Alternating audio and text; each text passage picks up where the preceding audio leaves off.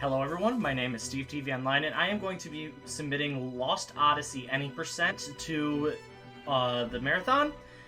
This is a longer game. This is like a Final Fantasy-esque sort of game, and there's a lot to explain throughout the run, and I'll try and explain as I'm going. I'm also going to say that I'm going to be looking over at my notes every once in a while. I'm partially new to the community, but I really want to show it off. I've been practicing, and I should be able to get through this run. So without further ado, the timing will begin the second that I hit save yes on settings. In 3, 2, 1, go. So the run starts off with Kaim, who is in the middle of a fight between Kent and Ura in the city of Wool. And we're in the middle of the fight, and the first thing that we're going to do is we're going to hold down the A button throughout this entire fight. The reason for that is because we set it up right before the run started, where it saves our cursor position as well as fast text. So as long as we just hold down the button, it'll do all the moves that we need to do. There's no real worries about dying in this fight, because if you do die in the fight, then you will end up restarting. They just don't want you to die at all during this fight. Like, not restarting, but like coming back to life. And I'll explain a little bit about that actually coming up, because there's a couple of interesting things about the story. But all you need to know is these guys just die in one hit. Then we're gonna be skipping a lot of cutscenes, so there's a lot of story that I kind of had to explain at the same time. So right here we're going to be doing left, right until both of them are dead. We only got hit once, which is the usual here at the very beginning. So we're gonna hit that and go down. We can go down once every single time. Now he's gonna use flamethrower on us. Like I said, there's no worries about me dying at all, but to save time here at the very beginning, all I want to do is just basically attack what I want to. And these are our basic attacks until just a second here, when after this battle and one more battle afterwards, we're going to be getting a different form of attacking. And I'll explain that when we get there, because we're actually going to be skipping the tutorial. Most of the tutorials we're going to be skipping, except for some that I might accidentally choose, which is perfectly fine. Oops. Oh, well, that's fine.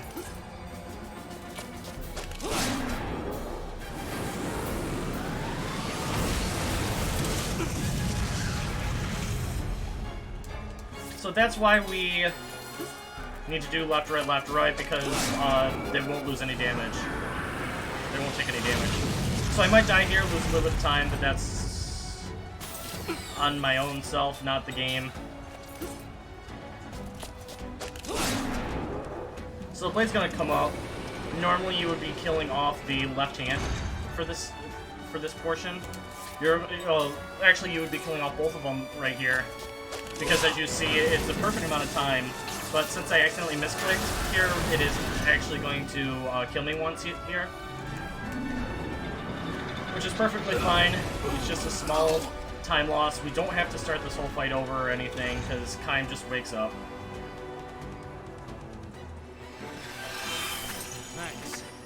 And with that, we are going to destroy this right arm. And we're going to be done with that. Then we have to do one more attack. The vehicle is not going to do anything to us this turn. It's just going to do all this. And the arm is going to drop because it has nothing to actually do. Malfunctioning. And then we're going to hold down the A button one more time. Then we're going to skip a cutscene. And this cutscene that we're skipping is actually very important, because in the middle of this battle that we were in, there's a giant meteorite that comes into the battlefield and just destroys everybody. Everybody, that is, except for Kaim. And Kaim doesn't know why he survived and where the meteor has come from, but all he knows is that he's alive, and now he must fight these other people.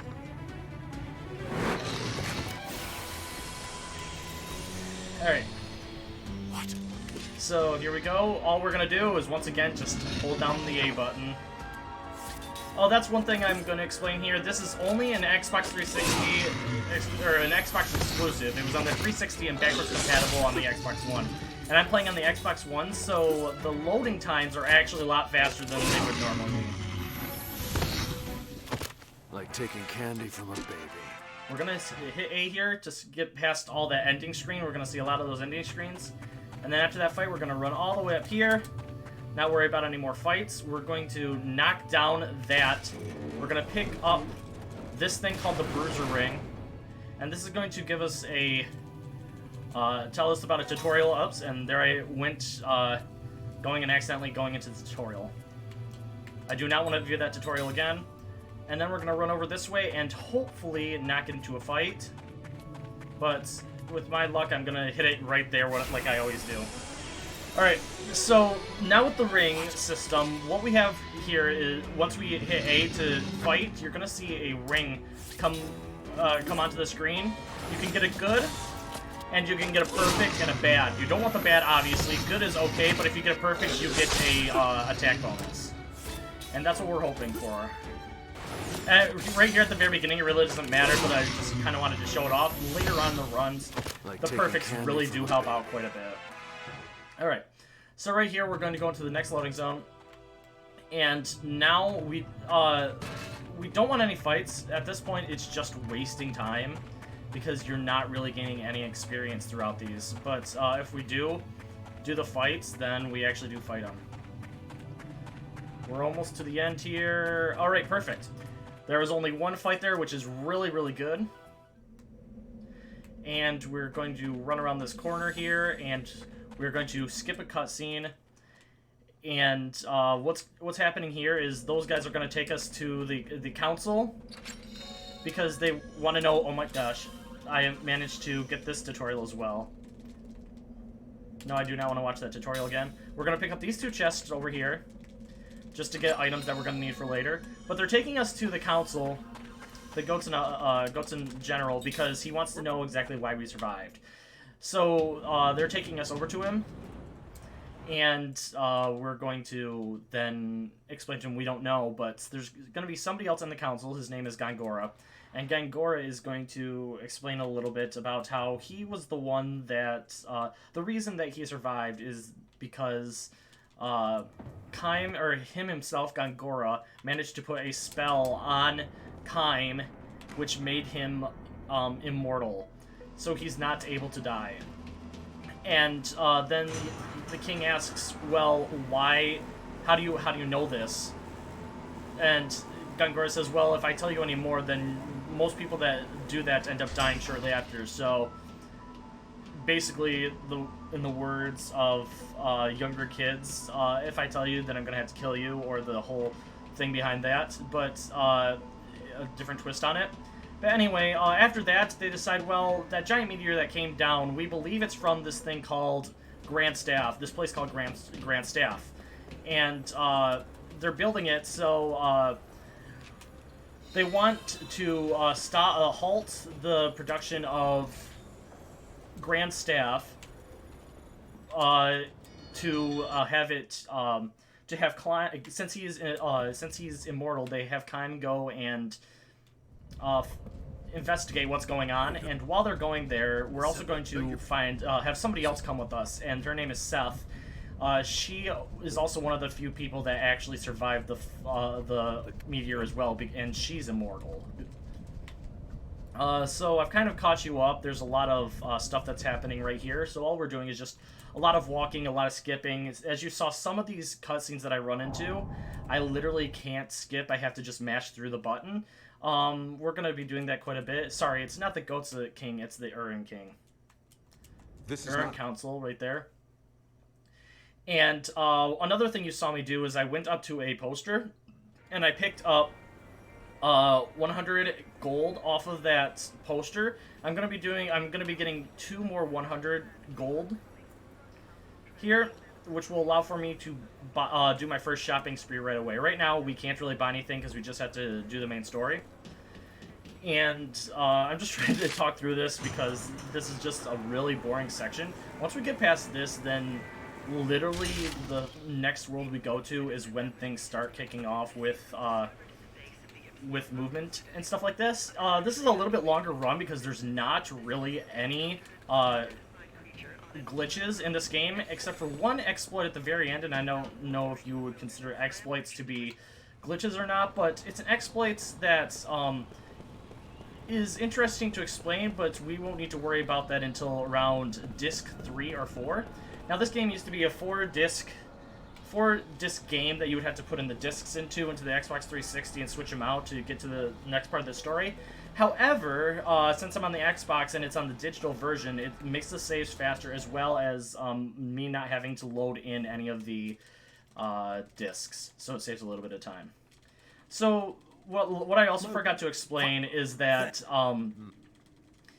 since they're canceling Grand Staff here, they also put Gongora on house arrest, which makes him really mad. So he decides that since we're going to investigate and he has one other person, he's also going to send along a trained mercenary called Jansen. Jansen is not immortal. So we just have to worry about him dying more. Because one thing about these immortals inside of their inside of battle is that they are able to come back at the very beginning of the game about one or two turns, but later on they come back after about 3 turns, and we kind of that kind of helps us out later on in the game if some of our people die. So we're gonna go right here and we're gonna grab this money right here, and then we are going to go to the inn to rest. This is just story related. We're just progressing the story at this point. Alright, so now we're going to go in here. We're going to skip another cutscene. There's just random cutscenes that come out through this, and they're all explaining a little bit of the story that I've already explained to you. So we're going to go here. We're going to talk to Tolan or whatever, the Tolan innkeeper.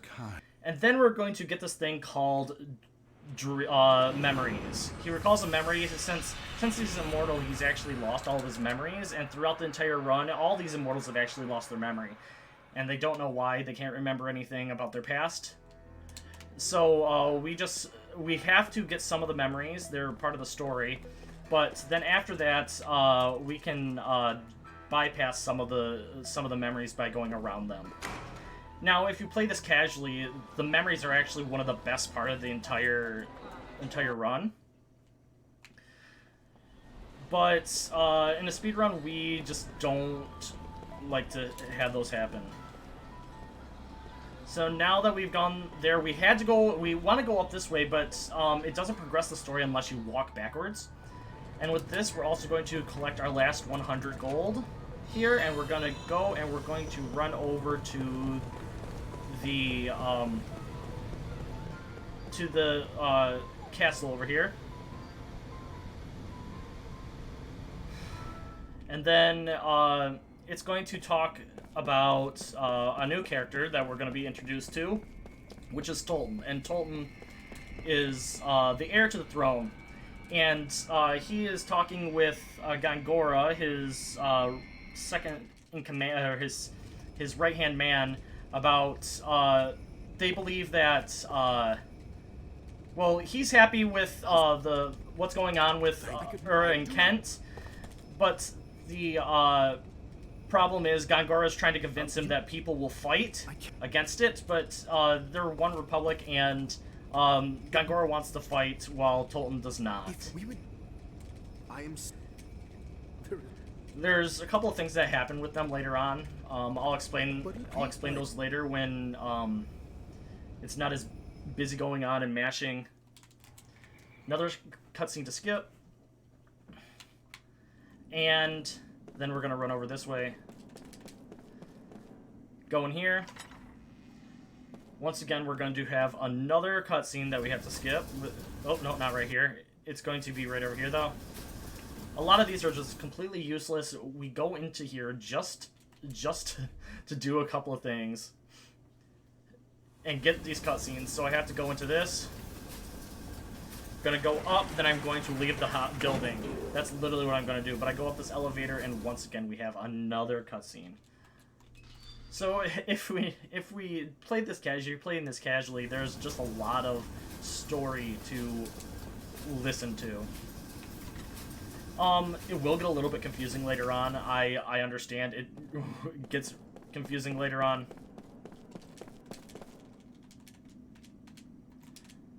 Okay, there we go. We're going to leave the castle, And then we are actually going to leave the city of Ura. And we are actually going to start our travels through this whole area. And just like that, turn around and go back the way that we came.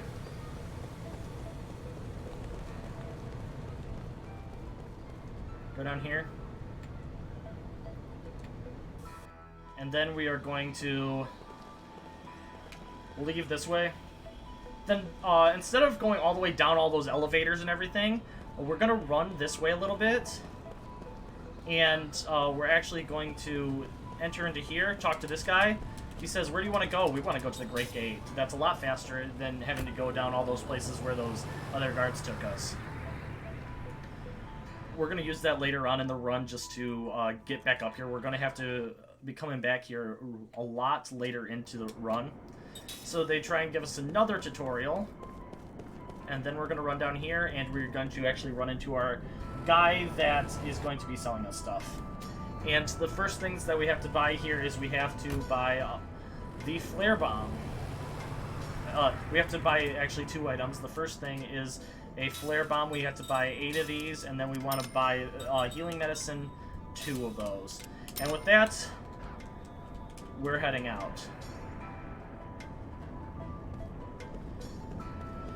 So, now that the main story and basically, well, yeah, the start of the main story has happened, we are going to go into our first area, which is the Ipsilon Mountains in the north. And here, you're going to see a little overhead fly. Here, a cutscene. This is the only one of these that you can actually skip. But before we do anything else, we are going to do ring assembly. We're going to make a bruiser ring, and then we're going to equip Seth with this said bruiser ring. Then we are going to go and we are going to skill link both Kaim and Seth with Jansen's white magic.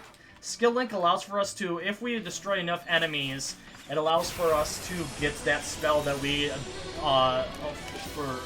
forever.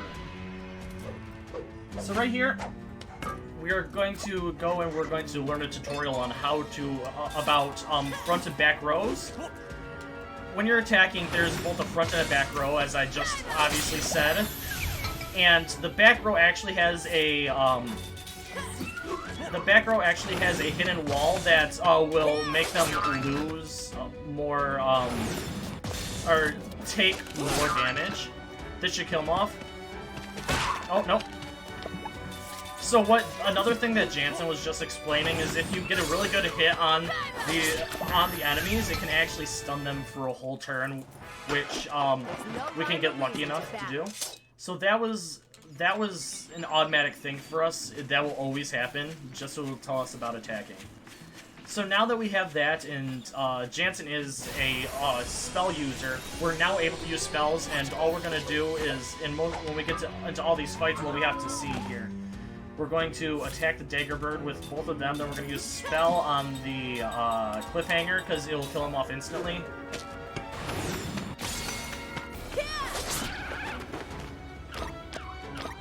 Alright, so this is why we want to kill off people a little bit faster.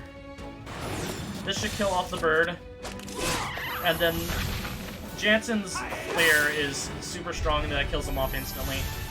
So now we're going to worry about, we wanted to kill those enemies in the front so we could get to the back. We're going to use the attack on Tolan, and then we're going to Diacorn Jansen. Cool, cool, cool. And we're done with this fight. So, however many fights we get into is obviously random because it's a JRPG. But one thing about this is, some fights can take a long time to get, which is good, but it can also cause it to where, it can also make it to where you can get 2 fights right in a row. And what I did right there is I just picked up those 2 items. We'll be using those items later.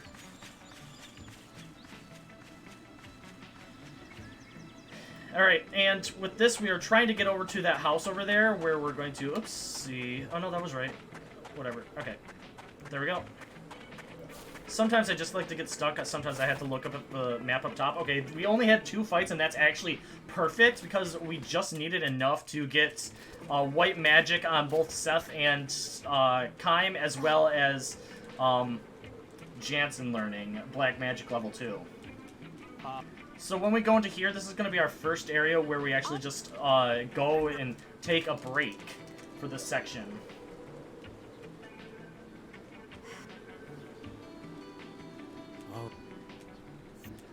Alrighty. So we're going to go into here.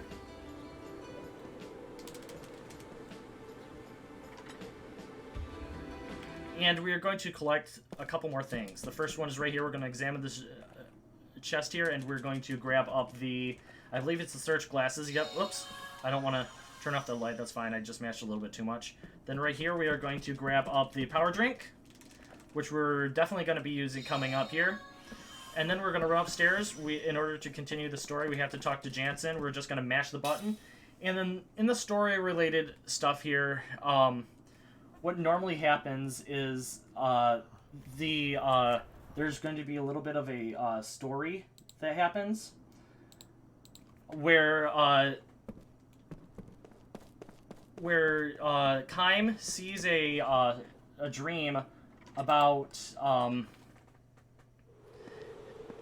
somebody... oops, I need that. If you run over this, you get something out of there. Sees a little girl falling off of a cliff. And he doesn't know why, but he believes it's part of his past. And he just can't explain it. Alright, so some more skipping. And right here... okay, I figured that was going to happen. I was just about to say something about, oh, we're probably going to get some fights here. Alright. Once again, we need to get the front row here, so we're just going to have Flare on Cliffhanger. If we hit this good, it could... No, okay.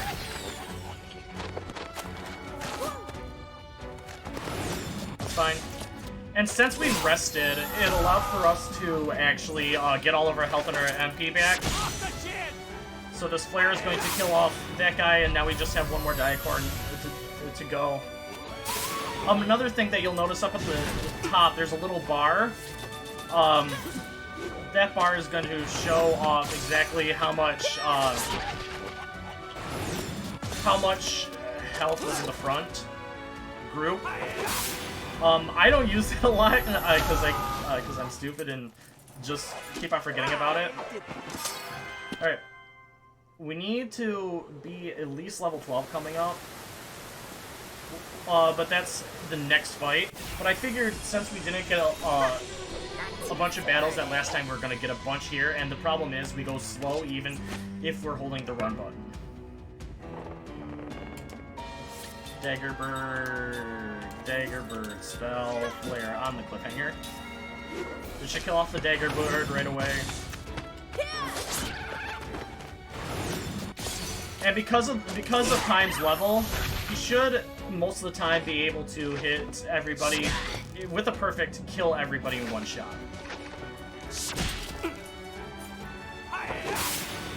Finishing them off, just hold down the A button to finish off everything. That's one good thing about this game, is you can just hold down the buttons and it just goes a lot faster. So we're hoping to kill off this Cliffhanger. Yes. And like I said, I only needed a certain amount, but since I need level ups for Jansen anyway, he's lower leveled than Kaim and Seth. We need him to get a certain level before certain bosses.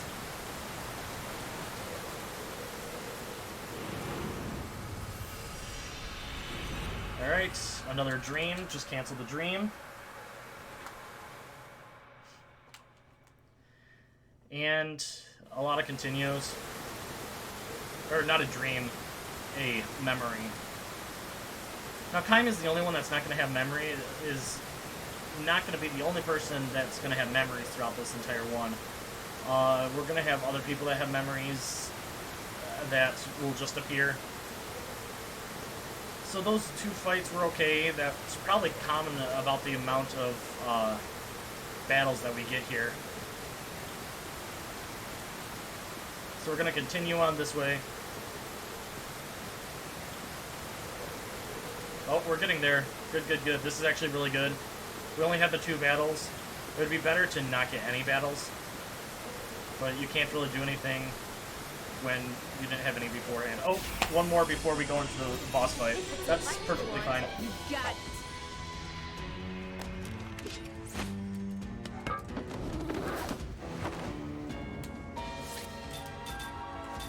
We're going to use Flare on the Diacorn. Killed that one shot. This is not going to... Oh, it did. So this might be an easy fight right here. Yep, there we go. Perfect. That wasn't very fun. He's level 12, which he needs to be. And then, before we do anything else here, we are going to do a couple of things. We need to do formation, and we need to move Seth out to the back. Then we have to do some skill, not links, but put white magic on. Then we're going to equip the glasses, the search glasses, to Kime, and then we're going to heal. And I don't think we have... Oh, we do have 1 mana herb that I'll use right there. And with that, we are going on to our first fight, which is Gril-gun. And with Gril-gun, we are going to be using a lot of flare bombs and flare with Jansen. The problem, there's one move that is very bad for Gril-gun to use, so we're hoping that he does not use it. And that is called Downburst. We're hoping for them to do single attacks. Right now, it looks like it's not Downburst. Okay. Flare bombs. Poison Claw, that's fine.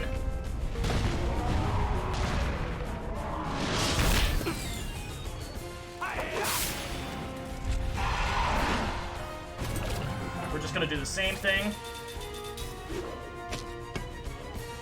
Okay. If it's Poison Claw again, we're still really good. Downburst, not the move that we wanted. This is not good.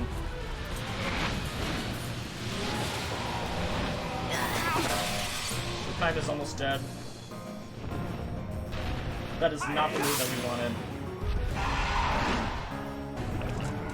Alright. So we're going to try and Flare Bomb.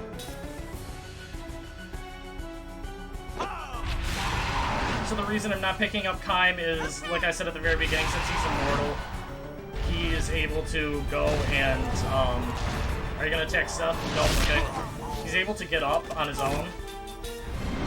As long as he doesn't use Flare Bomb, or Downburst here, we should be safe. Wind, yeah, we're fine. So Kime should get back up, like I said. Thanks. Jansen would benefit from the experience here, but if he's dead, we can't really do anything. As long as he doesn't Downburst here, then the fight should be good. Okay. Somebody's gonna die here, that's fine. But he's very low health, and, oh. This attack should kill him off. There we go. So, unfortunately, we did not get, Seth did not live throughout this fight, but what can you do? Like taking candy from a baby. But Kime did learn what he needed to learn there. Then we have another, we have some more here.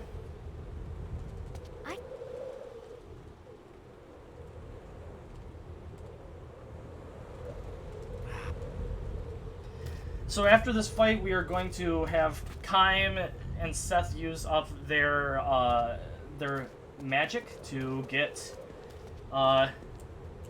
everybody back up on health. Then Seth. Oop. Okay, we'll just have Jansen do one. Alright. And with that, we now are going to leave this area. Those little orbs that you see, yes, orb. That little orb that you see is a save point, but a lot of the times you don't need to use them.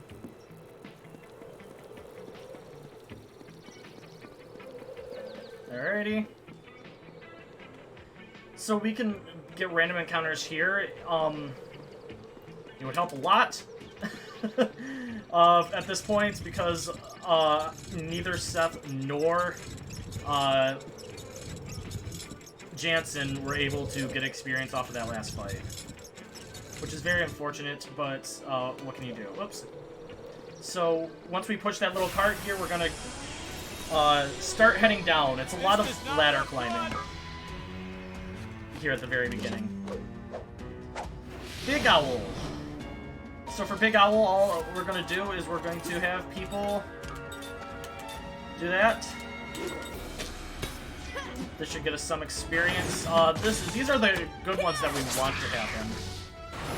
Because there's one that I literally have to go and completely flee from.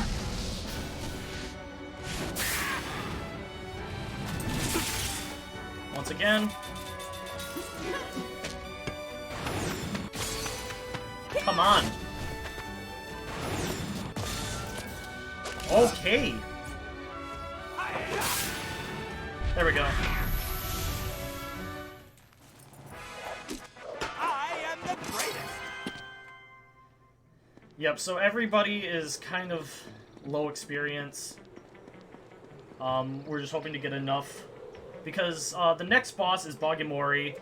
And for Bamori, we need to have Jansen at level 15. That would also mean that it would be able to get Seth up. So as long as every fight that we get into, except for, watch, it's going to be this one. No, okay. So we want to go after the man-eaters first.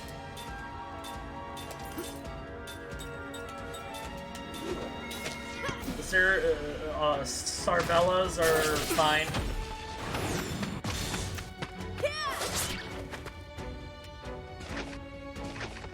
Hopefully here we can kill this one. Yep. We're gonna get. I can feel it now. Yep, we're getting a roar, which will put the attack up on Sarbella's attack. So we're going to, with that, we're going to attack B.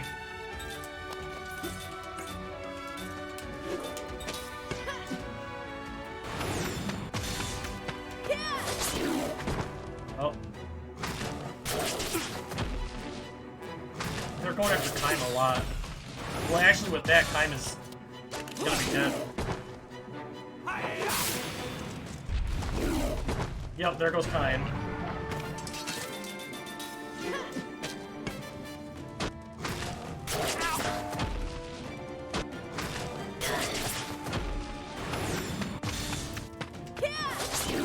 This is not good.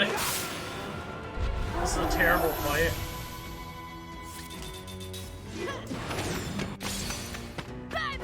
There we go. Phew. That was a close one. Okay, we got to level 13 there. Oops. Oh no, that's right. Climb on down. So this is the thing about, this is my first JRPG that I was actually able to learn. When I was younger, the game came out in 2007. I'm not sure if I said that at the very beginning, but even if I did, I'm still saying it now. But the reason I'm saying it again is because this game has held up from 2007 all the way up into 2020. And it's a fantastic game. If you play it casually, it's totally worth it. This is a very small community. And, it's, the run is actually, the world record holder is Ragnar Alvar, and he's actually has the world record at like 6 hours and 45 minutes, which is insane. But I've been wanting to speedrun this game for so long, and I finally got around to doing it. I'm glad I did. It's super fun. It gets you thinking for... I really like JRPGs because I might learn some more in the future because there are a lot of like thinking on your feet. If something bad happens, you have to try and figure out what to do. All right. So with that, we're gonna go to Grand Stack Construction Site, and this is where what we're supposed to be investigating. We're going to go through a couple of matching cutscenes here. We can't skip any of this. How you like that? And then once we're done with this, well, in the middle of this, we're kind of going to have another memory.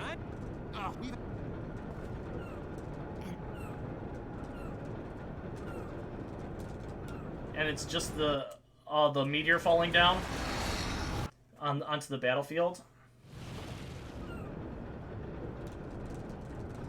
It's not a far memory, it's just the memory from earlier on in the game. Alright, and before we do anything else, we're going to go up to this cute little creature up here. His name is called Pit-Pot. And we're going to grab a couple of things off of him. We want a healing potion, and then we're just going to match this for giving him healing medicines. And we did that twice, and we are off now. And then we have to go over here to this section and try and hit certain cycles when we're doing all this. We have to move a box over here, so if I go fast enough here and kind of grabs it up on first go, we're going to move it to about right there. And then we're going to run around again. Oh, I did not get the cycle, which is unfortunate. So everything is going to be a little bit off. I'm going to try and get this. I'll wait here again for one more cycle. I have to wait for that guy to move over there. Alright. And with that, I'm going to move this forward a little bit, just enough so I can actually scoot through. I'm going to grab this, and then we're going to climb down the ladder. That was actually really good. I had to wait a smaller cycle to do that, but the money is totally worth it to grab. Because down here, when we're down here, we're actually going to buy a spell. It's going to be the only spell we actually buy in the entire run. And that is Aqua. We're going to buy that, and then we're going to go over here, and we're going to buy Aqua Bombs, 12 of them. We're going to be using them for the boss. And if I have enough, I need to save at least 2 of these for one of the bosses. Or another boss later on. And with that, we are heading up, and we are done in this section. It's actually the fastest I've ever done this section. My menuing has been off a lot recently.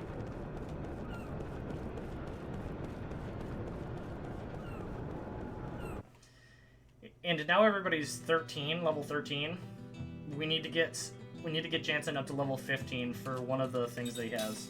One of the spells that he gets at that point. Alright.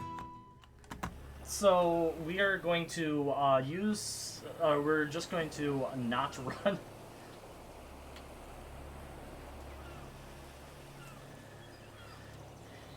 And hope for a lot of experience here. Use battles to equip some stuff here. That's what my notes say.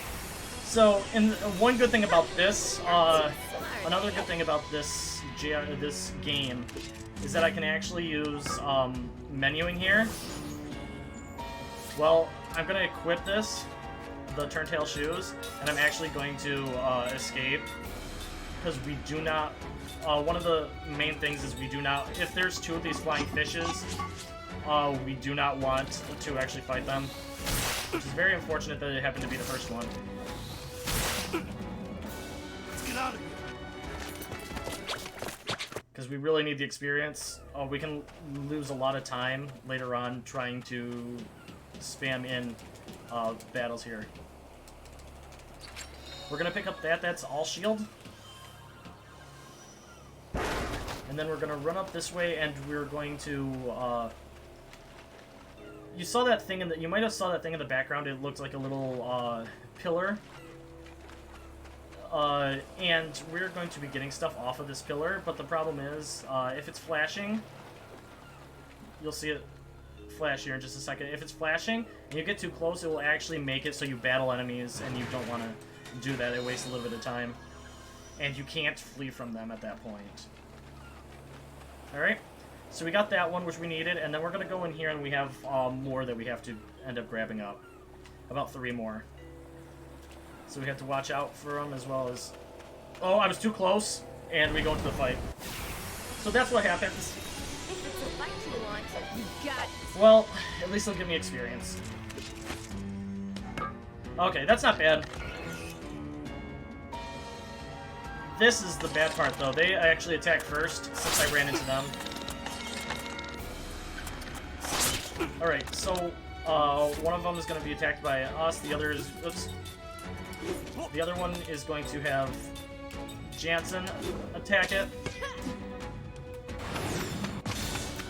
So this is why it's not good for us to actually be attacking these mad Capris. Carapace. Mad Carapace, that's the name of it. Because Jansen kills them off instantly.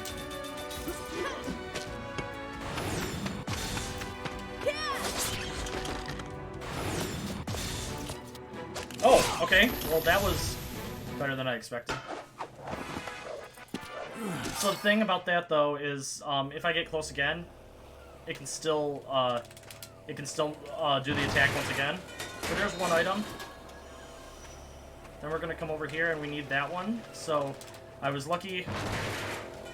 Then we're gonna run over here, and we are going to grab our 3rd item. Ooh, I thought I got hit by that thing. Out of my way. Let's see what enemies we got here. Oh, these are easy. Okay.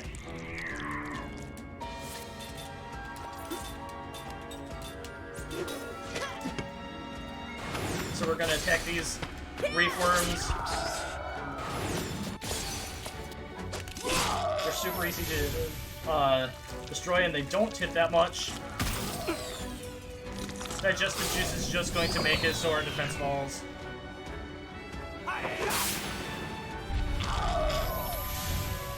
And then he's gonna shield up.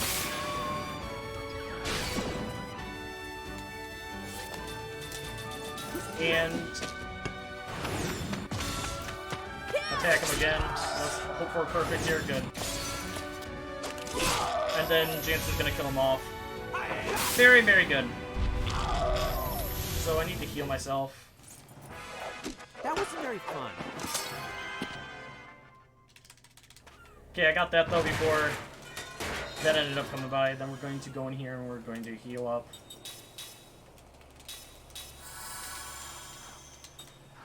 And we're gonna run through here. But we're only level 14, unfortunately. So that means we have to grind out 1 level, which equals out to about 3 battles. And since we're inside of this section, we can get those battles done really quickly because it's only magic insects that spawn in this area, which is really good. So we're gonna run over here and grab all barricade. And with this, it's now just a lot of running back and forth. Okay, here's one fight, that's good.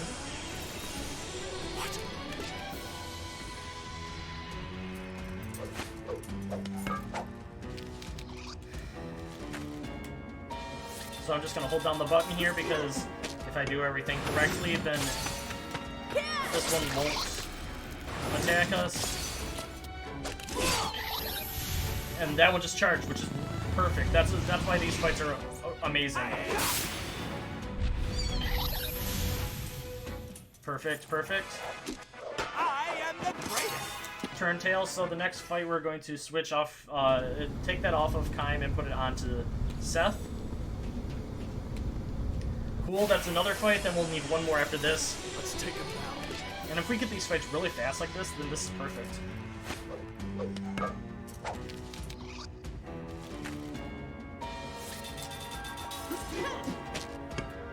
Oops. This still should be good. Perfect.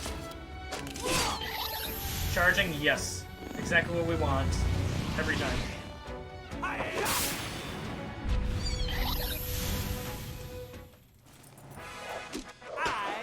So this is why it's better to get,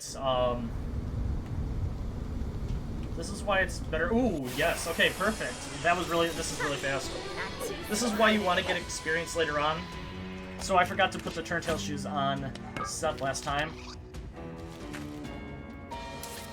We have to take them off here, and then we're going to attack. Equip the turntail shoes, so she can start learning them.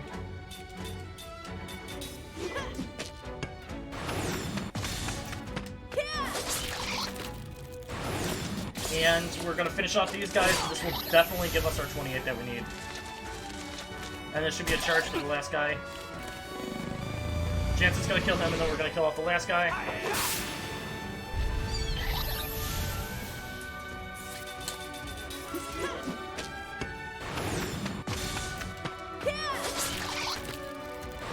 And that's the end of this fight, and we can now go on to our second boss fight, which is Bamori. Now, Bamori isn't too difficult if everything works out. That sounds like the same for every fight here, but now that we're done with this, we have a couple things that we have to do. We have formation. We're going to put Seth in the front with Kaim. Then we're going to equip Jansen with the yellow band, which we picked up in one of those pillars. So this Bamori fight is a lot of we bought those 12 aqua bombs, and those 12 aqua bombs are really going to help us out in this fight. We're going to use aqua bombs and aqua. That's all this fight consists of. But the problem is how much they actually attack the other people. And it would be awesome if Jansen could survive this fight, because he can really go for this experience. We're not going to attack anything else here. We're going to use item, and we're going to use Aqua Bomb on Bamori. Same thing here. Aqua Bomb on Bamori. Spell Black Magic Aqua on Bamori.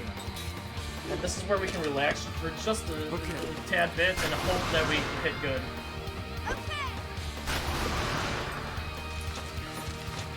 Oh, good dodge, good dodge. This is not what we... Oh, well, that's fine, to be completely honest.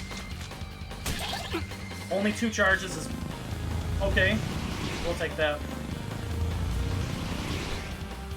Because what's going to happen with the charges is Bamori is going to absorb. And with this, do the same exact thing. Okay. But the thing with this, it really doesn't matter how many times it absorbs, because it's going to be in its second phase. This is only phase 1. In its second phase, it's going to automatically use a move called Paraflare, and that's where it really matters in the second phase. Okay, so this next one, the first phase should die. This is a really good fight so far. So just this one alone should probably kill it. Okay, that's phase 1. And guess what we get to do? We just repeat the same exact thing. This isn't that hard of a fight. It's a matter of dealing with the Paraflare, which can also paralyze our people.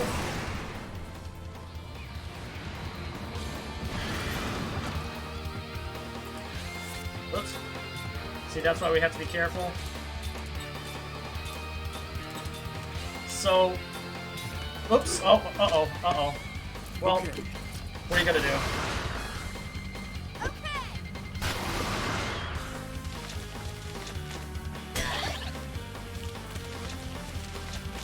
Let's see what's gonna happen here. Charge. Okay, yeah, this would have been a good one. I just accidentally attacked Manta A instead of Bamori for Aqua.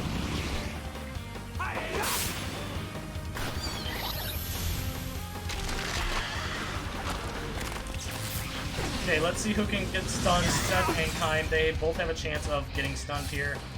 Bamori, Aqua, Bamori. So he can be completely stunned all the way and just not attack. Okay, that's good.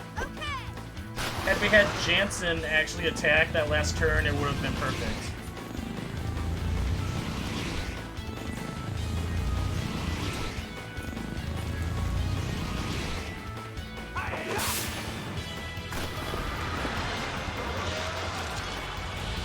Alright.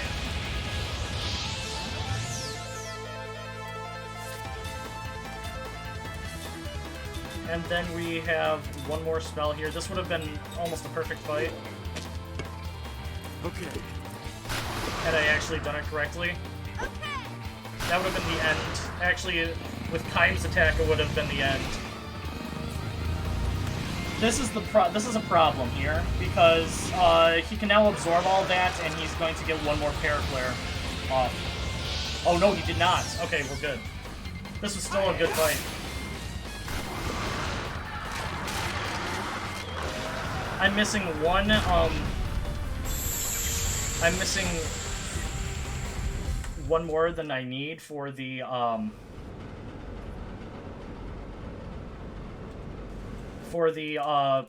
Aqua Bombs, which we needed for the Obsidian Miasma fight, which is coming at the end of this, disc.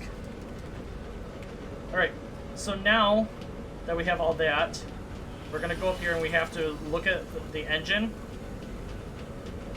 So we have to go up there. I ran through that blue thing because it heals us all the way. I'm gonna go all the way over here. We have to go up to the top, expect that.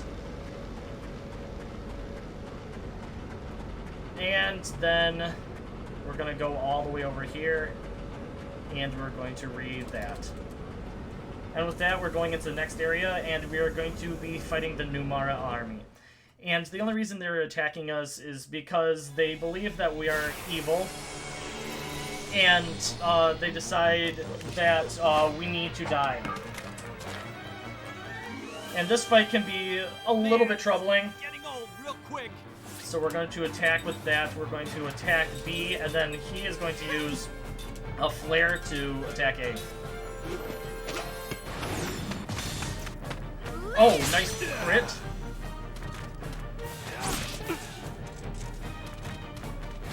So, I did the wrong move with Jansen. Jansen was supposed to be using Prism at this moment, but I made him use Flare. That's fine, I guess.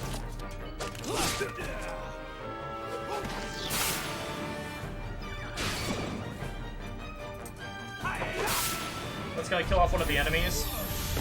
So what I'm gonna do now is I'm going to attack B, or C, attack B, and then I'll have him do his Prism move. Why are we having trouble with only 3 opponents? Archers, forward! So this is General Kukanis, and he's the guy that's decided that we are evil and we have to die. So now they're going to attack Archers, stance! us, and I believe their people as well, but I'm not sure if they hurt their people as well. No.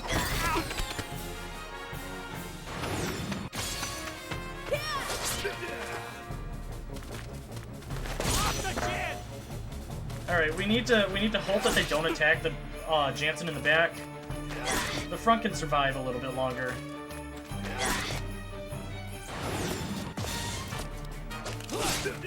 Alright, and with Jansen using Prism here, we should be able to be good with attacking other people.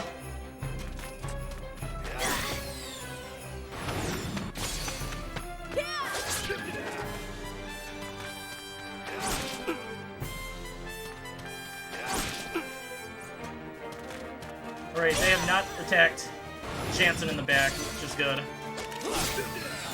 Then Jansen's gonna use Prism. It might take down like 3 people, I believe.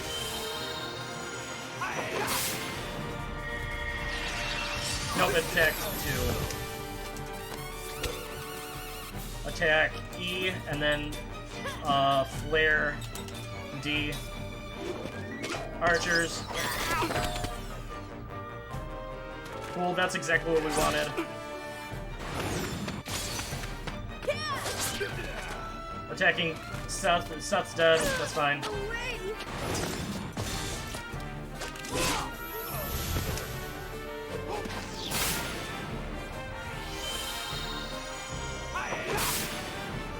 Cool. That was actually a really good fight, even though Seth died. I am the greatest.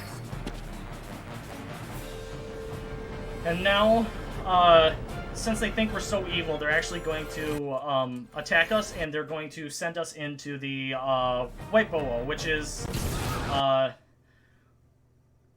the big ship that's owned by the army here. Or no, we're first going to be captured, which they do, which they decide to do on their own. And we're going to be inside of these little balls here. They believe that getting captured here will allow for them to actually get closer to Grandstaff. And then we do that, we're going to do a talk to Jansen, and then we're going to go into one of the longest dialogue boxes here, and we're just going to mash.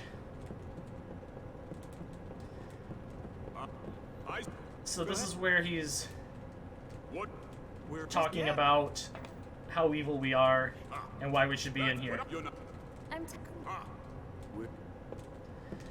There's nothing really to talk about in this section. This is one of the more boring sections of the entire run. What is it? Yes, wait. But here we go. Yes, not yes.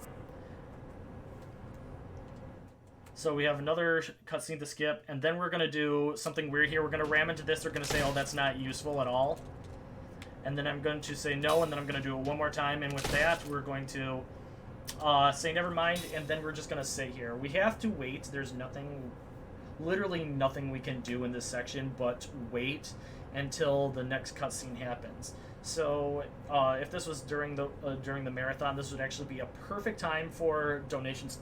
Excuse me, donations to be read. Because I don't know how long this is. Maybe like a minute and a half of just waiting here and doing absolutely nothing.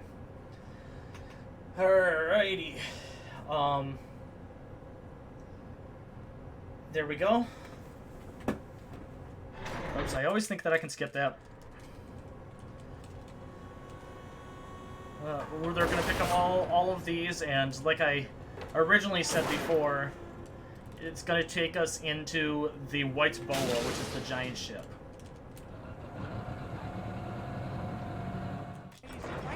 Alright, another cutscene to skip, and then they're going to wake up inside of the jail cell. And there's going to be something interesting happening here. Jansen's going to wake up, and he's going to say, "We're trapped in here, but I have a way of making the jailer's memories go away." And it's by something that was given to him by Gangora. Originally, it was supposed to be meant to be used on Seth and Kaim when their memories started coming back, but he's going to free them by putting it onto the guard here. So this is there's a lot of times in this run where it's just a Resident Sleeper, very boring area, and this is the first. But it can also be a massive time save if you mess up. So I'm going to be taking this very, very carefully, while still going fast enough because I know where I have to be going. Well, I just... What? Oh, look. Yeah. All right.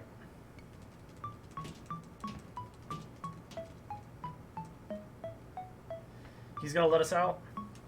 Yeah, I'm sorry. So, what's gonna happen here is this is a stealth section of the game, if you consider it, but it's a very simplified stealth section of the game. Hang in there. Oh, We're going to be running past security bots and night guards. and hopefully that they don't see us. Because if they see us, no matter where we are, even if we're at the very end of it, What do you mean? if we're caught, then we are sent all the way back here, which is not a fun experience and loses, depending on where you are, upwards of 5-10 minutes. But it's usually pretty safe if you know what you're doing and you don't make stupid mistakes, which I have in the past. So he's going to come back. Once he turns around, we'll run past him, and then it's going to go to a cutscene where it shows that if you make any little tiny noise, the security bots are going to come by and they are going to catch you. We don't want that to happen. So one thing about this area is that this next one, they're going to say, hey, if you make a noise, you can make him go over to that area. But if you walk into it, he'll run over to where you are. So you want to make sure that you hit it because you start off right next to it anyway. And then our last guy is right here, the security bot. We want to trap him inside of here, so we're going to run over here and hit that button. He will automatically get trapped right there. We're going to run over here and open up the door.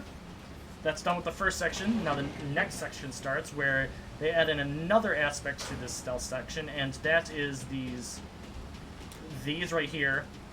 I walked on that one. They don't tell you how to do that until after you've actually set off the alarm.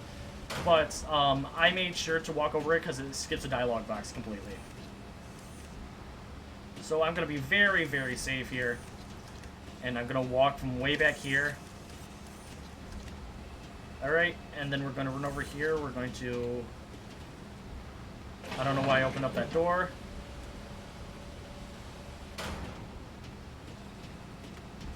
Alright, we're going to go up here. Now we're going to walk around this entire area to get where we need to, but you obviously know that there's going to be some sections here with these pathways. And you can't really see them at all on the map or any place, so I like to just take this slow because I don't know where the next one is. There we go, there's our next one. And you can see the next three. There's 3 more of these, and then we're done with these pathways here. But after that, we have one more thing, that a security bot that we have to dodge. Alrighty. Gonna run down here, and we have to turn on the door, which I have missed before, so you go all the way up this last ladder and just miss this completely. So we have one more guy that's looking. You can see on the map which way they're looking, which is nice. Ooh-wee. I don't know why he didn't see me there. And as long as you're on the ladder, then you're safe. But we're going to lower our last ladder down and head through the door. So at this moment, since they captured us, we actually do not have any weapons. So going through here will allow for us to get the weapons. And at this point... Oops, I need to open up the door first. At this point, I need to see what level Jansen is. He is level 15. He gets in like a couple of battles. We need him to be level 16 by the end of this area. So probably one battle here, and then another battle in just a minute here, and we should be good. So we're gonna skip a cutscene here, and then the next cutscene we really can't do anything.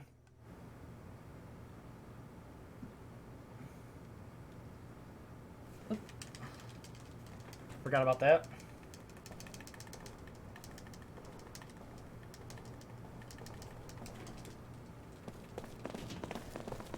Then this fight is a forced fight. Again, we can't run away. But even if we didn't run away, we would have wanted to battle them anyway. They're not that difficult.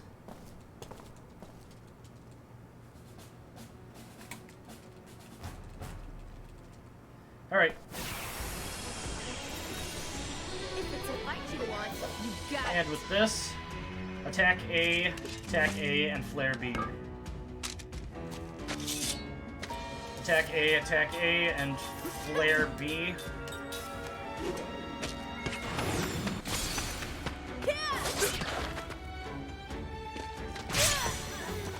That was a crit hit. He's dead. This guy's gonna be dead. Oh, I guess not. But Seth should be fast enough. Or he will just block. What a terrible fight this was.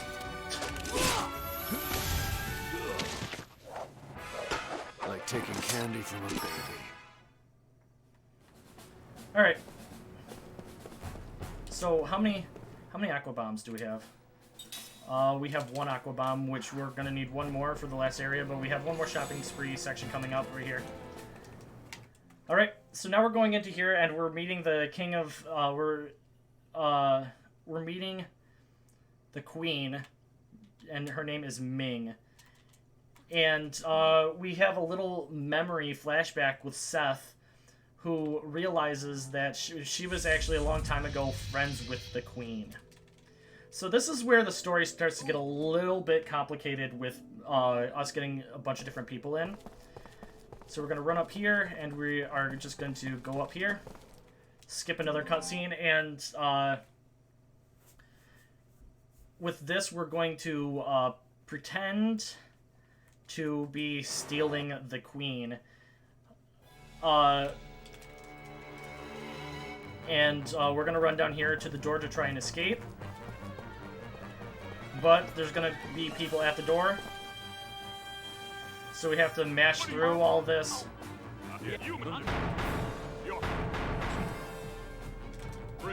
And then she's going to tell us about back entrance. So we're going to go up that way. We can't go up this back entrance until we activate that cutscene. That's a lot of what this game is doing, is we have to activate certain cutscenes in order for us to actually do stuff. Okay?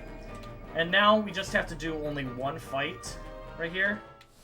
And that should level up Jansen to level 16 like we need. Come on, Jansen. Come on, Jansen. Come on, Jansen. There we go. And with this fight, all I need to do is use Flare. Man, this is getting old real quick. And I believe he should still be on Flare. Yep. Hopefully, this will kill him off in one hit. It didn't kill off the last guy in one hit. Nope, I knew it wasn't going to.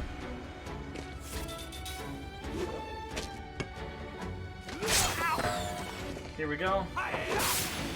This should be level 16 for Jansen, which he needs. Oh, that was easy. Cool, he got the level 2 white magic, which we need, and then we're just going to run forward and get into the next cutscene. This will take us out of the white boa, where Caras has decided to set us free from the white boa because he's decided that he wants to follow us so he has a better chance of getting to Grandstaff. So now that we are here at Ura again, we're going to do a little bit of a shopping spree to grab some things. So we're going to leave the temple. Oh, sorry, Numara. We're going to go over here, so we're not around there. And they are separated, that's good. Sometimes they'll just like to stay there and talk, and I have to run around them. And then we get a little bit of a backstory with Ming. It's not super important. Then we're going to go over here, and we're going to go through here and go straight up and do this first shop up here. The reason that we go into this shop is we won't be able to shop for other items in a certain area unless we talk to somebody inside of here. So we first are going to grab this up. I believe it's this guy that we have to talk to, but I never remember, so I just talk to everybody that's here. And there we go. And with that, we're going to leave. And then when I go here, I'm going to stay on the outside edge because if I get any closer to that guy, I'm going to get a memory that I don't really need to see.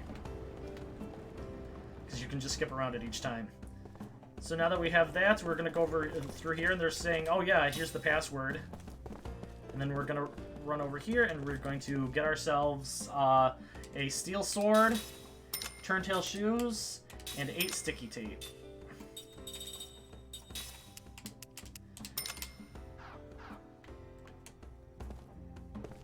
Then we are going to we're going to remove the bruiser rings for both of them because we can't make these rings until they're off. So we have 2 anger rings. Then we're going to talk to this guy who's going to allow for us to build 2 Herculean rings, which are stronger. And then we're going to leave and we're going to go to an optional shop, but it'll help out quite a bit later on. And in this next optional shop, we're going to buy 4 ground bombs, some angel plume, 2 angel plumes, and a mana herb. But we also have to buy 1 aqua bomb for one of the fights. Alright, so we need 4 ground bombs, 1 aqua bomb, and then we're going to buy angel plumes to bring your total to 2, so 1, and then we're going to buy some mana herbs, 3. I'm gonna buy 2 more. Okay, that's fine. And there we go. I bought those extra stuff for the Obsidian Miasma fights. I'm not the greatest at it, but I've been getting a little bit better. So then we have a little bit more equipping and stuff. I always get trapped in those guys. A little bit more equipping that we have to do here in just a minute. We'll do that when we get to the next area, which is the port of Numara, where we're going to be getting a ship. Or no, we're not getting a ship, sorry. We're going to meet the next members of the group, and the story will be getting even more confusing. So we're going to go in here, and we're going to skill Kime. And have him equip Turntail and Status Analysis. Then we're going to equip Kime with the Steel Sword and the Herculean Ring. We're going to put the Herculean Ring on here and the Turntail Shoes, which he already has. And then we're going to run straight ahead. And, we're going on to this next fight, which is Numara Army. And Numara Army can be very annoying, but since we are level 16 with Jansen, he doesn't really have to survive, which is good. But the problem with this fight is how one of the enemies can... This is the only loading screen in the entire game that takes that long to show the picture. But anyway, there's these enemies in here that can do an attack called Rush. And Rush can be very troubling when we're doing this, and we want to make sure that we're hoping that they don't use it. I wonder how long your chivalry will last. This is an easy fight to die from, but it's not, like, particularly too bad. We're going to use Power Drink and put it on Kime, and then spell White Magic All Shield on everybody. So it looks like we're not, he's not going to use, this first guy is not going to use Rush, the second one is. Cool. Yeah, this next guy is going to use a Rush, which is very unfortunate. Don't use it on Jansen. Alright, then we're going to have a Kime attack, item, ground bomb on C, and then I'm going to have him use Zephyr to heal everybody.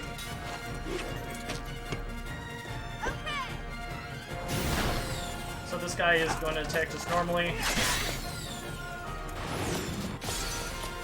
Oh, he guarded. I can't believe that. That was a good attack, too. So it looks like we're going to have the guy in the back also do rush again. Yep, did it on Jansen.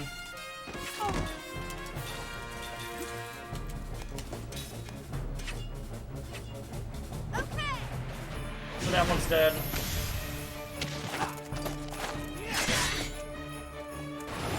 This one should be dead if he doesn't block again. Then this one's going to use rush, kill somebody off. Alright, we have to use an Angel's Plume on Kaim. I'm not sure if they're both using Rush or not. If they're both using Rush, then this fight is dead in the water. Yep, they both used Rush. That's a dead fight. There's nothing I could do about that because of all the times that they used. Okay, we're gonna do that again. Retry.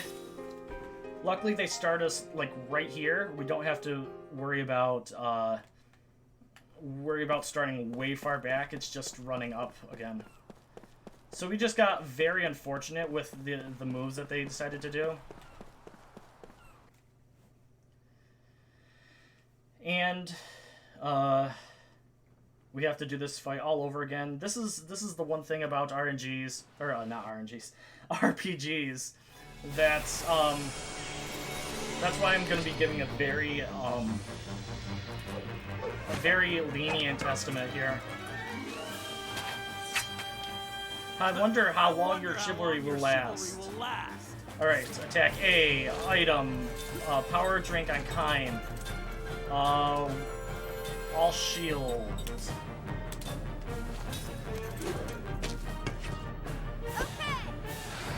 Okay, a regular attack. A regular attack. Then a rush. Again. Attack Kaim.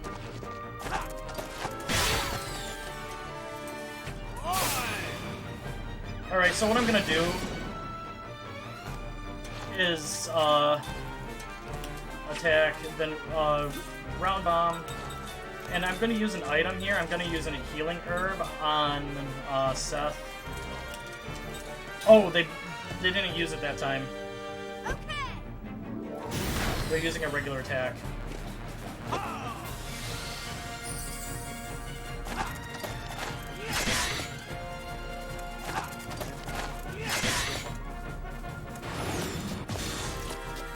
Wow, that was a crit. Alright,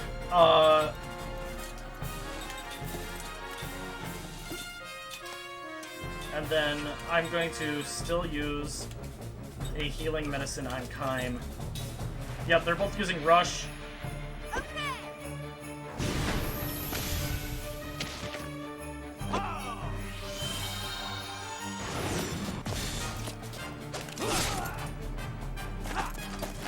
It's a good thing I healed her. He's dead. Which one did I attack? That one. And then you are going to use a healing herb on yourself, Seth. They're both attacking normal.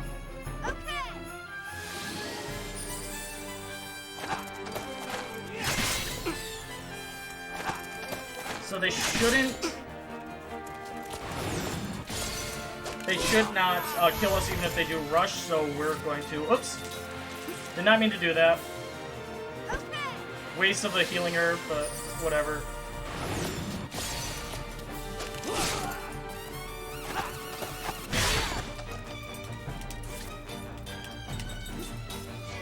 Regular attack here.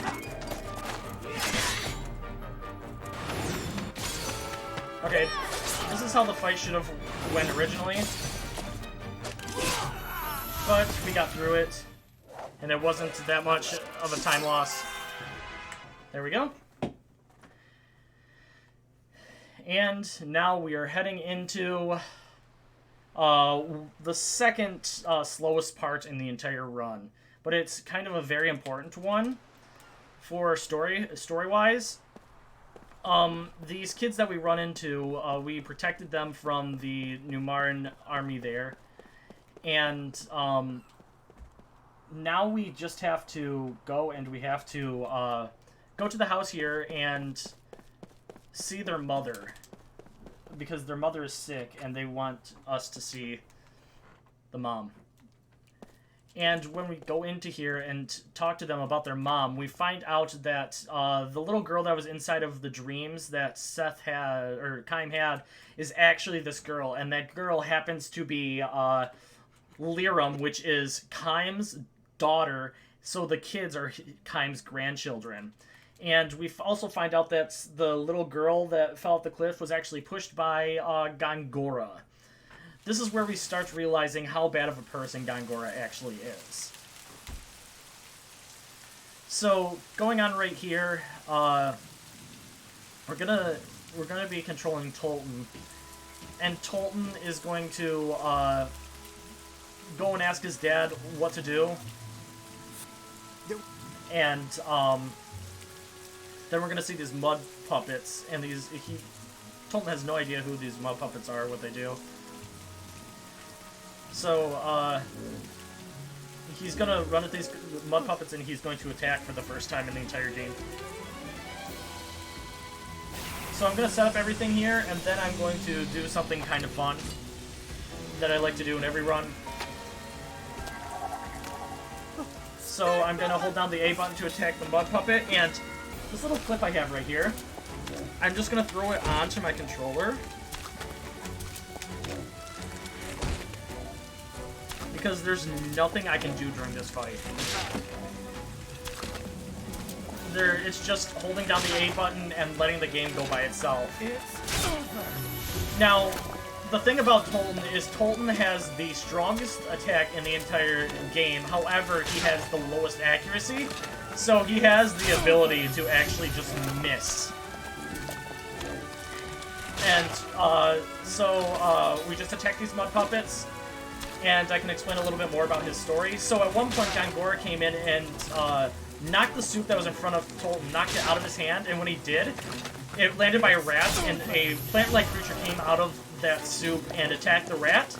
So Gangora decided to use fire on both the rat as well as the soup, and that gained the trust of Gangora to Tolan.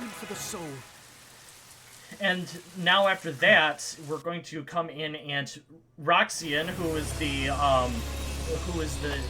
king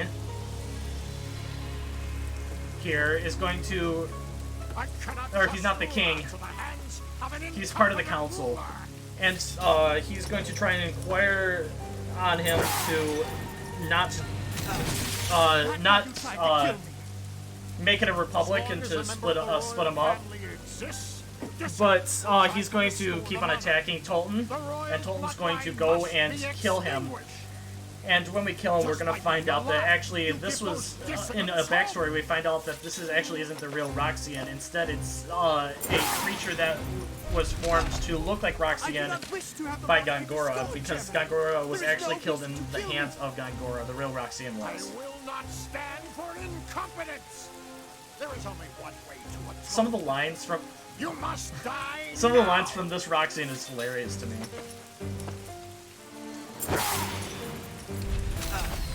This is madness. This is madness. If you are made Earl will fall. will fall. I see no other way than to Yeah, some of Roxian's lines are hilarious. Chairman. Actually, the lines aren't too bad in this, but some of the cutscenes are useless. Our people want a republic. Alright. And with that, I can now pick up my controller, put the clip down, and continue on with the story. So there's Roxian dead. And Gangora then tells him later on that it was worth it to kill him in the end. Alrighty. And with that, we head into the funeral sequence for Liram, which is Mac and Cook's mother, which we talked about.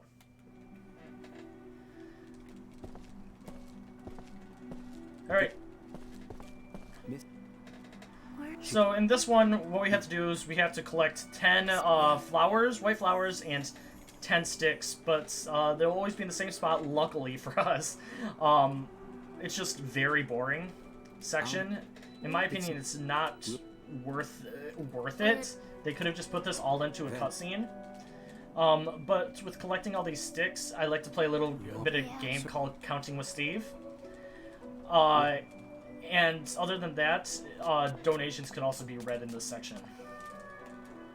So we're going to count the flowers while we go. So 1 flower. While we're up here, we're also going to grab this. I believe this is a slot seed or a mana herb. Slot seed. Then we are going to get 2 flowers. The good thing, though, is Cook is a really fast runner in this game. Faster than Kime. I wish you could switch people and just run around with certain people in this game. And 4 flowers.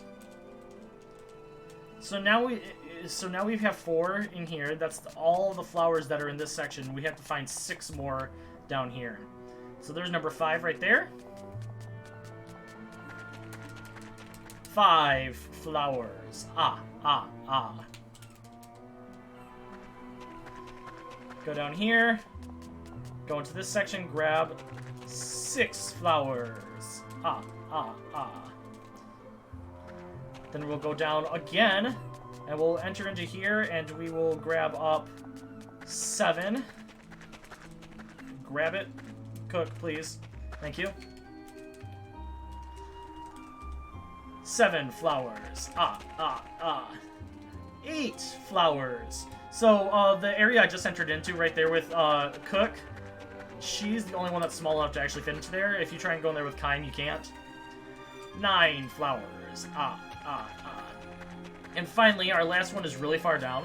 One thing I do want to say about Cook is her voice actress is actually the voice of, Lil from the, Rugrats. So that's kind of a fun fact. And number 10. Alright, that's number 10. So now, all this time wasted walking all the way down here just to grab flowers, we have to run all the way back up. There's no way of speeding up this section whatsoever. Wish you could skip all this, but you can't. Alrighty.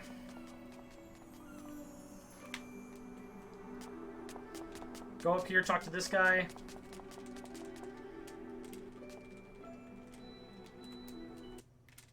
Then we're going to talk to Kime, who he then says you need to find 10 sticks. And we have, instead of 4 and 6, this time we have 5 and 5. I don't know why they made it so random for the first one. Why wouldn't they just do 5 and 5 and 5 and 5? Or 5 and 5 and 5 and 5, yeah. Instead of 4 and 6 and 5 and 5. Oops, there's our next ones. 3 sticks. Oops. Oh well, whatever. Whatever it is, I don't even know it's a seed. Okay. 4 sticks. 5 sticks. That's our first 5. Then we're gonna go through here. And, we don't have to go all the way to the back for these sticks, luckily. So here's 7, there's 6 sticks.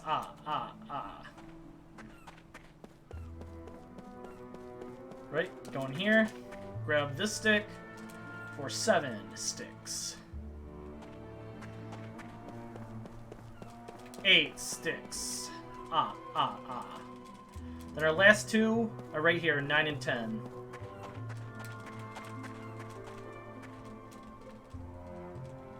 9. Oops. And 10.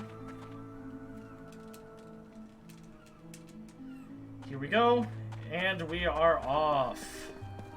Back to the front to then do a small sequence with Mac that I find very annoying as well. If you're playing this casually, this is a very sad moment, but it's a very annoying one for the speedrun.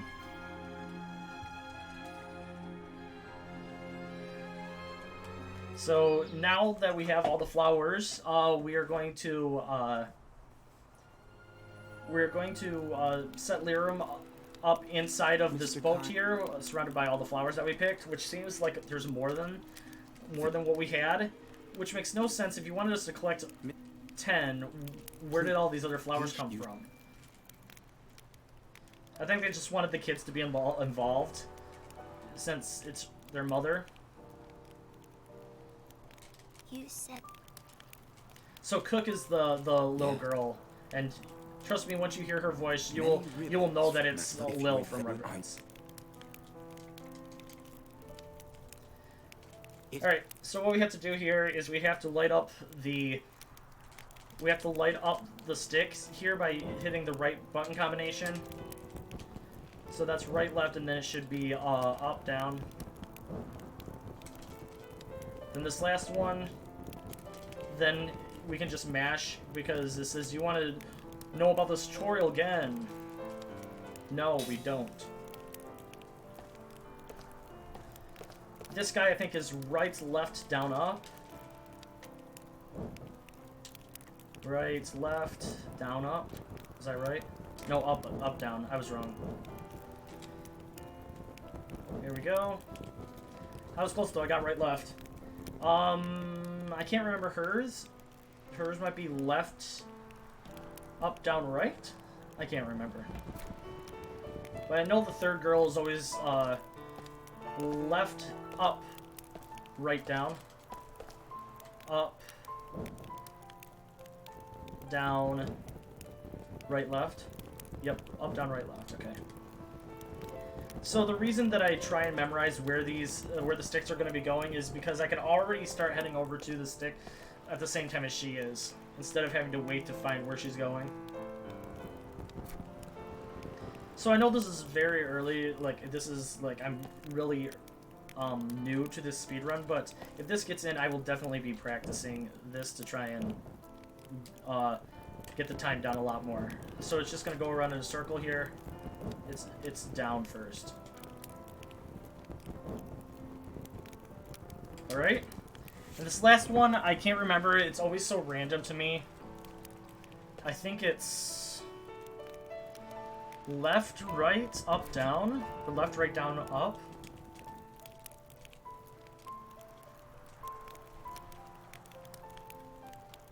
No, up.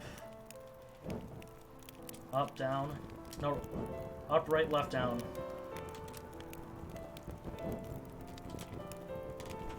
There we go.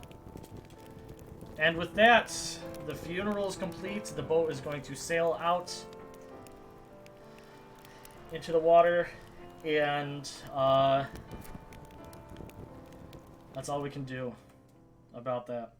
So this next section we're going to completely skip over. With her mother gone, Mac wants to find his mother one last time. So he heads off into the Crimson Forest, where they are able to, where it's been known that to be able to communicate with the dead. So we're going to head over to the Crimson Forest and find Mac. But when we find Mac, this is also going to be the worst fight in the entire game, in my opinion, which is the Obsidian Miasma fight. I used to struggle with this a lot, and I've gotten a little bit better at it.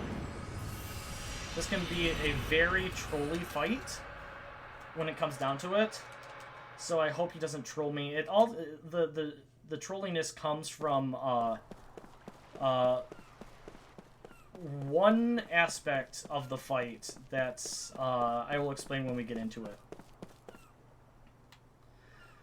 So for this whole section that we're going into inside of the Crimson Forest, we are just going to turn tail the entire time and not fight anybody. We're going to see that the Kakanas tanks are now going into the White Boa.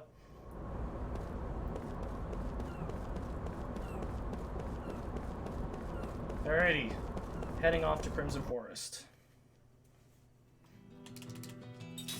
And it's called Crimson Forest literally because it looks like a crimson color, and it's a forest.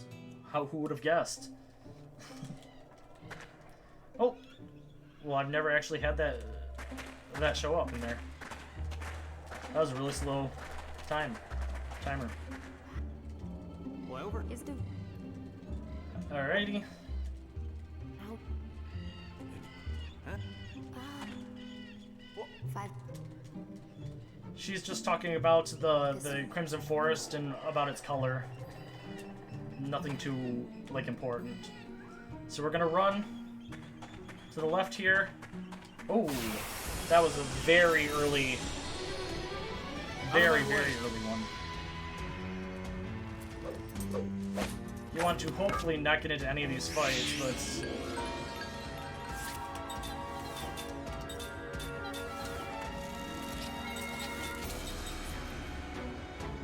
Oh. Oops.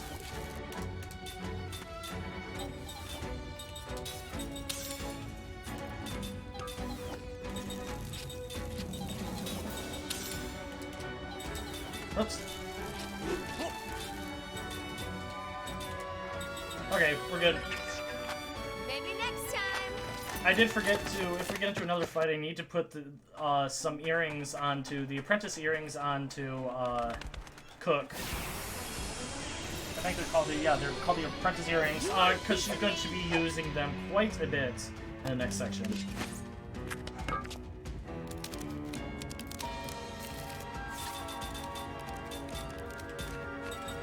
There we go.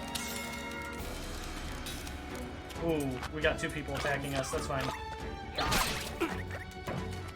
These guys really don't attack that much. I'm out of here. So this is already a slow Crimson Forest. Mac must have tripped and lost his shoe. So we're just gonna hit this. That's how strong Kaim is. He's able to just hit the shatter up the log there. So let's see if I don't go the wrong direction. Okay, I went the right direction that time. I usually get lost here quite a bit, but we are solid.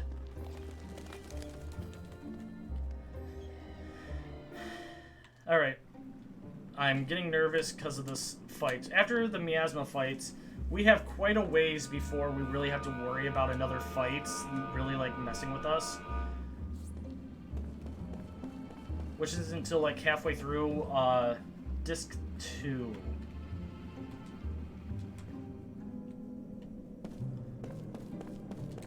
Okay, we're gonna go up here.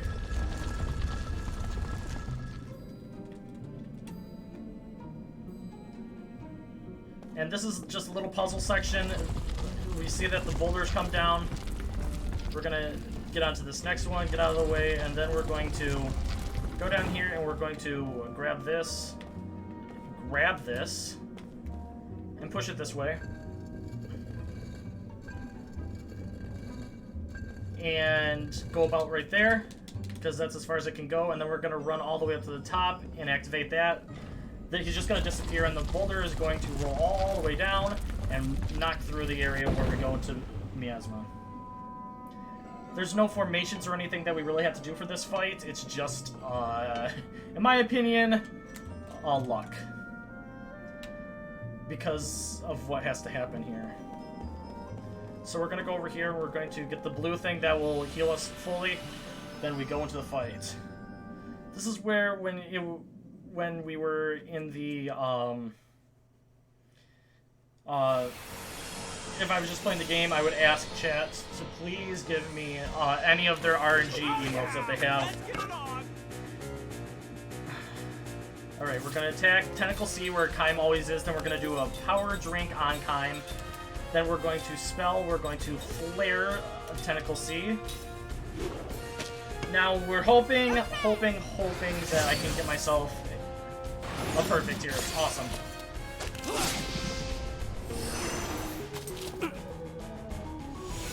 So energy, they will lose energy and soul drain.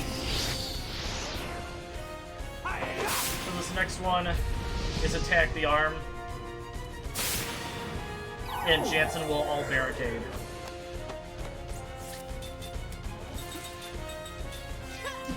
all barricade. The reason we're doing all barricade here is because it will allow for us to, it'll allow for, once Cook comes down here right now, which was really good, really good, it will allow for us to, do barricade on everybody. But now normally we would want to, attack with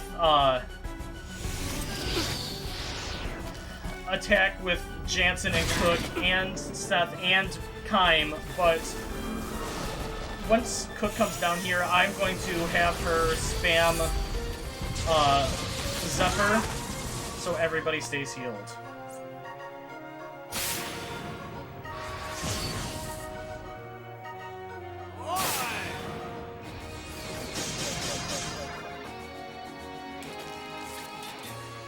I'm gonna have him also use Zephyr in case something happens. Here, spell White Magic, Zephyr.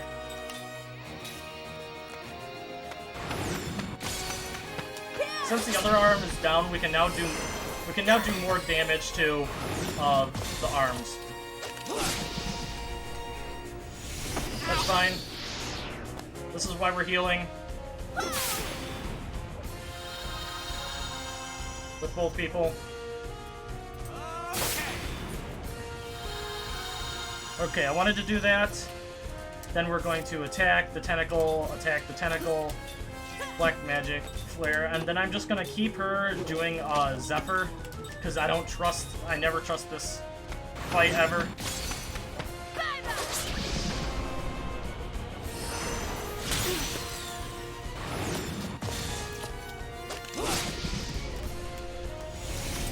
So he was building up an attack, which was Obsidian Sai here. And we would love for it to attack the front, but it will always attack the back. Oh, it attacked the front. What do you know? That's a shocker.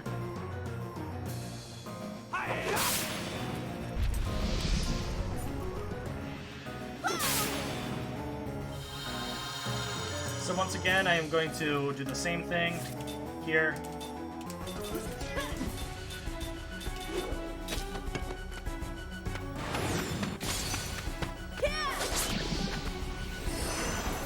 Because of that sole purpose right there.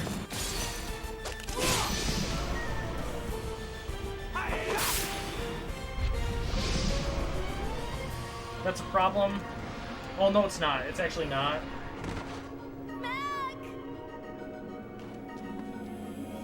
Because this is where we get very, very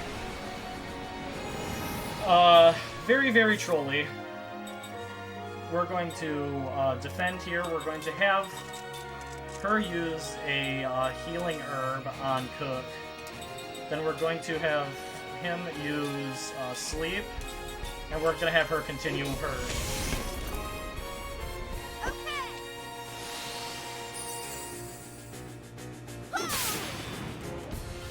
The problem here is we're going to put Mac to sleep, and we need him to stay asleep the entire time. But he can wake up at any time he wants to, including this next turn. So we have to hold. Yep, he woke up again. Which is unfortunate, but luckily we're using Zephyr once again. We need Obsidian Sai to be used on the front, please! He's gonna go to the back, though. Yep, there goes Cook.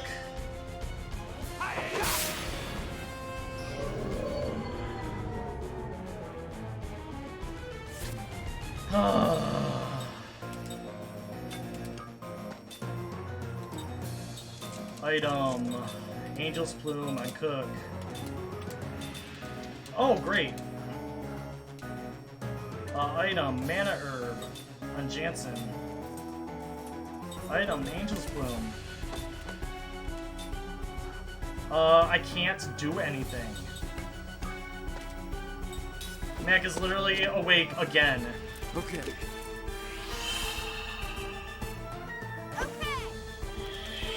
And if they decide to use Obsidian Sai on the back, then this is over once again. Because there's absolutely nothing I can do! when Mac just decides to stay awake.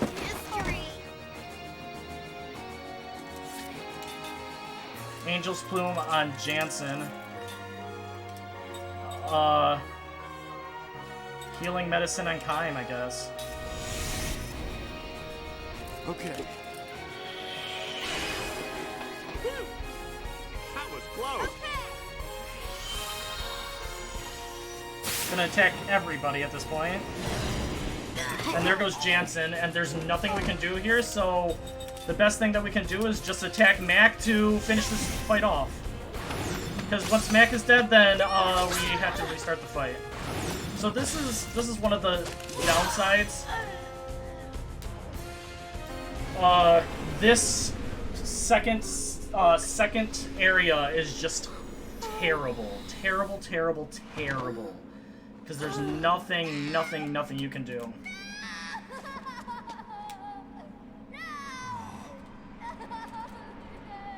And it's all dependent on what Mac decides to do. If he wants to stay sleeping, he will. If he wants to wake up, he will wake up instantly, and that's usually what happens with me.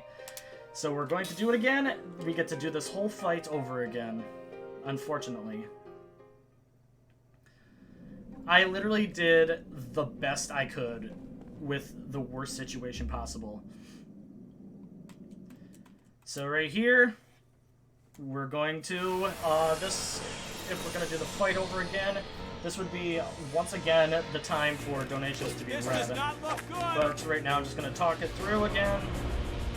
We need to attack Tentacle C. We're going to use our power drink. We're going to flare Tentacle C, and we're going to hope that I hit a perfect. Cool. Nice miss. Soul Drain.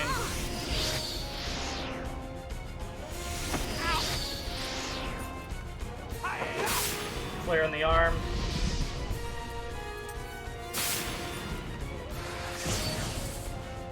Alright, attack C. Attack C, and then you're going to use all shield, no, all barricade.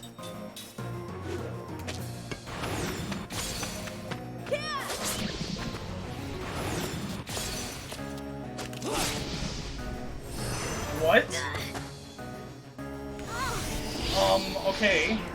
I'm very confused as to why. Huh. I had a perfect on everything.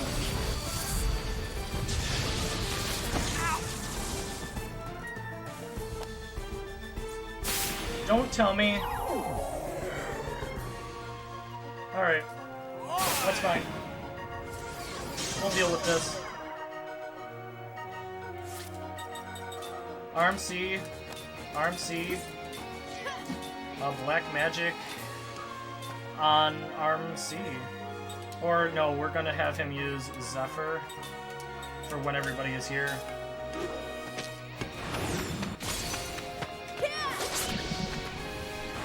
That wasn't good, but that's fine. This arm should be done, finally. Oh. I don't know. I don't understand why it didn't die the first time.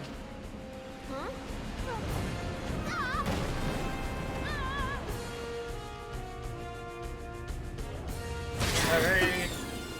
This is why I had him use Zephyr. I had him use Zephyr.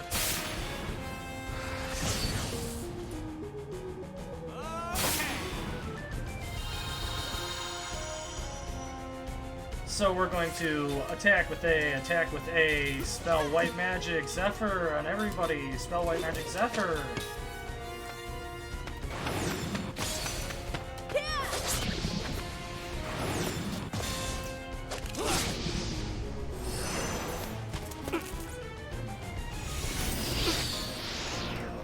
Here's Obsidian Side. It's gonna attack the back, I can almost guarantee it, and never attacks the front ever.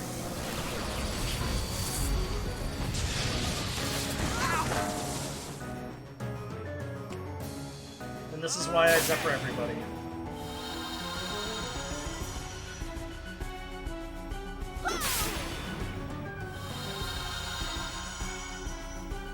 So what I'm going to do now is I'm going to attack that arm. We're going to item. We're going to make sure that Jansen has enough. So we're going to use a mana herb on Jansen.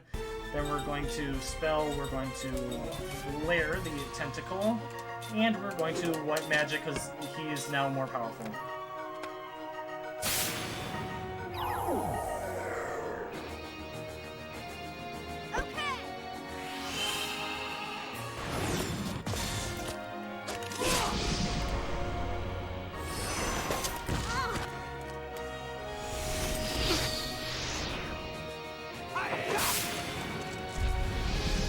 Zephyr.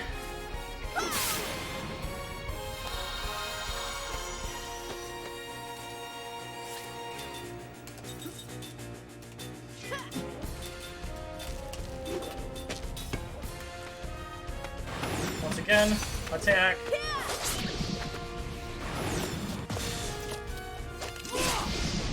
Gonna use Obsidian Sai here. Gonna attack only the back.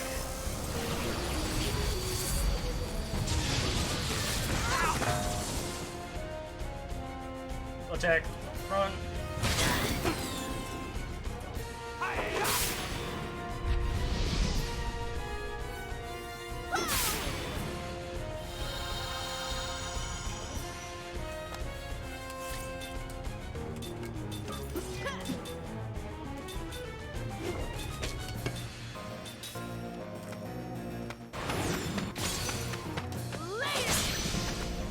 Okay, this should kill the arm.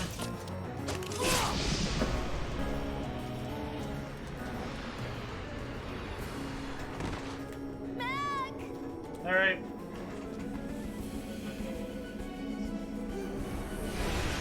So if I would have used sleep, this would have been a lot nicer.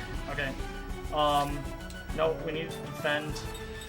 Defend, please, for the love of God, Mac. Spell Zephyr.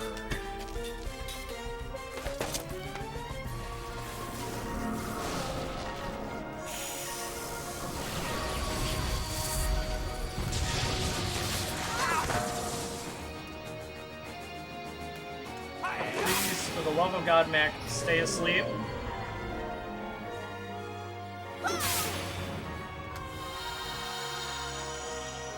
Good, Mac's still asleep. Spell, black magic, flare, Zephyr.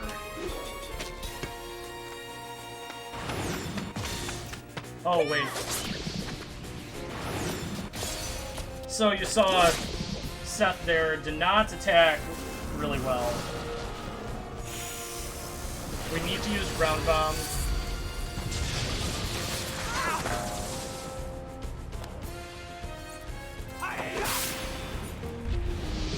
So hopefully Mac will stay asleep here. Good. Nope. Mana herb on Cook, mana herb on Jansen,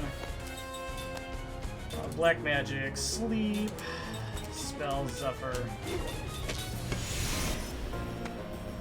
Okay. So this is why I hate this boss fight.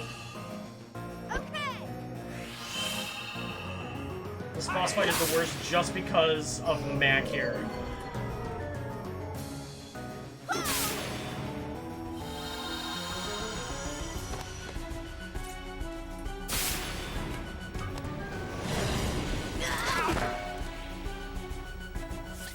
Are you sleeping, Mac?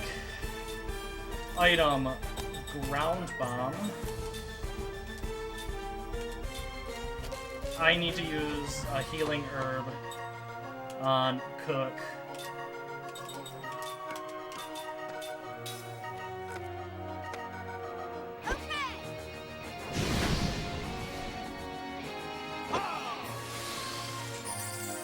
Otherwise, Cook would not have survived.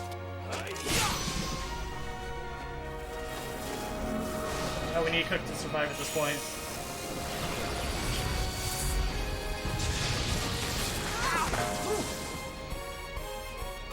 Then she's gonna heal herself. And as long as Mac is not! Oh my gosh. This is so bad. I hate this fight.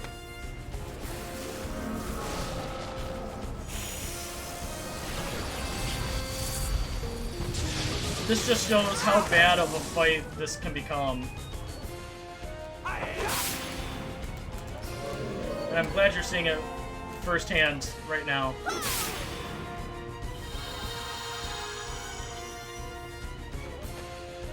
Is Mac? Yes.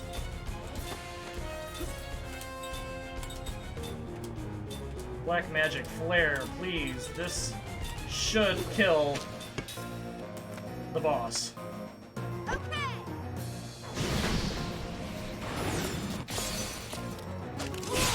Alright. We're finally done with Obsidian Miasma. That was a terrible, terrible fight, but we were able to handle it and get around it. Which just goes to show that with enough practice, I was able to get around it. Instead, my runs all used to die here.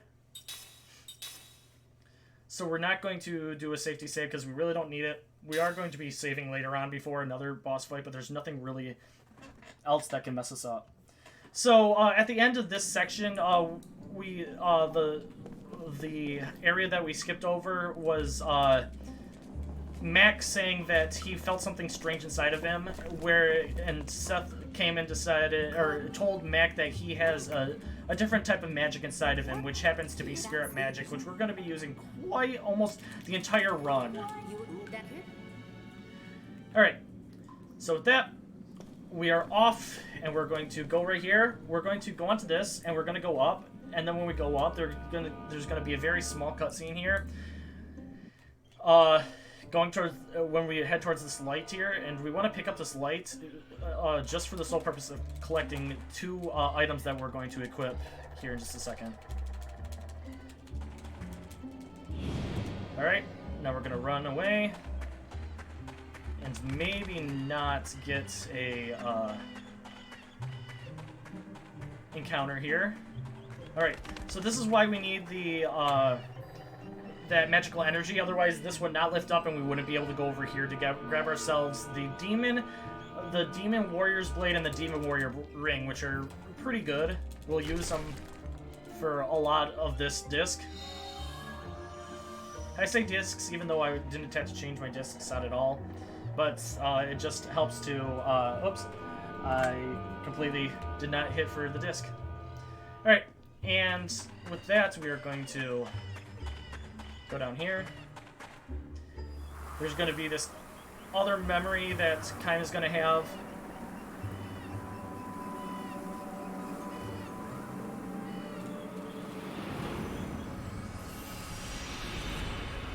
The dream has been revealed.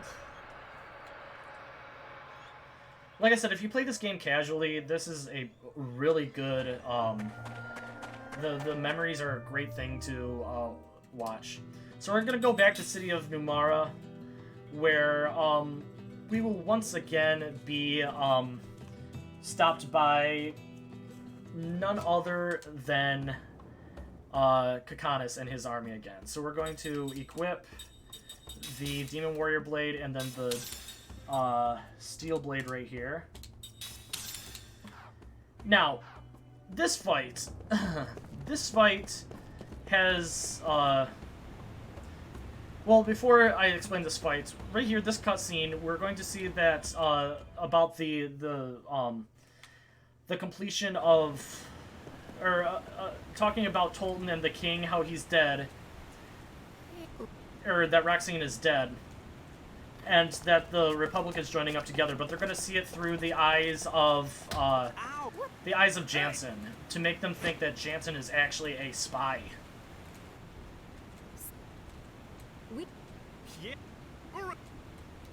So this, they don't want us here, so we're going to run away.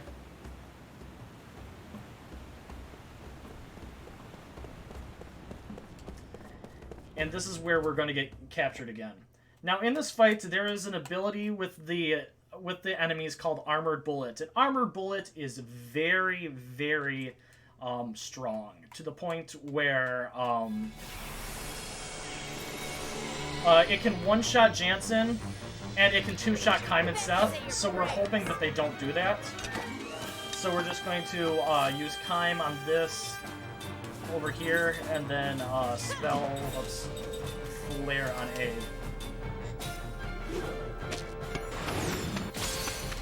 Nice crit. Nice crit.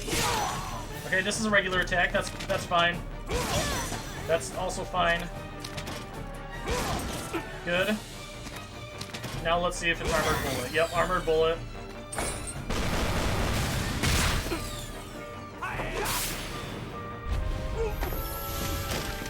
Alright. That, and we are going to we are going to Zephyr, and hopefully heal here and not die.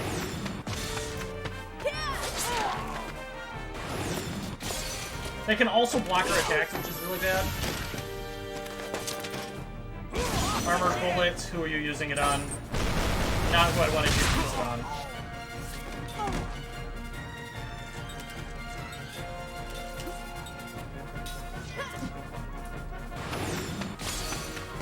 So at this point, I'm just trying to win the fight. Ah, crap. Armored Bullet, this might be the end. Yep, there's one, and there's the other. So this fight could have ended had I not failed this attack. Alright, that's fine. Yeah, this is really bad RNG. I'm just getting screwed over quite hard in a lot of these fights, which is very unfortunate. Where are they starting me? That's fine. Run back and let's do it again. Luckily, this does not spawn us back very far. And we can do it all over again.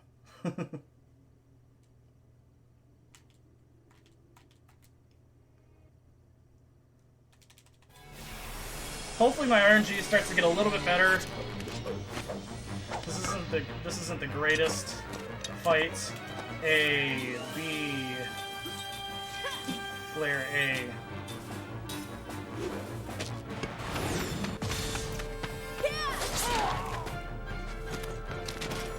It looks like we might have 2 Armored Bullets.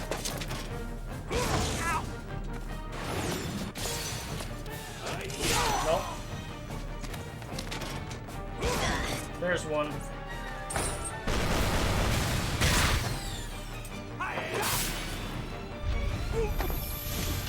The unfortunate part is I really can't do anything. Because all I have are these, which I guess I can use on Seth.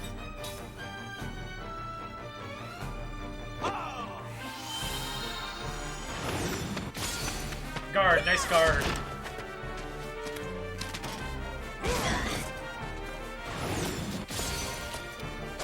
So, Armored Bullet, yep. And then there's gonna be another Armored Bullet.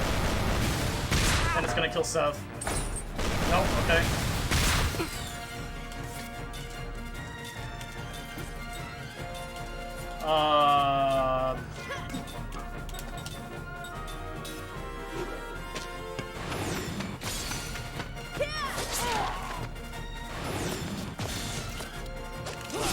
Armored Bullets, it's gonna kill off Seth and Jansen.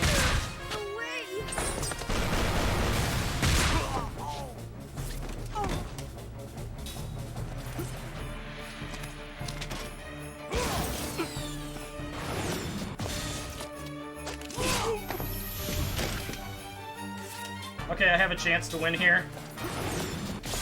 There we go. We did it. What a waste of time. That's fine, as long as I got past the fight, I didn't care. Alright, so with that, we now have some elevators that we have to run on to get out of here. So first one is over to our right.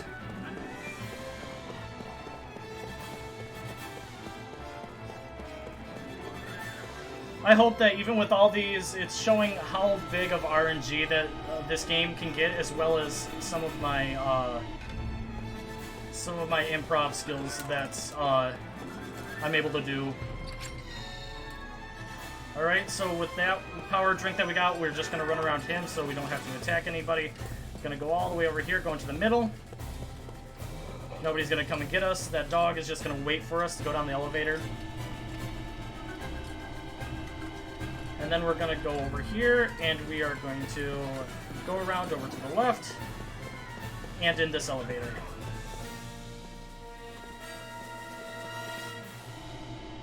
Alright, and with that, we can run to the end. We will be able to heal, because there's going to be another one of those, blue.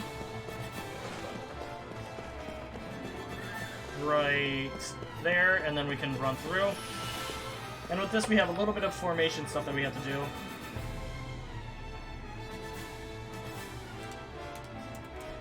Well, formation and some skills and everything.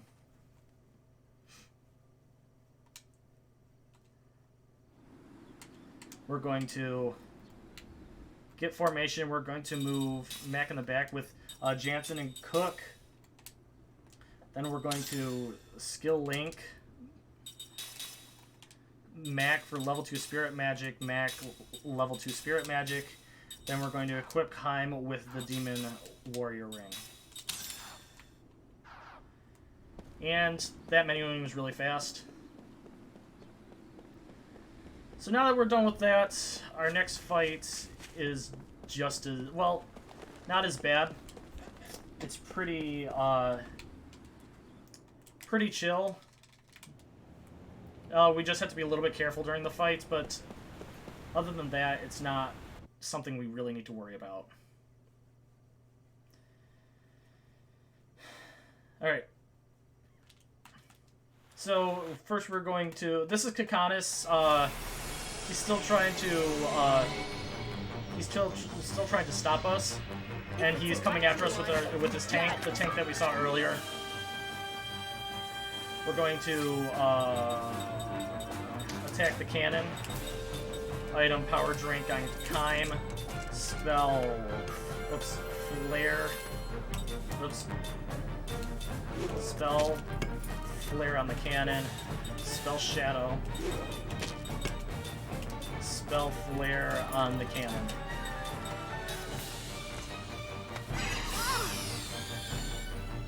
So they're gonna start lowering a lot of our stuff here. Oops. Oh, I got lucky. That was very, very lucky.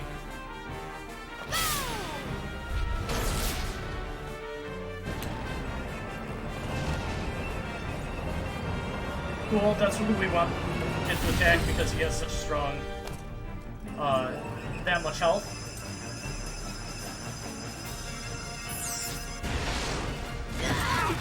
Alright, Shadow.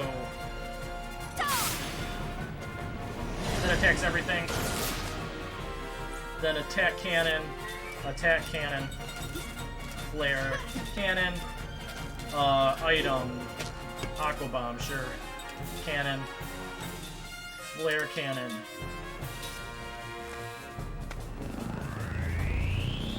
So we're gonna try and get after the cannon at first.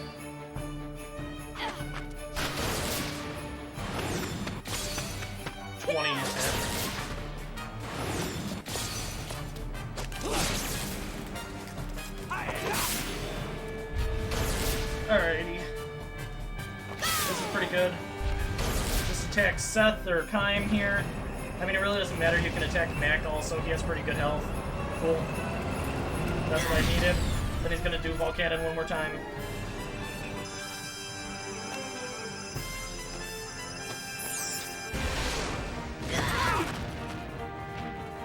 Alright, cannon.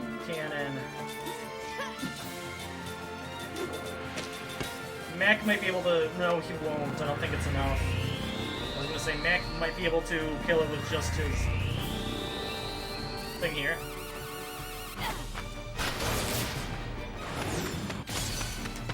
Cool, with those two small attacks. real man dives in head first. So now we just attack the regular thing.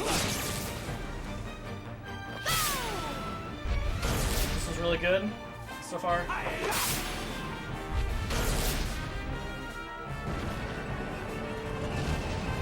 All it's gonna do is that now when it attacks time, which is really good.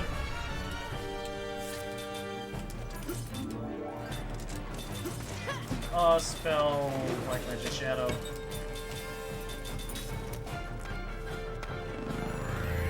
Alright, now it has a different attack now that the whole thing is there.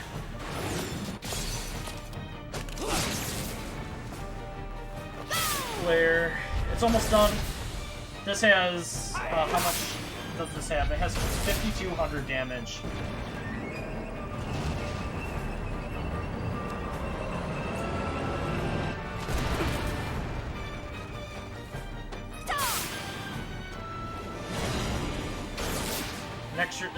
This next turn should be it.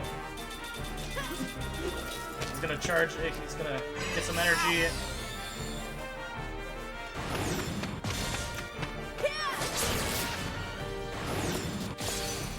Yep, there we go. That's the fight. That's how that fight should go. That was really good. Don't you realize it's no use? Huh? Why aren't we moving? Why aren't Go. we moving? Move forward. Forward! One of those lines that I really like. That was close. Alrighty. And with that, we are now going to go into another one of those very slow areas of the game, which is a very big resident sleeper section of the game. Alrighty. So now we've escaped from them, and we're wanting to Hold on. we're wanting to go to the city of Gotsa, but to go to the Gotsan king. He's super powerful. But before we do that, we're gonna stop by Tosca Village to get some rest. And there's a little bit more story that involves there. That's there. I'll be able to explain when we get there. So first, we are going to head this way to the port of Numara, and we are going to get a ship. We're not going to control the ship that much, but we are going to control the ship. And the ship happens to originally be owned by none other than Seth. Hey, Hey. Oh, we did the. So the kids find out that she used to be a driver, and they're like, "Oh, can we please go on the ship? Can we please go on the ship?" The. Yep. Huh?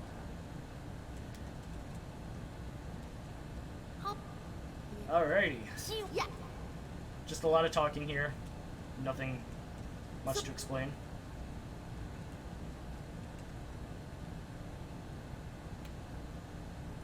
So then we're gonna go down here and just take the ship. The ship's name is called the Slant Nose. We're not gonna be on it that much. And with this, they're going to ask us, "Oh, do you want to?" I'm not controlling anything right now. It's just a cutscene that happens here. No, I do not want to do the control tutorial. So right here, we are going to head over to a certain area with the slant nose. We're just going to go in a straight line here. Nothing I can do. Yeah, a lot of this, I think this is the only time that we control the slant nose. But this traveling over is actually another one of those few times when the donations could be read. Alright. and with that, we are at the area that we need to be. We are not at Tosca Village just yet. We're arriving right here at this place, just so we can get a cutscene to happen. And it's the first part of Seth's dream.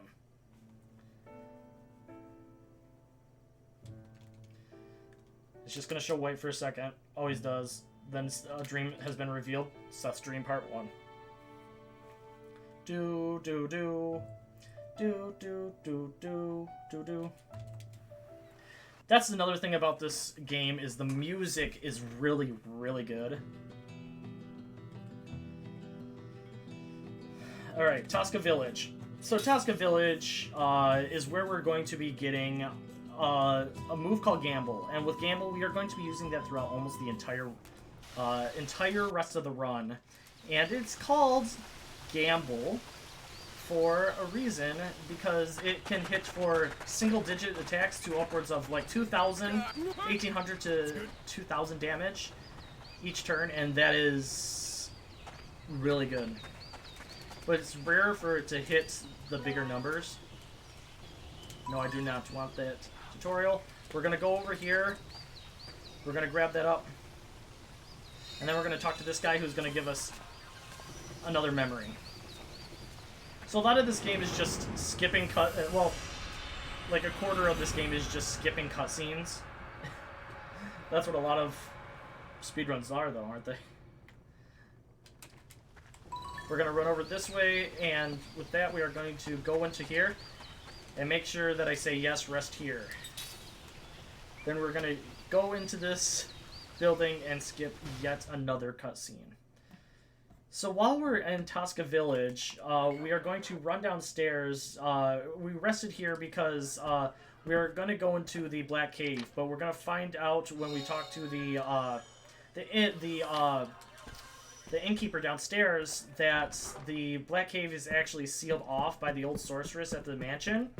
So we're going to need to, in order to open up the Black Cave, we have to actually have the old sorceress with us. So at this point, we have a lot of people from different storylines, and one or the other are all related. We have Seth, who knew Ming and Kaim from a past life. We have Jansen, who has kind of a love thing with Ming. And Cook and Mac are the grandchildren of Kaim. But soon, the story is going to get even more confusing. But before we do that, we have something we have to do. We have to pay our respects. So here's our first one. We have 16 of these that we have to pay our respects to. Then we're going to go over here and we're going to hit this. Hit this one. This is a massive time for donations to be read. Because it's roughly, it's a 5-minute area for me to do it, and it takes me about about 3 of those minutes. So it's just a lot of running around, and we're doing this for the sole purpose of, like I said, getting a move called Gamble. That's our strongest and most consistent spell in the entire run. Alright, heading down. And we're going to jump. Oh, we can't go over there yet? Okay. I've never done that before. So now we have this, and we are going to get number 8. If we wanted to, we could play Counting with Steve again, but that might get a little bit annoying, because this is a lot faster paced. Now that we have this, we're going to run back down, and that kid that was just there is going to be gone. I took him in a different order, and that's why I was kind of confused as to why he was there, because we have to run back here, and when we run back here, we also have to pick up this hidden item that isn't given to you unless you get the level 1 powered treasure hunter thing from the kid when you cross over the bridge. And we are going to be using the Medusa's head. That's what we got, is the Medusa's head. We're going to be using that in the very next section. So this is number 10. So if you look over there, there's 2 girls talking. We have to get all 15 other of the Tolan statues in order for that to be activated. For those to move away and for us to get the last statue. Go up here, this will be number 13. And even though there's one inside of that building, we can still go down here, and that building that's right next to where those girls are, we can still go into that. So get down here. And into here. Come on.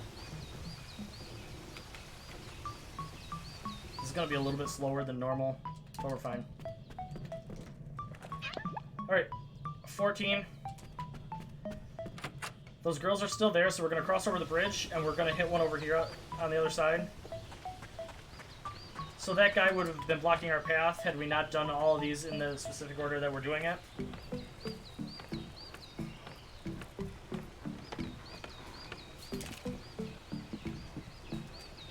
Then we're going to head back down, and you see those girls walking away from the door back there in the background. That's where our last one is located. So this was kind of slow because I kind of did them out of order and I was very confused as to what was happening. But we're going to go into here.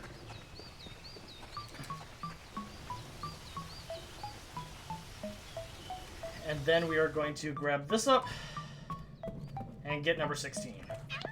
And we have got them all. So the kid's going to say, oh, well, how many did you find? Oh, that's awesome. So now we have our spell Gamble, and we're done. And guess what? We are just leaving Tosca. We come to Tosca just so we can get that. So get over here, and we are heading over to the old Sorceress Mansion to make her open up the Black Gate. The Black Cave for us.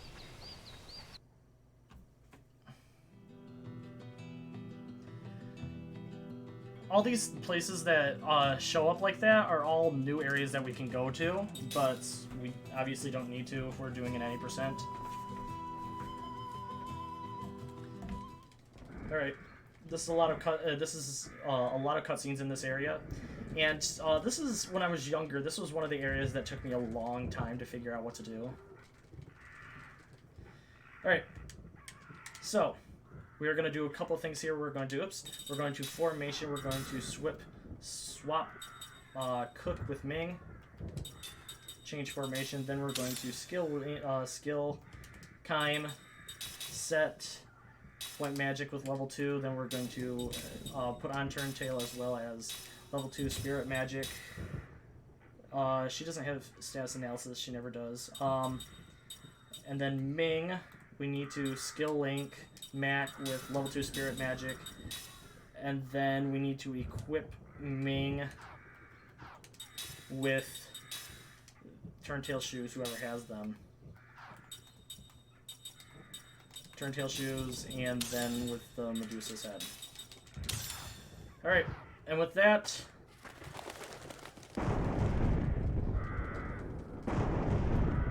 we're going to head into there.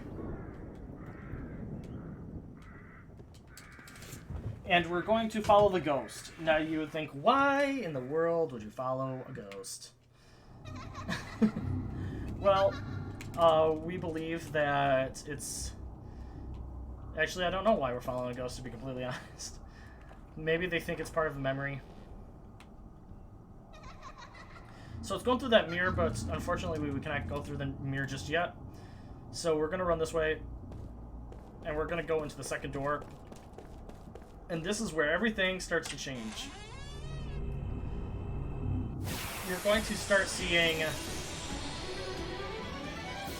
You're going to start seeing a lot of the moves that we would use normally, which is Gamble. So we're going to Gamble the unidentified life form, spell Gamble unidentified life form, spell... no, we want Spell Black Magic Prism. spell, gamble, unidentified life form, spell, black magic, prism.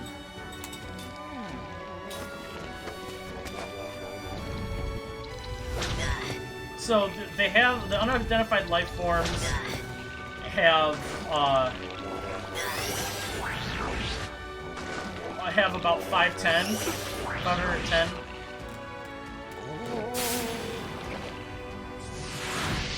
So we're hoping that this roll does over 510 damage. It did not.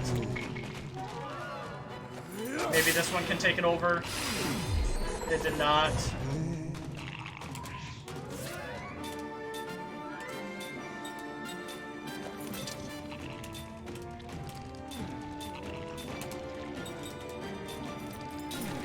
Alright, we're hoping that this kills it.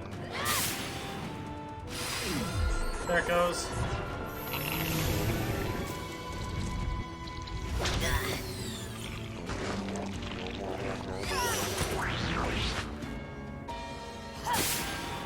Here's one prism. And here's the second one. This should kill off the guys in front. Or not. That's very confusing. A lot of things have happened that I don't understand. So, once again, we're hoping for 510 here. There we go. And now we have Gamble on the front.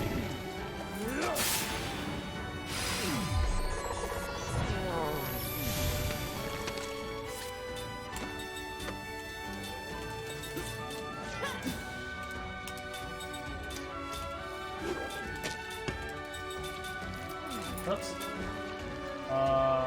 Flare, sure.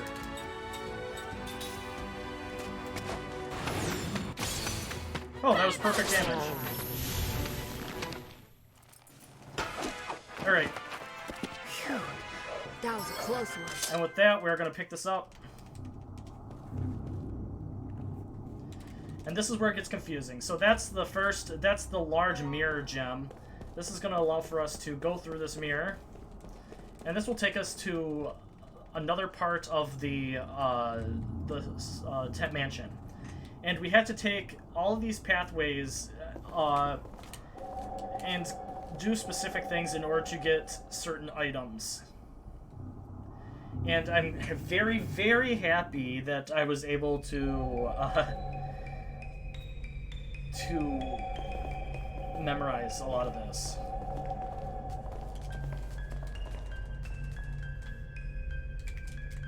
Alright, so we've gone through this mirror. So now we're going to go here, push this all the way over. So sole purpose of it allows for us to open up a chest on the other side. Oh, okay, that's fine. This does not And look now good. that we've fought those first enemies, we're just gonna turn tail the rest of the time. Hopefully we can turn tail.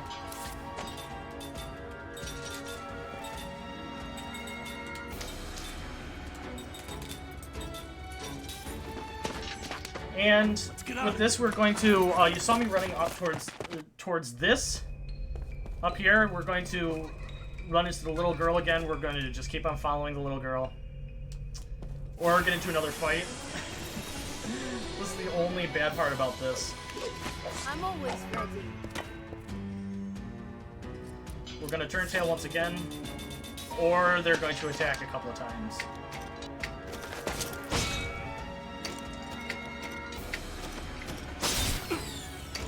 Forgive me. Alright, now we can go through the mirror. We're gonna run down and we're going to go to the front here. We're gonna pick up a couple of items. They're optional to pick up, but they help out later on. And before we do anything else, before we go into that next mirror, we have to do a couple of things in order to pick up some more plates, as well as some gems to get through areas. So we're gonna go through here, and we are going to run up here. Gonna talk to the clock. I like to say that. We get to talk to the clock.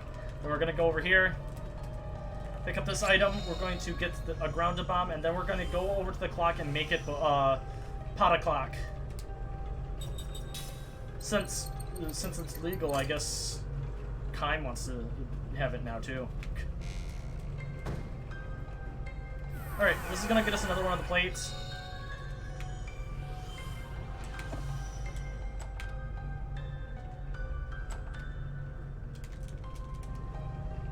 Then we're gonna go through here. Run over to the bed. We're actually wanting to get over to that chest, but we're gonna run over here. And this is where the story gets a little bit more confusing. We're going to realize that the girl that's located in here, the old sorceress, is actually Sarah, who was Kaim's wife. She is also an immortal, and because of the death of her daughter Liram, she went crazy and tried to protect. All of her memories got wiped, and she became evil. She was overcome with insanity.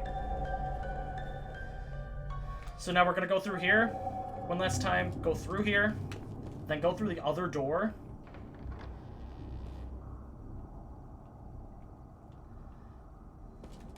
Over here.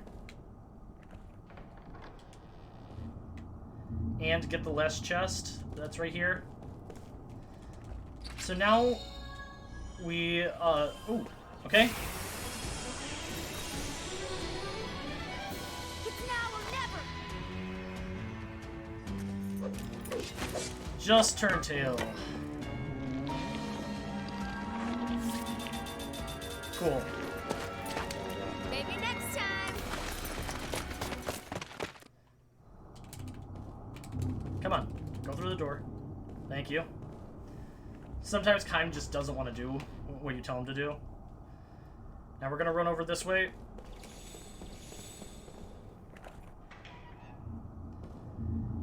And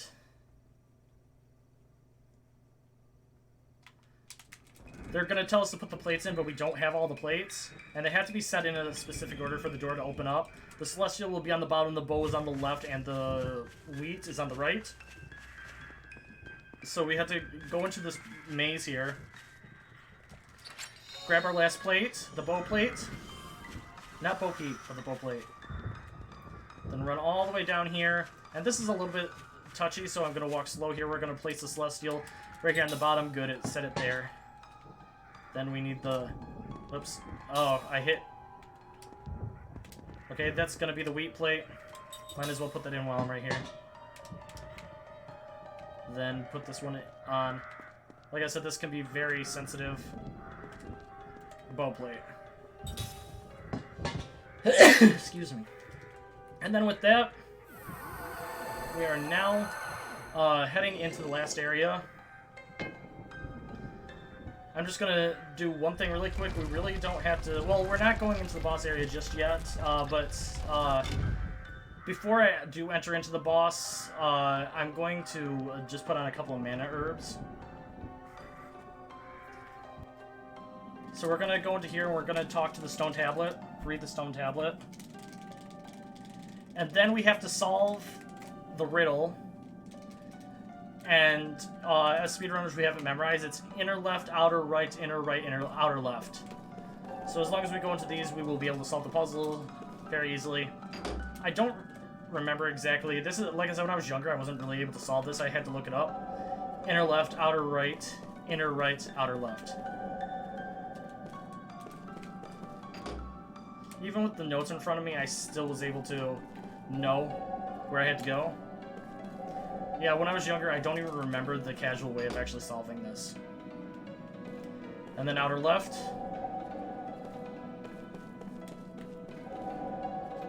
Alrighty. So with all those lit up, all of the other stuff is gonna light up, and that's gonna explode.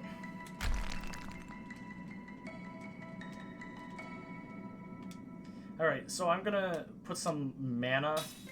Oops. I'm gonna put some mana herbs on... well, it doesn't really matter, does it? I'll still put one on. Alright, and with that, we're gonna go through here, go up here, and we're gonna go into the boss fight. This boss fight is very, very easy. It's another one of our put the clip on the controller moments. And with that, I'm going to stand up and take my first standing break. So for this whole entire fight, we're going to use Gamble with Kaim, Seth, and Mac, and then Force with Jansen and Ming. And then after that, everything is just going to do it the rest of the way. So Spell, Black Magic, Gamble, on Body of Thought A, Spell, Spirit Magic, on Body of Spell, he doesn't have it for some reason.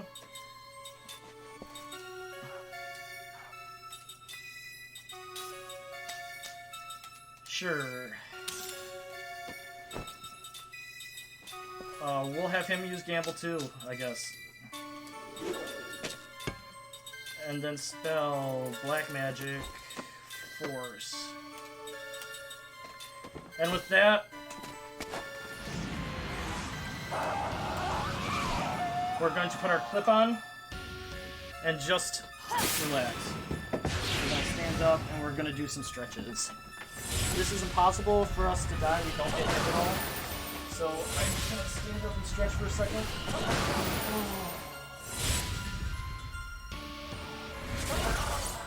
Kind of hurts just sitting down.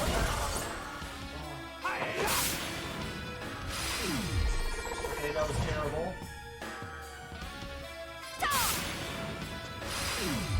That was terrible as well. Each one of these things has 1,500 damage, so we haven't even gotten to... Oh my god. Oh. Alright. Now we can just sit here and watch how bad our Gamble rolls can be.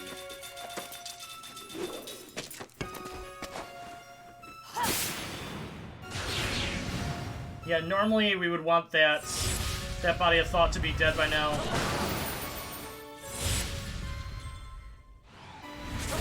Because there's a chance that it can destroy the old sorceress here and we can do nothing about it. So every time she screams, it's going to change the elements of the Body of Thoughts. Come on! Give me some good gambles. So this is the one bad thing about Gamble. Oh my gosh. Come on, give me at least an 800. There we go. There's one dead, finally. Give me a 1,500 here. Okay, that's a little bit better. So the reason that I gave the mana herbs to Kaim is because he usually ends up running out of mana by the end of this fight, and it looks like he's going to again. So this is unfortunate. There's literally nothing I can do.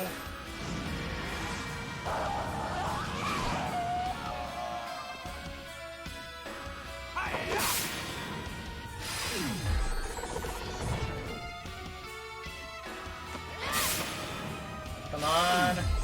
There we go.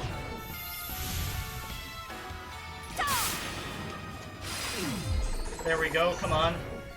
Give us another 700 or 800 like that.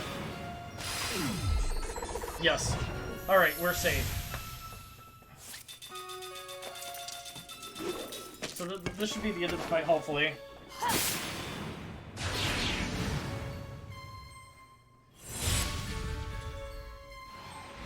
Like I said, this is very relaxing. Really relaxing sort of fight. These are the types of fights we like where we barely have to do anything. So, even if we get like 100 here, we should be good. Alright, that's the fight.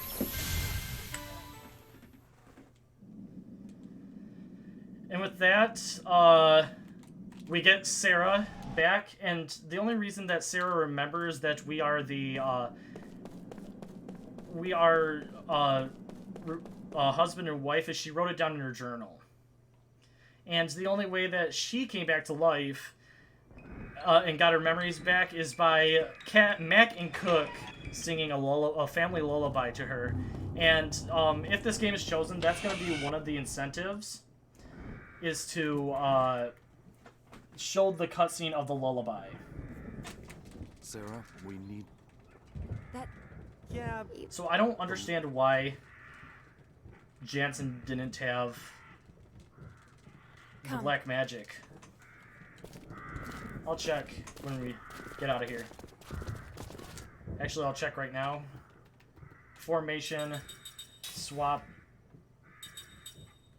Well, Jansen has that, so I'll have to equip. Take this off. And then we're going to switch out Jansen for Sarah. Then skill link, Sarah, Mac, level 2 spirit magic.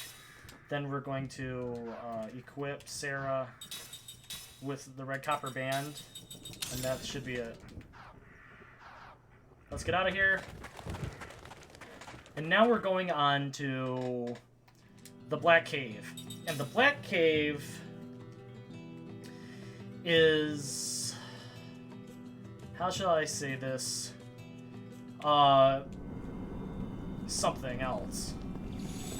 Because it's very easy until you get to the final area, and the Rough Queen, the boss in this area, we need to, like, our main goal is to hopefully kill her in the first turn. If we don't kill her in the first turn, she has a chance of running away, causing us to have to kill the enemies twice.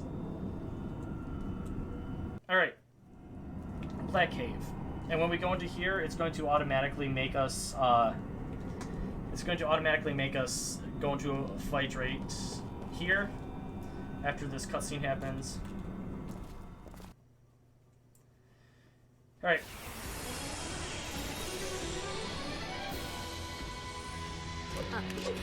Let your guard down, eh?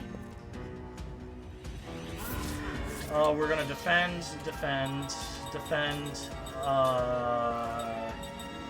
Mac, Shadow, Ming is. Oh wait, Sarah needs to do Shadow, defend.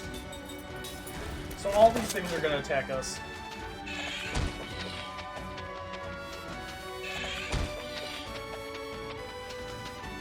But luckily we're defending, so they won't attack. They won't hurt us as much. And the Knife Flyers should die instantly from, like, every single one of them should die from the shadows here.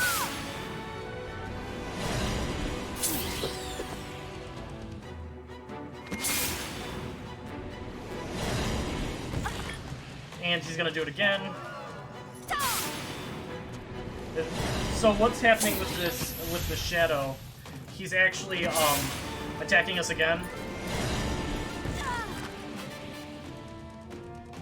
Alright, I'm going to attack normally here.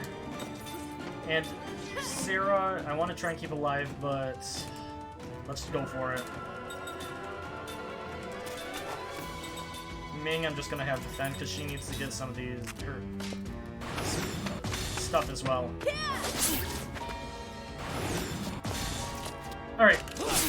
We can hope for a lot of damage here. He had like 900. Ooh, okay. He's going to counter gamble here, and Sarah could die, depending on how much. Okay, we're fine. Same thing for here, but Mac can kill him off. Dang it. Okay, don't kill Mac. It doesn't matter for Mac, really. Cool. This should kill him, though.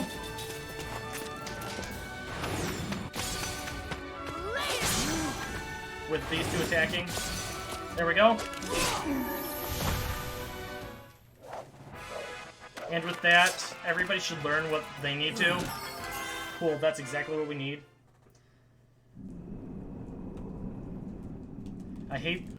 I always think that that's a cutscene that we can skip. And before we do anything here, I'm going to do the skill stuff that I need to. Ming. Get rid of composite magic for that, and anti-seal. No. Anti-seal with level 2. Okay.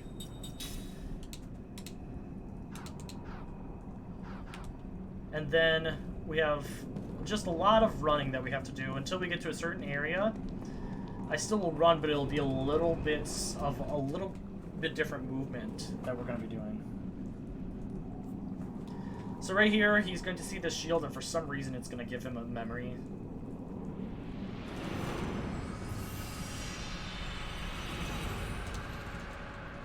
Hopefully one of these times, or hopefully none of these times, I end up accidentally watching the memories.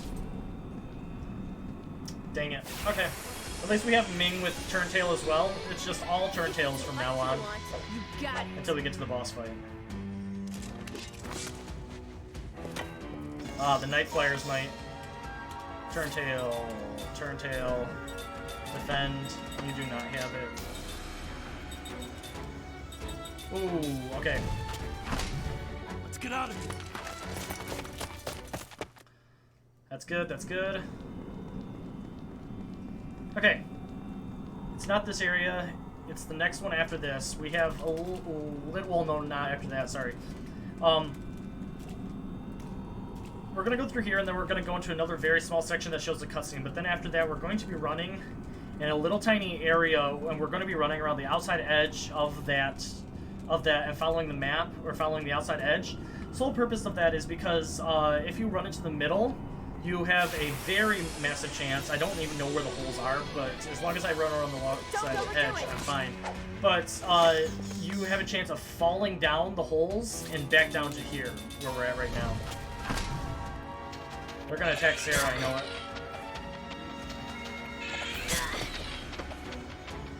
I'm shot. They only wanted to attack Seth for some reason. Alright, I'm getting really bad. Oh my gosh. Oh god. Oh god. Oh god. That leg really screwed me up. Alright. So we're gonna go up here. And this is going to go into another cutscene. And it's gonna show these enemies, and these enemies are some of the enemies that are going to attack us right before the boss and during the boss as well. So here's the section that we have to go around the outside edge. We don't want to fall, so as long as we run, there are no holes on the outside edge of this, so as long as we run along here, we are safe. In here, we're good, but I like to stay around the outside edge just in case. So not this one, but the next one, we're going to be going down. Nope, the next one. Here it is. And with this, we can just run straight and we're good. That was really fast.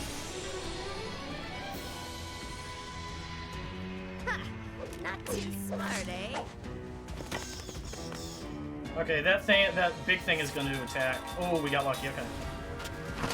Maybe next time. So coming up here, there's going to be a save point. This is the first safety save I'm going to make for the entire thing. Because of how bad the Rough Queen is, just recently has really been screwing me over. So I just want to make sure that I save before I do anything.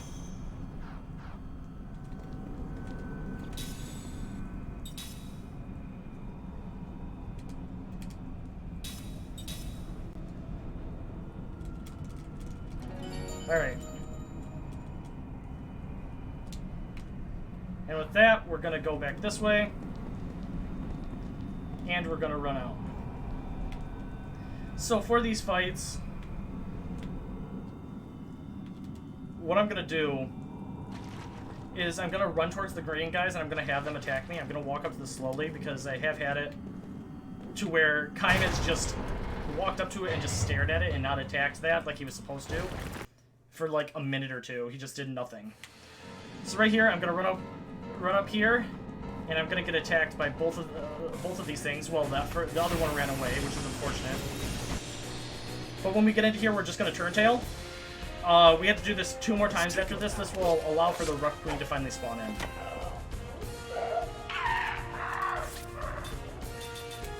Alright, we got rid of... Oh, we got away from that one without them attacking. Forgive me.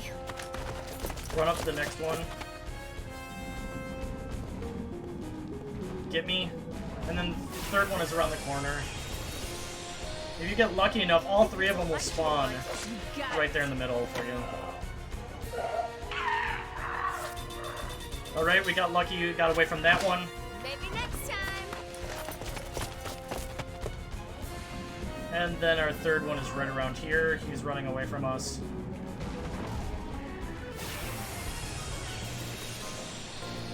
Alright. Let's hope that we can run away this way as well. They have a chance to all attack us. Aha, we got lucky. Forgive Okay, me. and with this, it's gonna go into another cutscene. And they're gonna talk about the Rough Queen. They're not. The lead. Alright, let's respawn in the middle here again, and the Rough Queen will always spawn around this corner here. We want to run up to her from this angle, and she should attack us. Alright, we're going to gamble with Kime, Mac, and Seth. Sarah's going to Winda, and Ming is going to Force. All doing the Rough Queen. The Rough Queen has roughly 1,500 damage, so we're hoping to hopefully kill her with these. Oops. Winda, Rough Queen. Mac is going to gamble.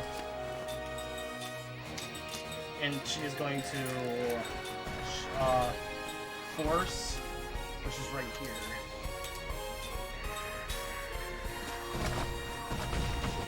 They're all pretty strong. They all like to attack Mac for some reason.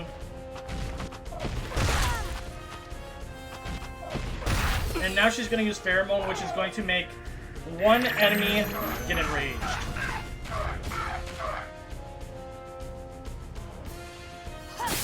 So we're hoping with all of these attacks, we get 1,500 damage with that gamble included. Please, for the love of God, please get a good roll here. That's okay. Give me an 800, Mac. 800, 900.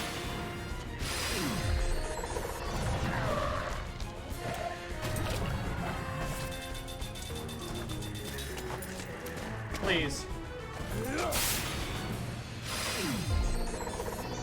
Dang. I think it's gonna run away. If it runs away, this will be the third time in a row that this has happened to me. Yep. There she goes. So, now with all this, we have to defeat all of these enemies right here. Then go back and defeat the Rough Queen again.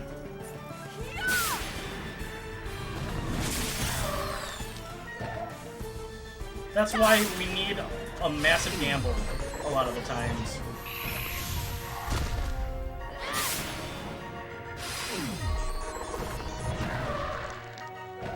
So now it's just a matter of doing the same things over and over again. There goes Mac. But it doesn't matter what happens here because we have to fight them all over again anyway. I have had the worst RNG possible.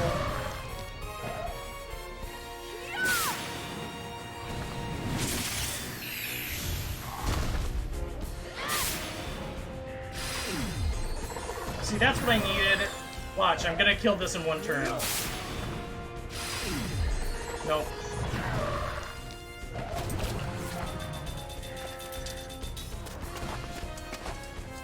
There goes Kime. None of this matters. Away.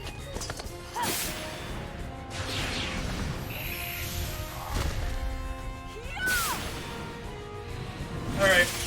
So now that we're out of this first one, Looks like I still have work to do. we have to heal up.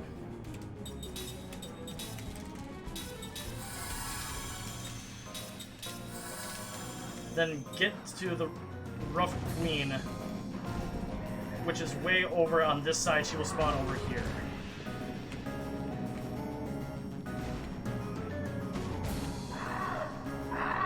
Ah! tried to wait in one spot to let him get around me, but there was nothing I could do there. So by the time I get out of this, then the Rough Queen will finally be there. Skill, turn-tail, skill, turn-tail, defend, defend, skill, turn-tail. Got away, luckily. Forgive me. Okay, Rough Queen, there you are. So, now we're doing this again. Just calm down, okay? Problem is will they actually be able to kill him? We're hoping so.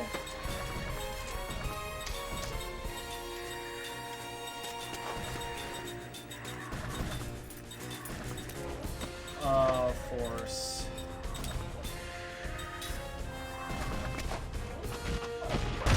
Now they're gonna go after Mac. Go after Mac, do it. Go after Mac again. Or time for the 4th time.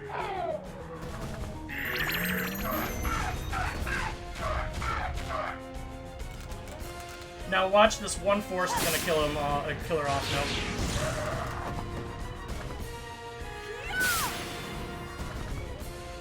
There's the window. We literally only needed 2 more. We needed like 100 more damage, and we would have killed her over on the other side, and this would have already been over with.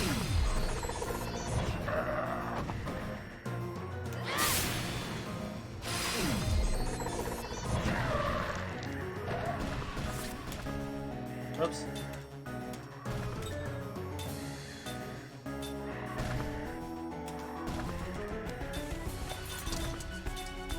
Alrighty. Are you gonna kill off Kaim this time? Or are you going to... Yep, okay. That's who I would have wished for anyway, to be completely honest. Because he was already hurt the most. So now these other guys are going to attack,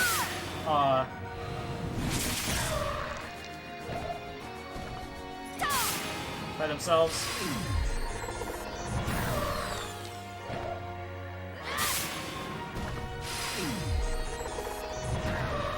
Oh. Oh, great. Okay.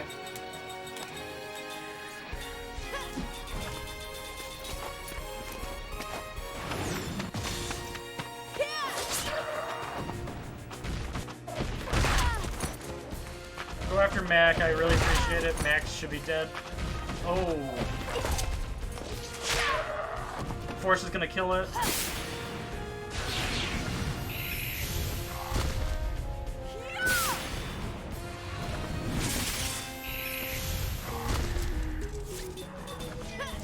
Alright.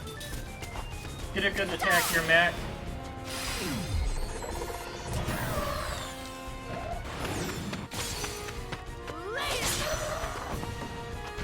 Nice dodge again, Mac, sure. And this should kill it off. It has 196 damage left. And with that, we're finally done with the Rough Queen. The Rough Queen was very rough to me. Alright. We're heading out of the Black Cave, finally.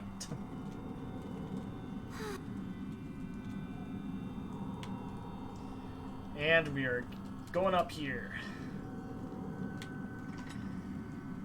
So this goes to show just how much this game can screw you over. And it can be kind of fun, to be completely honest, but when you just get screwed over all the time, it kind of messes with your mind, and you're just like, why can't I just get anything right?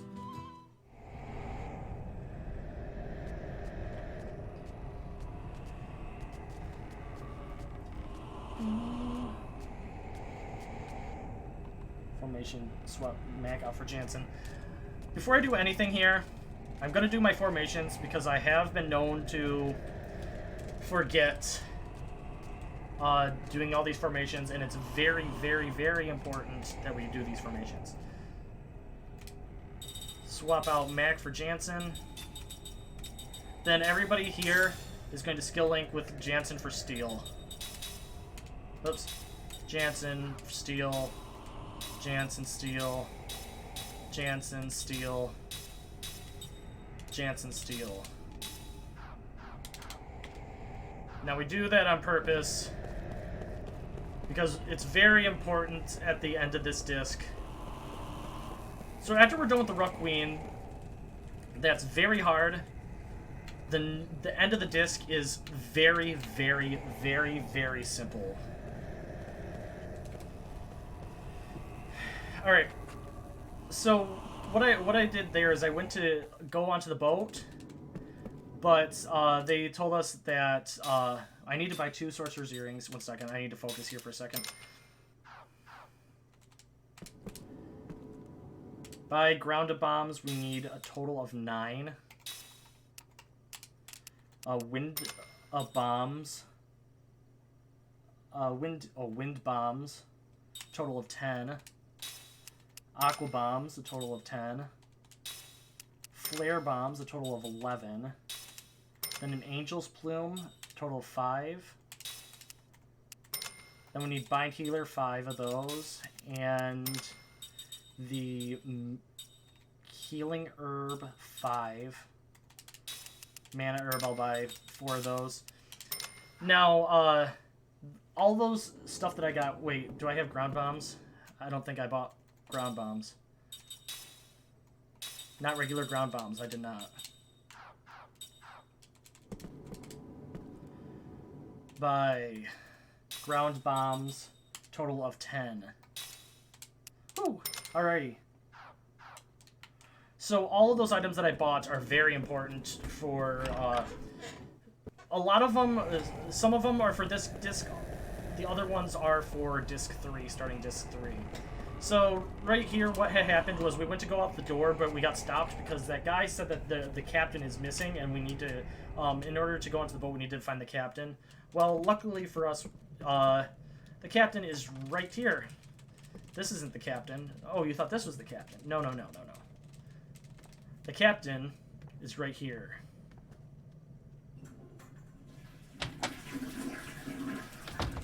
There he is. And with that, we are going to head out. And we are going to head over to the boat. Now, this is another boss fight. And this boss fight is probably the easiest boss fight that you can think of. Once again, we're going to be using our handy-dandy clip.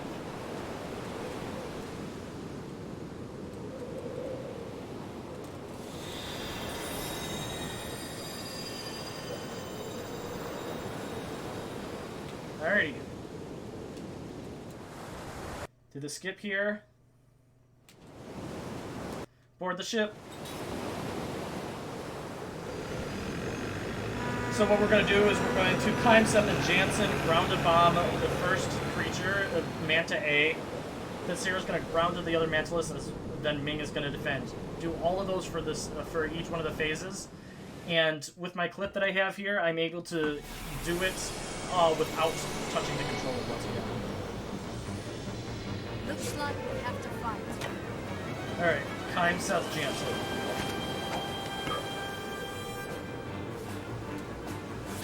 Grounded bomb? Yes, grounded bomb, Manta A. Grounded bomb, Manta A. Spell Black Magic Ground on Mantalist. Grounded bomb, Manta A, and then defend. And with all of this, Okay. it is now time for us to calm down and relax. Time for us to do another stretch. Everybody join me.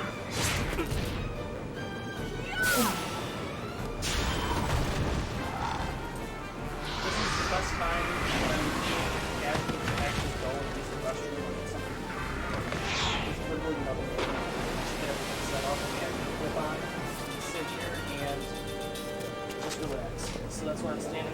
Okay. Everything all set up.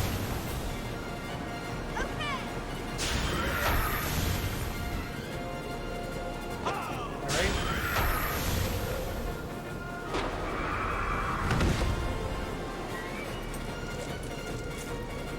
I can probably throw on my headphones now. That would almost mess up. So one more time. I mean, just not doing anything. So this would be another great time for donations to be read during the actual run, because of how there's nothing to do.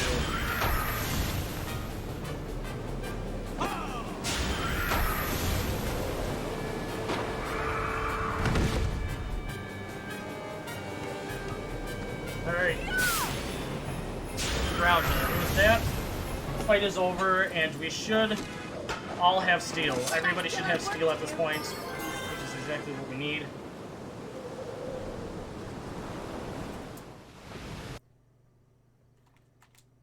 Alright. So, at that point, there's a massive, there's something massive that comes by, and it actually knocks out everybody. When they come to,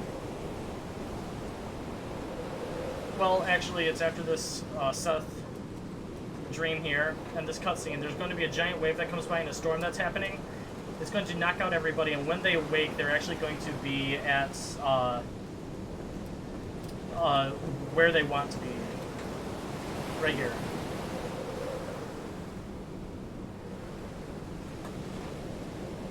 Alright. So this is a very important area for the experimental staff here.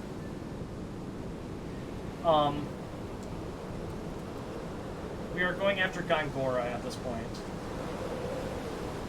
But the first things first is we need to go ahead and we need to slot 1, 2, 3. I'm just putting all 3 on. Then skill, Kime, add steel, Seth, add steel, and she didn't get anti-petrify. Oh wait, she had steel. Did Kime get anti-petrify? He did, okay. Then set,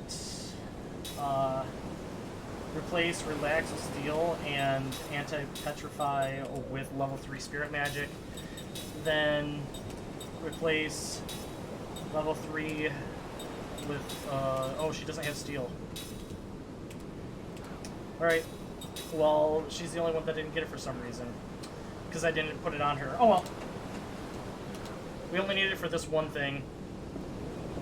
It would have been nice to have all 3. So what we have to do, the reason that we're putting on steel on all of our people is in order to continue on through this level, we have to steal a gate pass. And the ability steal is completely random on if you actually steal something. But this is legitimately story related. And you have to, can I save at any point here? I cannot. Because if I lose, if I end up dying in this section here, then I have to go back to the Mantless fight, but it's been pretty good to me. This area can be very confusing. It took me a little bit to get used to where I had to go in here. But the gate pass is completely random on what you steal, and in story-related stuff, it's also required as well. So this is all story-related that we have to get this key in order to continue on. Which is very unfortunate sometimes because of how unlucky you can get.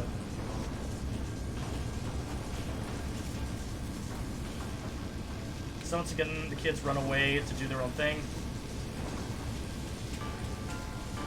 Go down here. Okay. We're hoping for guards here. If we get guards here, we can start stealing. If not, we have to turn tail. Nope, we did not get it. That's unfortunate. Turn tail. Turn tail.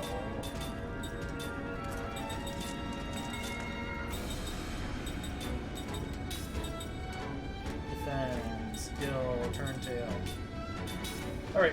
That was good. We got it in before he could attack us.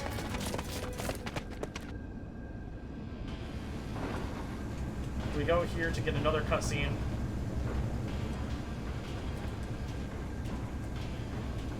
So one thing I'm gonna do here is I'm actually gonna heal Kaim, because it could be a very troublesome thing if he ends up dying. Because he's one of the few people that with steel. No, look out! Cool. This is what we need. Alright, steel, guardman, steel, guardman, steel, guardman, steel, guardman, and then she doesn't have it, so we're going to defend. Unfortunately, every one of them get to attack your opponent.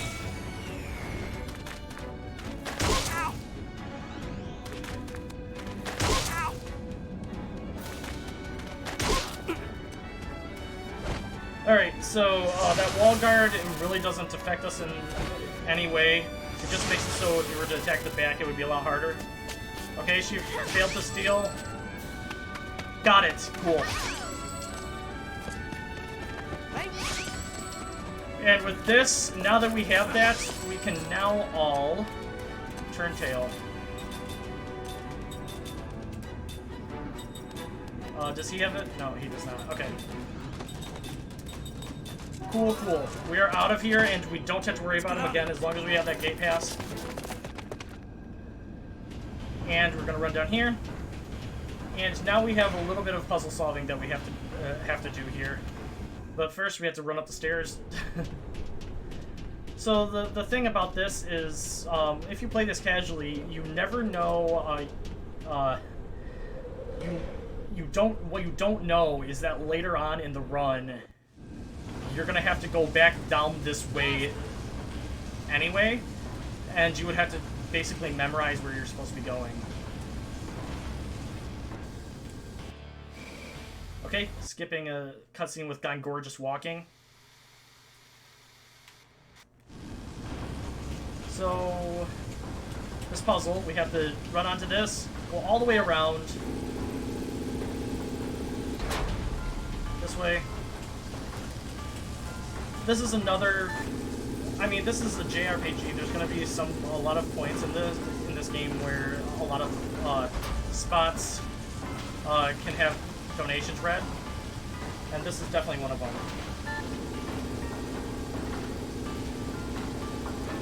Because all we have to do is we have to run over here. We have to, for sure, hit this one, and I don't know if I have to hit the other one. For some reason, I just don't know. Oops. Oops, hit it too much. Oh well. Small time loss, not that big of an issue. And then I'd like to hit this one because I don't know if I need it for later. I just do it anyway. Alright, now we just head back. It's very simple once you know what you're doing. Kind of confusing puzzle, casually to play.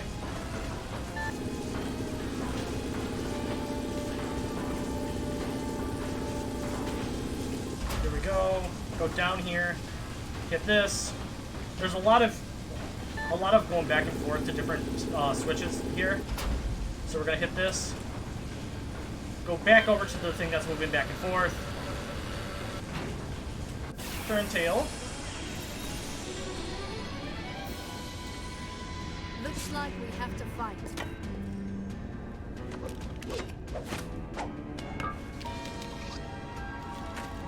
Alrighty. Cool. Forgive me. Yeah, so we're basically safe for the rest of this disc. Once we get past the Rough Queen and we get the gate pass, the rest of the thing is very, very simple.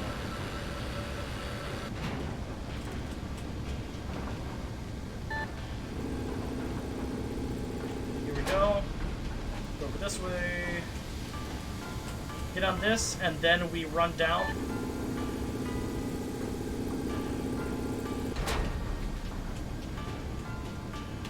We have to operate this. Yes, we want to insert pass. And before I do anything, I know we're going to run up here. I'm going to We normally wouldn't have to do this, but heal Kaim and Seth so they have full health. Everybody else we don't need to worry about. Because this next fight is a Gongora fight, and this is another one of the easiest fights in the entire game, and that is to defend the entire time with everybody. That's right, defend with everybody, and you have won the fight, because you are meant to lose this fight. And the fastest way to do that is by defending.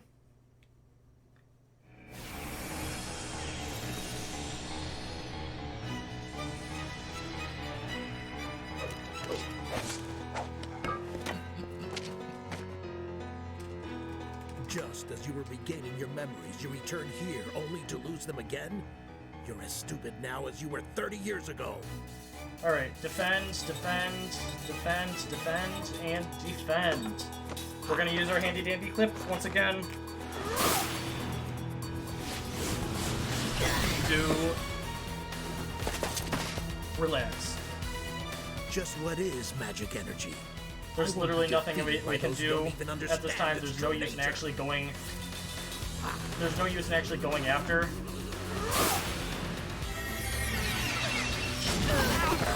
Okay, Seth is dead. You'll know that the fight is over when he uses Pain Surge. That's the move. He's going to use Pain Surge. That's going to kill off everybody.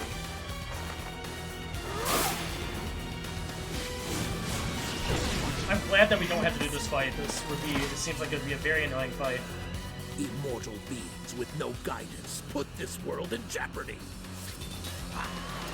Prisma. Nobody's gonna die still. The next move should be... The next move should definitely be, Pain Surge. How do you want this to end? Would you rather go back to being living corpses? Witness the deaths of those you love. Alright, this should be Pain Surge, and the fight is now over.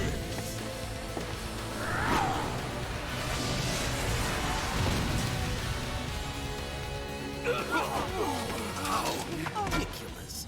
There's no merit in the memories of treacherous worms like you.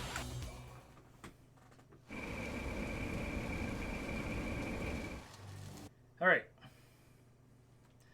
Just a lot of stuff happening here. A lot of destruction happening.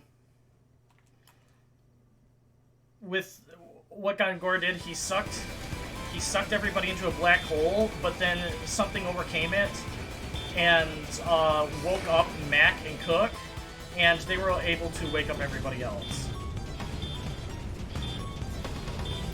So like I said, on casual play, you would not realize, oh wait, I should have been memorizing where I had to go here.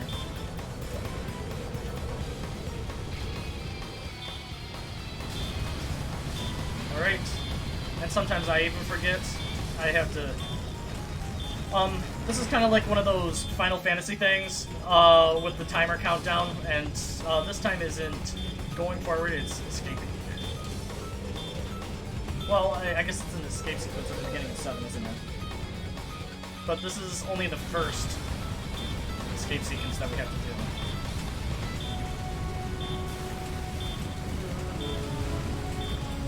Down here, over.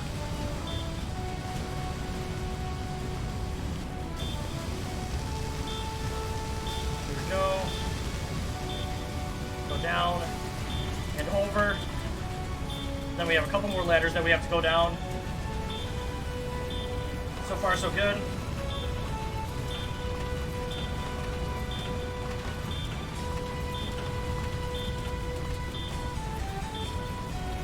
Alrighty. Ladder down here. Then we have one more ladder to go down, and if we make it, this will be an encounterless escape, which is really good.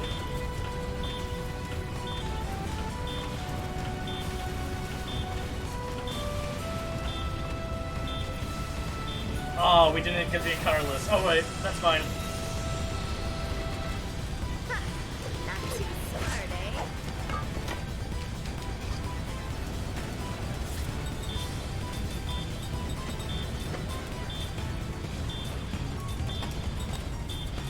Okay, we got the turntail.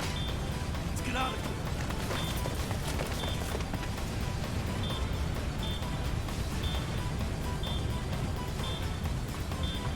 Let's escape this place.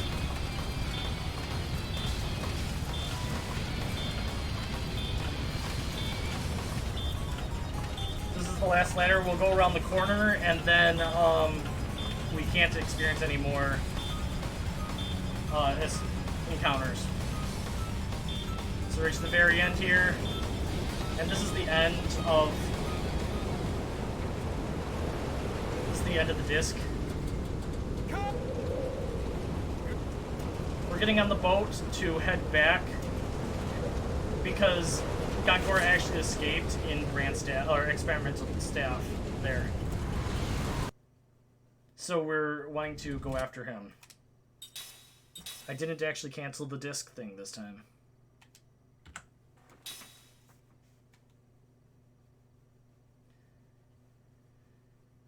Alrighty. Now we have a lot of stuff that we have to do here. We first have to go into the resting area so the kids can sleep.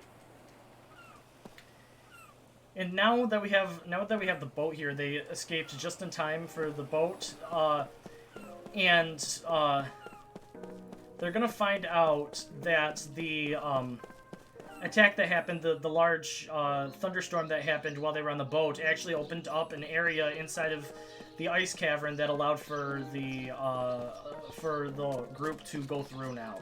So that's where they're going to be heading off to next, the Ice Canyon, where we will go on to one of the worst bosses, my worst bosses besides Obsidian Miasma. This is a really troubling one for me for some reason. So what's... He would. But- Sarah, we two are. I just... If That So... kind. So what they're talking about is realizing, oops, that Gongora is actually bad, talking about going after him and where they should head off to next. There wasn't too much to talk about on that part. Alright, so now we're going to go across here, and we are going to go up here. Go into here, and we have to talk to the Cyan Zamilio. Right here. And he's going to tell us the Monster King of the Ice Canyon hid something within the ice. And we need that in order to be able to unlock the Ice Canyon. So now after that, we're going to go right into here where we have another Pit-Pot, but this time we're going to do another Counting with Steve moment. Magic Stones, Aqua Bomb, and then Mash 1. We're going to be doing this 10 times. Magic Stones, Aqua Bomb 2.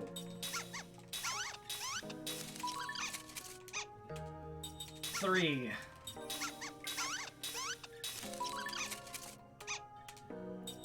4.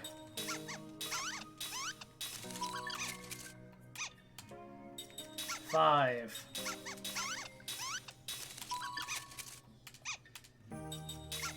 6.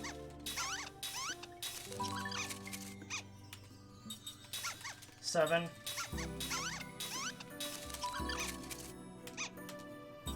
8.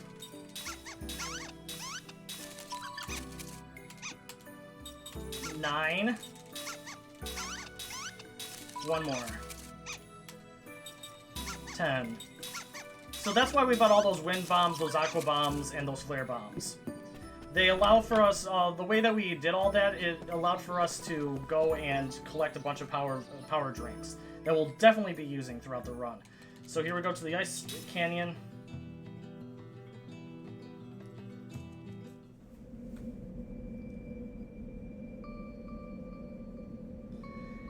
So in here, it's a very short section, but the thing about this section is, oops, that's stupid.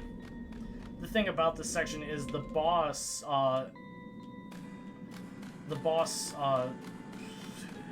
is really bad compared to how short that this is. So the boss makes up for it. That's what I was trying to come up with. The boss makes up for it. Let's Stay calm. And this boss, this Dinosauro boss, is also the next boss that I'm going to be doing a safety save for. I know that if you die to him, you just show up outside of the fight, but I just want to be safe in case something happens. Some freak thing happens. We're going to examine this, and we're going to get a mana herb out of it, or a water charm out of it. We're actually going to be using that pretty soon here. Now we're going to go up here, and we're going to solve this little puzzle right here. I've been messing this up a lot recently, so I need to pay attention as to where I need to go. That sucks. No, look out! This first area is fine. It's the next area that I kind of get lost in. The guy came over and hit us. Forgive me.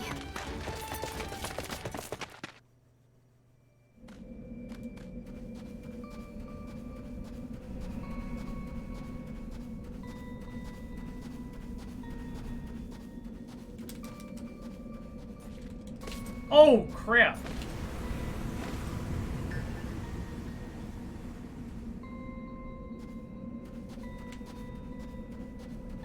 That was my own fault. I jumped a little bit too early. And by a little bit early, I mean... Oops.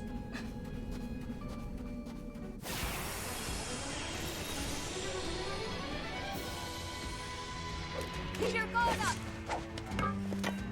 Alright. Yeah, so now you see what happens if you get hit by those. Those guys are always fast, so that didn't shock me that he managed to attack. Or that he did attack. So we're gonna hit this.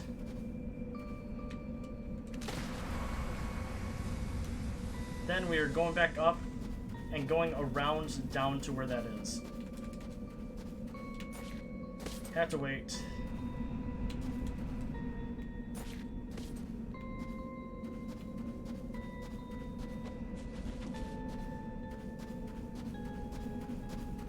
Alright, I made it the right way that time. Okay, we're gonna do our formation stuff that we need to. Bringing Seth to the back. Equip Seth with the Medusa's head, which I believe Kaim has right now. Medusa's head, and then equip Jansen with the Sorcerer's Earrings and Ming with the Sorcerer's Earrings. Then I'm going to heal up using Cook. Then we're going to make our safety save right here.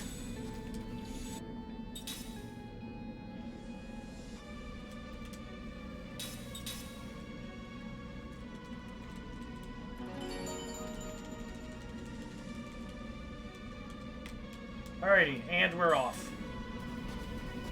So this is going to be very confusing to start off with. Minda, Jansen, Flera, Dinosauro.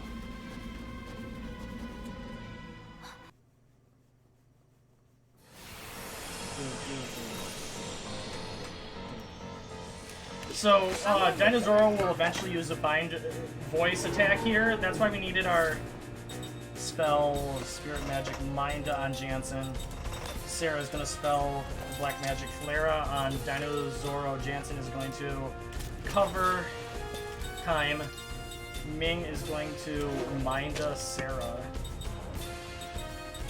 And then Seth is going to Minda Ming. Okay, bind. Oh no, he didn't bind voice right away.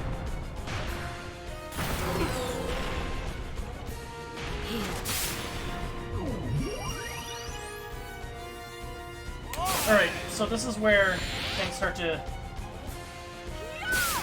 this is the most improv heavy boss fight in the entire game here.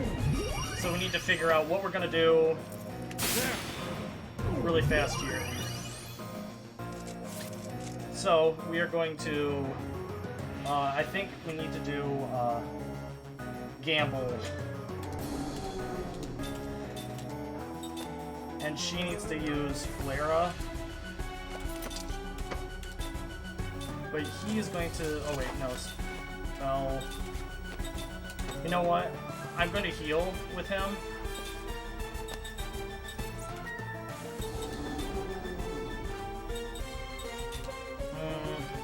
Heal will be better. And then she's going to use Black Magic Flera.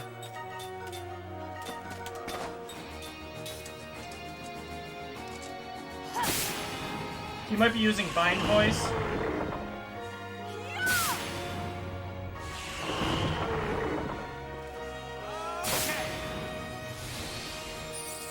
Oh, Tail Crush. Okay, Tail Crush usually is in the front. If he hits the front here, cool, no damage. That's really good. So he has himself 20,000 damage. So there's a lot of attacking here. Nice, that was really good.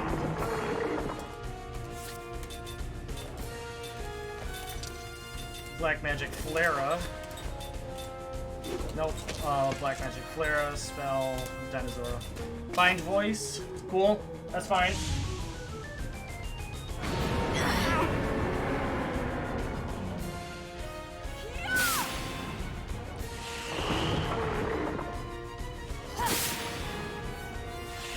Alright, I'm gonna use my healing technique that I did for Obsidian Miasma.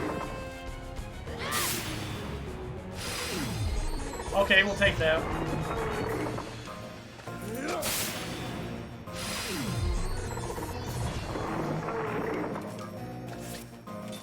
Gamble. Spell White Magic Zephyr on everybody. I'm gonna have her do it as well. And then I need you to use a Bind Healer. This is why we bought the Bind Healers, because everybody would be moved to the front after he does his headbutt move. And headbutts, headbutt hurts. Ooh. So the two people that were healing me both just died. Okay.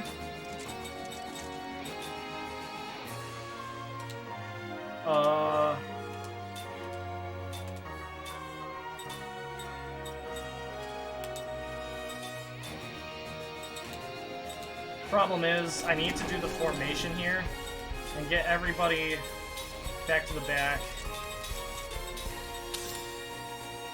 Oh, White Magic Zephyr on everybody. Item, Angel's Plume.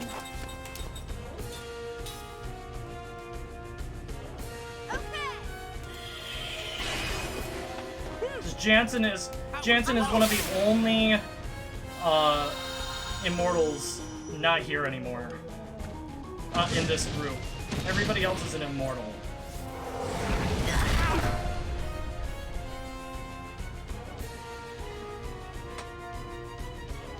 Alright.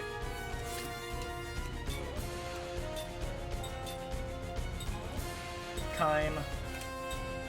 Spell White Magic Zephyr on every... Well, no, you know what? We're going to Healing Medicine on Sarah.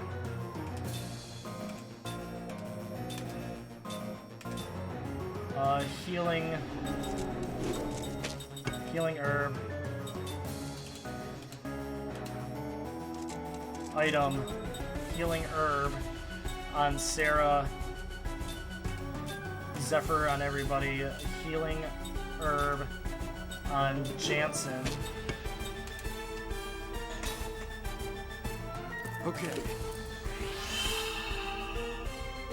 Okay. Okay.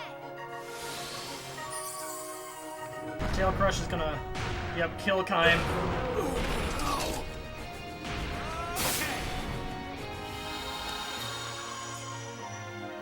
Ming is back. I'm not done yet. Alright, Flera. Zephyr. White magic, Zephyr, spell, spirit magic, gamble. If he combined voice here, that would be a wonderful.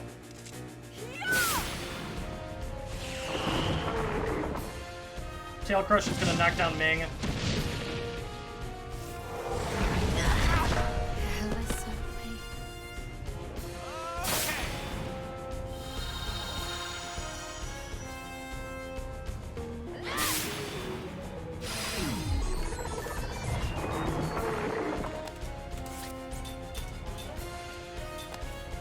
Zephyr again. Find voice.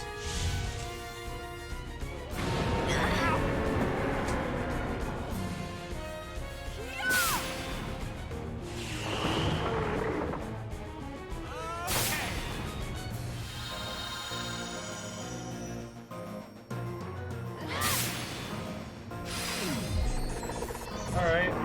Kind is back now. Thanks.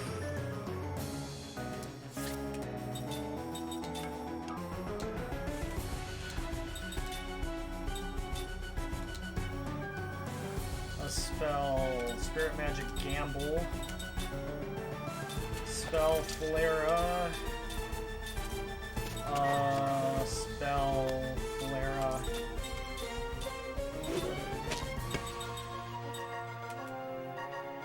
On Kaim.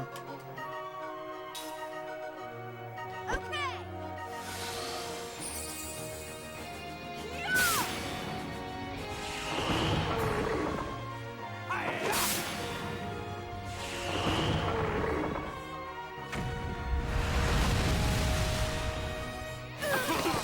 Oh boy.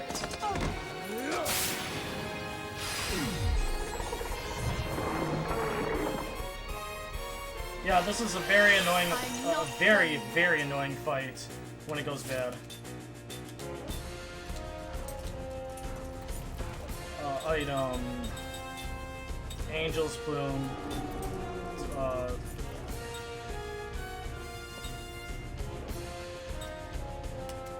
Jansen.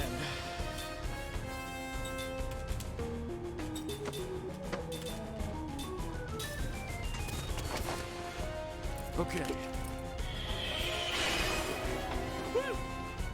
That was close. So I've been screwed over by almost every single fight at this moment. I'm okay.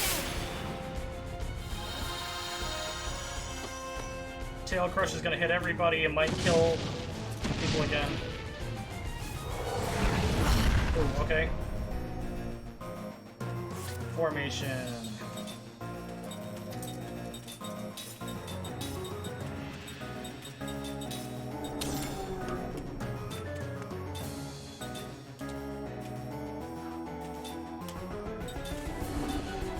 White magic. Zephyr.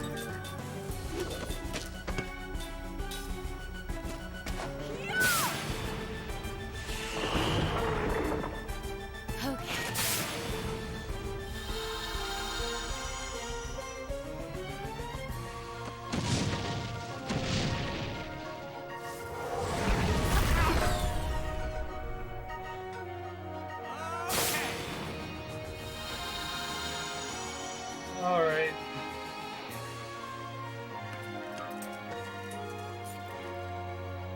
Sorry about that.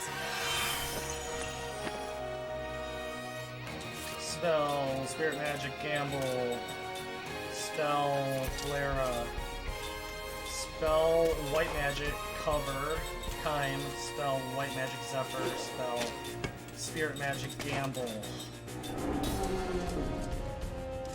There it goes. Yep, Kaim.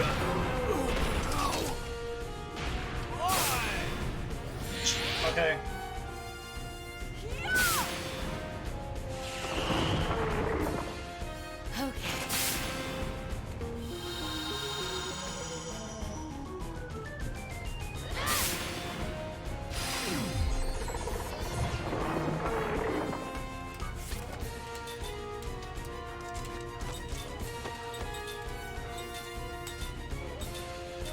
Oh boy.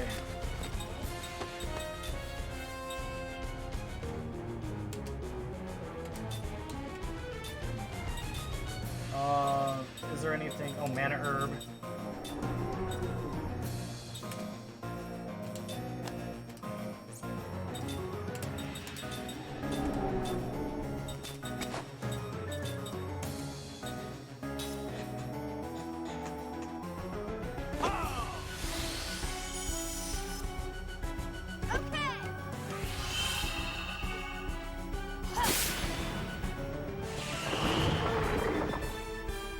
Please use Bind Voice here.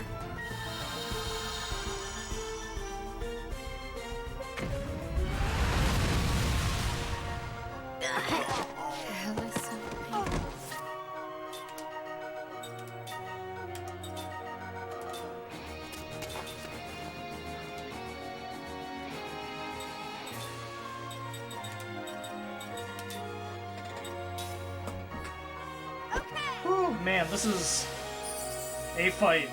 I can tell you that much. Tail Crush.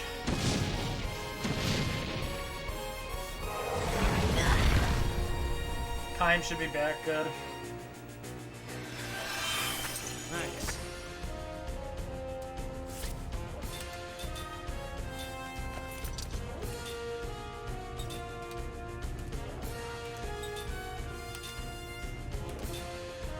Healing Herb on Kaim. Is it Binding Voice? Please tell me it's Binding Voice. Nope.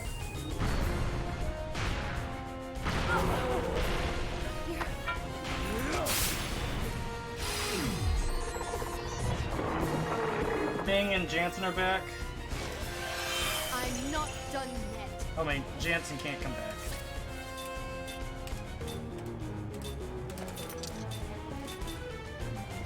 Healing Medicine is the only thing I can do. Go to Ming.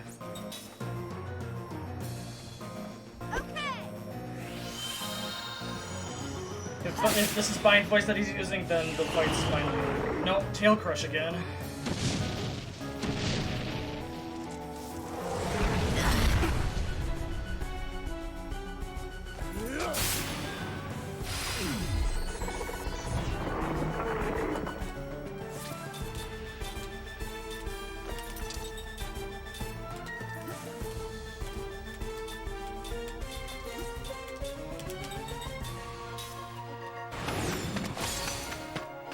Oh boy, counter. Goodbye.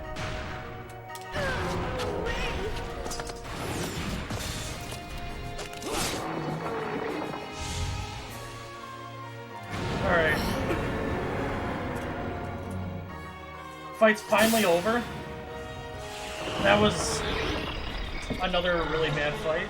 Nothing you can do about that as well. But we got through it.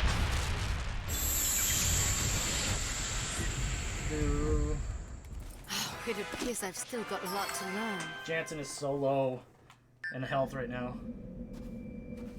Alright, and with that, we are now heading on to the next area.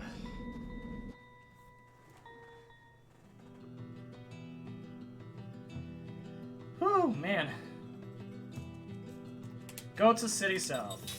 So there's a little bit that's going on in this one. The first one is that we're going here. We had to go through that ice cave in order to get the Goats of the City. We weren't able to get there without going here, and we're trying to get on the train to go to the next area.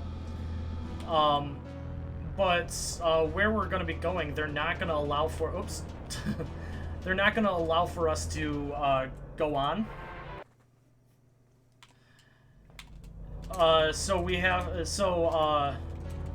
We decide that we're going to find a different way to go around. But then there's going to be a little cutscene that happens that I'll explain what's happening when we get there.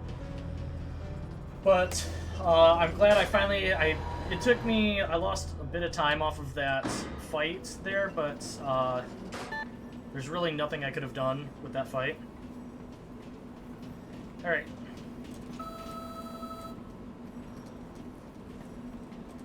No. So after the Dinosauro fight, a lot of the fights in here Well, you heard aren't that difficult, and you don't have to worry about much. So, we need proof. of who we are, so we're gonna, like I said, we're gonna find our way around.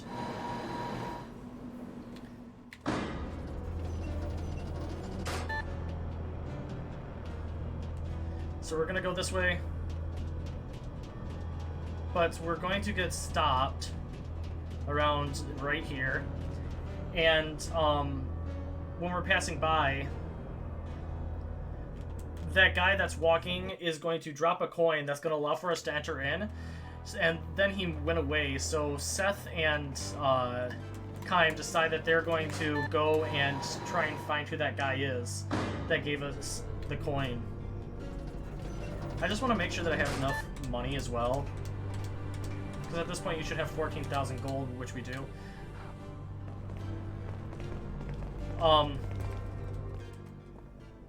So actually it's Seth and Sarah, not Seth and, or Kaim and Sarah that go to meet that guy. And Ming, Jansen, and Seth decide to go into here to meet up with the king. And in order to get through, we have to break these seals that are right here. And the only person that can do that to prove herself worthy is Ming. So we're gonna go and we're gonna open these up. All three of these, but then on the third one, they're gonna be too strong and knock us back. So we have to do it one more time.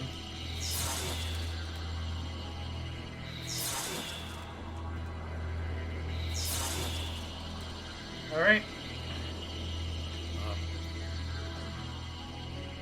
And the reason that they're going here to meet up with the king is to tell him about Gangora's plans and that they should team up with Tolan to become a One Republic.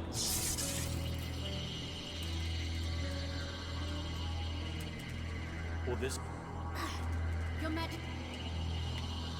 So we're gonna get rid of these three one last time, and we should be able to go up to the king.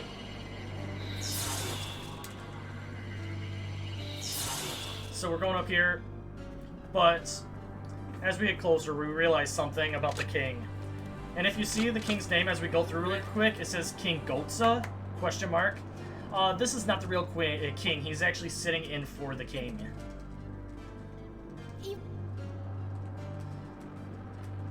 And trying to find, we don't exactly know where the other king is just yet. You're not. So, we now cut over to Sarah and Kaim, who are going to find the mysterious man. So we just have to run over this way. This is a lot of just running around. Chapter 3 was very confusing to me when I was first learning it for some reason. Then we're gonna go up to the 7th floor here. Or go down, I guess we're up. Go down to the 7th floor. And go into that abandoned apartment. When we enter in, and go open up this other door here, we enter into the room, and we find out that that mysterious man all along happened to be, plot twist, the actual king. And that coin was given to him 50 years ago by, or I can't remember how many years, it was like 50 years ago, by Seth or Sarah and Kaim, and he's getting it back for him. And they try and warn, now that they're meeting up with the king, about Gangora, and he wants Seth and Sarah to go with them for protection. He decided that he would meet up with Tolan. Alright, we have some buying that we have to do here. We are going to buy 21 grounded bombs, then mana herbs, so it equals out to 6. Healing herbs, so it equals out to 5. I'm gonna get some Angel's Plumes, 5. And then I'm gonna get a couple more of these. There we go. We should be a little bit better off So we're gonna go up here now. And we need to go up here just so we can get a small dialogue box. I don't understand why they couldn't have just put this into a cutscene, but we have to talk to this old lady who's going to tell us about an aura that allows for you to go and talk to the dead.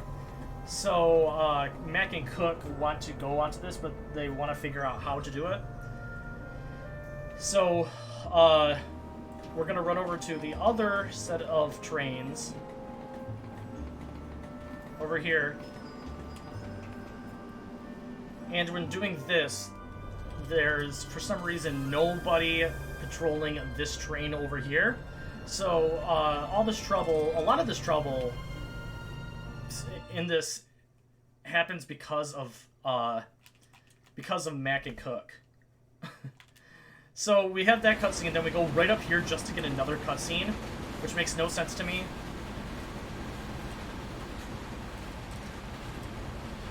And then we're going to go over here, pull the button, or push the button, go into another cutscene that we can skip. So Mac decided to convince Cook to steal the train. And that's where they're heading. They're going to go find the aura that the old lady talked about.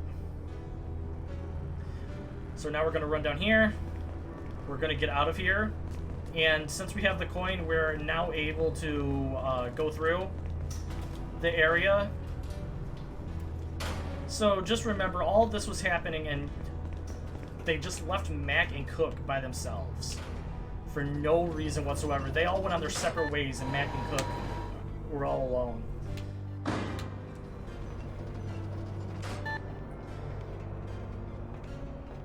So we're gonna go down here, and we're gonna go through that gate that we were blocked out of before. Dog, get out of the way. That is a very strange dog. I wonder what they're called in this game.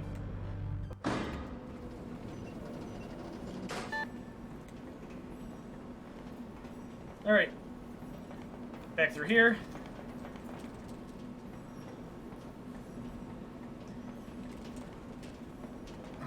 And they are back, but they were saying that they've been searching.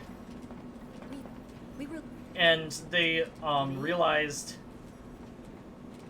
that they still haven't realized that they are gone yet.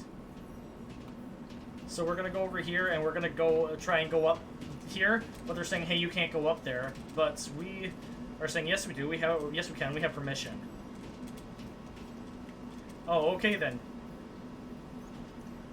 So now we're gonna run back up here, and we're gonna have these guys tell us that, finally tell us, not realizing that Mac and Cook are still gone. They're gonna realize that something's missing here. Two kids. So now that they have that, they decide to have Ming, Seth, Jansen all meet up with the King and Tolan, while Sarah and Kime go to try and stop the train that Mac and Cook are on. This cutscene is unskippable. It's absolutely useless. They show the train, they look at each other, then they turn their heads back, and that's the cutscene. Don't know why we weren't allowed to skip that cutscene. So here's the royal carriage where they're going, but they can't come up with a plan. So we see another view, that second view, where it was showing the point of view of Tolan, where a spy eye was implanted into Tolan's eye this time instead of Jansen's. I believe this is the right way that I'm supposed to go. Yep, okay. I always forget which one I have to go to. So here we go.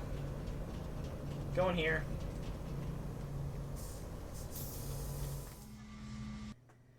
And now we have some fights that we have to do.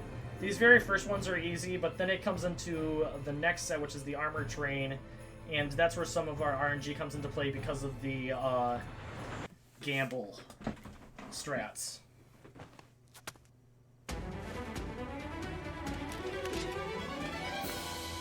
Alright, we're gonna ground a bomb on Landwalker A. Ground a bomb on Landwalker A. Ground a bomb on Landwalker B. Then we're going to just hold down A, do the same thing. Okay. On the strikers. Okay.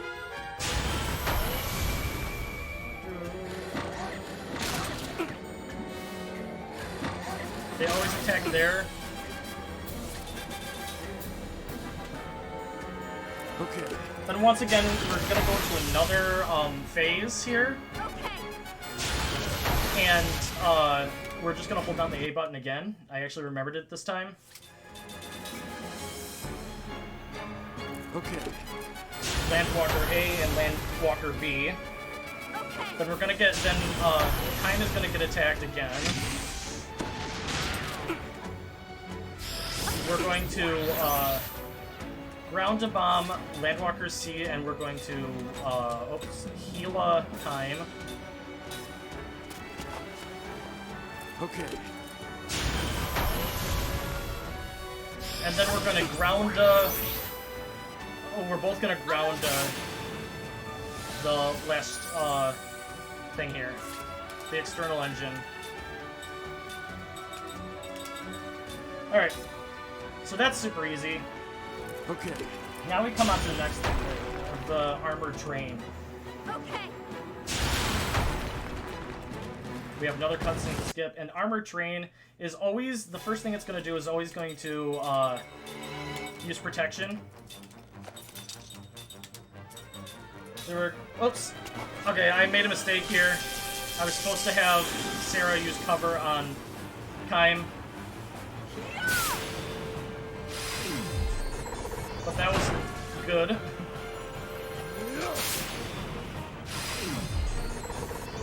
Okay, the only problem is gonna be now. Oops, white magic cover. How much damage is Kaim gonna take? Okay, that's not bad. Here goes. And then she's going to white magic heal Kaim.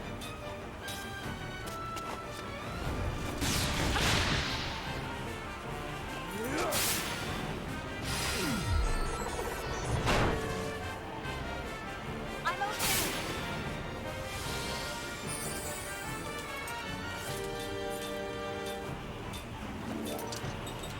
Spirit magic gamble. Magic cannon is gonna attack both of us.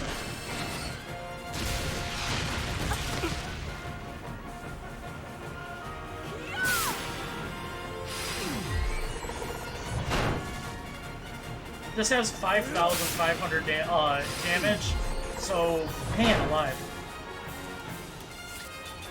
Item I'm gonna use, since I bought an extra one, I'm gonna use a healing herb on Sarah, on herself. Because he's going to do another big attack here. Oh, use protection, of course. But as long as I'm healing myself there.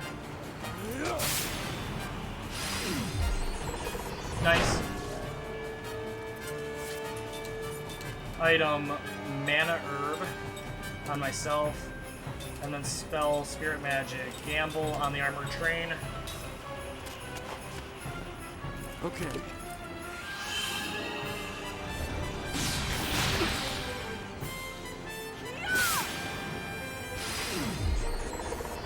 Alright, we're getting close here. Spell spirit magic gamble.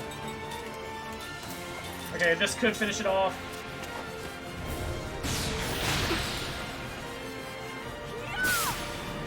Even she could finish it off with a good hit.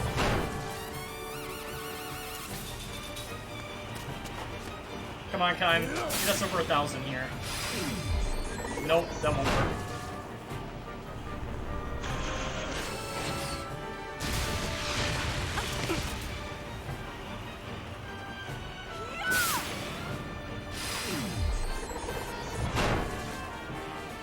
item, healing herb on yourself. Okay. Protection, of course.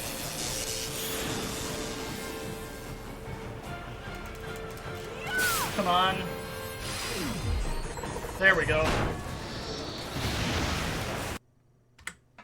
Alrighty.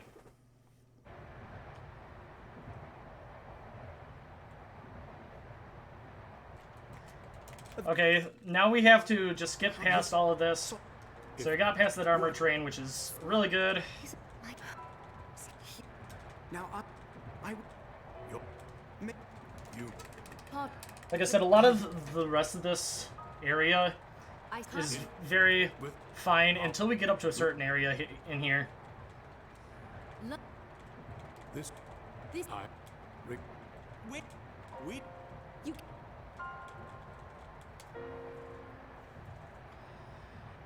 Okay. So coming up next is a lot of stuff happening. Gangora is going to now go down here from the amphitheater of the sky, and he's going to talk to the people of Ura and tell them that the construction of Grandstaff has been completed, and that Tolan has grown ill and has actually passed away, which in all reality we all know is a lie. So his plan is starting to finally come together for him. So he's gonna go down here. We walk down here, skip a cutscene, and walk back up.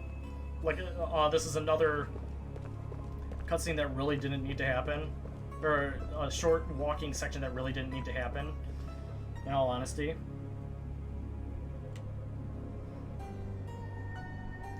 So now we are going into here, and we're going to fight the Acolytes. And we have to do these Acolytes in this particular order that I'm going to be doing, which is Breaks, all Stonus, all Flaris, all Windus, all Aquaris, all Groundus, then Shyness. And we need the last one that we're attacking to survive, because the last one will return in the final area. And the White Acolyte is immune to Gamble, which will render it useless when we actually fight them later on. So here we go. We're going to use Breaks, which is in Black Magic Breaks.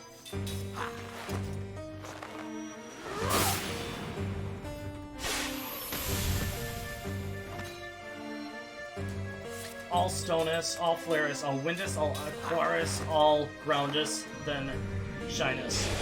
And it's kind of easier to remember because it goes like this, and like kind of like a square pattern. All Flaris. Yeah, all these Acolytes will appear except for the last one that's completely killed.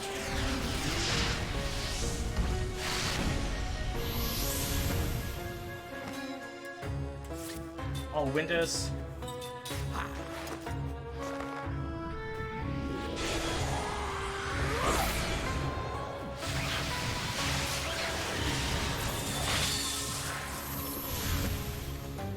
All Aquas.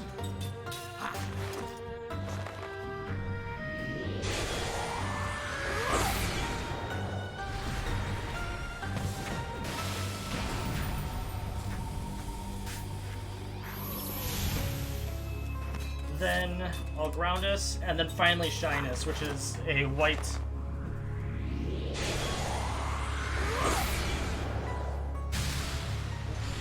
magic spell.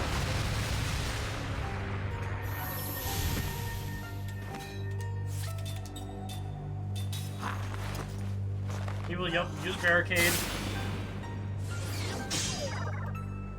And then we are going to do this, which will allow for us to get into another cutscene.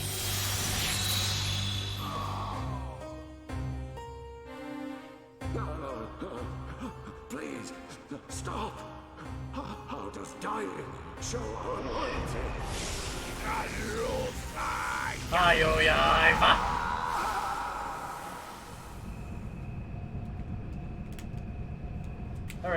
cutscene to skip. And then what's going to happen is there's going to be a white disc that is going to come by, and it's going to freeze up everything. And that includes the train tracks that the train is on.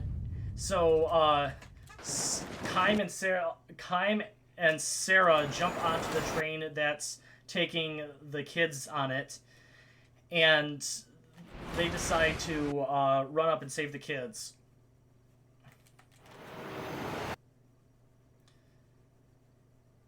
Yep, so right now that's all we're doing is we're running up to the front of the train to try and find the kids.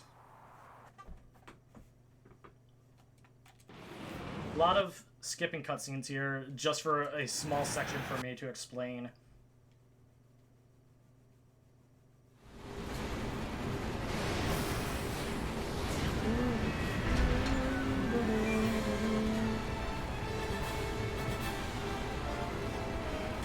Alright. We're going to equip Kaim with the water charm, which we got a while back, and then we're going to equip Sarah with the turntail shoes. Nothing else. We have to open up these doors in order to get to the next areas.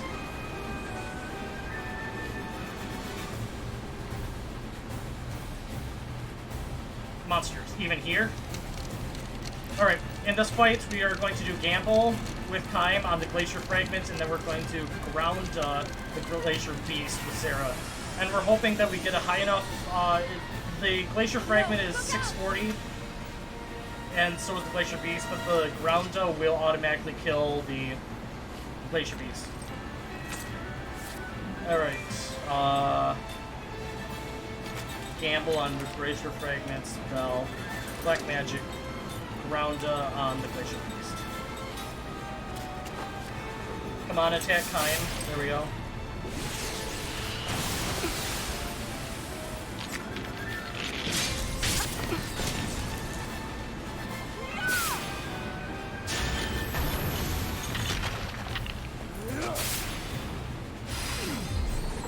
Nope.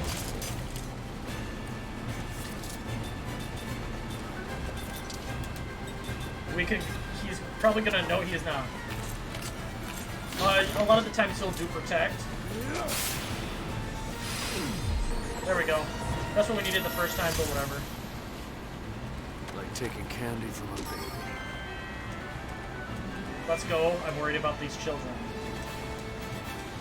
Even though they started this whole thing. Heal.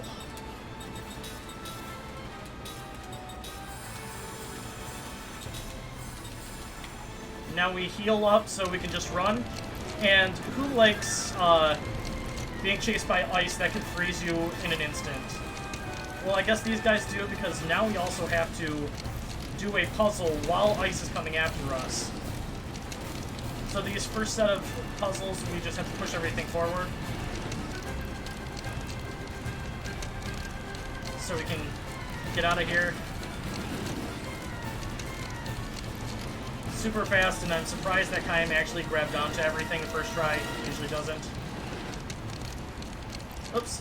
Come on. And then we can run up here, and we have to fight another guy.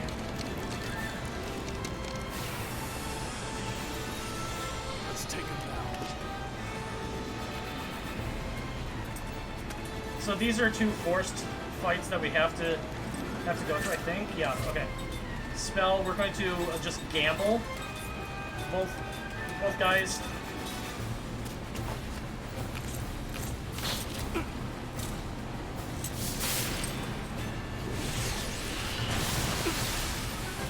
Why did I use Shadow?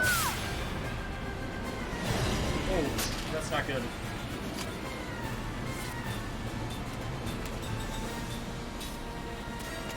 Come on, at least hurt this guy, kill him. Nope.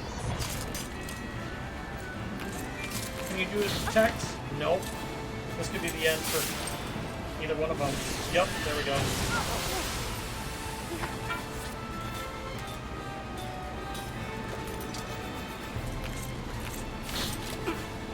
This this could be the end for Kaim. Yep, there we go. Nothing I could have done, I screwed up. I actually don't know where they're gonna start me.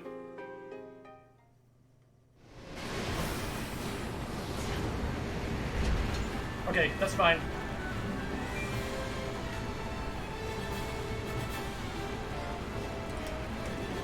Alright. We're gonna do the equipping again. Water charms. Tail shoes. So as you've seen, I've had every opportunity possible for everything to go bad, and it officially has gone the worst possible for every single boss.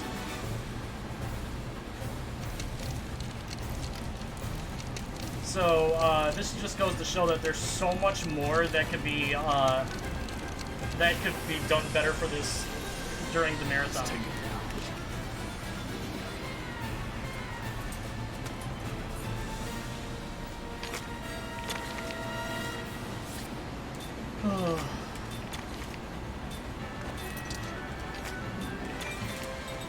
Alright, please. For the love of God. There's Barricadus, that's what I always hope for.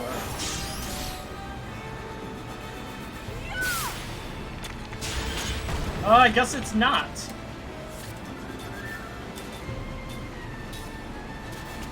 Alright, we need him to die here. Nope. This is incredible. I've never had this bad of luck on the train before.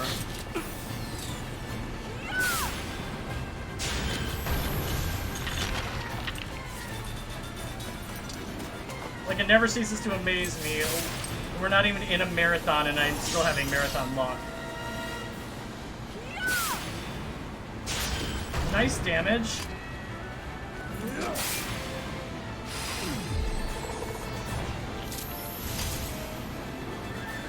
Like taking candy from a...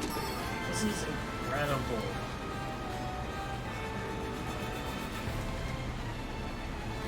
Heal.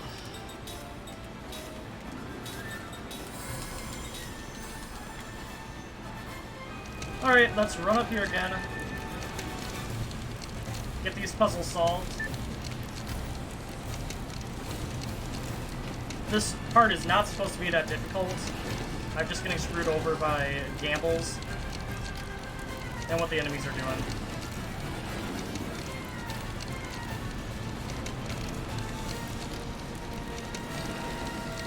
I just hope I don't have to do this again.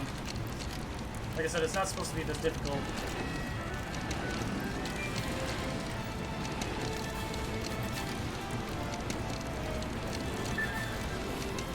Alrighty. Please be nice to me. What?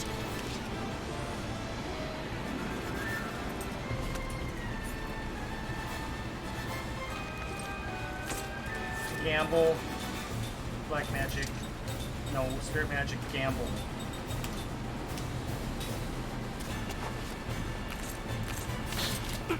Stop using that, please! Okay, please kill one of them at least. Please. Thank you. You have a chance to kill right here, Kaim. Thank you. If only we could have gotten that right at the start. Only the strongest.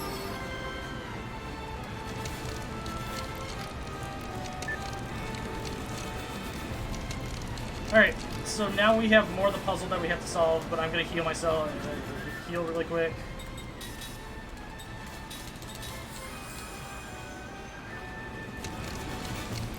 So instead of pushing it forward, we now have to pull it back in order to get around stuff. And this one we have to pull this way, so we can actually get around it. So then we can... No. Let go, Kaim. We have to push this one forward, just so we can get to this one, so we can push it up.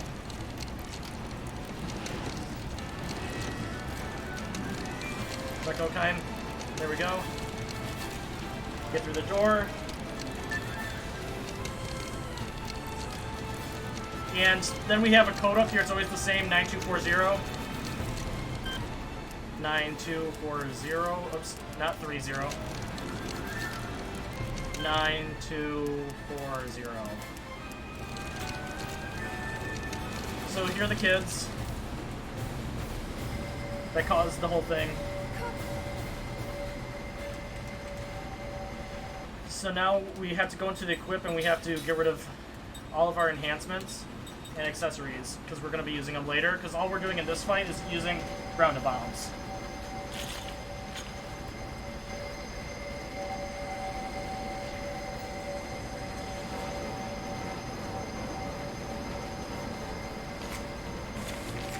This is why we bought all those grounded bombs beforehand, to use them on bosses. Most of the time that when we end up buying bombs for anything, it's because we're using them on bosses.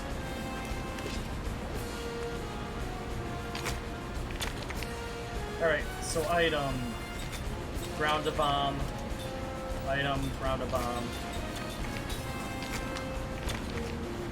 Okay. We're gonna get off 3 attacks. Or we're gonna have to do this 3 times.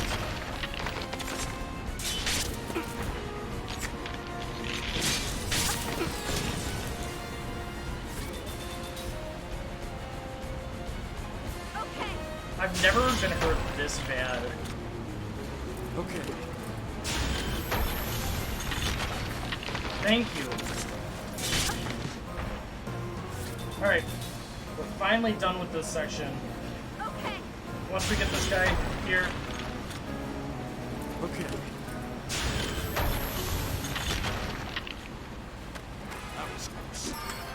Alrighty. And with that, there's going to be other things that are happening here. In this big collision, there's going to be a giant ice shard coming towards the cart.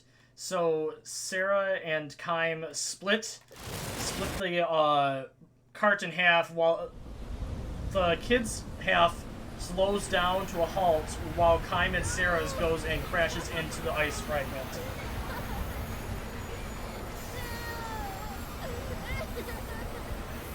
And at the same time as all of this is happening, Tolan, or one of Tolan's guards, makes a force field that Seth gets trapped in and teleported to where we are right now. Skill, Link, Tolan, Persistence, Equip, Demon Warrior Ring. Seth, how can Seth get the... Okay. Then Tolan's gonna put on the Demon Warrior Ring and the Turntail Shoes. For some reason I have a weaker weapon here. That's not the greatest thing. I don't know why there isn't one here.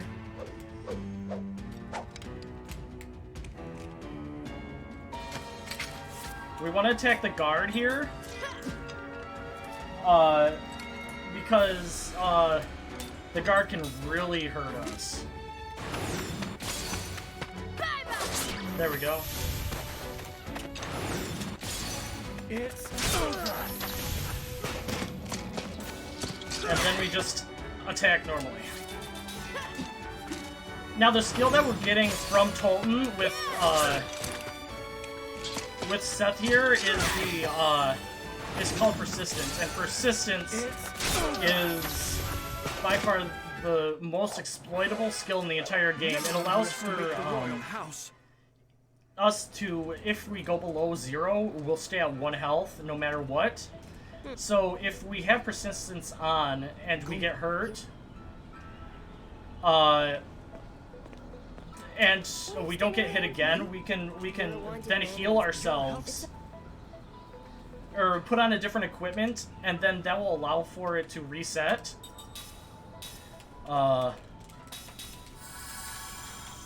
It will allow for all of the 1 health thing to reset, and we won't die. So it makes the end of these last levels easier.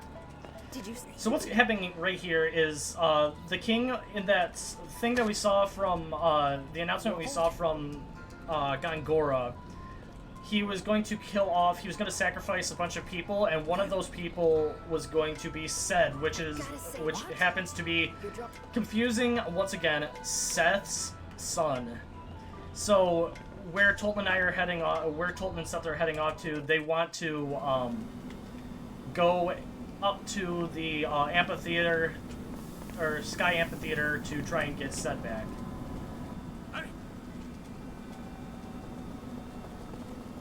Alright. Hey, I wasn't ready. Kill the dog.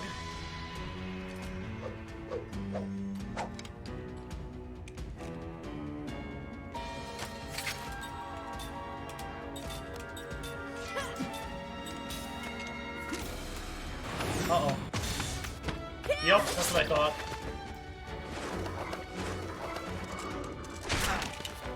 It's because I don't have the right blade on with Seth.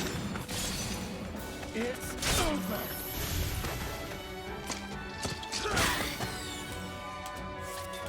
There's always going to be something, it seems like for me, especially, there's always something that happens in my runs that I just don't know how I managed to do it.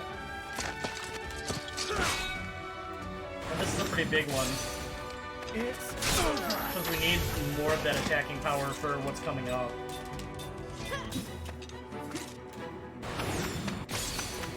Oh, thanks for the block. What a slow fight this is already. Or slow area this is. It's over. Alright, Never underestimate the so royal. I'm gonna hope that I can make it up to the blue before another one comes. Now, we're going up this way. This isn't the right way that we have to go, but I'm doing this just for the sole purpose of grabbing a mana herb, which is up here.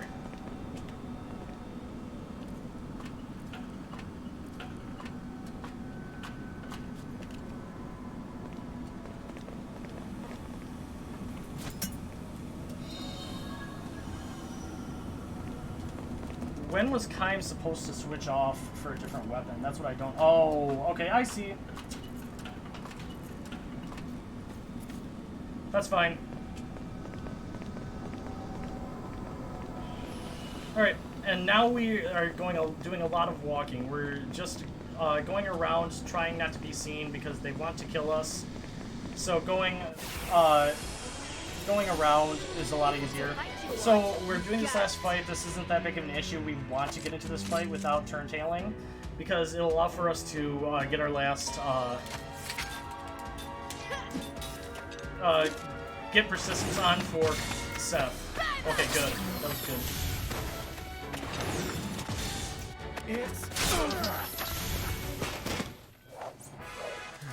That was one. Okay, we got persistence, and now the rest of the time we can just turn tail every other fight that we run into.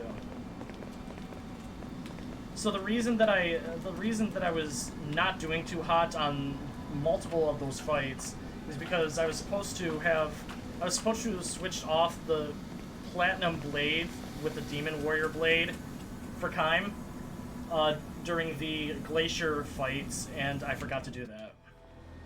So that's why we have a lower blade here. But, once again, it's just another thing that I have to deal with and try and handle. In longer runs, that's bound to happen, to forget stuff, even when I have the notes right in front of me, I know, but...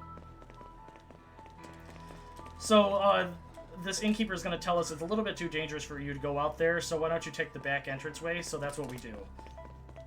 I take the back entranceway down to sewers. Come on. Come on, Seth. Come on. Get around there. There we go. So, this is why Disc 3 was very, very confusing to me. These sewers and walking around was super confusing to me. So, we have to first set that down, then we're going to run around here, go to the very end. I might get a fight. I did not. I'm shocked. Then we are going to go this way. We're going to go down those stairs. Up here. And then this way. All the way to the very end and climb up 2 ladders. Or 1 ladder, then go to the very end and climb up another ladder. You can see the ladder in the distance there. Alrighty, go up there.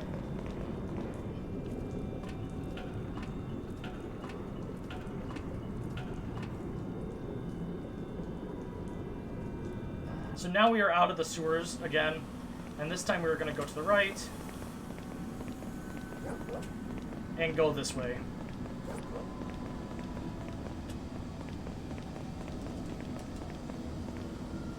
This is not the right one. It's the next one. And as you can see, I can still kind of mess it up, but that's fine. Hey, I wasn't ready.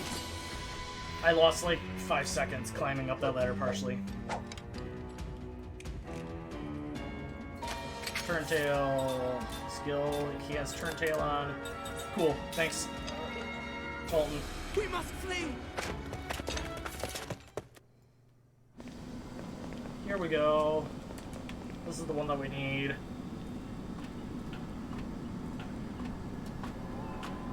So now, going up here. And we're gonna go down 1 more ladder. The reason that we're taking this other short ladder is to go down, and we're going to break a, we're gonna break a seal that will allow for us to,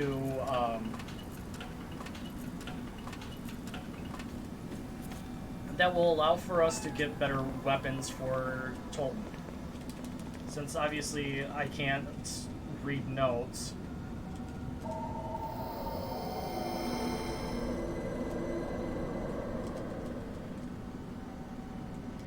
Okay.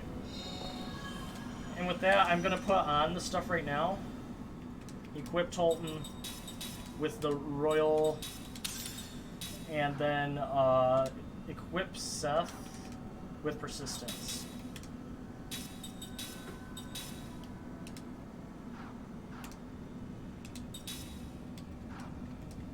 You have the Royal Knight Sword on, okay.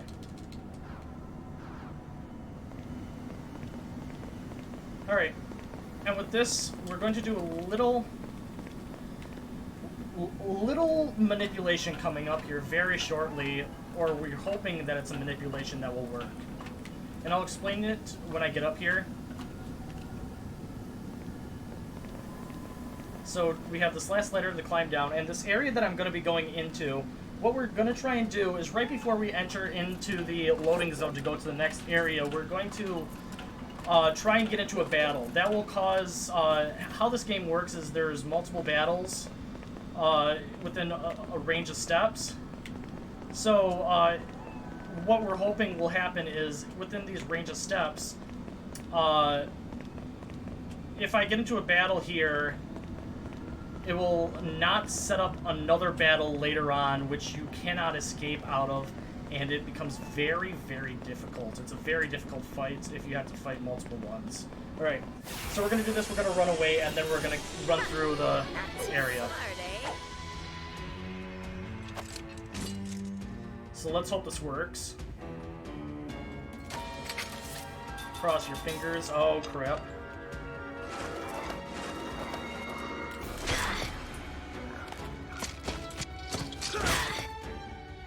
We must flee. Alright. So now we go through here. Oh, actually that's a lot better. That's really good. This is just another ordeal. That's super good. That might just set us up for sure for the thing to work. Maybe next time. So that was legitimately one step away from us entering in. And so we're hoping that with this we are able to go right right to the Urin fight. This is a Urin Gotsa fight. This is like a multiple fight here. We're gonna heal. We don't have anything that we have to do for Tolan. And right here, what I'm gonna do is I'm gonna make a safety save, because if I end up dying, I have to do all of that I just did all over again, which is not good. So if I save here, which I'm probably gonna save almost every single time, if I save here, it'll allow for me to come right back to this point if I die. Which we're not hoping to die, but if we do, it's a lot safer.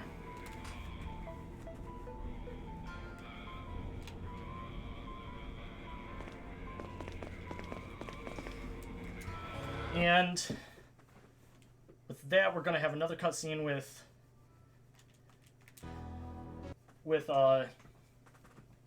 Gongora, and then we're gonna go right into the fight here. And normally I would want to run fast, but with this time, since we hopefully did set up the manipulation right, we are going to actually be walking. Bum bum ba da dum. This is really good music too. Like, not just walking, we're going to be walking like we did on the White Boa. So here's... No! It was so good too. Why did it do that? Okay. That's very unfortunate.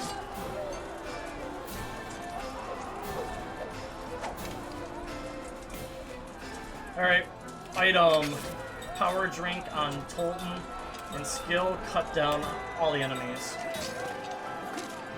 So since this is a three-way fight, the other enemies, what we're hoping for is the other enemies can actually attack the other ones. But so far, you have yet to see that. There we go. Better brace yourself. Item. We are making sure that everything is safe here. We're gonna cut down again.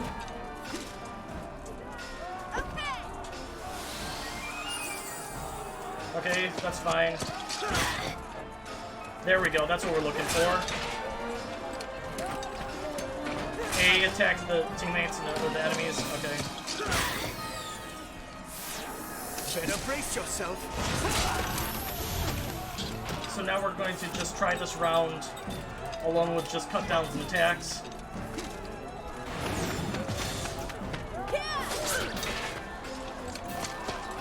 We're hoping that his cut downs will work this time. I know we'll kill at least one as long as he doesn't miss. Better brace yourself. There we go, okay. That's fine. Little by little, step by step. Okay. So now we need to heal with Seth.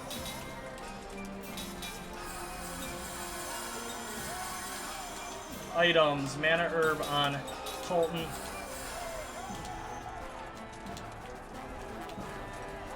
Now we're hoping that we can make it to the actual fight that we need. Which,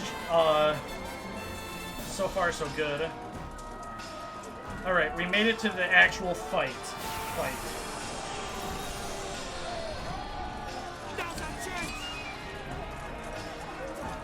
So once again, we're going to do the same exact thing here. We're going to power drink.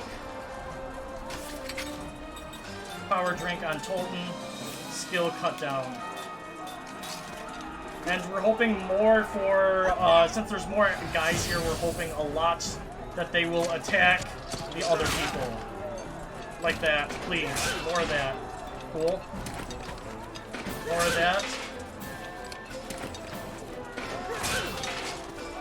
Okay, this is good so far.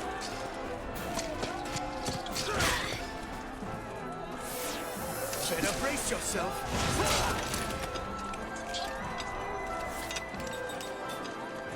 Skill cut down, please.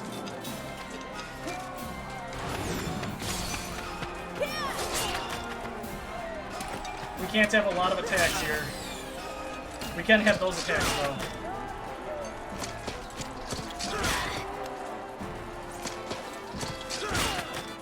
Cool. So far, so good on this fight. Better brace yourself.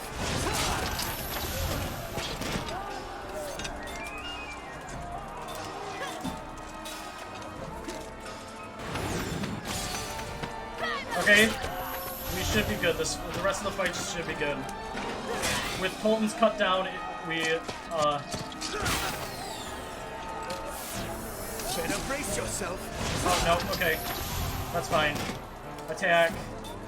And I need to take out the turntail shoes. And attack. This should kill him off. Cool. That went over a lot better than I could hope for. So now we're done. We can just run forward. And we can skip this cutscene. More cutscenes to skip.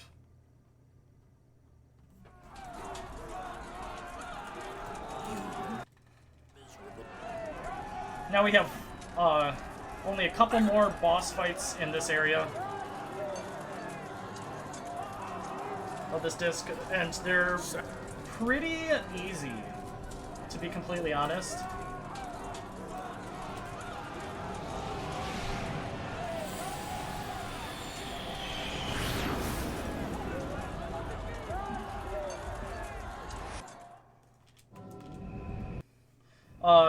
Because we have another area here. The acolytes, you can see, are now back alive, and he's going to send them out to try and attack us. But they're also helping out with the experimental staff that he's riding around in. So this area right here, we're off the train, and this is another one of the very, very slow areas in the game. All we do is walk. And I don't mean like regular walk or slow walk. It's we're getting trapped by this ice and icy weather here. It is very, very, very slow.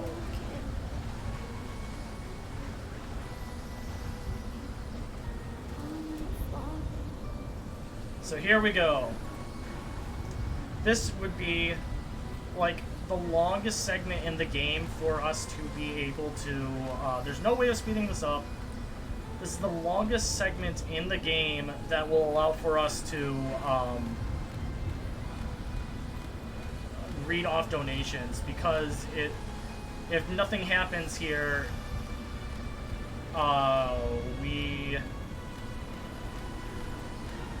if everything works out okay here, or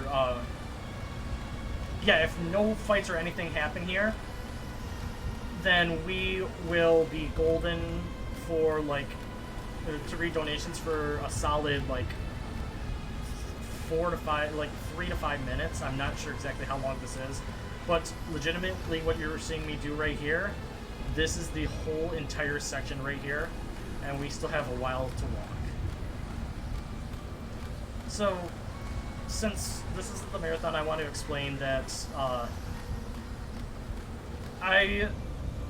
like I said, I'm new to this, and it took me a long time to get this rundown memorization, and within 2 weeks of the time frame that I found out about the marathon, I was able to memorize and go through this multiple times, enough so with even fails that I know when to save and what mistakes that I've made. So I'm able to go through a lot of these fights without having to, like, with being able to do backups. So, showing you off all of these mishaps that I've had, can prove to you that, even in, like, a marathon setting, if something bad happens, I'm still able to come back and, finish the run. We're getting closer to the end of the run here. I have, my worst disc was disc 4, and I've been practicing that disc to make sure I knew what I was doing. Alrighty.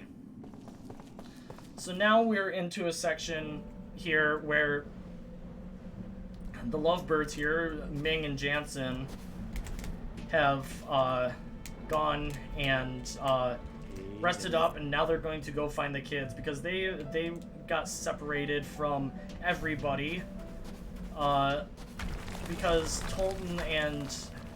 of Tolan and Seth going away and the train crashing. It's literally them two,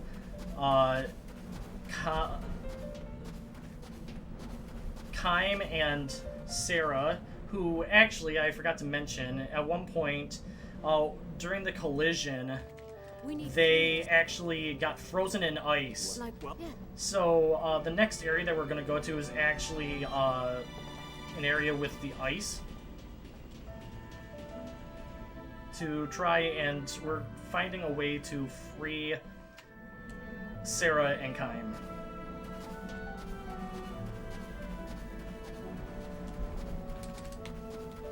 I always miss this ladder. I go up here and I go a little bit too far each time.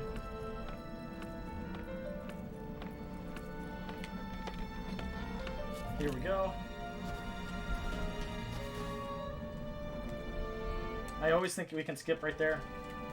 We cannot. Yeah. Right.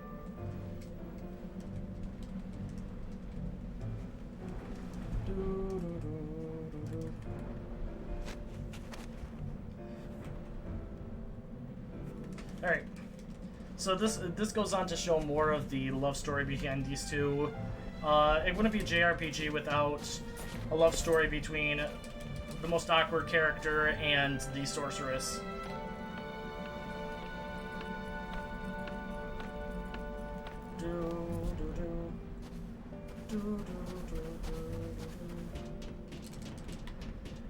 We're just trying to get out of here right now. There's not much that's going on in this section. It's just a lot of walking and getting to where we need to go and knowing where to go without actually failing. I knew it was going to come eventually because we're getting very close to the children, or where we have to start walking.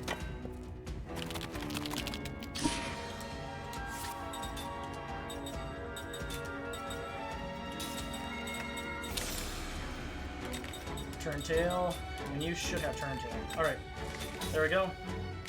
That's a little bit faster. I'm out here.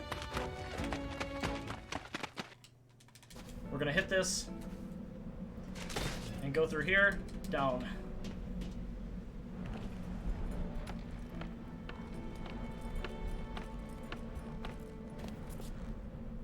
Alright, and now we just run this way once we get to this area, okay?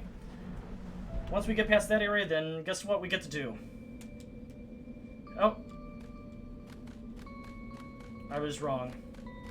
I thought there was another... There should be another walking area for the kids.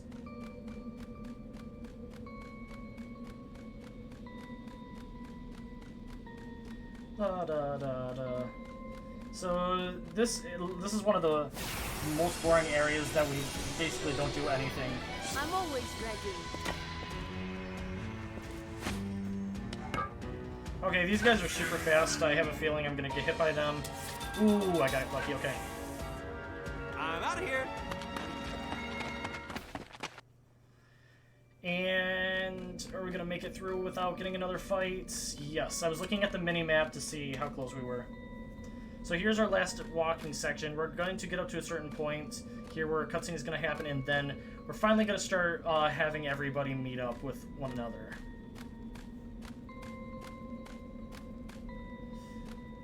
Alrighty. Come on.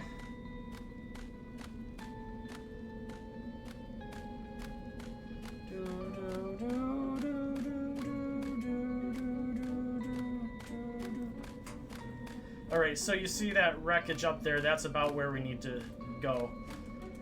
This is the cutscene that I always think is beforehand.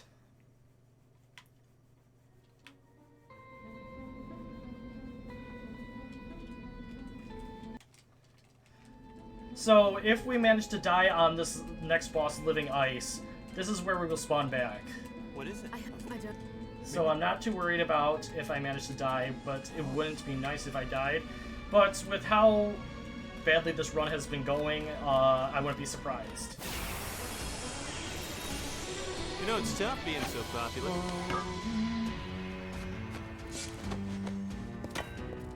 Oh, that big guy is going to attack us first. Yep, he always does.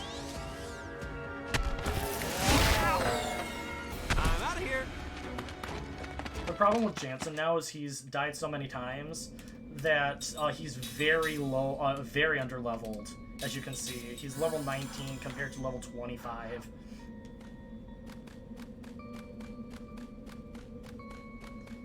We won't be using him much longer, though. Just calm down, okay? Alright, let's hope that we can get away from them because there's 4 of them. Cool. Forgive me.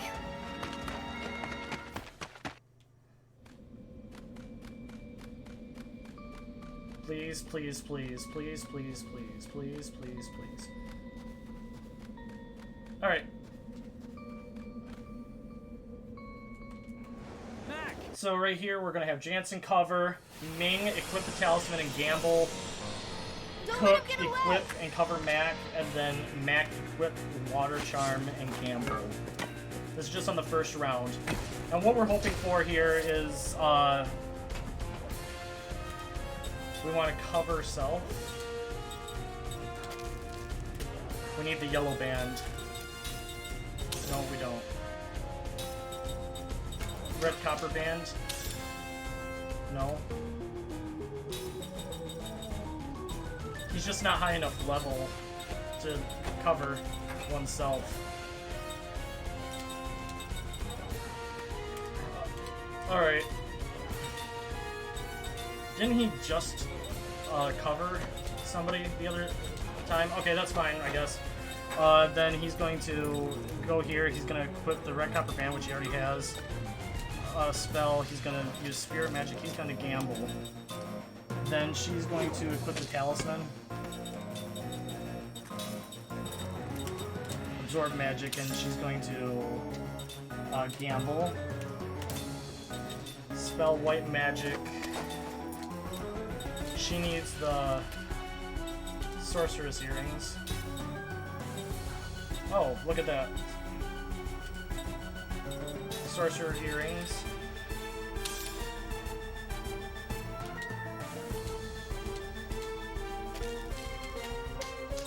Sorcerer earrings. Spell white magic cover is cover here now. Okay. On self, that spell white magic cover Mac. And spell he needs the water charm. And he's going to use gamble. He should use shield us, that's good.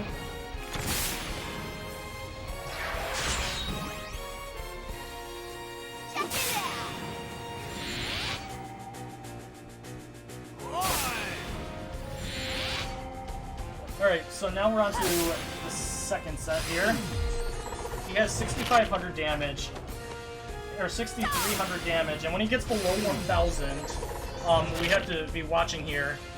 Now he needs the red copper band. Spell, spirit magic, gamble.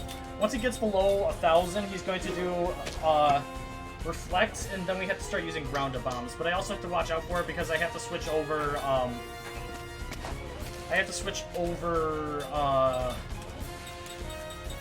Jansen. Sorry, I have to switch over Jansen to the, search classes. So, Sed can use the red copper band when it's his turn.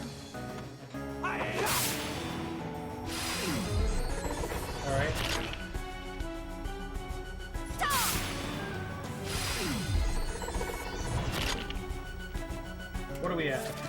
I like to use the search glasses right away to see where we're at. 3,000. Sure, why not?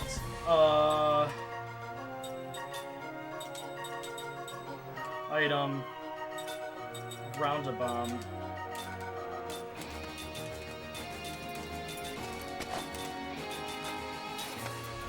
All our Quora.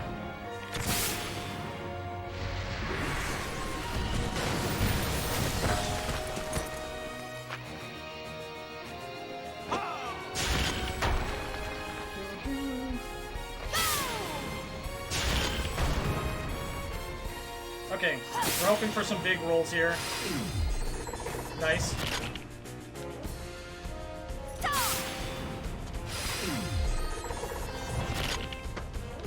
Where is he at now?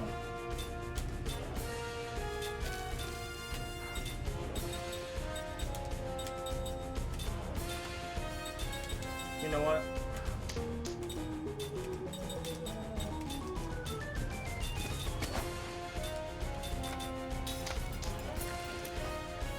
I'm hoping he's not going to use Reflect here.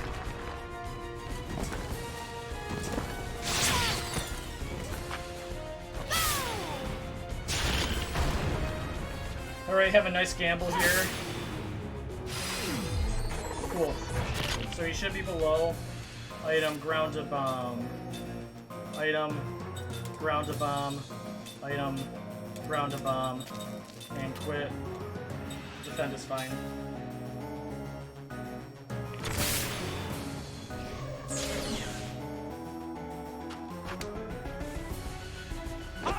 And one more will kill it. Okay. Beautiful. And that was the living ice fight. I did basically what I could at that point. That seemed like a needless battle.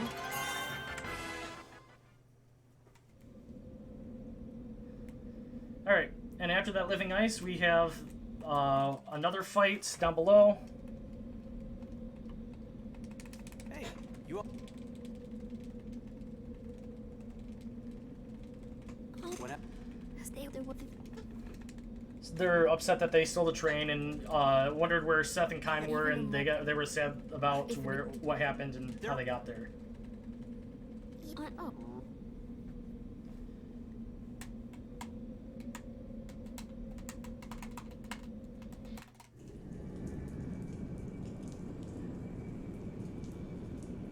All right.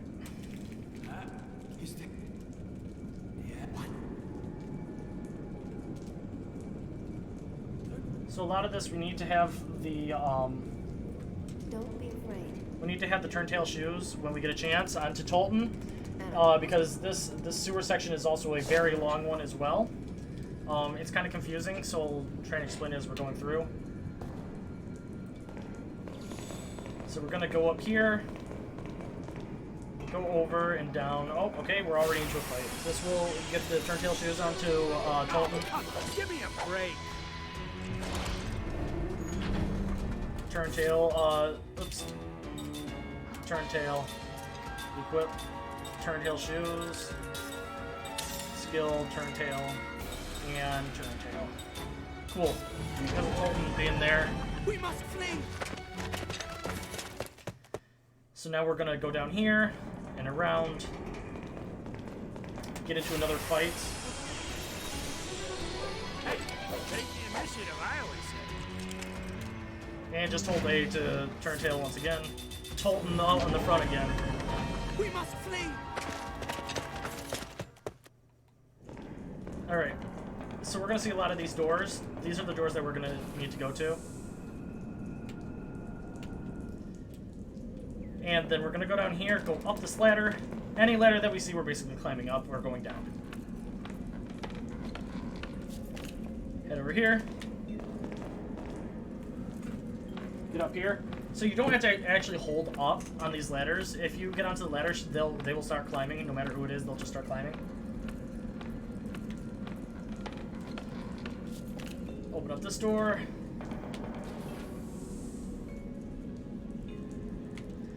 And then right here, we're going to have 2 cutscenes that we're going to be able to skip, and then one that we cannot. But it's a very short dialogue. Is that... So a lot of the story I've really explained. While we're going through this, I mean, what I can explain here is the only reason we're going through these sewers is once we get to the end of the sewers and we defeat the boss, then Set is going to give us the Nautilus, which is his ship that he's had. So right here, there's this hidden ladder here. I struggled to find that even when I had a guide to watch. I had no idea where it was.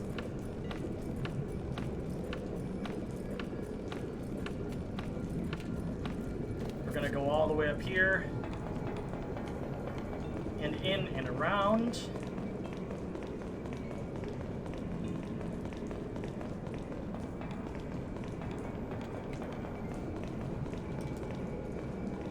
Go up here.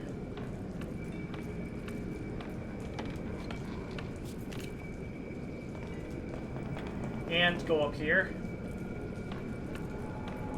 So that's a faster way than I've actually been taking. Oh my gosh. Okay. We're going to buy ground bombs so we equal out to 21, and then we need some healing herbs to equal out to 5 or 6 is safe. Mana herbs, 5 or 6 is safe. We don't need to buy anything else, but do we have any Angel's Plumes that we need to buy? 2 more. Sure, why not? Another safety save. Even though the next one is a little bit easier. I've said that for a lot of bosses, and you've seen what happens, so...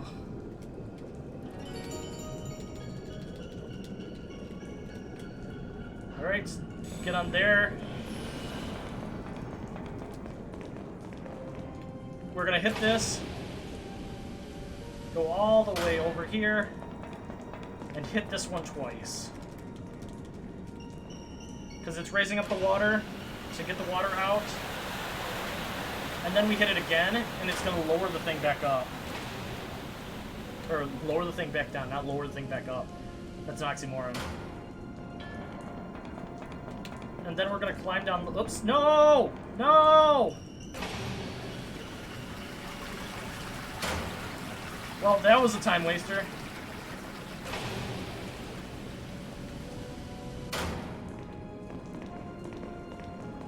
That was a total accident. We have to get the water back out again. Stupid mistakes will be done.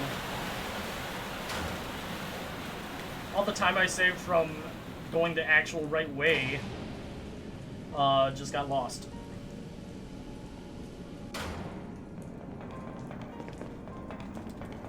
There we go. Climb down the ladder. I'm gonna have a lot of money coming up later on because I have so much mana herbs and everything. Go through this door.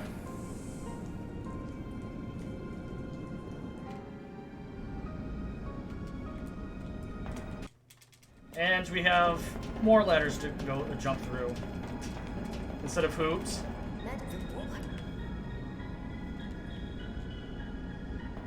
Gonna go all the way over here, go down this ladder.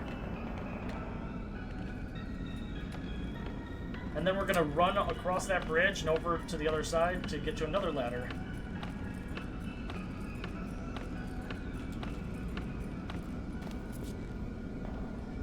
Here we go. All the way over here.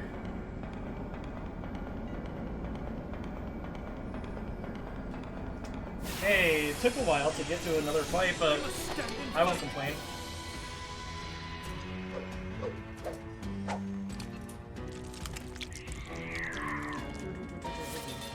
Cool. We must flee. This has been a solid sewer, so that means that the boss is gonna be bad. Gonna climb up here, go over here and hit this button. That will allow for this thing to come towards us. You can't fall off the edge, so there's no worrying, but the problem I see is that once it gets to about here, I have to wait until it goes there. So then we're gonna climb up this ladder.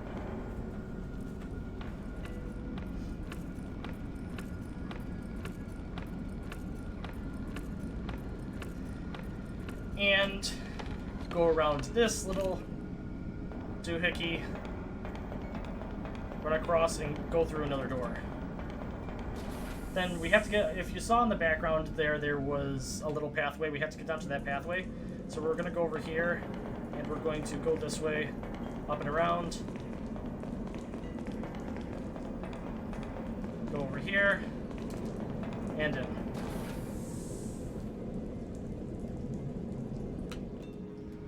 Then we're going to go over this way, and up.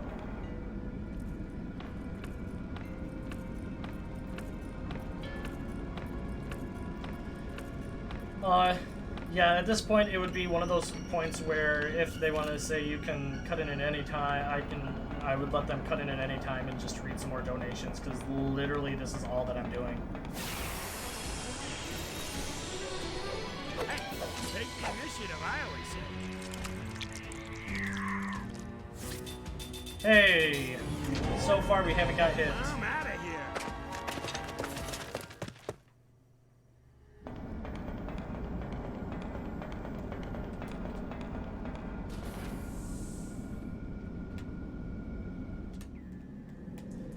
We're almost to the boss here. Almost through these boring sewers.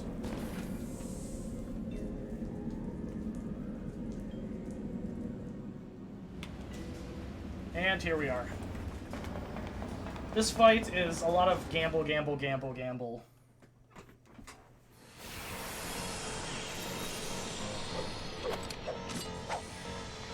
We're dependent on Tolan to Don't get too scared to fight, your worshipness. There's to always attack a way. in this one normally, but he has, like I've said in the past, he has the lowest accuracy. So if he misses, don't be surprised. Set. I've told you 100 times. Move now, talk later. Get her started. All right, item power drink on Tolan. And then Tolan is going to equip or put on the Demon Warrior ring.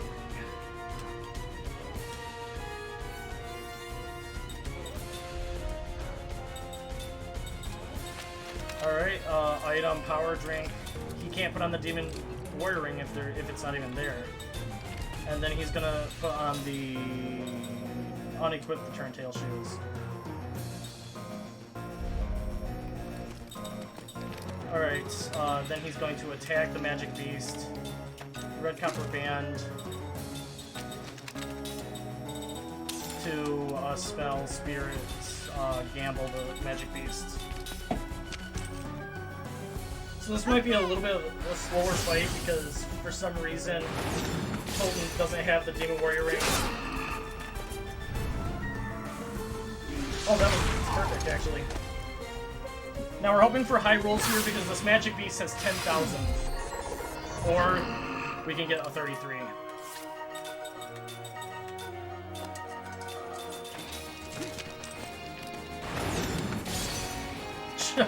There's the miss that I told you about.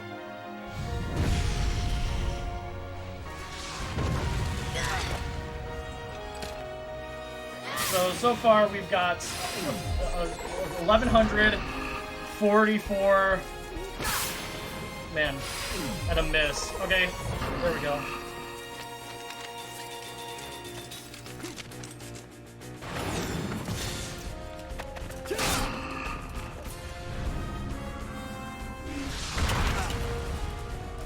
Alright, come on. Come on. There we go. Storing up energy. Storing up magic energy for a big one. Hurry! Missed again?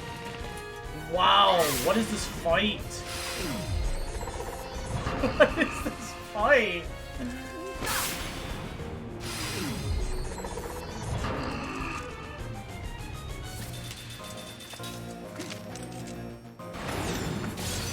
Oh my gosh. Sorry, didn't mean to get that mad. But I've never seen it this bad before.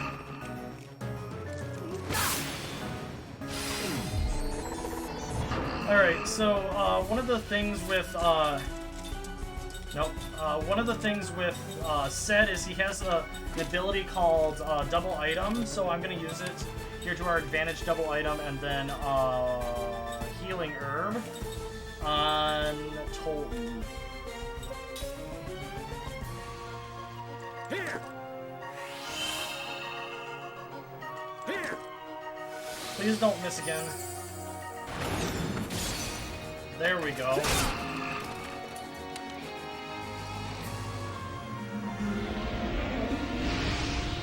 So this fight could have... We try and end the fight before that attack comes in.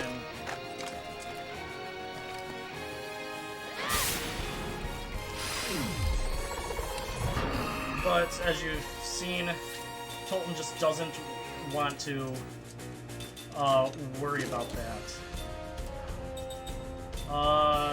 Seth, Tolan. Here! Here!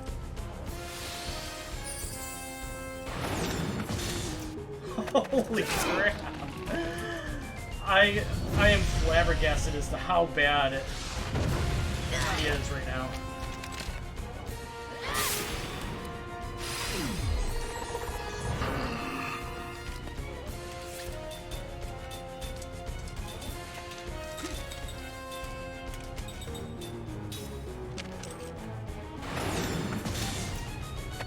Every attack is a miss. This fight could have been over by now had Tolan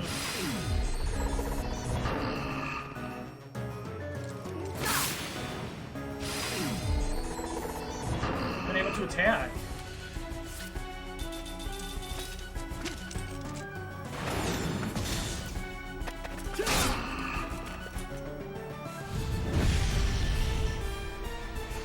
I don't even know where we're at anymore. This fight should have been over by now. There we go. That was the worst I've ever seen Tolan do.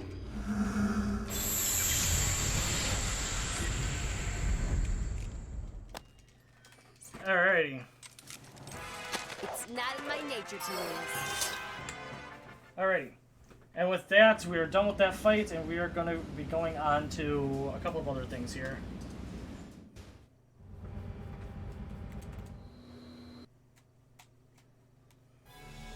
So, this next area is just a, it's just a flight simulator here. This is basically an auto-scroller, where I really can't do anything, but I have to still hit the buttons. Otherwise, we will end up dying. We only have 3 chances of missing. And I believe the first one is X, Y. Oh, no, it's random. Okay. Maybe X now. So as you see, I'm just relaxing. Then it will be AX.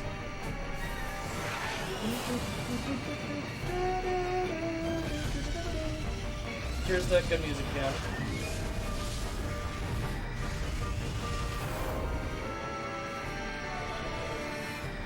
All these guys are just trying to kill us. This is the Nautilus, by the way. This is the vehicle that belongs to Sed, because he's a sky pirate. Should be X or B again. A. Okay.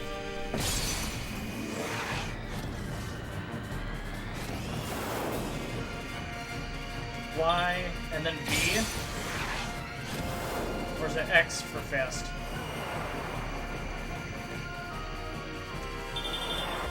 Alright, for this, we're going to get this first one, and the second one we're going to mess up on purpose, because it's a lot faster. We're going to get hit, but the next cutscene will come a lot faster.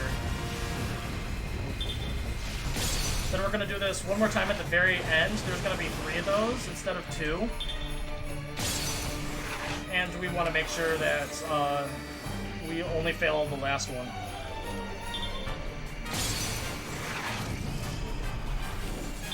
Here's one.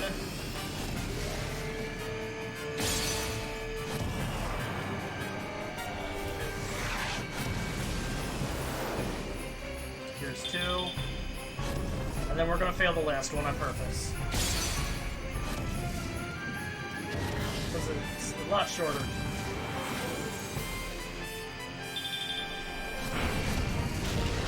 So that should be the end. Yeah, that saves a lot of time compared to the dodging there. And another cutscene. Just skip. Both of those.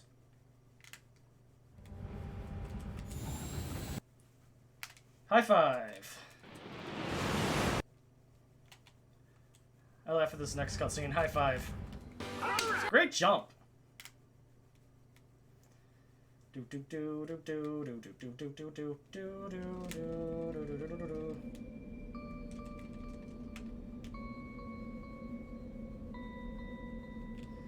Alrighty, let's escape here. There is all we need to do is get down these stairs and go over to the left. But every time on these stairs I always get a encounter.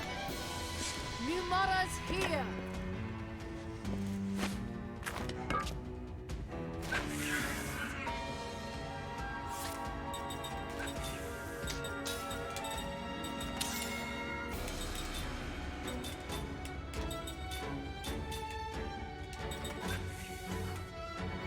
And then we'll do him with Turntail Shoes as well. There we go. Forgive me.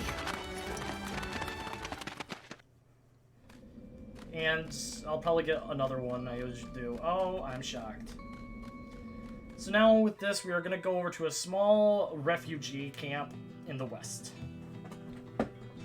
We're getting close to the end here, people. This is the last area of Disc 3.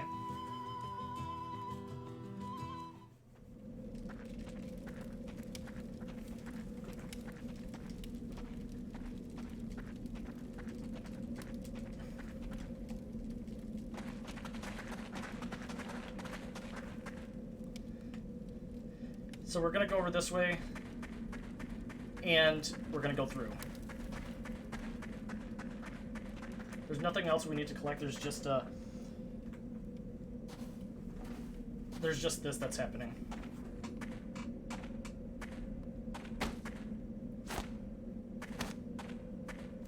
I can't believe that. The Goatsa train crashed, like I explained earlier.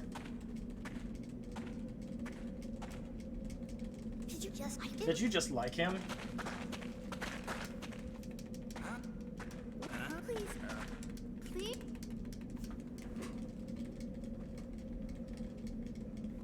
So, in the middle of fights, I'm gonna have to... Well, no, I need to keep on the Turntail Shoes. Train.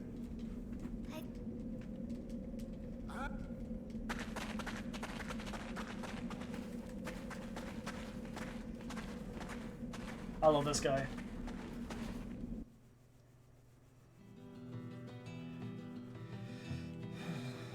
So now we're heading over to the crashed magic train site. Do, do, do, do,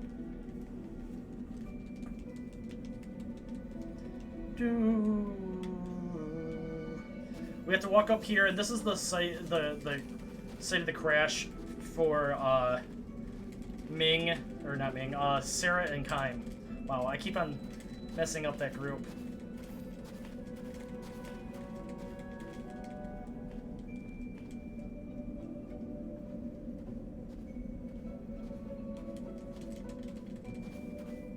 Alright, so now they're wanting to go, and they are wanting to find where they are. They're wanting to save them. No need to save. This part isn't that difficult. It's just a matter of getting to where you need to be.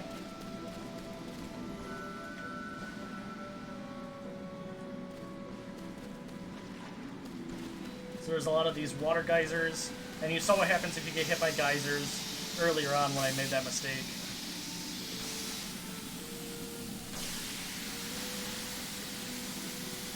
Alrighty. This was very difficult to memorize because everything looks the same here. Okay, here goes.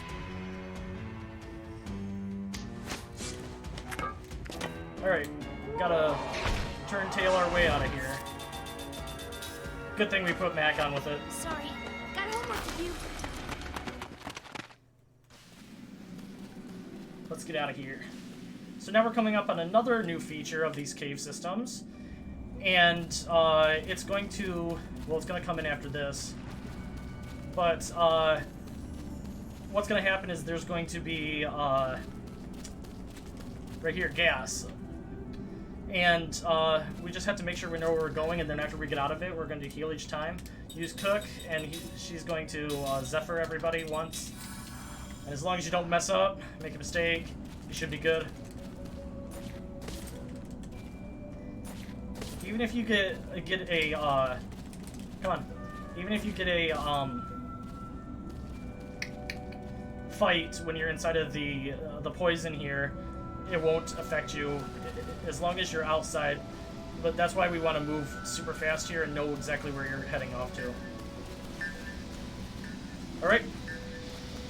No more of that. Spell Zephyr. There we go.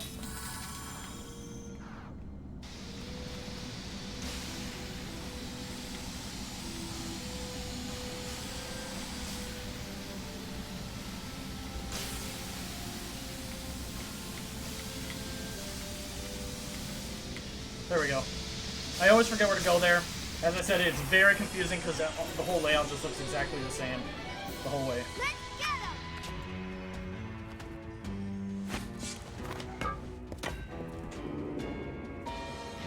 Alright, come on. Yes, a good thing we were putting this on. Sorry, got homework to do. I think I took a long way around, but whatever. There we go. Up and around.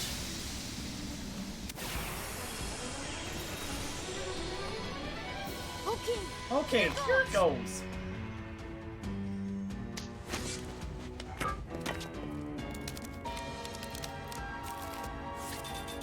Here we go, Mac again. Sorry, got I love homework how to do. fast Mac is. Okay, so we have one more little section coming up here before we get into the fight, I'm pretty sure.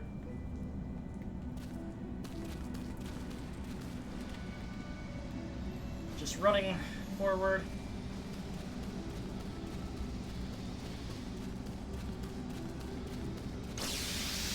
You want to make sure you don't get hit by these geysers and fall down below. It's a long walk back.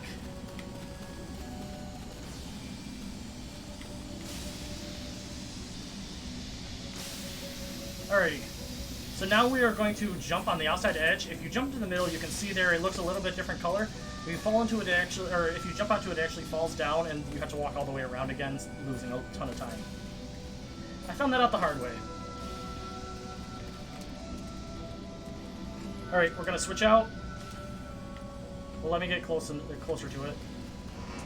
Alright, so formation. Front, Mac.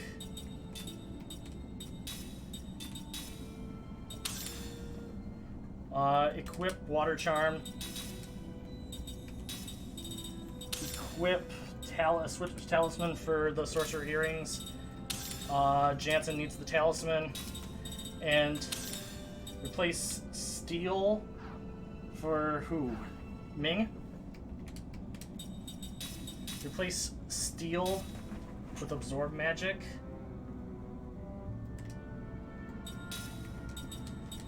Alright. And with that, we're going into the next fight. It's a lot of bombs. We're gonna stand up here. I'm getting sore here. This is not that hard of a fight. I'm gonna get everything all set up, and then I'm going to run to the restroom.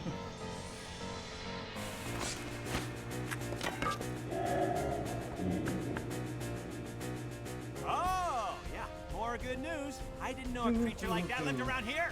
They're probably just a manifestation of whatever power is. So causing we're this going to- awful cold. Can't This we is the save last- Time and Sarah if we This is beat the last time creatures? that we will be able to, If we will defeat them. So we're gonna defend with Mac. Ming will use cover on Mac. Jansen, spell White Magic All, barricade, and then Groundus Bomb. Alright. One more.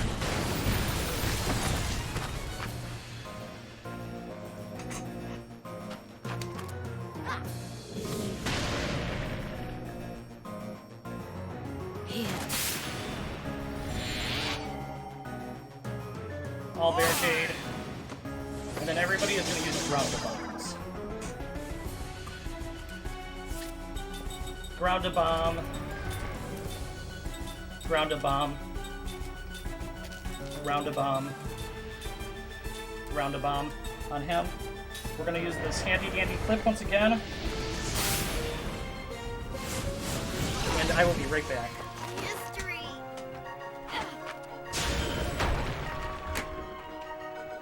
Okay.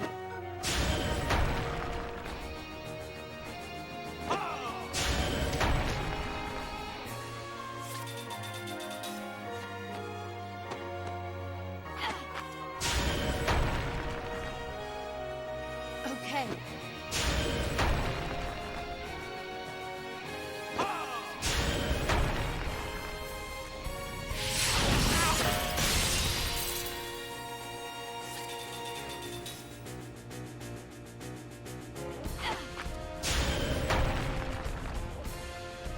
Okay.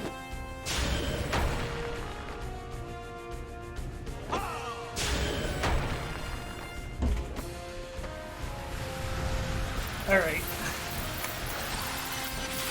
So it looks like Cook is dead, and those two are frozen. Who?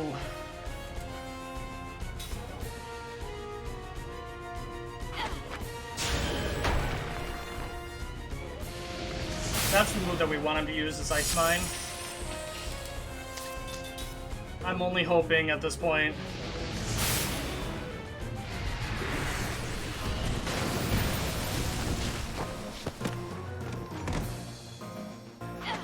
But Mac can get him back.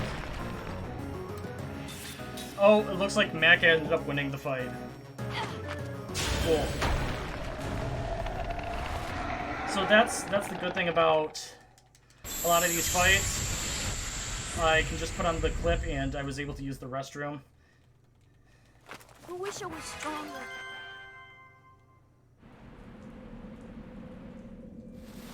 Alright, and with that, that is going to be the last boss for Disc 4. We're now going to be heading into the final disc of the game, where runs go to die, or at least mine have the past couple of times.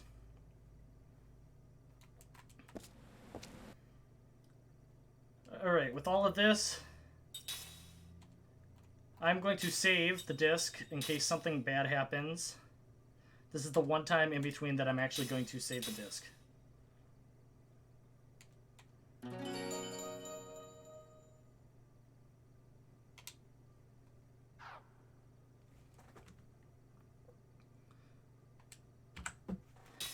Alright. And with that, we're off onto Confusing Adventures.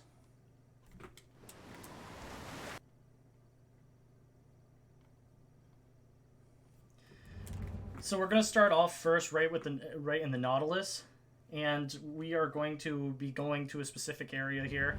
So with everything, the start of this disc, Ming is going to explain that Gangora is not even where they think they are, and that she knows that they've gone, that he's gone into the sky in the experimental staff.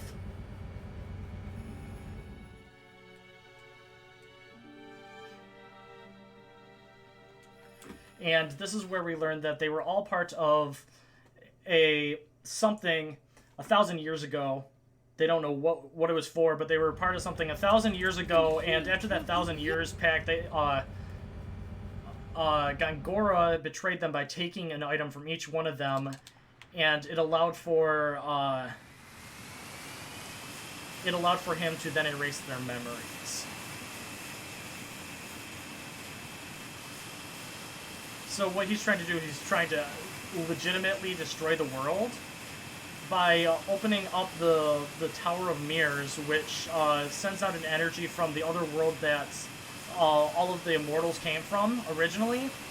And if you use it, it allows for immortals to become mortal again, and he's able to destroy them. So he wants to destroy the immortals first before he destroys the world. Alright, so with this, we're just going to go all the way over here. And we are going to enter in by going underneath the water here, which the Nautilus can do, and go over here. We're going to go back above the water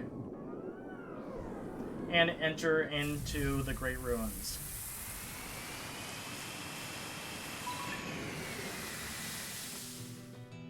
So this area can be a really big run killer. That's where I'm gonna. There's certain areas that I'm going to save a lot just to make sure that nothing major happens here. So this is going to be a very interesting area, because what's going to happen is there's going to be we're going to be splitting up here in a second, and it'll be like the only time that they purposely split up in the entire time in the entire time. So we're going to get onto these. And then we have a massive puzzle. This is still, even now, to me, this is still the most confusing puzzle area in the entire game. Because my Disc 4 is not the greatest, as I said at the very beginning, and I don't know where I'm going half the time. Alrighty. Hit that.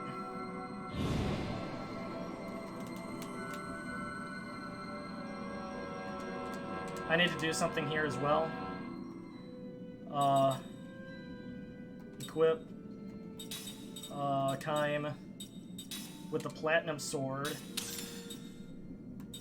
and she will have the Demon Warrior Blade. He already has the Demon Warrior ring on. Alright, now we're gonna go this way, and we have to go up. Never mind.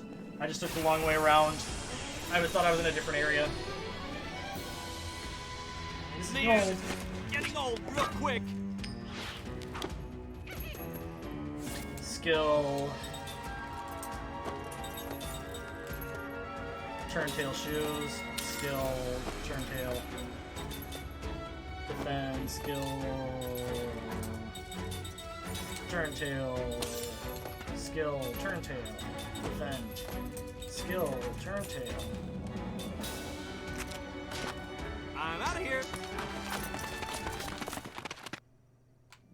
We're gonna go over here, and this is where we start splitting up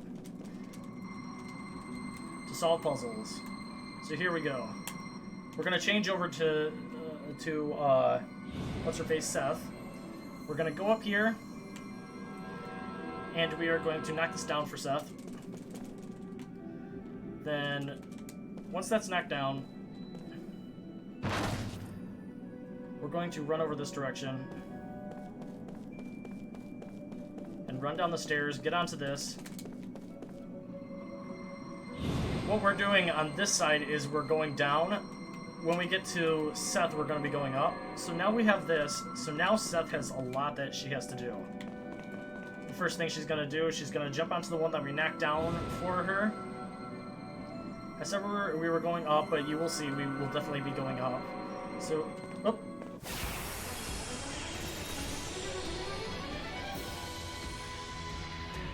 We have a lot of people Just with calm Turntail, down, I believe. okay? Yes, we do.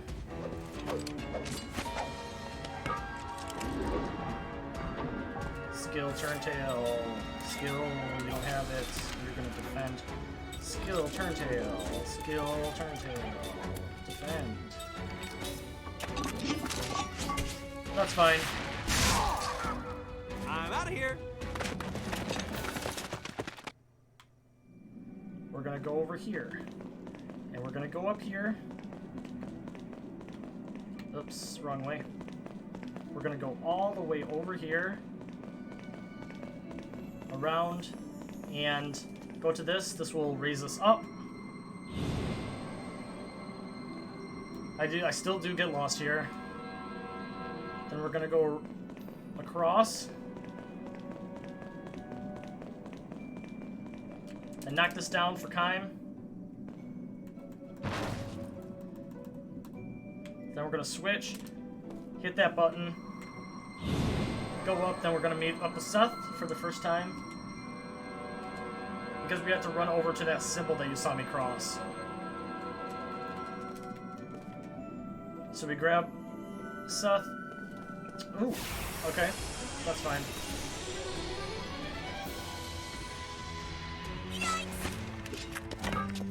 These guys are always super fast, they always go first.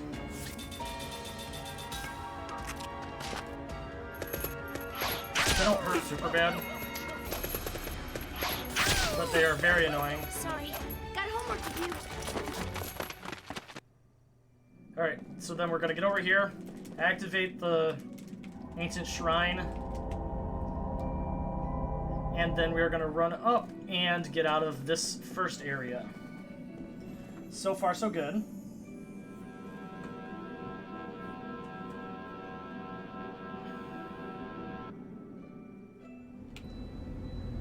Gonna go this way, go around all the things that we need to,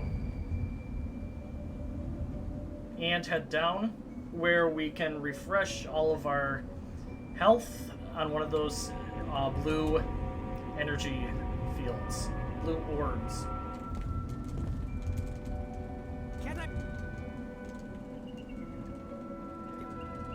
Right here is a very stupid cutscene. I hate this cutscene as well. It's just saying, Tolan, or can we just rest here? Tolan is slowing down. Because he's just not used to running around. Alright, and with that, we're gonna grab this. Then we need to go up here.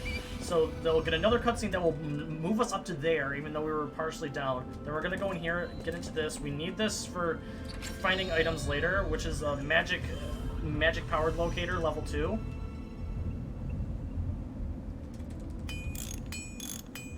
And here we go.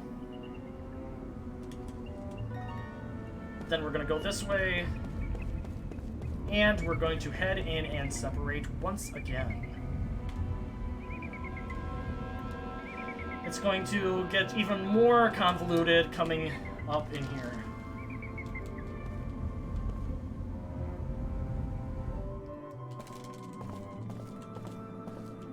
Alright. Go this way. Get on this, switch over to Seth, who's going to then help Kime over that way. And when we're over here, we're also going to be grabbing the dragon scales, the 5 dragon scales. So go over here, grab that. 5 dragon scales. Now we can go up here. This is where I thought we were in the first one. Let's take him down.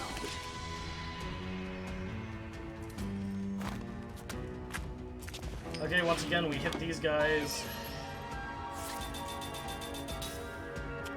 Oops! Okay. Not what I wanted to do. Sorry, got Oops. homework to do. Well, that was a waste. So we're gonna run over here. Hit that off for Seth, which he won't use for a little bit here. Because we have to go down a little bit. So we went over here, gonna go over here, and you saw where we have to go next. Hit this, go down, then we're gonna go down again.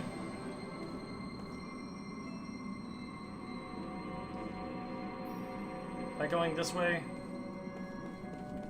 Down.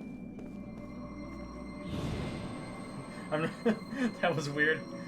He was so close to it that he went like that instead of pushing it. So now we're down here, and this is... Oh, wait, nope. Not yet. We have one more level we can go to, right here. So now that we're here, we switch to Seth, and we have a little bit of movement to do with Seth. So we set this up for Seth so she can cross over with Kaim.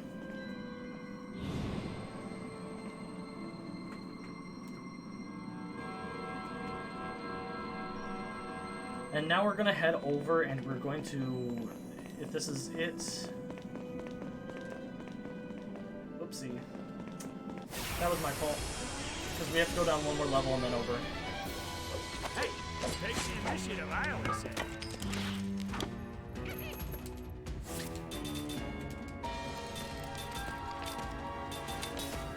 These guys will always hit me.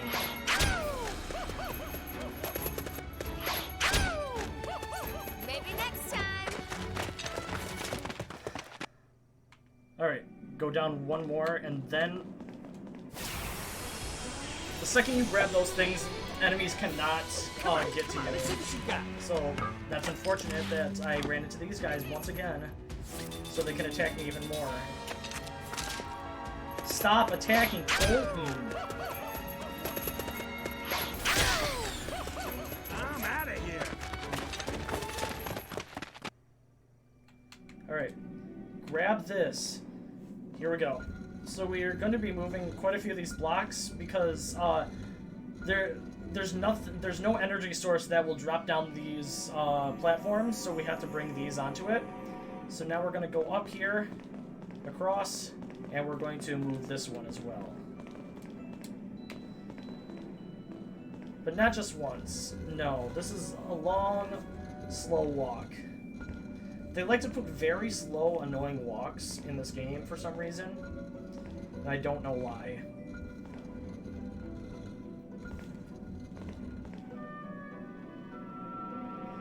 Alright, so I'm going to grab this again. And I'm going to bring it all the way across. This is the only platform that's here. And the only way we can get down to another platform is by doing this. Keep walking, Seth. This would be an area for one small donation. Actually, a couple because of how slow this area is.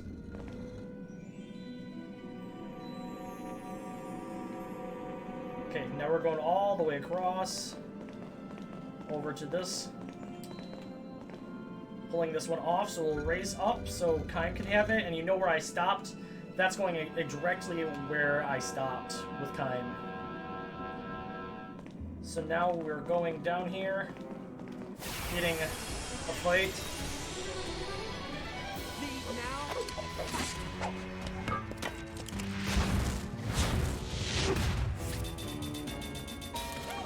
Getting hit again. They didn't go after Colton that time. I'm out of here. What a shocker. Then we're going down here. Oh, crap. Down here. Back this way, Steve. I'm probably going to get one more fight.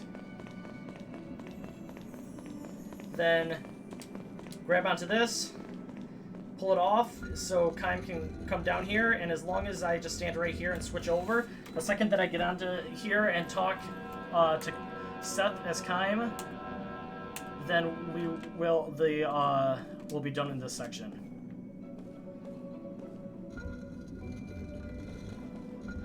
But besides that, we have one of the another stupid fight coming up right here.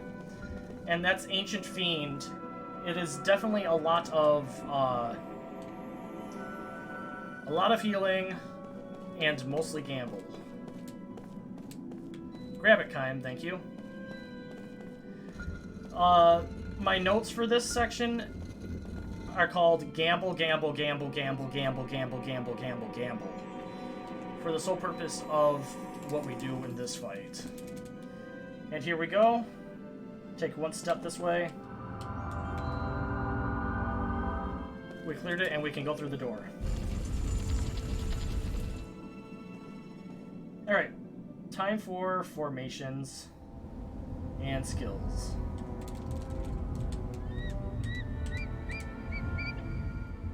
Formation. Kime. Seth. Ming. Sed. And Sarah. Then we're going to skill link everybody with Sed for double item.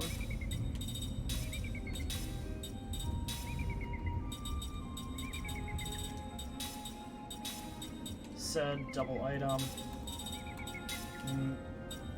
Sed double item. And then we're going to take off the Medusa's head on Seth, I believe, and put it on Ming. And then make sure everyone has at least level 2 spirit magic. Level 2 spirit magic, level 2 spirit magic, level 2 spirit magic. And level 3 spirit magic. Okay, then we're going to heal with Jansen. Sure. Alright, let's go.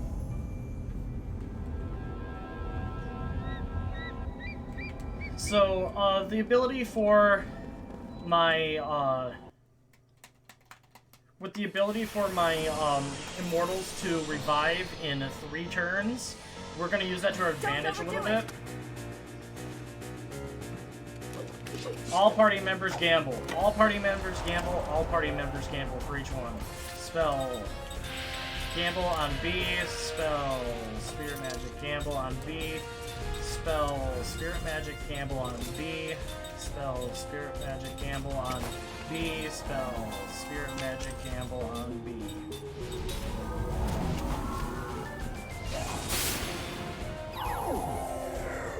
Alright, so each one of these has very high health. And the only person with persistence right now is Seth. That was good. That's what we need, a lot of those. Give me a lot of those.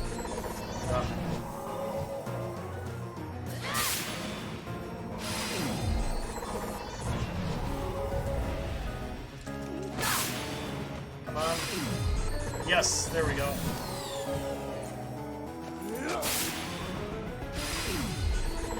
We'll take that. Gamble. Oops. Before we do anything, this is when we can start using persistence. Gamble. Gamble. Gamble. Gamble. Alright, we can only hope that, doesn't... Okay.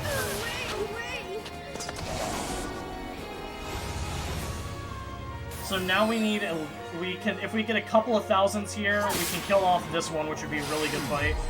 Oh, good. Give me one more of those, please. Now we'll just... Come on. Cool. Now it's gonna attack the one on the far left there. Alright. Gamble on the Ancient Fiend. Gamble on the Ancient Fiend. Gamble on the Ancient Fiend. Gamble on the Ancient Fiend. So all fall is just all of everybody's health, or everything falling. Oh boy. Good.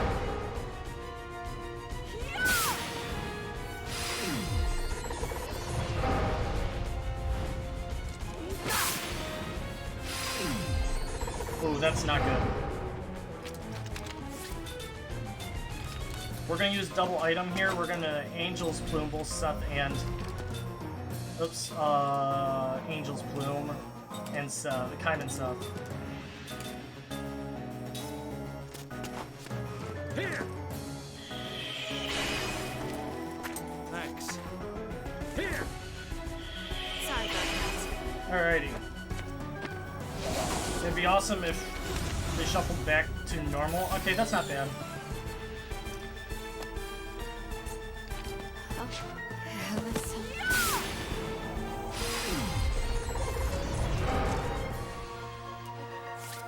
Gamble. Oops. Spell. Gamble. Item. Healing herb on Kaim. And healing herb on Seth. Gamble. Here. Here.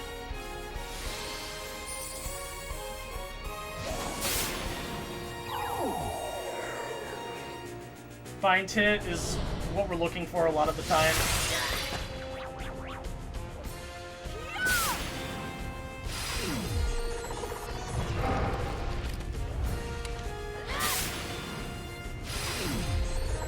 Alright, now you're starting to get some low attacks. I don't like that.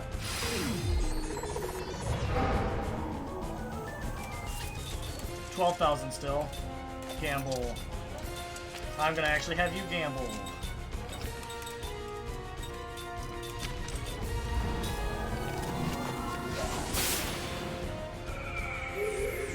So we're gonna kill off Seth this time.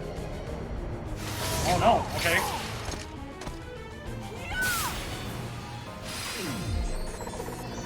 Not good. There we go. That's what we need.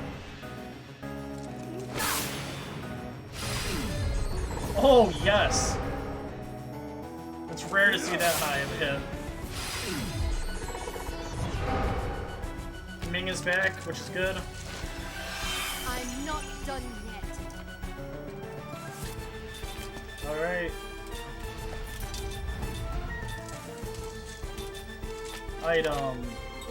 Healing herb on Sed. And healing herb on Seth.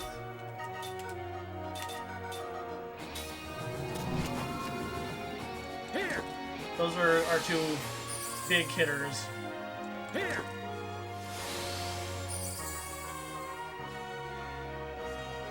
That's unfortunate.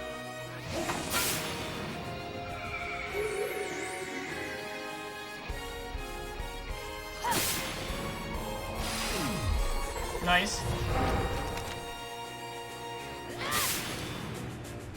And oh, that was not good.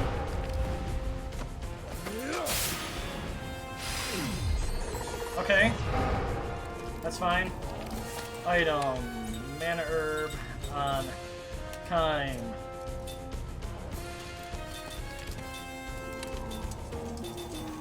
Item. Mana herb on yourself, said, and healing medicine on Ming.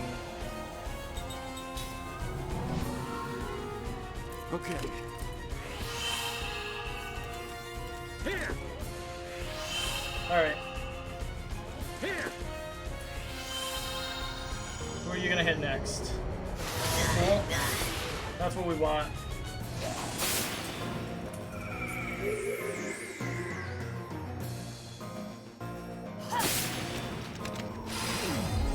That's what we want too.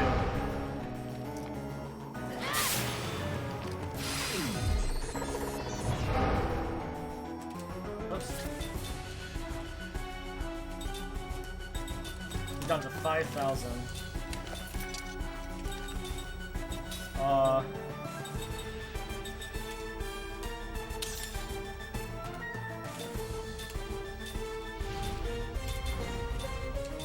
You have just enough for... Oh, no, you don't. I gave you more, didn't I? That's fine. Sarah should be coming back this turn.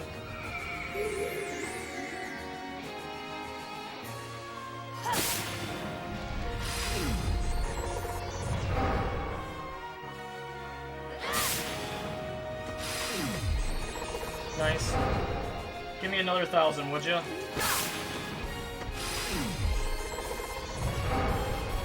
There's Sarah. Thanks for the help.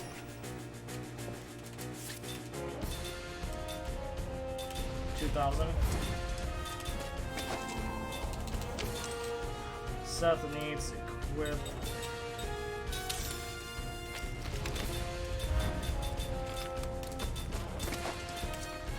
Alright, do bind hit. No. Alright.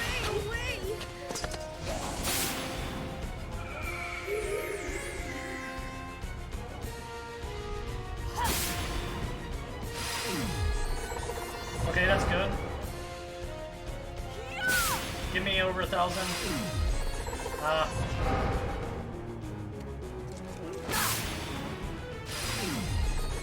That's not good.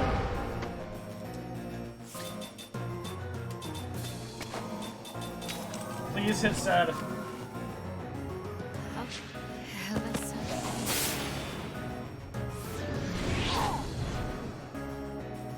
Come on, we need 1,300. Alright, get over 1,000 now.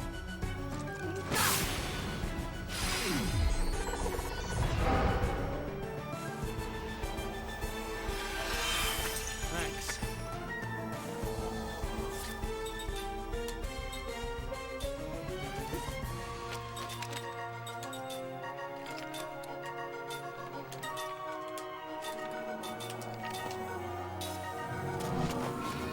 Alright.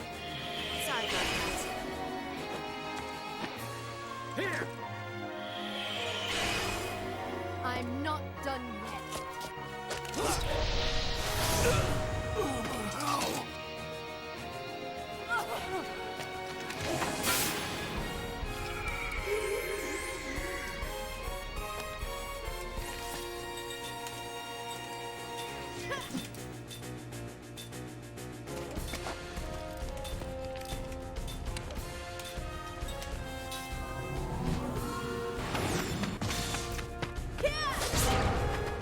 Alright. Here. Can you please attack Sad? Thanks. Oh wait, I don't want it now. Thanks for the help. Okay, I'm trying to work the best I can around him. Please hit over 100.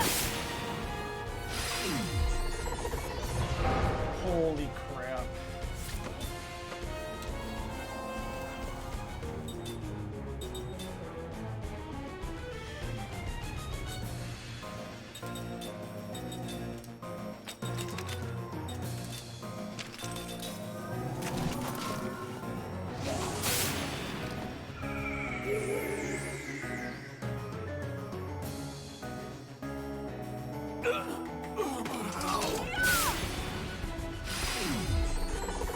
Come on. Come on. Come on. Come on, please. Thank you. Alright, now it's just killing the last one. The problem is I don't know if I have enough Angel's Plumes to get up everybody. Spell. Black Magic. Spirit Magic. Gamble. Item. I have one Angel's Plume. I'm gonna use it on Kaim.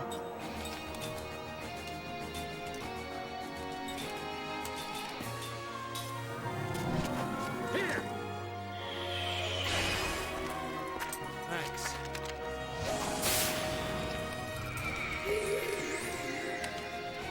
I'm hoping that Seth wakes up this turn or the next one. We can see how much health is up at the top. This time we have 5,505. Seth woke up good. Everybody should get double item like I need.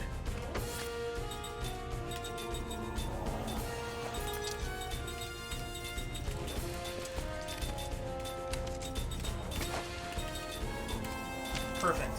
Alright. Let's do this. Let's kill it. I need 1,000 from 4 people. Or 5 people. Okay.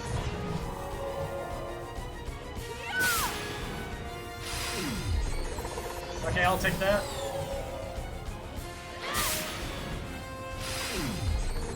I will definitely take that. No way I get over 1400 on this. Ooh, okay, come on. Get a good gamble here. Yes.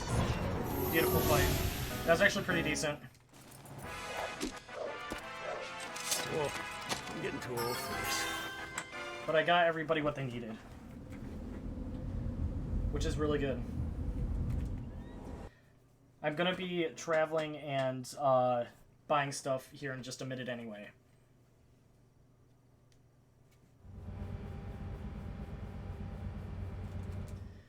Alright, so then after we do that, we have the, after going through the Great Runes, since we weren't able to, one thing that I didn't mention is, because I skipped around the cutscene, they only got the Nautilus because they thought it was strong enough to go through the currents from storms that were happening, but they couldn't, so they got the Powered Stone, and that's why they went to the Great Runes there. So now they have the stone they believe will work, but when they get close enough or go into the water, this is what happens. The stone actually does not work.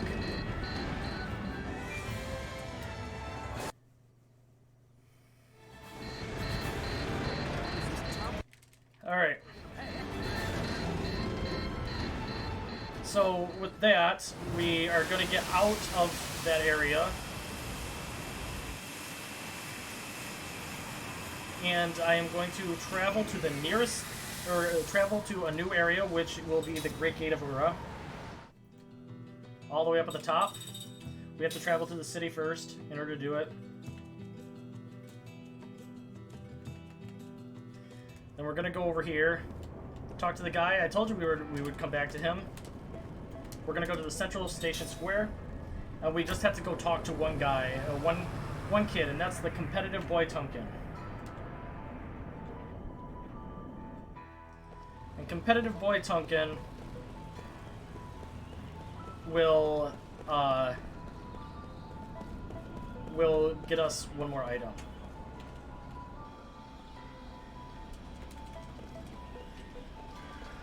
He's going to give us a memory, which will let us continue on with the story.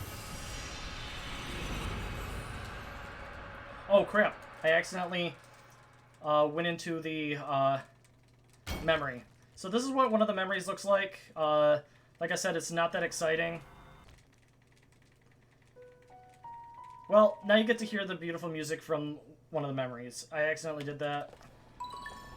So we need that treasure hunt information because we're going to be collecting 5 more dragon scales and 10 kilo weights when we're traveling around doing the next part, which is very difficult and stress-worthy. And oh crap, went to the wrong place. That's fine. We can just talk to him again, say, hey, you took me to the wrong place. Great gate. Alright, that's fine. So now we're going to go back to Sarah's house, or the old Sorceress Mansion, and we're going to be collecting the Blazing Fire Emblem, which we will be using here in just a minute.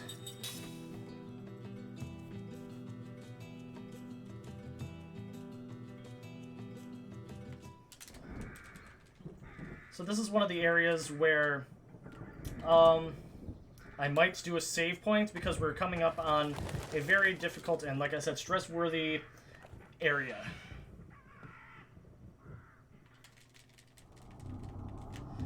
So we're going to go in here and just grab up one item, and that's all we're going to do.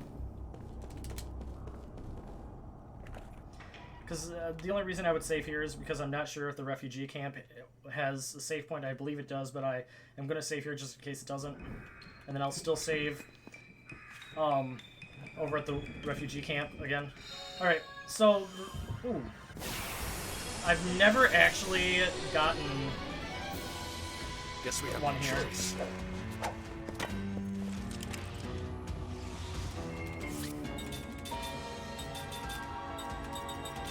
Detail. Alright, easy. I was just about to say that. Let's get out of here. It didn't like that I said that I was going to save. And it just wanted to add it in with all the annoying stuff that the game has done to me.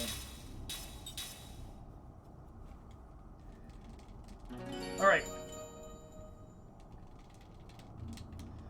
With that, we're going to exit out of here. And we're going to get out of here. Okay. Now we're going to travel, like I said, to the refugee camp west, which is down here. If there's a save point in here, I'm going to save. Once again. Let me buy my items first, and then I will. Because there's a lot of item buying.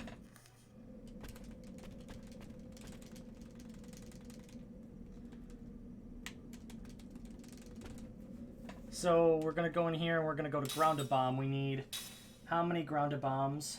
16, so 8 more.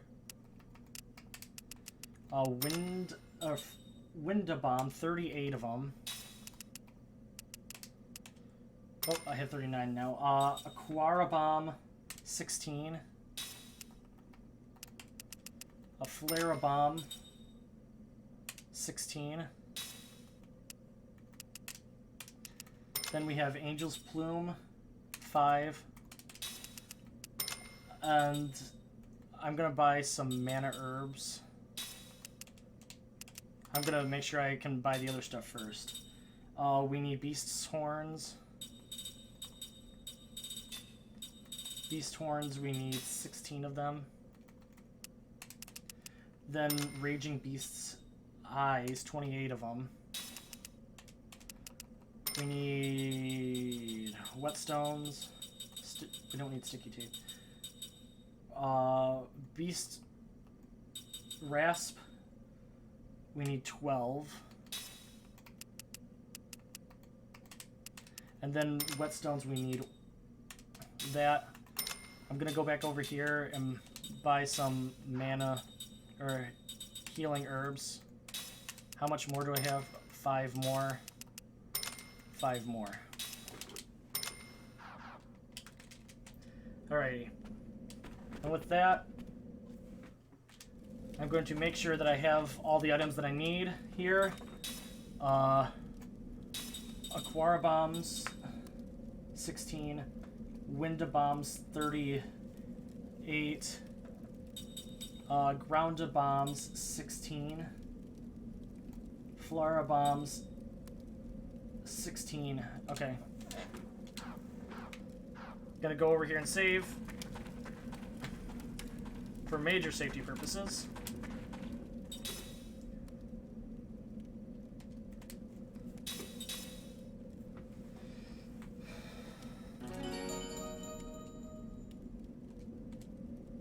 So what ring is Kaim supposed to be having at this moment?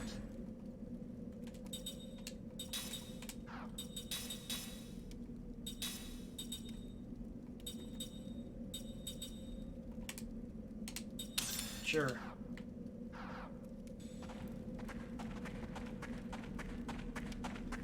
Alright, so now we're going to travel over to the southern coast of Tosca.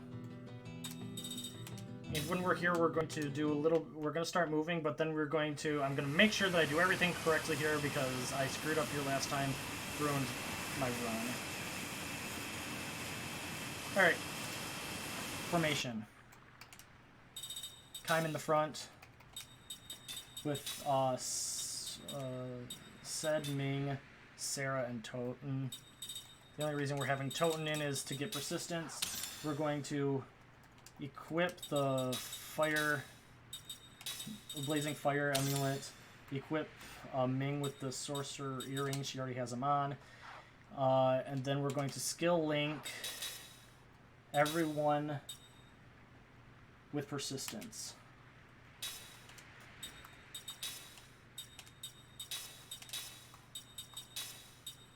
Skill link.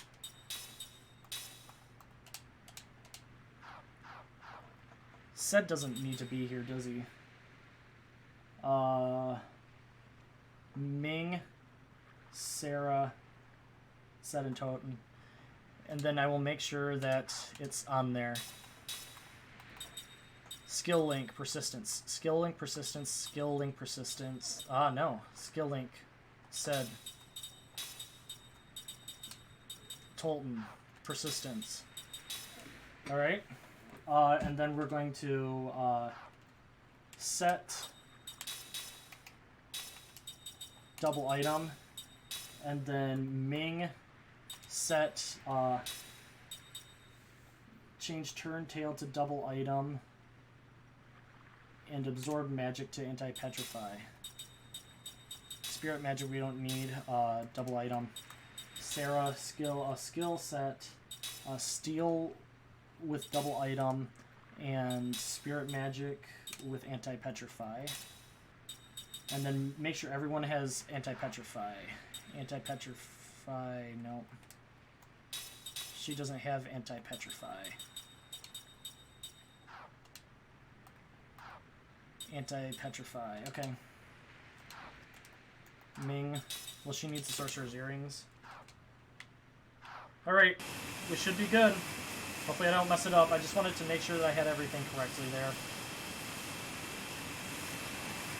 That was just a little bit slow, but you'll see why I was freaking out about this area in just a second. So, we're going to go back to, we were wanting to go back to Numara. However, when we're heading back, we managed to find something that has awakened in front of our eyes, and that's called the Arthrosaurus. Whoa, what is It's a beach. that?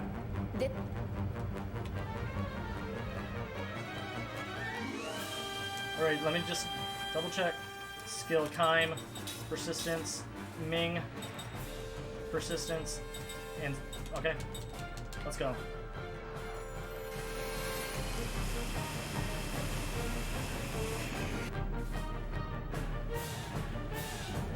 We're going to be fighting this Arthrosaurus and doing it in a different way.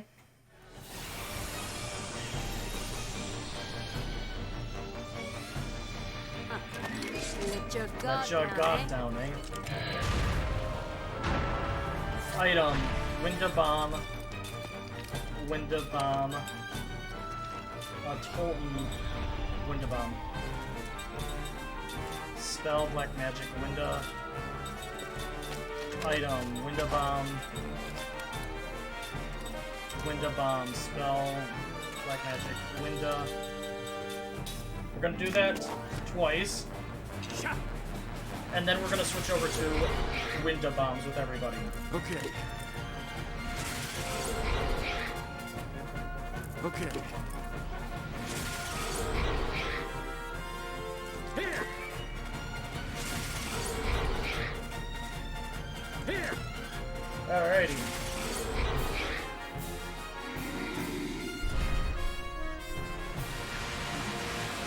That's perfectly fine. These ones are weak compared to the ones that we're going to be fighting in just a little bit here.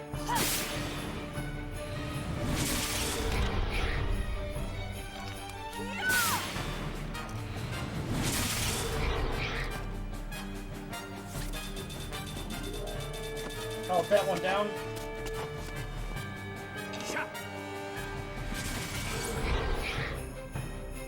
Okay. So, this is why I'm freaking out a little bit. Okay. Also use Winda Bombs. After 2 rounds, we'll have Ming and Sarah use Winda Bombs, and he should die after all those Winda Bombs. This is why we buy so many Winda Bombs. Deep Breath, that's fine. If you use it on time, that would be even better.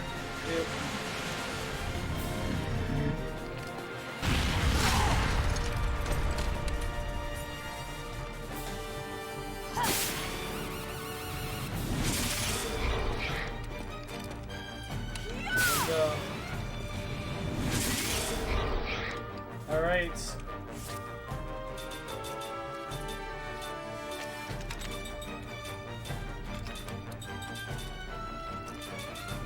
item, window bomb. Oops. This should kill him after Mings or Seds. Okay. Okay. Okay. This might be the last kill, or Okay. the last window bomb. Nope. Okay. Here! Maybe this one? Here! No. Okay. Please be the last one. Okay. Yes, there we go. Alright. And with that, we should have learned persistence because of Tolan being in the party. And that's exactly what we need.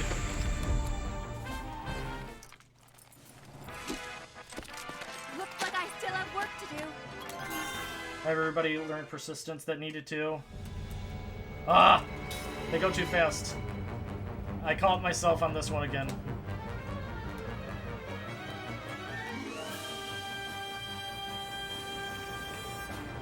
Alright, we have a lot of formation stuff to do again. Here's our 5 Dragon Scales. So, as you see, there are 4 of these Arthrosauruses.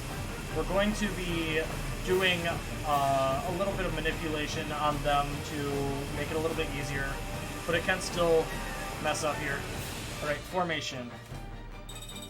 Sed, Ming, Kaim, Seth.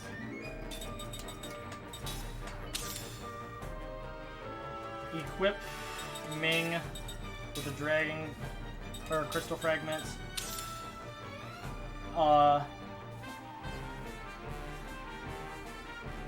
Then we need equip Seth. Oh, skill persistence. You don't need steel anymore. You have persistence already. You don't need double item anymore. Persistence. Double item you don't need. You're gonna use resistance. And then Kaim, yeah, steel. And then skill, double item for persistence. Equip double item with Seth. Alrighty, here we go.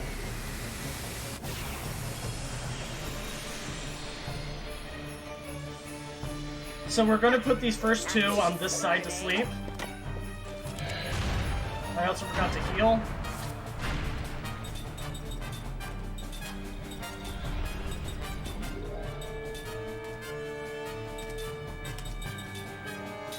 We're hoping that he attacks the front here.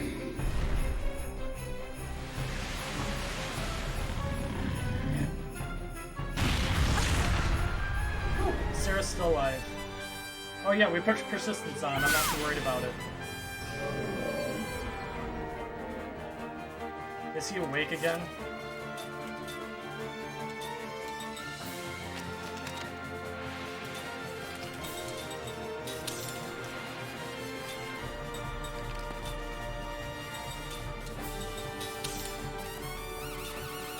Sleep.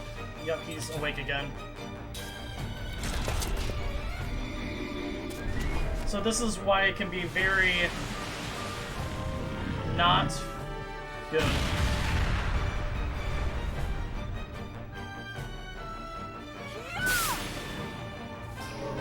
Because we have to rely on sleep again. All right, good.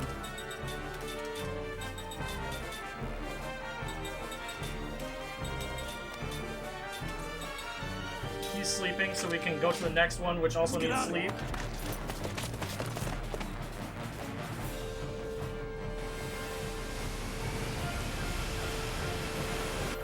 We're gonna heal with Jansen first.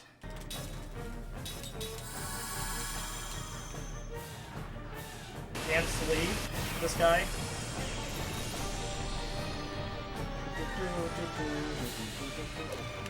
I'm always ready.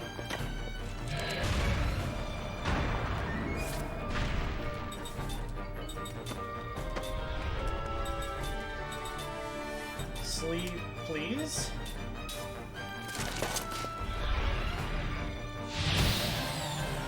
Please stay asleep. That'd be wonderful. Cool, he's still sleeping.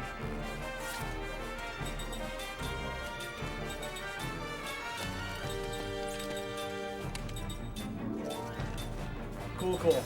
Okay. Now we are going over to the other guys. And we're going to be going over to this first one that's closest to us first. And this one is weak against water, so we're going to be using a lot of Winda Bombs and Winda on him. So once again, we're going to use Jansen, who's going to heal. Here we go. He's weak against wind, so we're going to use Winda Bombs on Kaim, Set, and Seth, and Ming and Sarah are going to use Winda. I'm always ready. Winda Bomb. Winda Bomb. Item. Winda Bomb. Winda Bomb.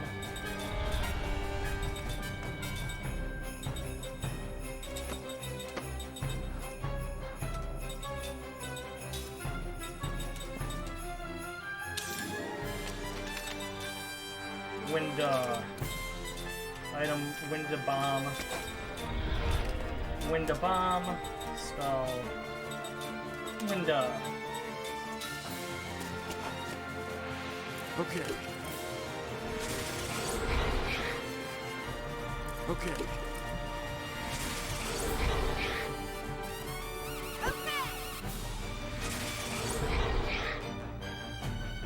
Alright. So this looks like this is going to work out a little bit better than I've had it recently. We're going to do the same thing. Here.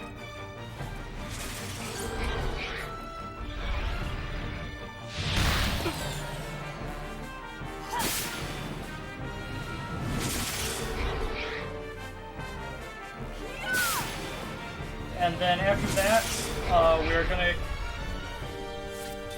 We might run out of wind bombs. Winda bombs, that usually happens.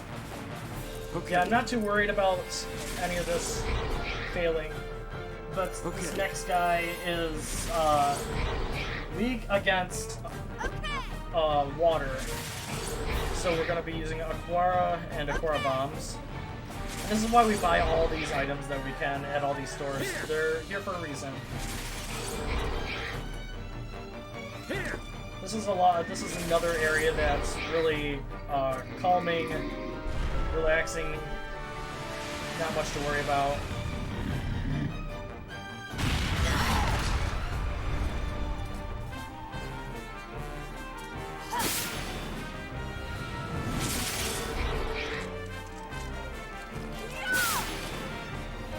Okay.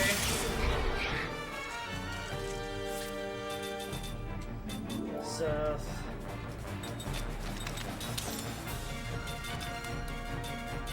I'm just gonna have her use it. Because I need her to have that item on. Otherwise she can't use Winda. Okay. But if I remember correctly... Okay. So, what you saw me doing is I was switching equipment. That's the reason that persistence works, is if you switch different equipment while you're still at 1 health, if you get hit again, then you won't take the damage. This should kill it, if I remember correctly. Yes, okay.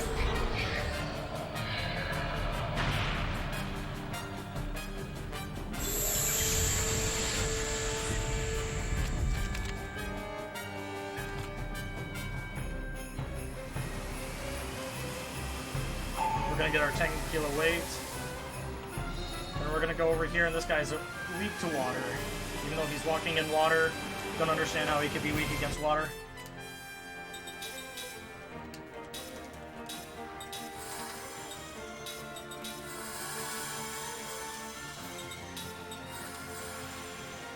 Items, mana herb.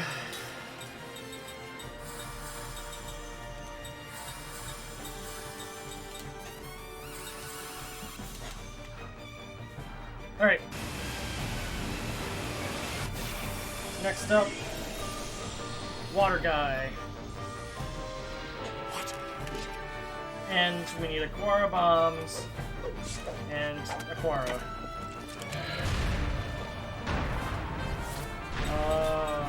Aquara bomb. Aquara bomb. Aquara bomb. Aquara bomb. Aquara. Oops. Aquara bomb. Aquara bomb. Aquara. Okay. Okay. So we have just enough of the bombs here for us to continue on. It may run out at the very end. Here! Here! So this next guy that we're going to go after is the one closest to us on the other side. And he is weak to fire. So we are going to be attacking him with Farago. Or Flare Up. Okay. So this is the second round. After this, we'll have one more that will be all set.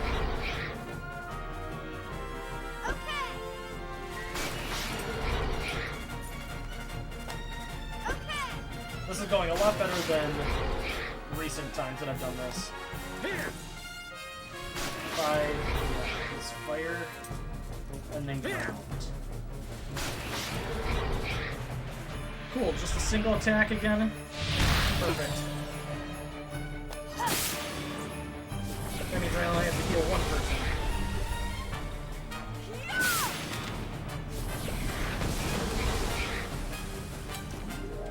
Oops.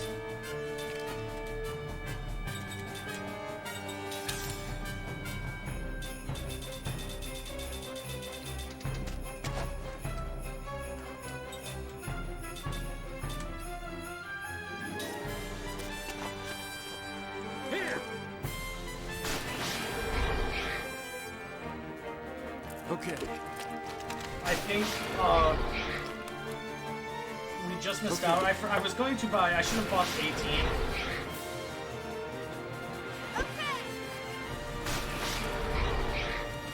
We're gonna be one short, one of these attacks short. Yep. That's fine.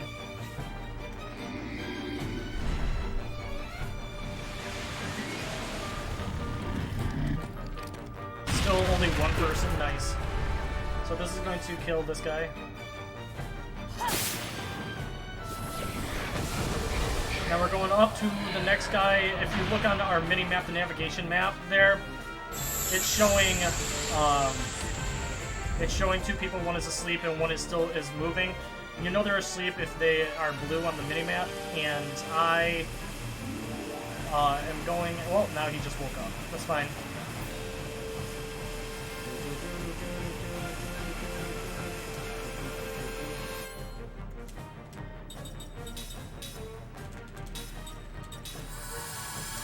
Perfect. Do I need any mana herbs? No, I gave him some, didn't I? Okay, he's weak against fire, and we are going to go, and we are going to use Flare bombs and Flare. Looks like we have to fight.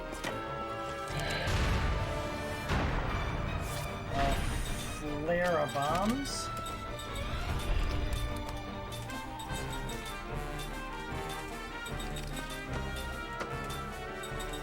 Flare should be up one more.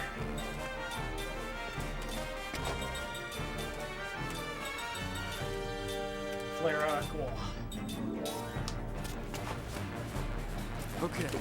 So the reason we do them in this order is because they're a lot closer on the one side, and over on this side, they're so far away from where they need to be that if you put them to sleep and then not worry about putting the other ones to sleep, then we don't really have to worry about it.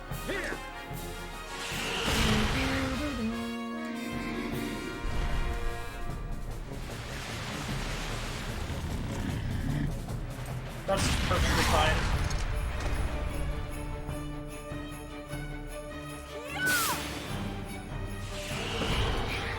Alright. So this last guy that we're gonna go up against is weak against ground.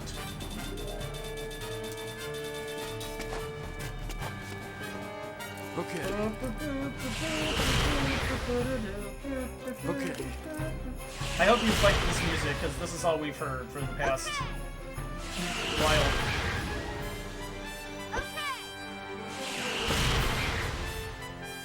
Here!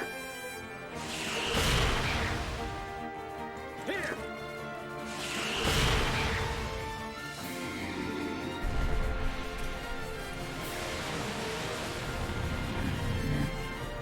That's still perfectly fine. Nobody is down to 1 at all.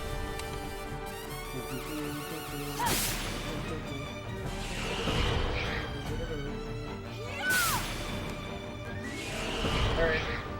1 more.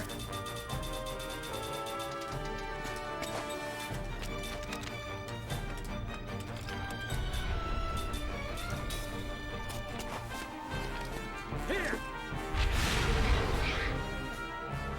Okay. Alright, so after all of this, we are finally going on to the next area.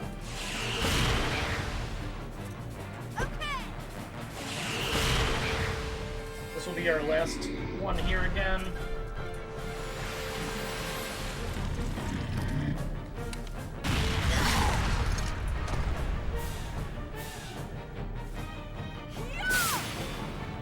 There we go.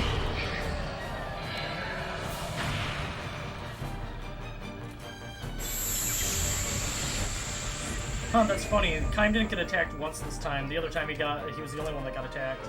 So now we're gonna get healed up once again. And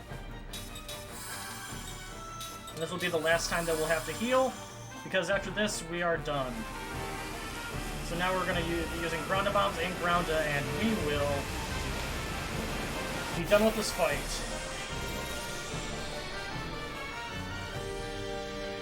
Out of my way.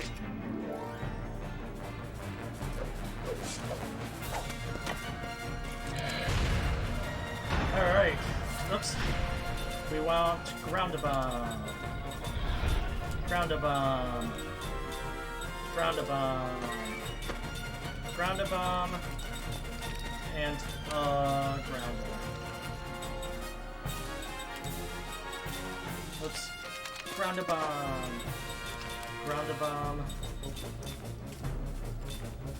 Grounda. Okay.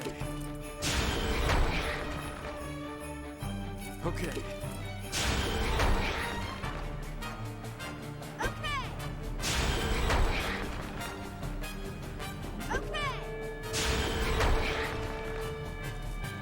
Here! Here!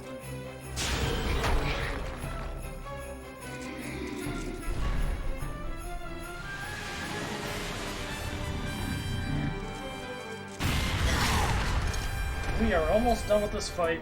I know this can be somewhat boring, and there's nothing much to talk about.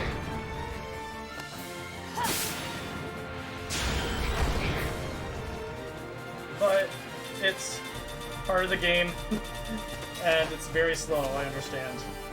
Okay.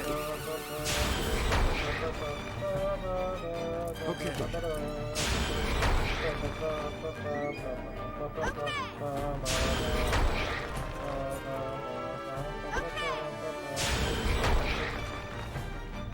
Excuse me. Alright. One more round of all this, and we can finish it up. Who's gonna hit? Oh, okay.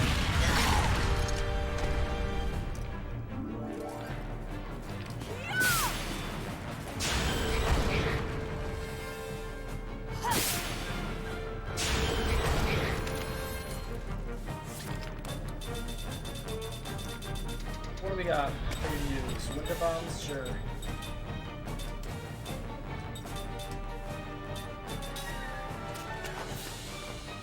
Okay. Oh wait, is he wind? Is he gonna heal from? Okay.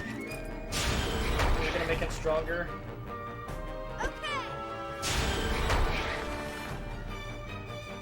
We'll find out. Here! Oh no, it's still hurt him. That's fine. Here!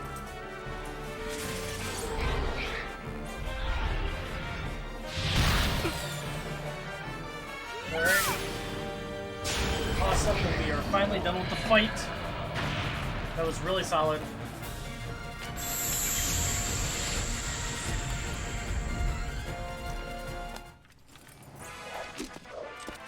I did it! A perfect battle! Ultimate analysis.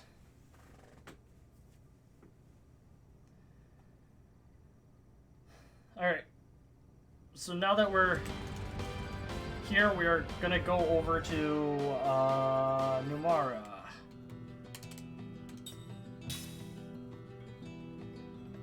And with this one, we have to do a little bit more changing around of people. Formation. Seth up top with Sed, Ming, and Sarah.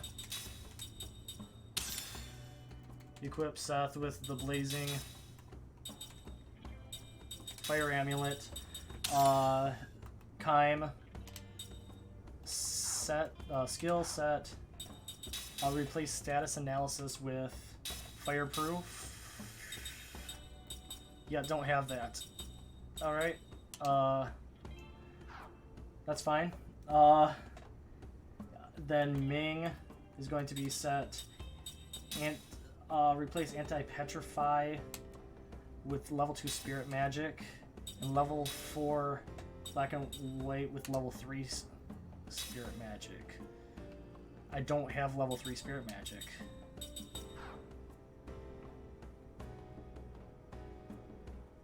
Double item. Okay, sure. Oh, okay. And then we're going to have Sarah replace anti-petrify with level 2 spirit, and with double item, and level 4 with level 3 spirit magic. Alright, and there we go. We're going to be talking to us. We're just trying to continue on our way, but the one and only Caras is going to come after us again.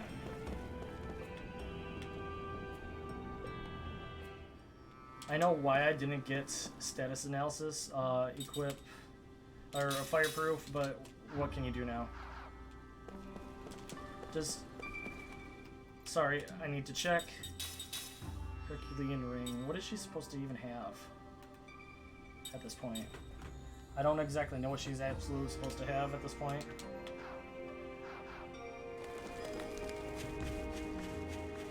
Alright. And with this, we're going to go into here, and we are going to do gamble, and gamble, and gamble, and gamble.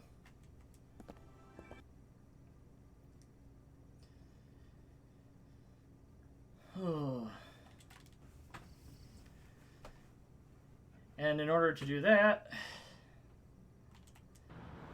that's why we had everybody here, but this is a very simple fight. Because we have persistence and we can just use the exploit, so basically the rest of the game is super simple because of the exploit.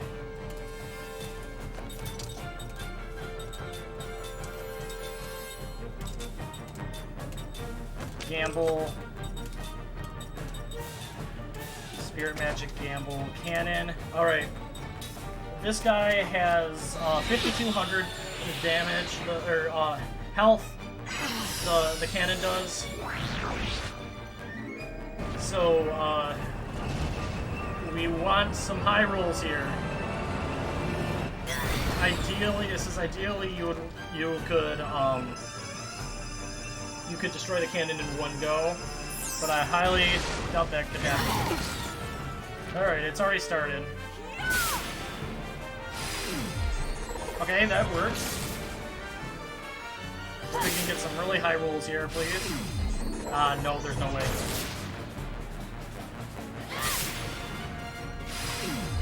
Oh, maybe. Cam doesn't have enough MP. Awesome. That was good, too. Equip. Apprentice earrings. Item. Mana herb. Mana herb. Double item. We don't have anything else, so next.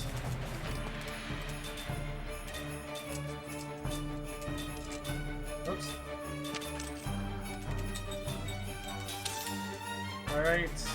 And doing our darndest to get everything all set up here. Okay. Alright, that's fine. Now it's not. Oh, it has she has just enough to use this gamble.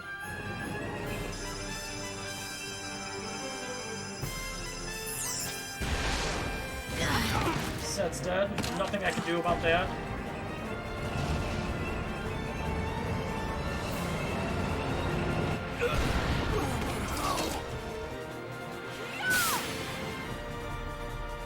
Alright.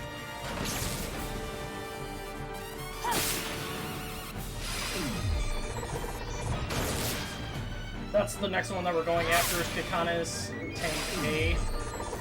Oh, she can attack B.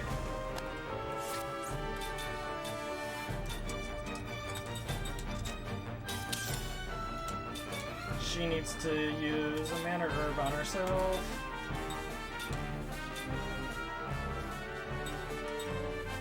Sure, why not? Let's bring... Oops. Mana herb on herself, and then Angel's Plume on Kaim. And then equip... A. Lots to do here. Okay. Okay. Thanks. That was even after I used one, too.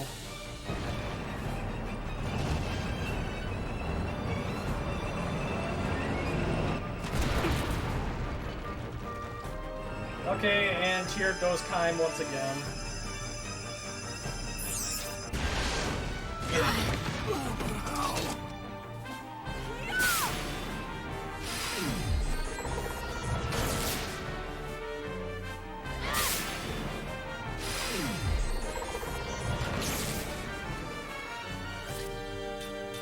Okay. Angel, no, mana herb on yourself. That's all I can do again. Okay. They're gonna use it on me, aren't they?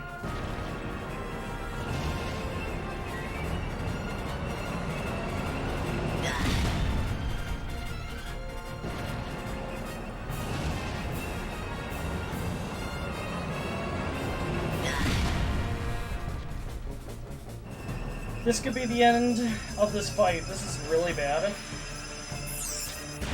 I've never seen it go this bad before.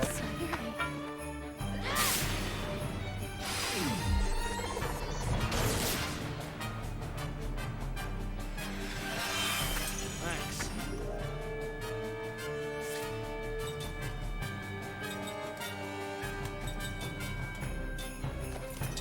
Angel's Plume. Ming. Sarah. Okay. I'm not done yet. Okay. Thanks for the help. Oh boy. This is terrible. I've never had it go this bad before. So here goes Seth. Oh, no. Here goes somebody.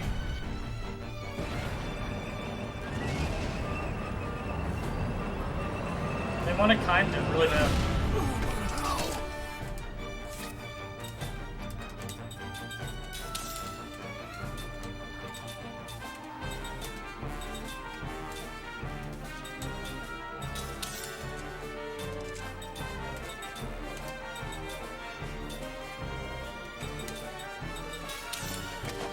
Alright, let's hope for the best here. Well, that's not the best. Nope.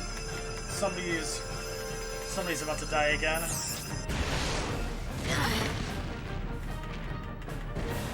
Who are you taking down this time? It would be best if you took out Seth. Thank you.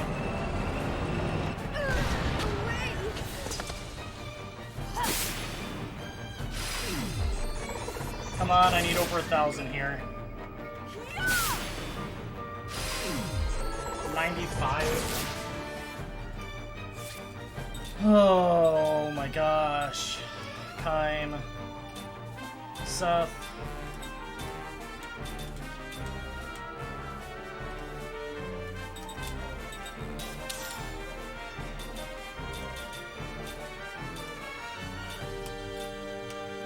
Please.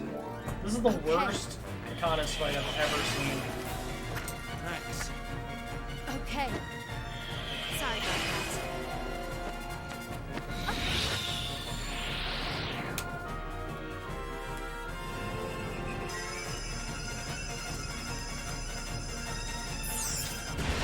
How did Sarah die?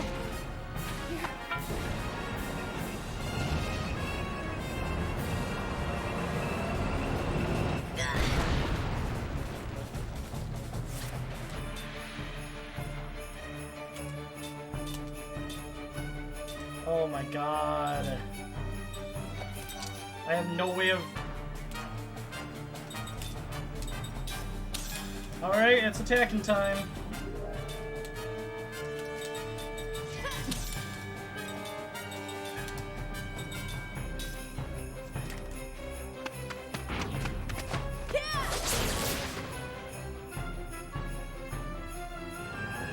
This is unreal how bad this is of a fight.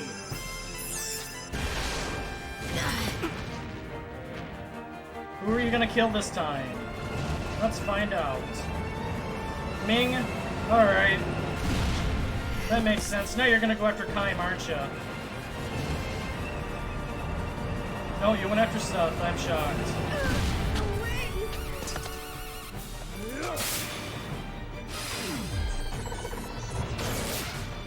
There's no way I'm living through this.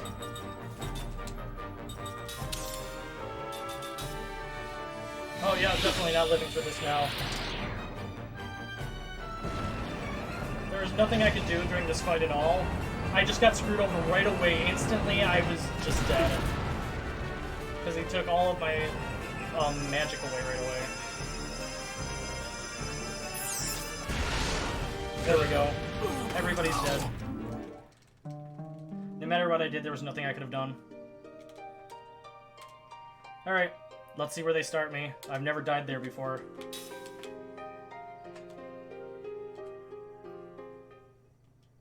Alright, not bad. Alright, so once again, you can see all the bad luck that can happen in any fight ever. Because most of these fights I've never died to before, and I'm just improving my way through each one of them. So let's go again. I'll waste another 10 minutes.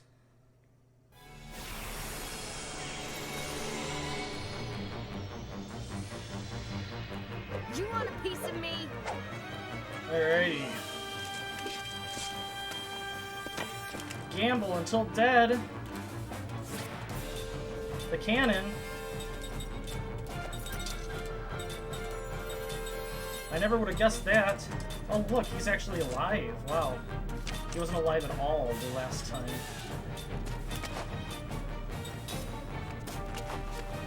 There goes half of the magic that she has. Vol cannon is terrible.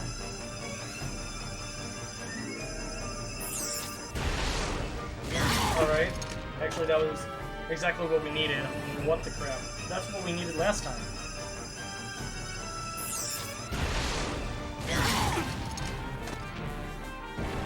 Who are you going after? Time? I figured.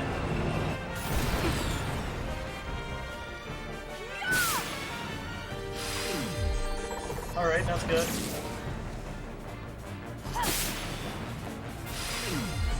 That's okay. He has 5,200 damage. Or health. Okay, yeah, nothing's happening.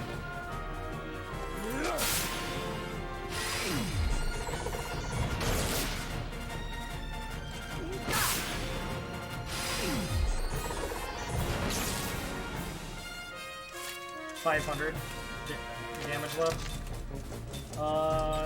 Healing herb. Kime. Healing herb again. Kime.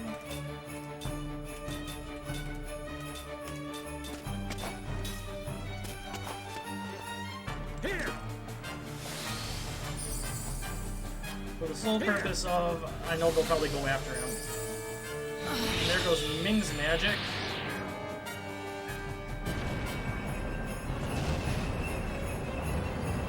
Oh, they went after Seth. Ball cannon is fine.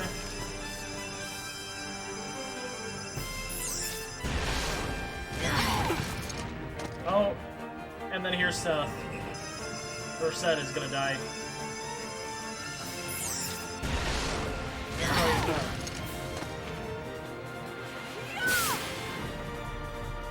Usually when the music, when noise goes away, that usually means that the attack works.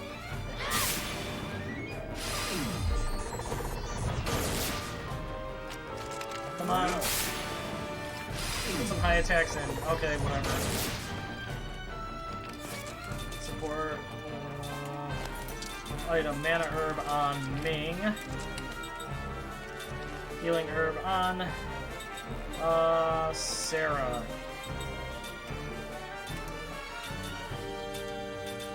Let's see what can happen now. Here! Here!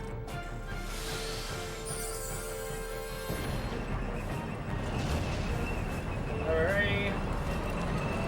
That's perfectly fine.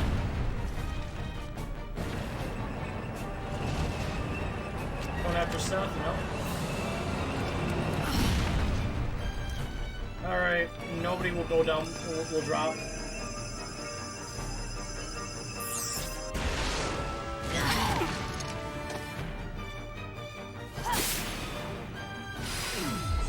That's fine.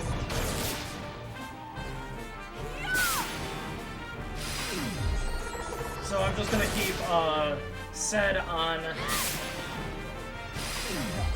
healing duty.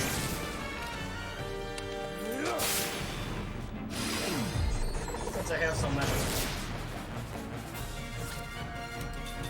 Just, oh wait, no, we're fine with her. Item on Ming. Item on Seth. Just in case.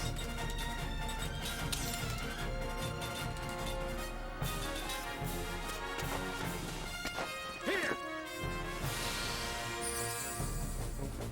Here! Alright. Well, there goes time. From using Gamble this turn, I should say.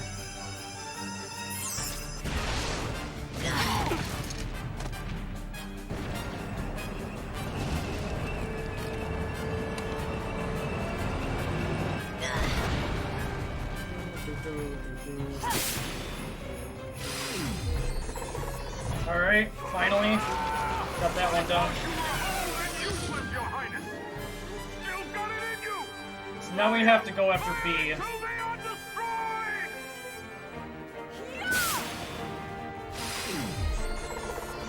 Which has just the same amount. Awesome.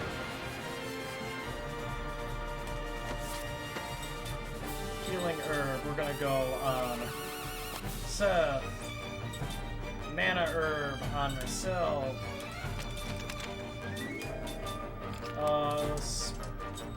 No item. Healing herb on Sarah.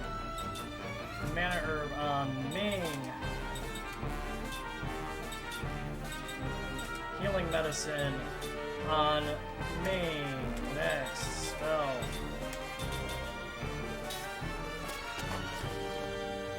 Okay. Okay. Okay. Here! Here!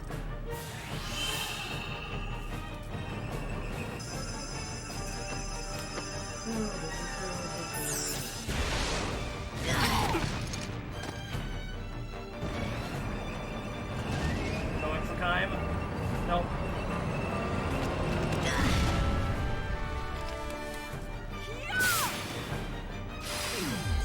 Alright. There we go.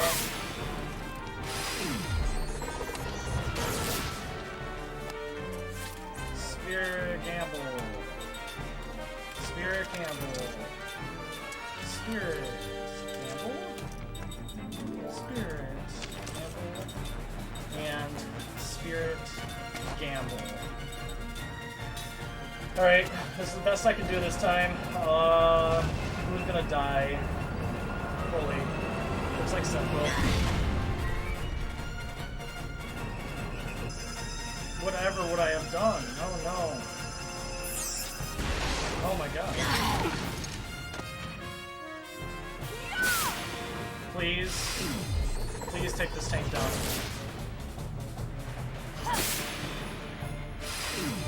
Alright. Good.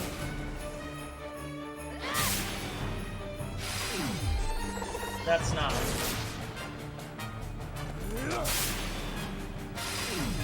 That's not either. Come on, over 1,000, please. How much more? 76.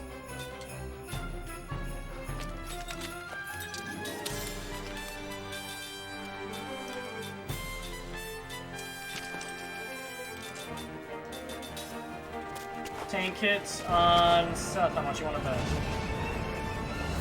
Yep, there we go. So Seth's done this round.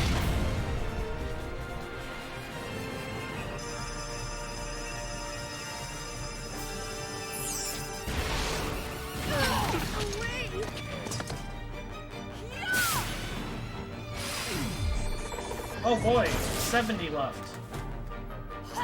This is just really such a bad fight. Why must you keep interfering?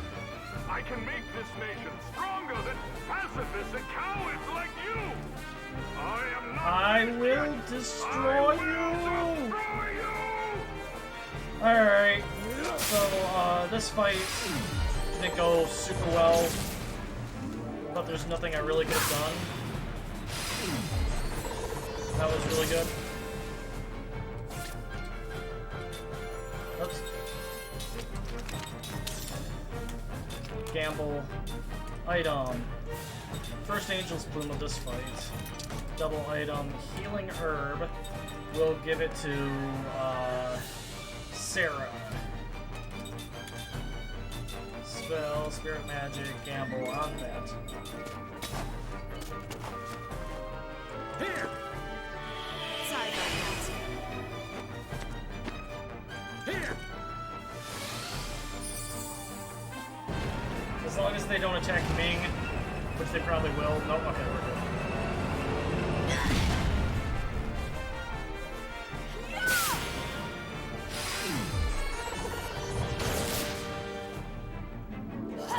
Please finish this fight off. I can at least take another 600, kind. Of course not.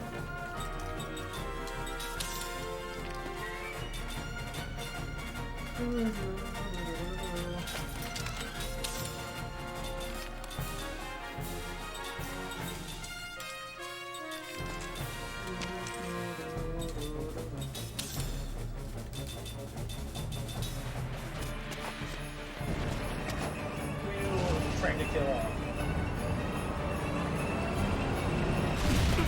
Alright, there we go. This fight should be ended now. Yep, there we go. Your Majesty, haven't you seen the state of the world? With pacifism as our only policy, we will never be perceived as equal to other nations. In truth, the day is coming soon when we will be forced That to was capitulate. kind of upsetting how bad of a fight that was, because I was doing pretty good, but Power is needed. we're finishing it up. General, the power you seek is power only for yourself. That is why it is weak. And there's nothing really I had to say during that fight. Looks like I still have work to do. Alright, I did not learn a couple of things that I was supposed to, that some people would have learned, but what can you do when the fights don't go your way? We're going to have another memory here from Seth. This is Seth's stream part 2, finally. Or no, okay, I thought it was Seth's stream part 2. I think we already might have had Seth's stream part 2.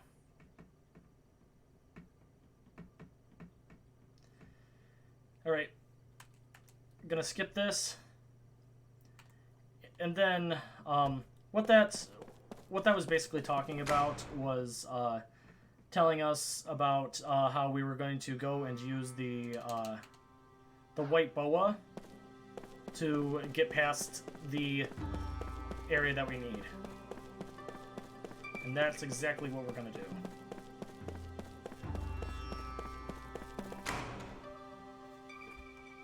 So now we're going to go on a shopping spree in a new area that we have yet to shop from. Which is kind of exciting, and I bet the guy that we're going to seems lonely just because of where his shop is located. I always feel so bad for him because because of that. Alright, gonna go around. Stay around. And they're there in my way. I knew it would become an issue eventually. So our shopping spree is going to take place this way. And once again, we're going to go around this this memory again. So right out here. And we're going to go this way, and where we actually do have to get a memory.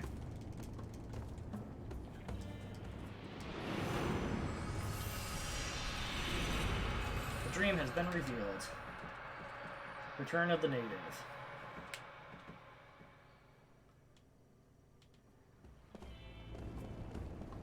Here we go.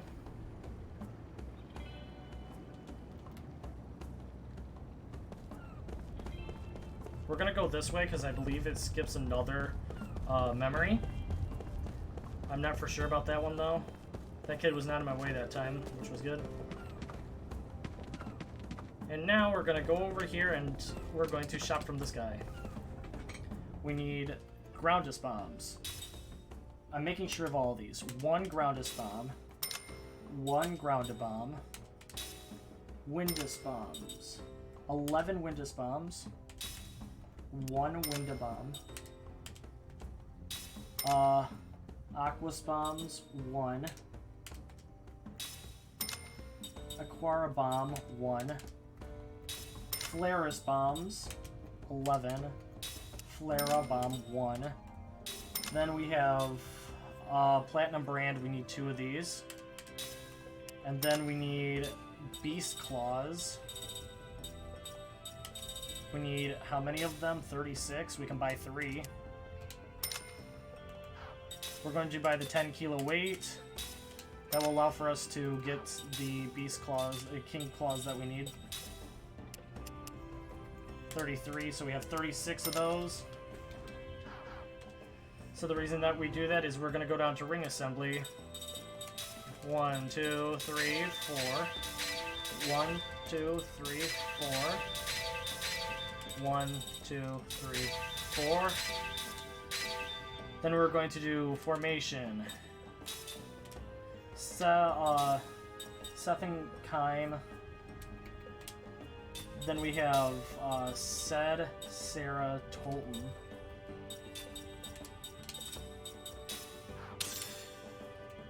Equip Kime with the Platinum brand and the Dinosaur Ring Ultra. Repeat for Seth.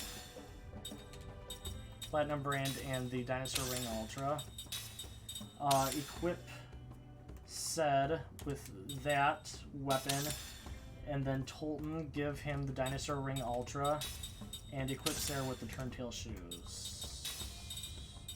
Who else has them?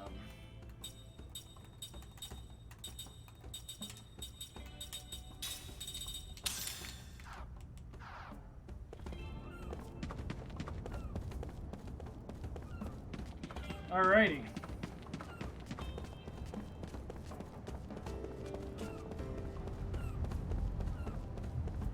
And we are off. Going where no person has gone before. So the only two that I'm making sure about is we have 11 Windus Bombs, Windus Bombs 11, and Flareus Bombs 11. Okay.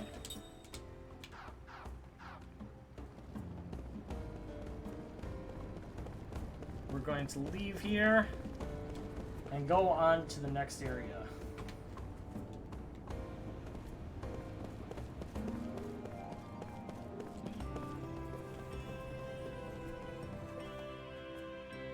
We're gonna go to the port so we can go and we can get we're gonna replace skill Sarah 3 spirit magic with anti-petrify.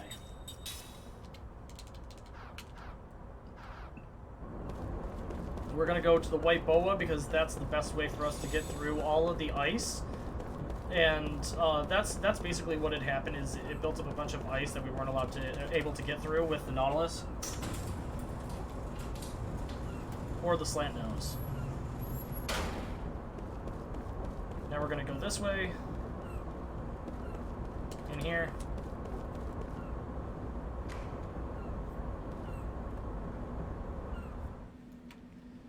And up to the white boa.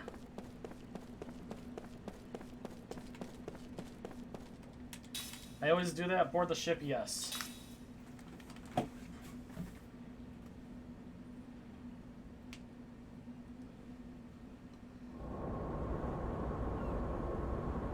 Alrighty. That is a stupid one that we just can't skip for some reason. Going into, oops. Going into here, we're going to hit the button and go up to the main deck. And we're going to have a Titanic moment, sort of moment. And bring Jansen up to the front to meet his woman. Who's up here at the front of her ship. And then we're going to run away and she's going to come and get us. No, Jack, don't leave me. Then we have cutscene skip. If we're inside of the launch bay, then we don't skip here. The next one we also do not skip. It's just skipping dialogue.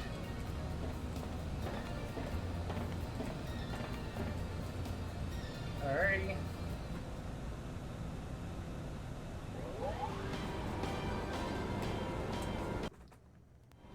I said it to myself too. If we got Mom. Here we go. And then we're going to the white boa, and then we're going to travel to the western shore of Ura.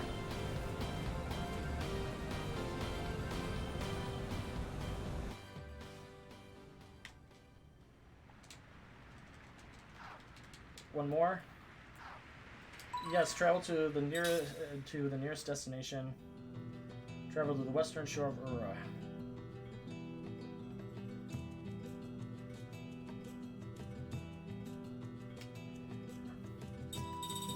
Western shore of Ura. The reason we're doing that is so we don't have to travel that far on the ship. And we get the fastest ship in the entire game, which is sarcastic for look at how slow the ship goes. So now we're going to go into here like we need to show that we can actually get through this area. And they're going to show how strong these storms are. And Hey. then we're going to, after this cutscene, we're going to go forward a little bit more. But what's happening in the story here is not super, like, important. All that's happening here is we're chasing after Gongora. That's basically the rest of the story in this game. Gongora has taken off in his little flying experimental staff, and we're trying to find him. So here we go into Grandstaff, where we're going next, and now we have a very long walkthrough section. And he's gonna send off his nefarious saints over to attack us. Go.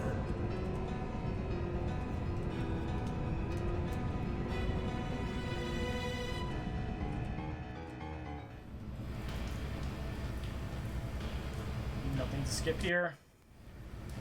So, inside of here we also have another very stupid cutscene that's worthless. Alright, let's see what this first enemy is. It could be something that sends out dolls. Well, that's what the enemies are called, dolls. No, okay, we got lucky. Turntail, turntail, turntail, turntail. You don't have it. Are there any more? No. You're just gonna defend them. Alright. I'm out of here. So this whole way, there's nobody that we're going to fight. We're just going to turntail the rest of the way.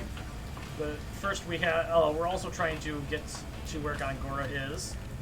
So we have to hit bunches of buttons and climb lots of ladders in order to do that. So our first one is right here. Hit that button. That will release the pressure, or the air pressure, away from the pipe that I have to go across. There we go, we're going to climb back up the ladder. And back down the way we came, because now we can go across the bridge that was originally blocked.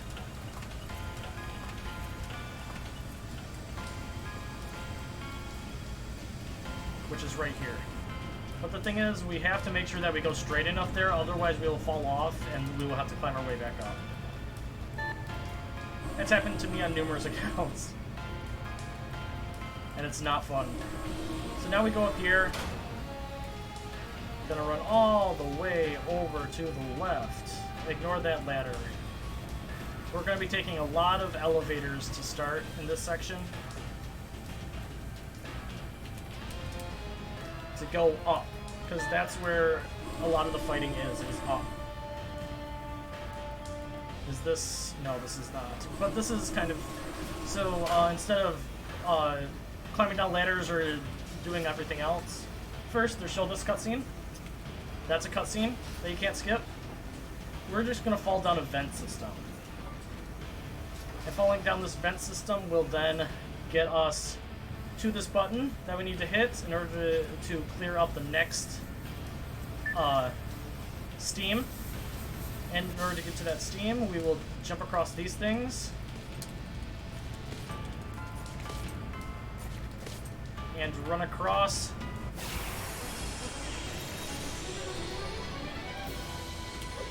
Turntail it out of here unless it's... The problem with this thing is it sends out those... Oh, yes, thank you, Tolan. Oh, wait, he's... Okay. It's gonna create dolls that are gonna come out, and the problem with that is it wastes about 30 seconds every time that it comes out. This is the enemy you do not want. Oh, what a waste of time. Live to fight another day! Gonna make sure that he walks that way before I do anything. Then we go over to another elevator. Yay!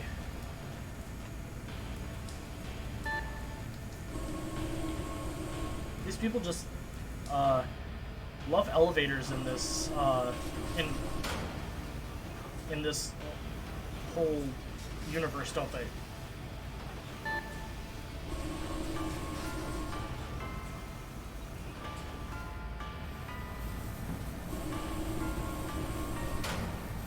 One more, just going around in a circle here. And with this, it allows for us to be basically up at the top where we need to be. We're going to run down this way, and the first ladder that we run to is the one that we're going to be going up. Right here. If you'll climb up it.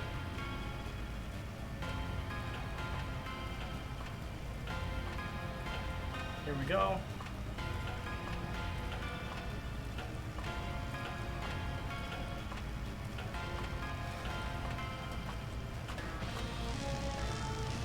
Oops.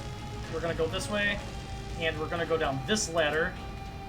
It's very well hidden. I've struggled to find that a lot when I was learning this. Spent quite a few minutes just trying to find that, including dying,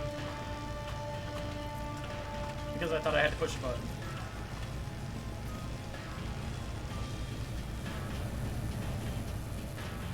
We're going to go to the end here and climb up this ladder, I believe. Yeah, it has to be this ladder. Then we're gonna go to the left, and we're gonna get this power drink as a safety.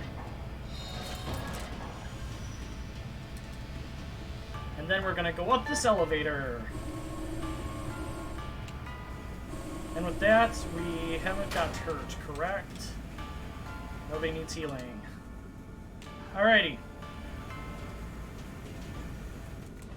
This is a very simple fight.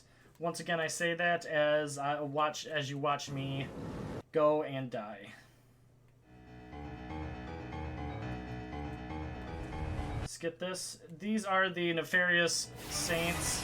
These are the guys that we killed earlier, but we are able to use Gamble on one of them.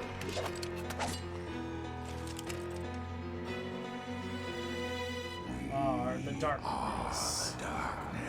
You shall sink into the darkness yourselves.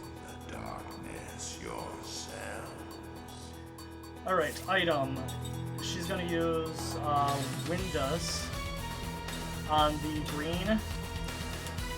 Then Winda on the green. Then Kaim is going to use ground Dust on yellow, and then Grounda on yellow.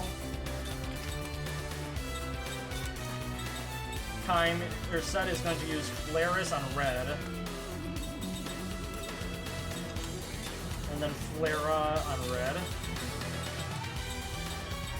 Sarah's gonna use Aquarius on blue, and the other Aquara on blue, and then he's going to equip the Sorcerer Earrings, and he's going to cast Stone on black.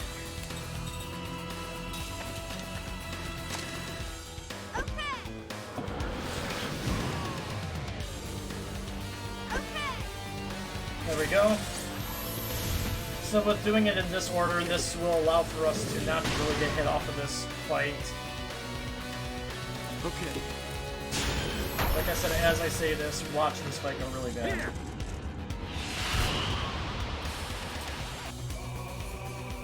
Here.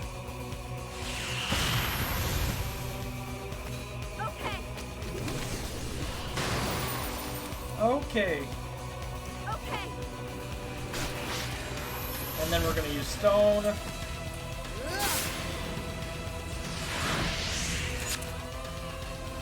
Gamble on gold. Gamble on gold. Gamble on gold. Do you have a way to get it? No, you are then going to just defend. And you are going to use Stone on black again.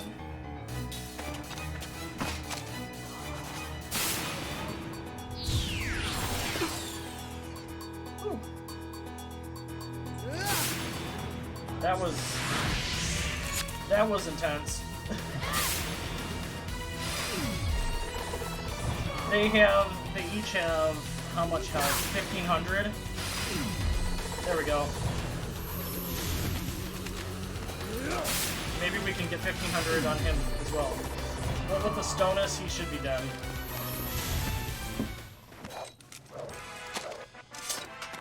What a waste of time. Alrighty. And with that, we're back on track.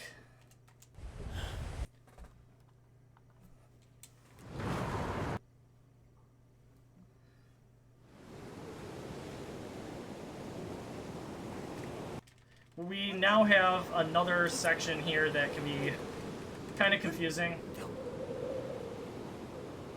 So,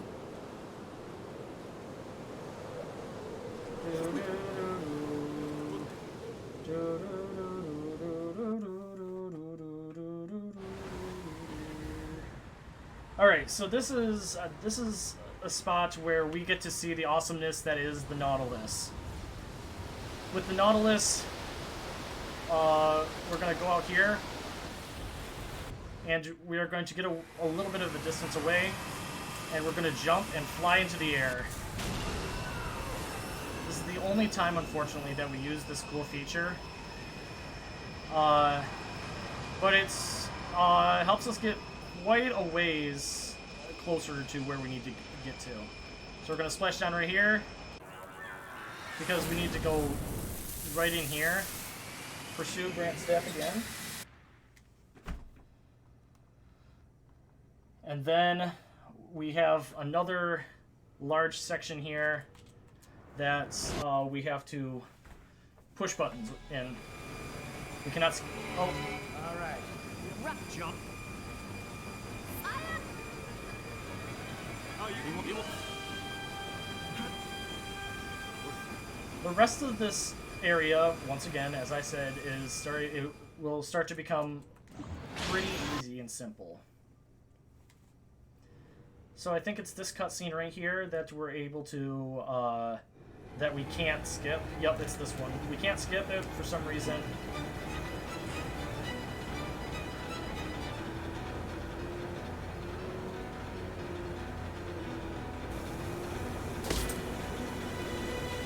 There we go.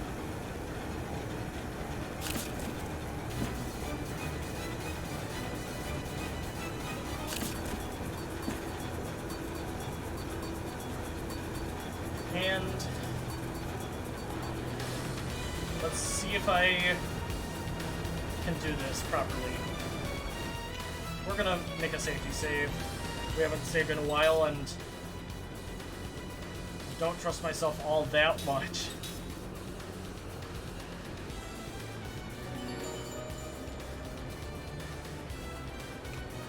Alright, here we go.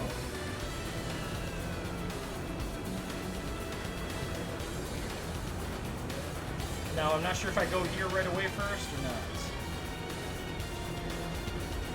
This should be the button that I need to push.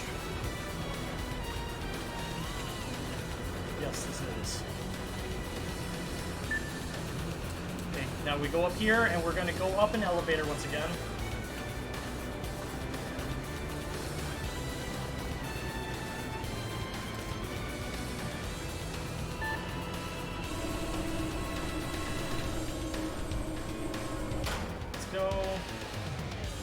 Down this way.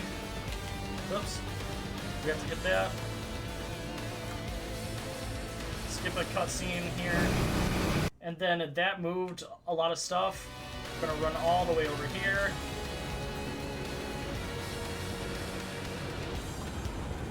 And go up this ladder. So far, so good. So this is another section of the game where they don't warn you ahead of time that you might want to memorize where you're going, because you're going to be running away later on.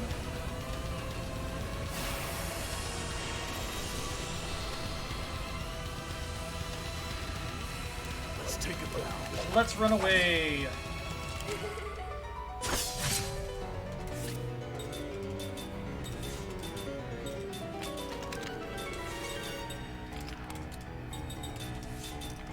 Oh, they got to attack first, that's fine.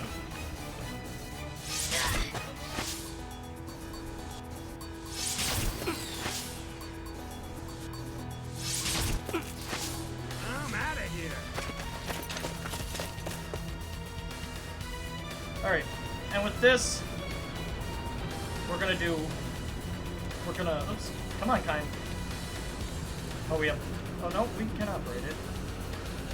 Alright. Rise.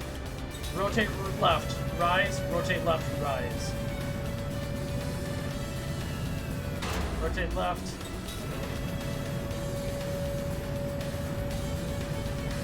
Rise.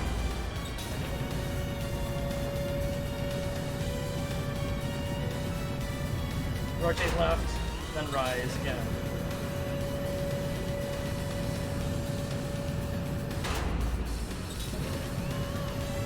Alright. Now we are up as high as we can be. So now we're gonna run this way. Oh no, the other way. Okay, that's fine. This is just another ordeal.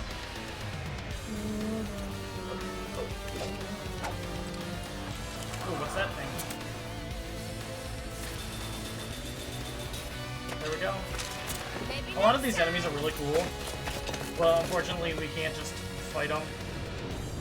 Because we gotta go fast.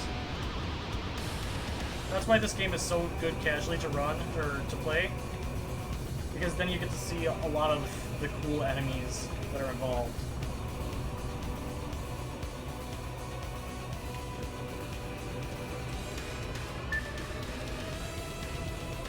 Alright, lots of buttons to push. Go down here, we have some buttons to push.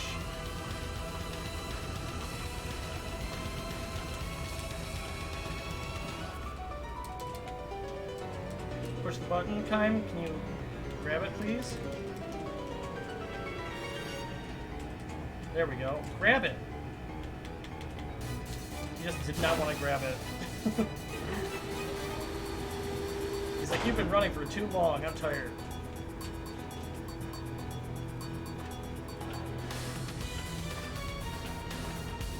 Then we're gonna go over this way, climb up this ladder, get another button.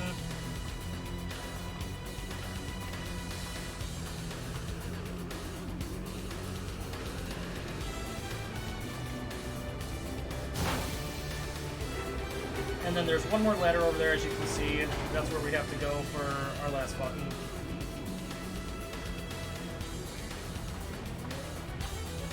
And also exactly where we need to go for to continue on the story.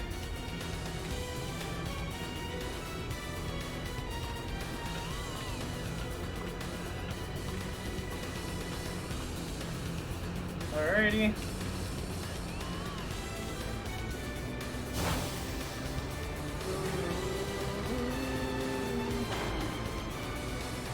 Okay, and then we're gonna go up this way, up this ladder.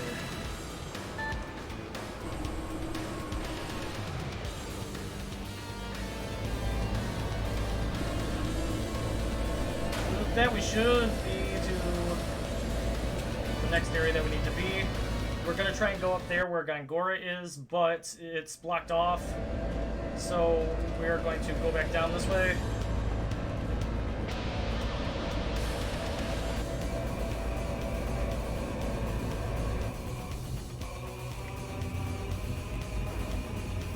And then... Oh, okay. We're gonna go here.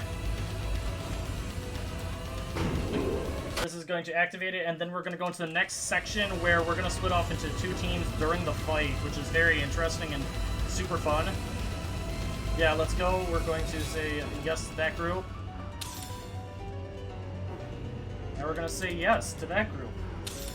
And with this, we have certain instructions that we have to do here.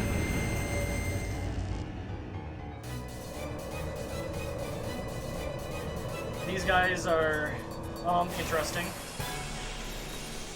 And this fight is very fun as well. It's super simple. no real worrying about it because there's only one enemy at a time. We're going to wait this first time, and then we're going to use, this first one we're going to use Flaris bombs. Same thing here, Flaris bombs, and Flaris bombs. Okay. So then we're gonna go into the next group with Ming and Sarah, and we're gonna do adjust. Then adjust, wait, adjust, wait. But I'm just gonna have my notes just in case here. Gain a little bit of health. Okay, that's good. He didn't attack us that time, so we don't have to worry about it. Oh, I didn't heal before the fight, but that's perfectly fine. I don't care. Oh, we're going to adjust. Item, Windus Bomb. Windus Bomb. Item, Windus Bomb. Windus Bomb. Okay. Okay. This is another kind of calming fight that we don't really have to worry about a lot. Okay.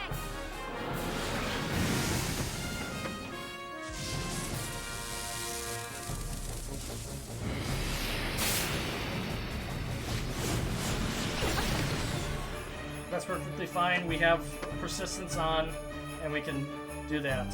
He needs to adjust. Then wait. Adjust, wait. Okay.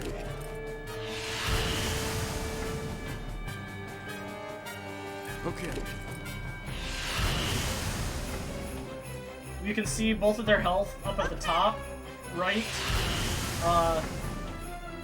One is getting really low. That's the first one. That's these guys. The next one we literally have to wait for said because we can't do anything else.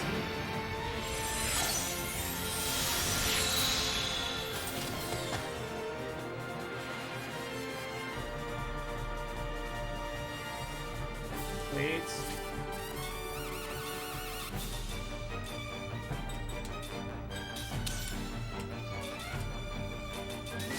And then adjust, wait. Okay. You can see general betas, health. Okay. Would he have not healed, we would have had him down one turn earlier, but I've never seen that anyway.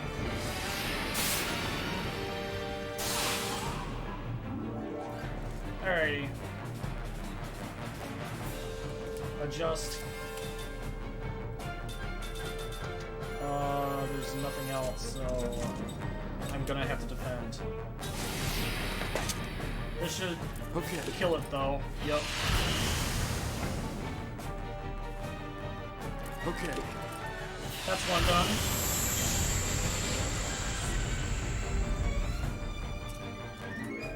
Wait.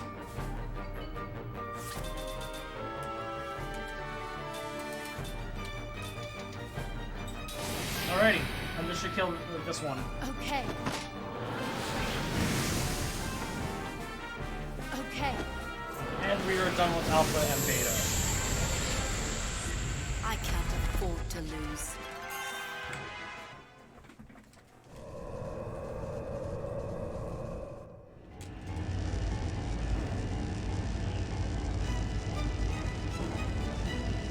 Ooh, okay.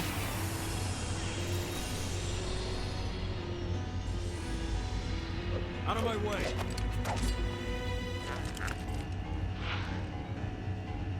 Turntail, turntail, turntail, defend, defend. Alright, we're good. I'm out of here. Heal.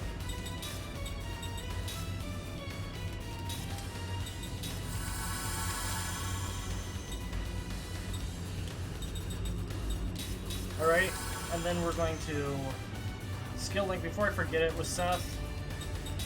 skill link, set, steal, oh wait, skill link, was I supposed to do ultimate analysis at some point?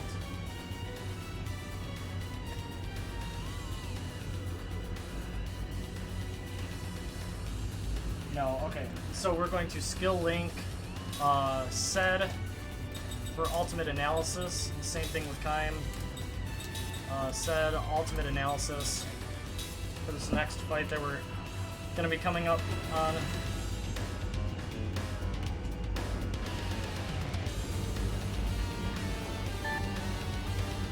Lower floors.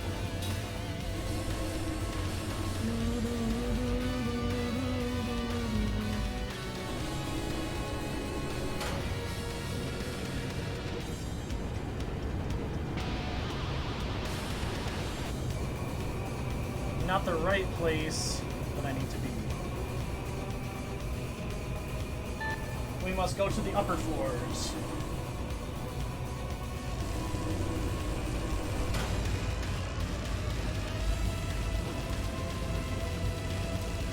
Alright, let's see if this is the correct way. This is where I get a little bit lost, for sure.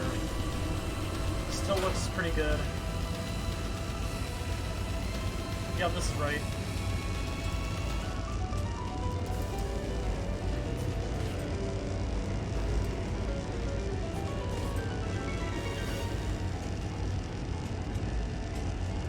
We're gonna climb back up this ladder.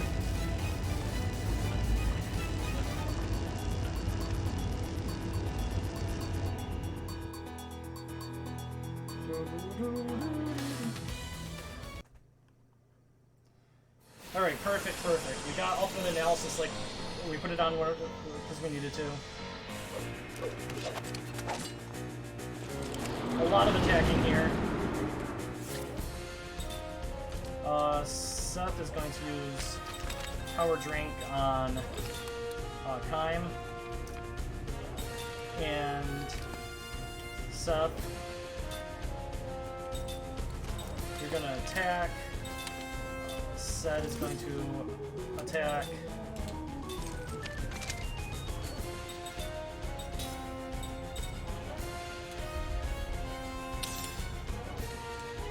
Going to attack Sarah.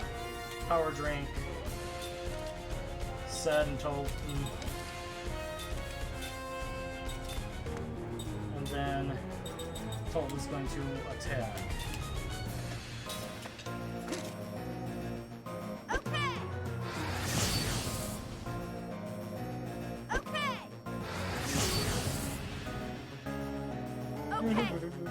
So, Sarah is completely useless in this fight.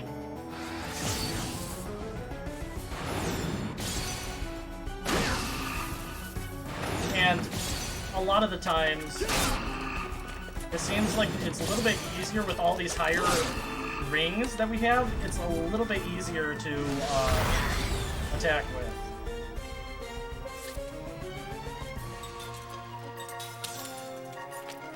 There we go.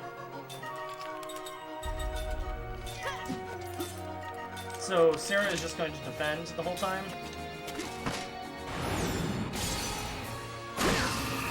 So it doesn't waste time with showing her run up there. She's just completely useless at this point in this fight. So this is another grilling fight that we have to deal with. It's just a lot of attacking here. Just making sure that I switch out the equipment when somebody's low. Nice.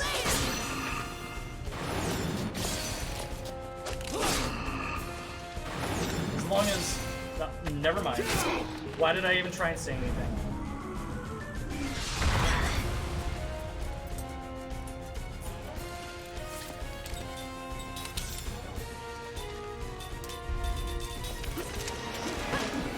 So, if we're getting up here, he's charging up for a really big attack coming up here.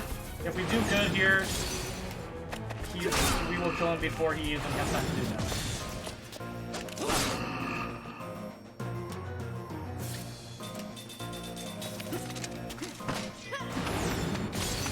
Nice. Crit. Ah. That's my own fault. One more time. Hopefully it will kill him this time. Should be able to. Before he's able to do his final move here.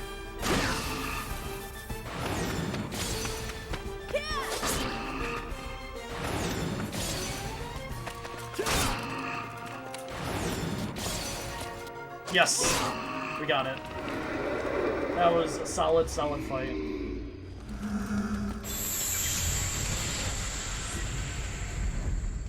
And we should have learned ultimate analysis. That was close. Yes. We're gonna go up here now.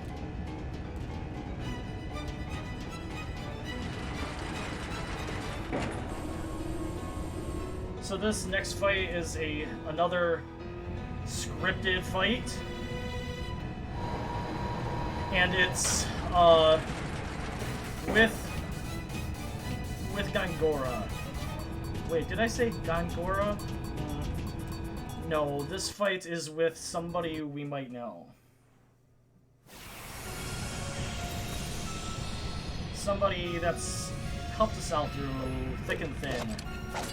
It is Jansen. So he's controlling Jansen, and this is a scripted fight that all we have to do is defend at this point. Easy for you to kill this world. After all, Until he kills us. Oops. Alright, time to use the lucky clip one more time. This should be the last time that we actually have to use it. Even after he's lost self-control, he's still concerned for you. Alrighty, I can set this down. I can do one more stretch break. Is everybody ready to stretch one more time? Stand up. And we're going to stretch You up. cannot save this man, Oh. despite what you feel. And stretch down. You immortals should understand this better than anyone. Stretch up. And stretch. Alrighty. Everybody's gonna die in this. It doesn't so it doesn't matter matter who anymore. dies when. Everything will end soon. And now that we're all stretched out and stood up, we can just continue our routine of Time our to goodbye. stop playing around.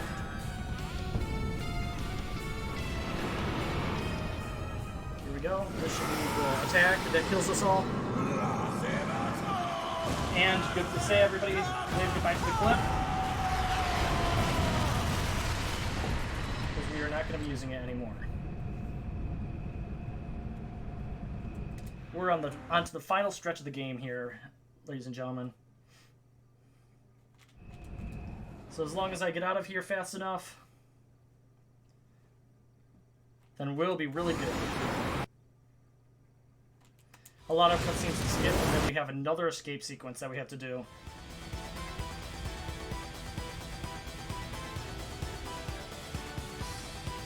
Another cutscene to skip.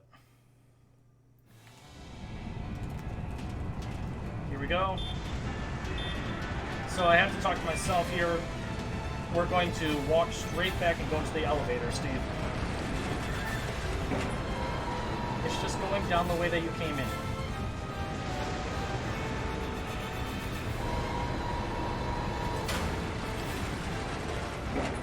Alright. Going this way, straight back.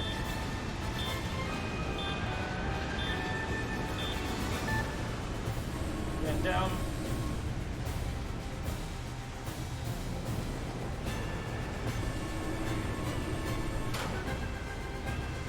We're gonna go this way. Go down. Not down the other ladder.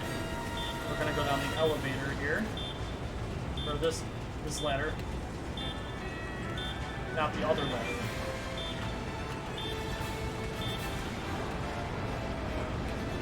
Then we're gonna take this again, but this time we're gonna go down. Ooh, that's not the greatest.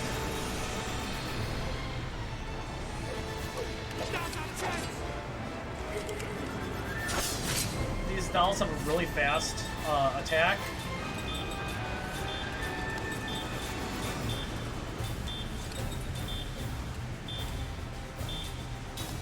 Thing. They will always attack twice. I'm out of here.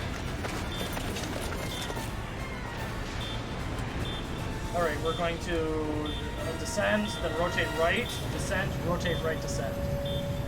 This was descend. Rotate right. Descend. Rotate right. Rotate right, descend.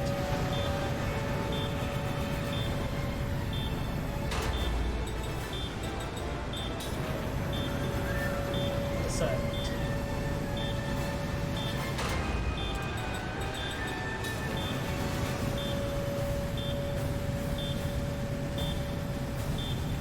And with that, we're gonna take ourselves out with this this ladder. Ah.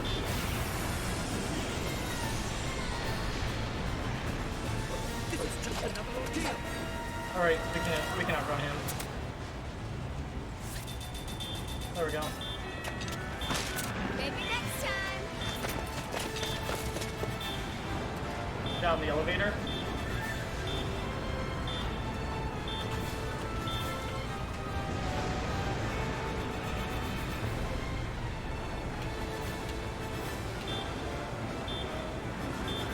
Get out of here and go down that elevator over to our right. This will lower us, I believe. Yep.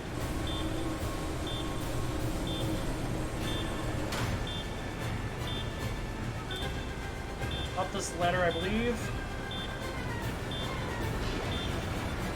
Yep, and we are now out. So we only had 2 encounters. That's not bad at all. This is a cut scene we cannot skip.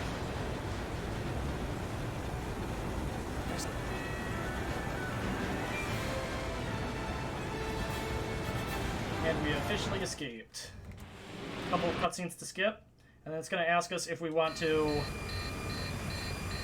save, which we will do one last safety save, because that will be the most dangerous place for us.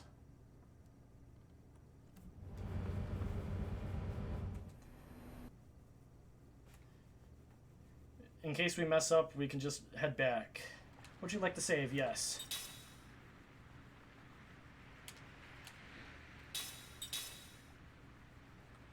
Here we go. Saving point. We're going to travel to...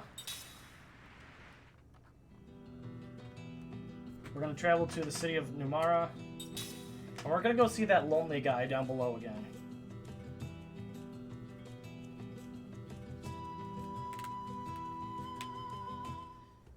So instead of going all the way up to the front and having to dodge that kid again, we're going to go this way. And then we're going to head all the way down below.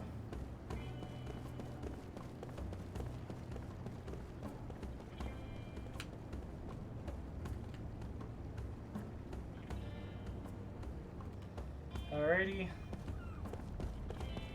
With this, we're going to go around. And over here. Down this way. That kid is in the way again. He's always in my way. But at least he's running, getting some exercise in. Alright, we're going to buy ourselves some ground-us bombs. 18 of them. Wind-dust bombs, 16. Aquas bombs, 16. And Flarus bombs, 16. I don't have 16.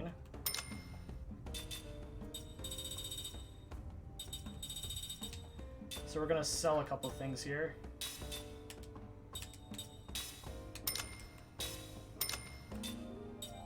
A lot of stuff that I don't really need. This. Thief's Charm. Tolan hearts. Flareus bombs, I have 8. I need 8 more. I can only get 1. There were 1,000.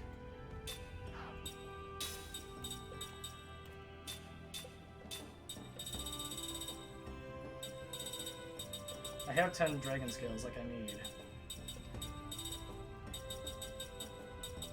Alright, well, there isn't really anything much I can do. So we're just gonna have to deal with 9 and hope that he doesn't use all of that. Alright, here we go!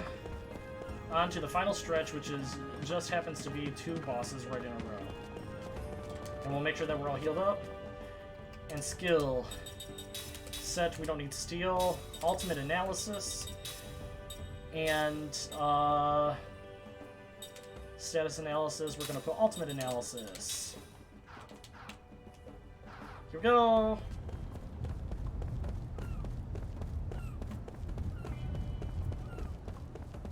Time to make haste. Make sure there's double item, anti-petrify.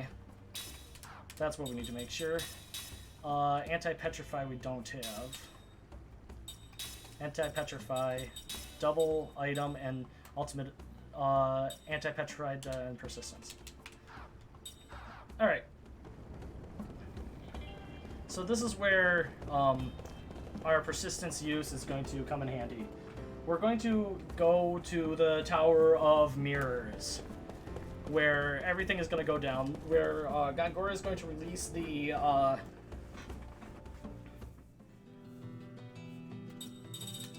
where Gongora is going to release everything in front of us, and his plan is going to go into action where he will be able to kill us.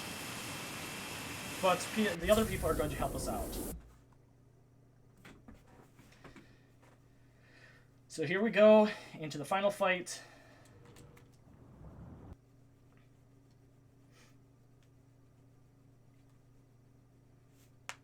And we're only going to be seeing a couple of people in this final area because everybody else is going to be defending him and attacking him.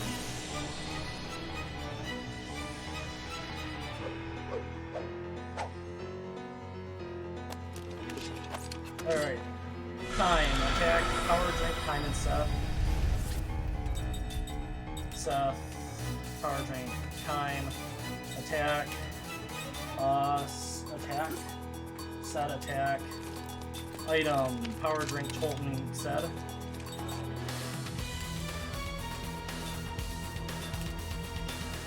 We're gonna attack. So once again, Sarah is completely useless in this fight. But, once again, we're just going to be using our persistence to stay alive. And that's what we're going to do for the last 2 fights.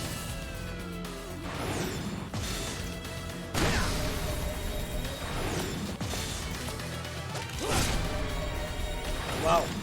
I missed all of these. Absorbing energy from another world. Oops.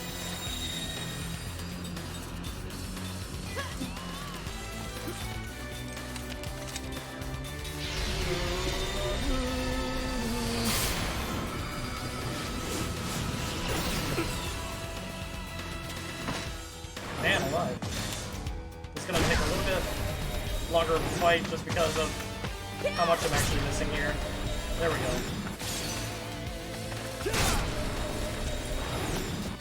If I listen to the sound of the ring going, then I'm fine. I just haven't been doing it.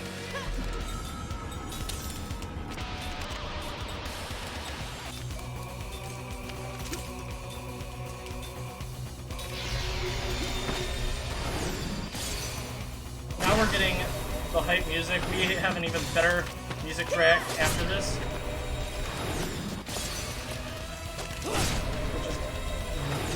really hype.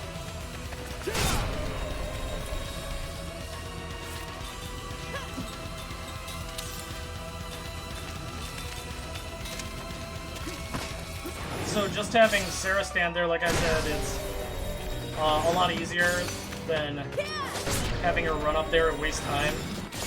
Because all the damage she'll do is one. One or two. She'll get a 2, she crits. So now everybody will be low. Okay, that's actually pretty decent.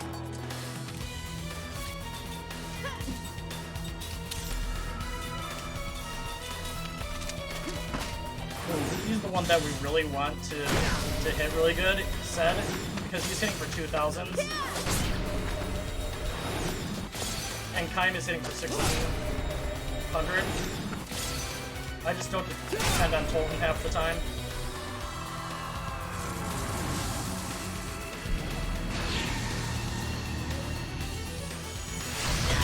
Alrighty. Oh, whoa. Oh, Sed. Yeah, that's nothing we can do about Sed.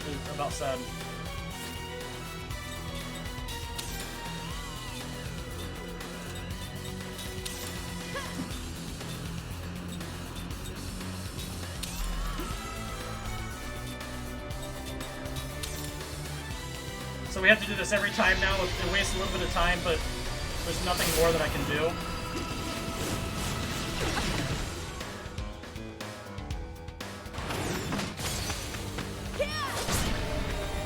There, now I'm getting the rhythm down for the perfects that I need. Like I said, listening to the sound of the rings helps out.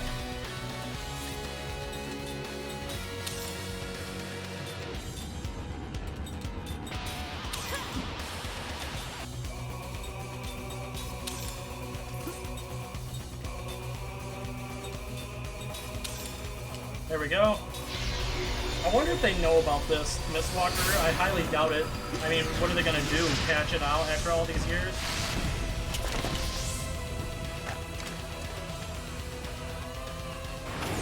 Perfect. Ah, that was good. That was my own fault. Didn't wait long enough. There we go.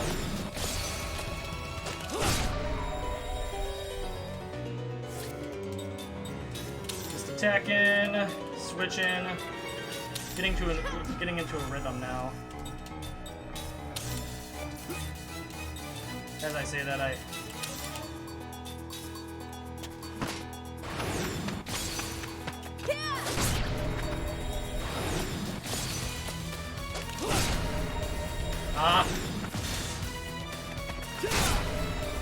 recharge. That's good. We don't have to worry about.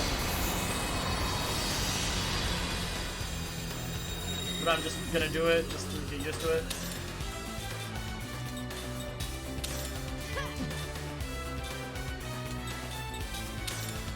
Oops.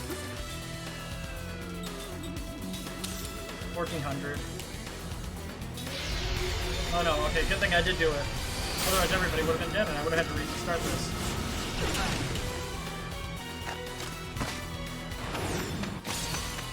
So the thing after this fight is done is we're gonna go right into the Gongora fight, and I have to make sure that I have to do the equip exploit once again. Otherwise, I will end up dying. It doesn't carry over.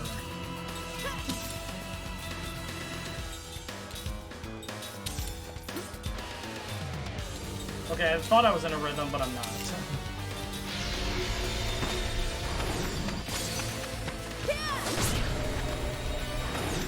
I held him off for one session for perfect hit.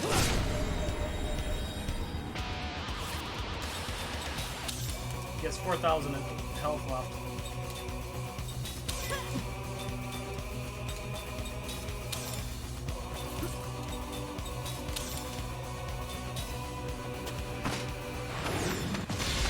That won't help.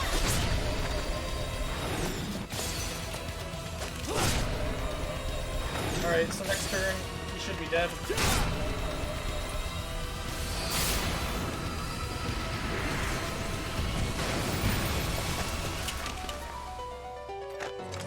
I'm still gonna do this just in case something happens.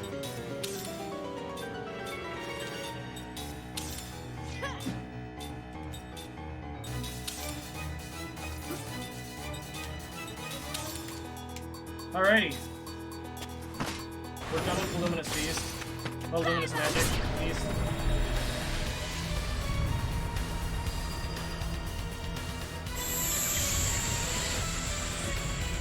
That was a pretty decent fight.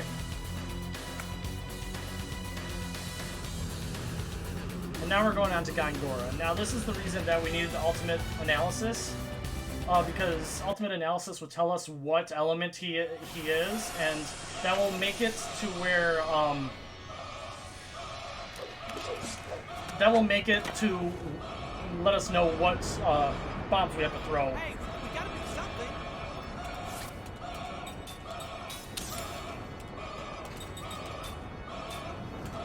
He is water, so earth. Groundus. Groundus. So here's the music. That's awesome. So he'll be switching out his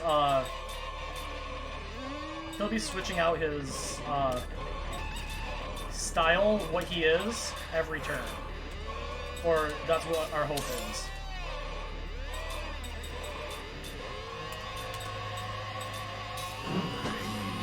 Alright, so Ming will drop down.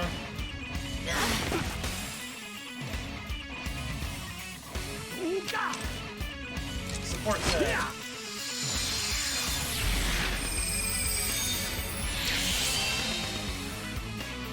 Okay. Awesome, awesome. Okay. This is round 1.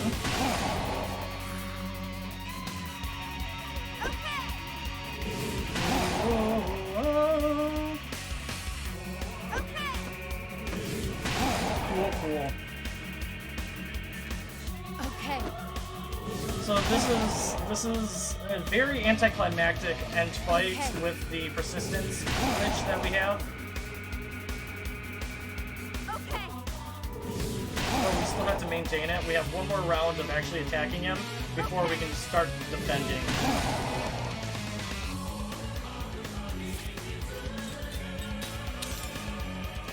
He is water again.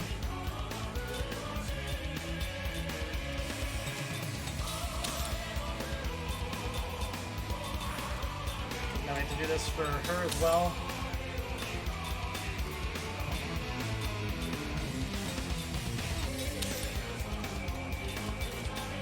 Alrighty. Alstonus. We should have anti-petrify on. So. Oh, I didn't put it on Ming. That's fine. Okay.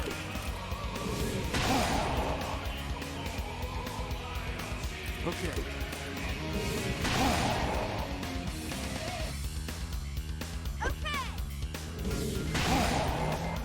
That'll just save a little bit of time for when I have to actually do the defense.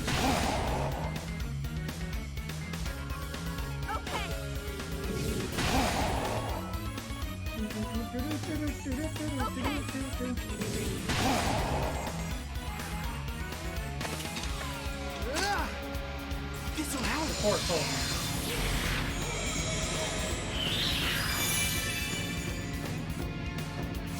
Defend.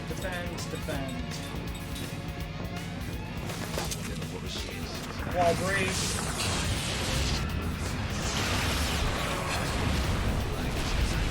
Nothing that will hurt us whatsoever. He's going to repair our wall.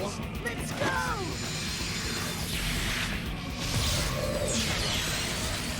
Then we're gonna hold down the button to defend again. Pain Surge is gonna kill us. No matter what, he would have done that.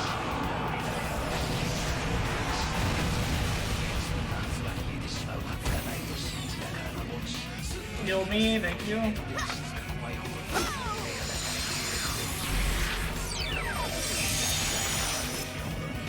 Defend once again. Meteor impact. This is supposed to happen. We're supposed to get knocked out.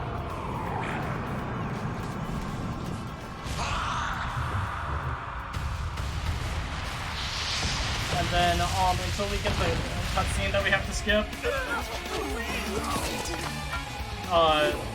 we just defend again.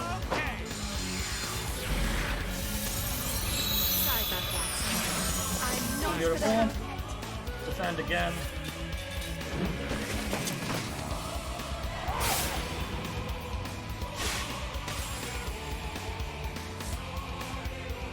One more defend.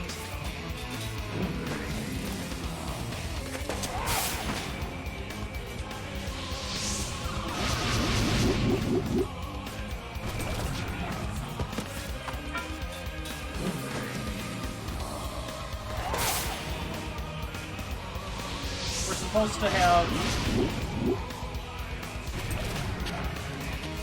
Come on. We're supposed to have a cutscene come up here.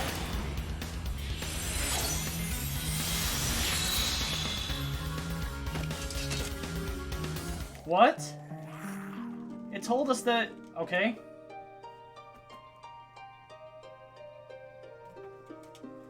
Alrighty. Well then, that was terrible to do. Oh, and this is... So we have to restart this whole fight over again, which is fun. Alright. So, we're going back into this fight. Doing everything all over again.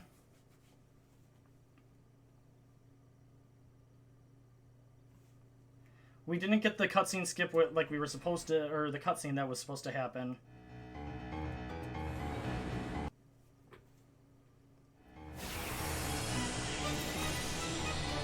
Alright, so, as I said before, there's a lot of stuff that can happen during this fight. My notes were a little bit wonky. Item, we're going to power drink, Seth, and Kime. We're going to attack. Attack, item, power drink, Sed, and power drink Colton. Attack.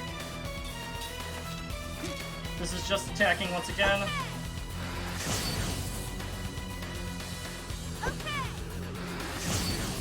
So like I said, some of these things can happen.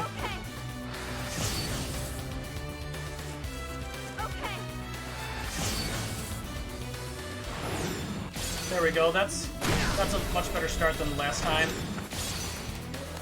Definitely a much better start.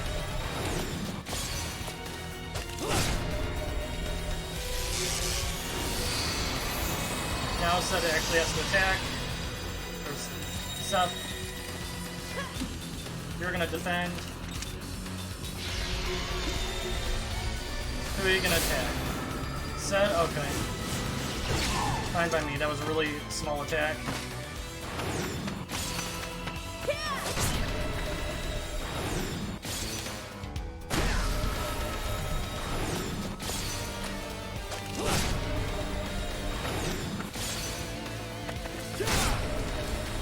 Let's go again.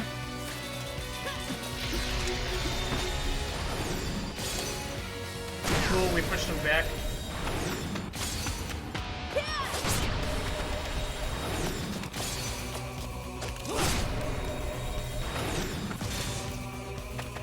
Alright, that was the only perfect I honestly missed. Except for that one.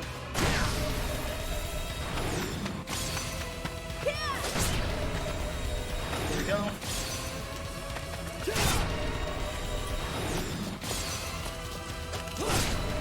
All Caras, we're gonna go down to one, Seth's gonna die.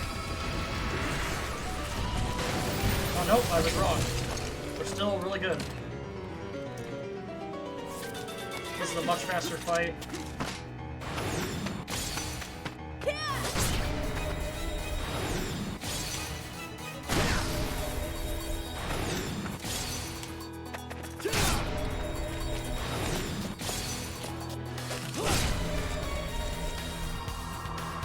Ultimate Raid. This will definitely kill Seth this time.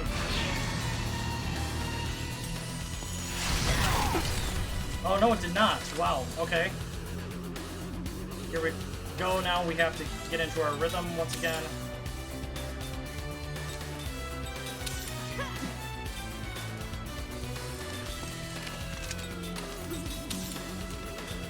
Oops. Here we go. Forcius, he's gonna go to Seth. Nope, okay.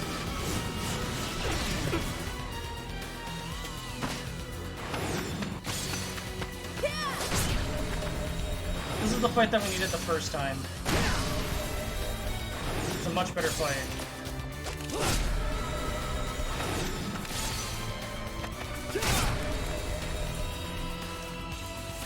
Get into our rhythm.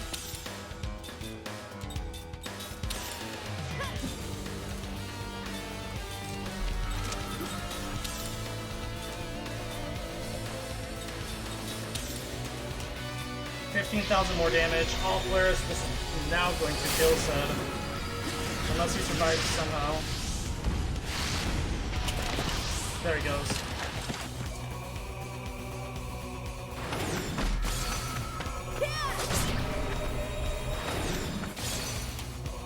Alrighty.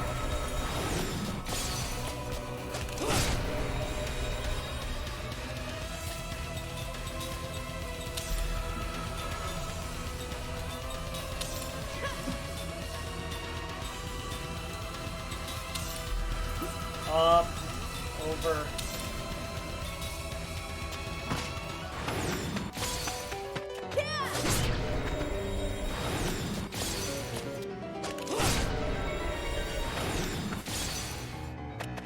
Alright, raid charge.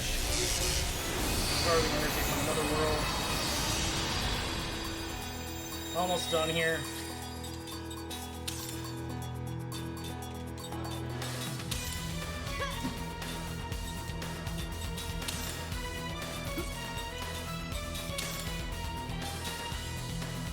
Yes, who are you going to use it on?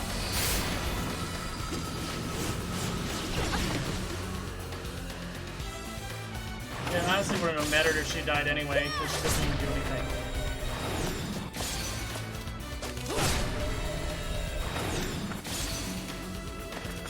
Should almost be dead.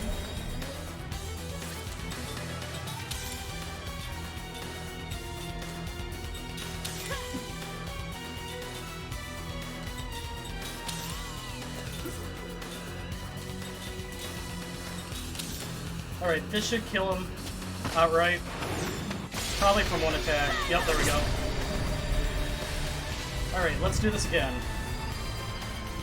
That Gangura fight is ours now.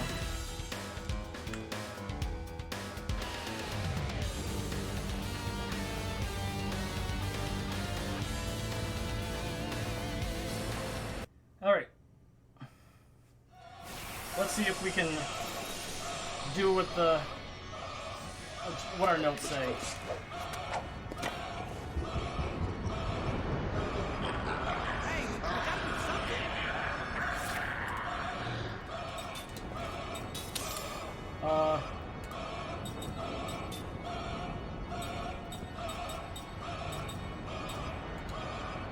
Why do I have no items?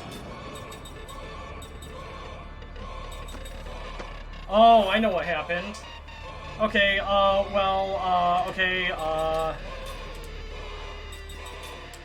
there's gonna be a lot of attacking going on here.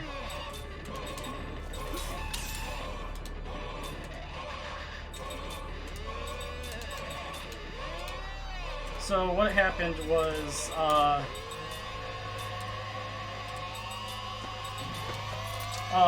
it saved beforehand and not after I fought, so I have to come up with something here.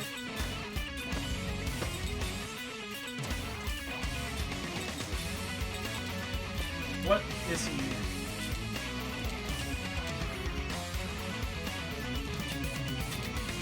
Oh, because we don't even have ultimate analysis either, so... Alright.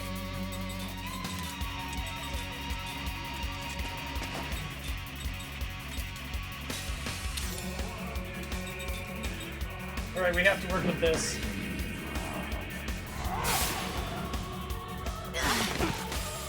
We're gonna hope for good gambles here.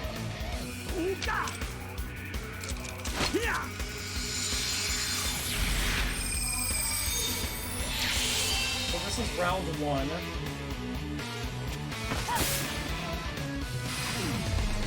Okay, that was bad.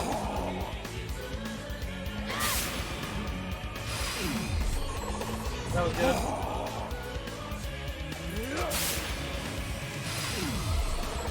Dead. This is round 2. This is to do the same thing.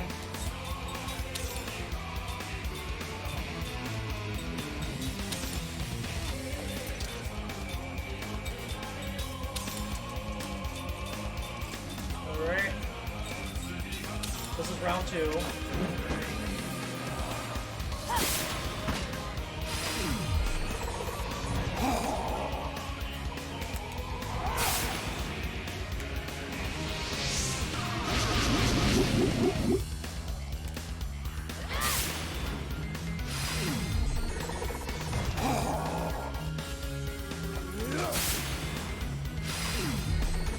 Nice. Oh, round 3, we just have to... We have to defend. Round 3, defend. Round 3, defend.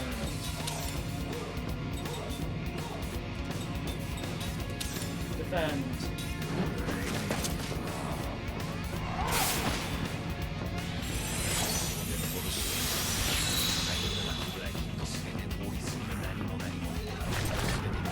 And then round 4 is defend.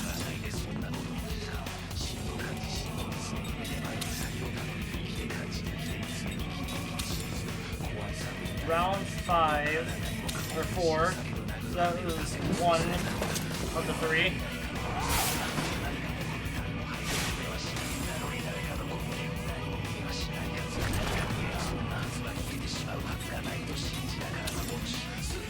Alright. This is 2 of the 3 that it tells me to do.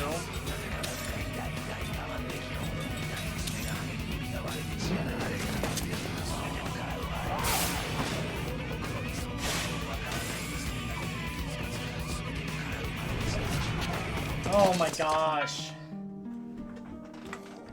So, this is really, really bad. So I have to, at this point, I have to go back and I have to grab myself some of the items that I need to get at Numara. City of Numara, and we're going to go back and buy what we need here. This is a really bad ending. So once again, we're going to go around this guy.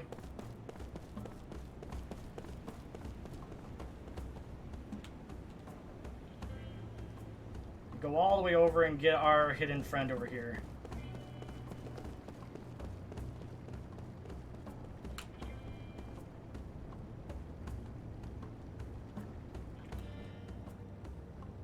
Alrighty.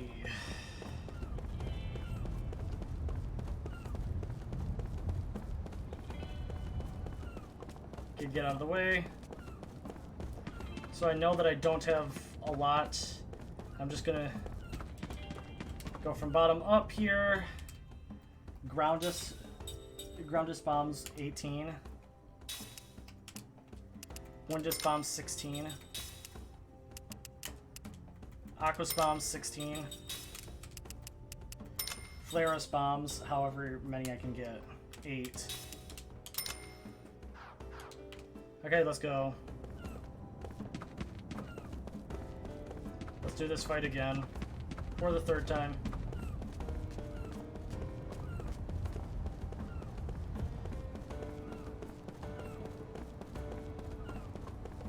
Alright. I guess one of the things I can do with Sarah is make her use Gamble. That could kind of help a little bit. I don't think she has spirit magic. I need to equip stuff anyway. Double item, persistence, and anti-petrify. Persistence, turn tail, ultimate analysis.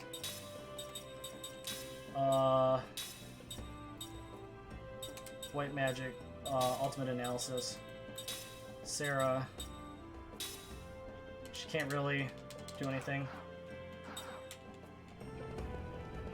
Alright, here we go. Tower of Mirrors, here we come. For hopefully the last time.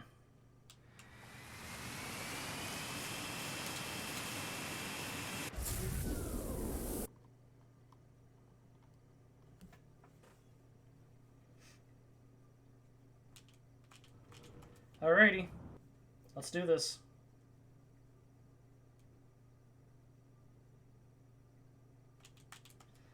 Here we come.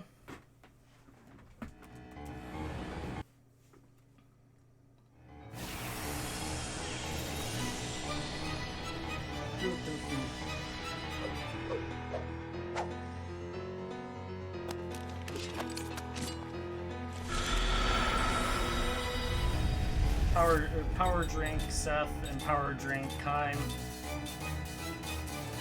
Attack, attack. Power drink Sed and power drink Colton. Oops. Power drink Sed, power drink Colton. Attack. Okay.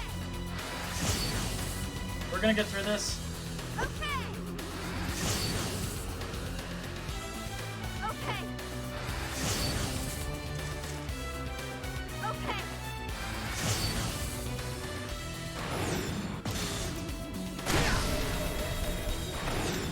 Two goods. There we go.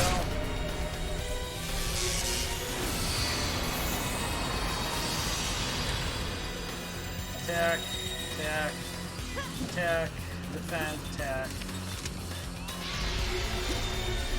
All flares is fine.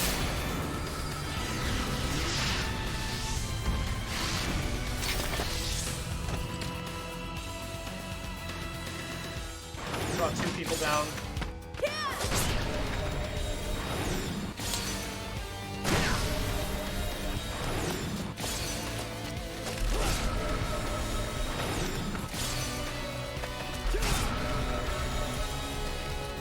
Alright.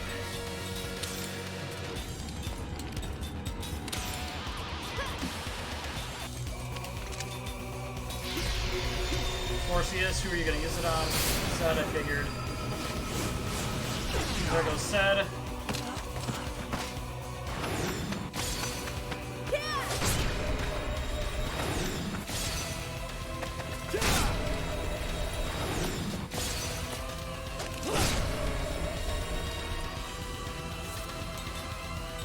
Alright.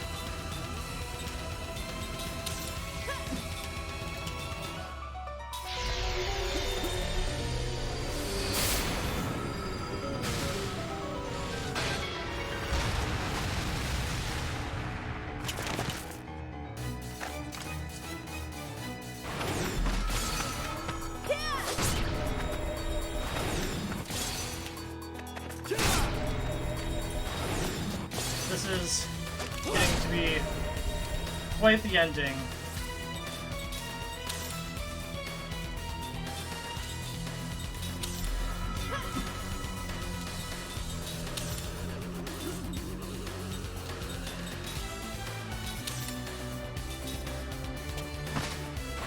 He's gonna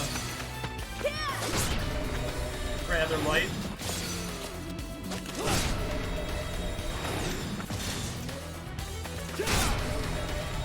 Oh, ultimate right now, okay.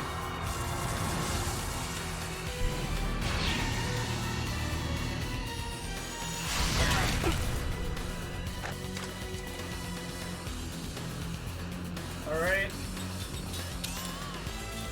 Another round. Oops.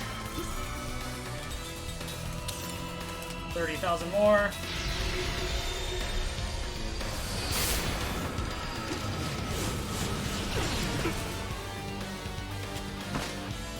Nope. Oh, good thing she got that.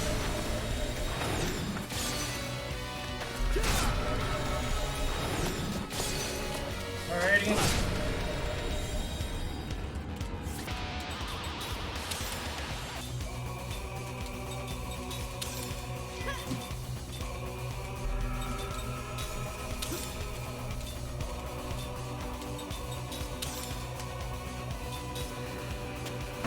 probably gonna gather light this turn.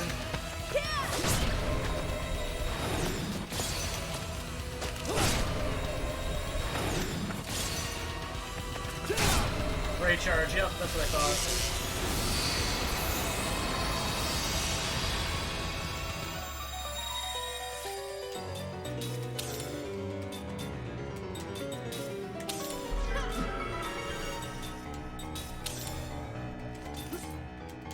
I have to think about it for a second. Now it's just becoming habit, and I have to think about where I'm at.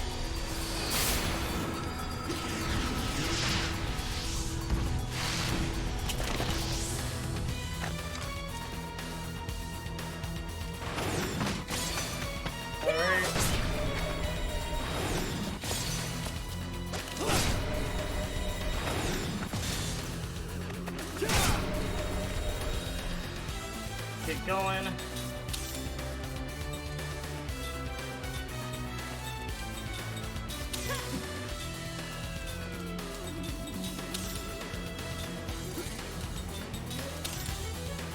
Easy, sweet.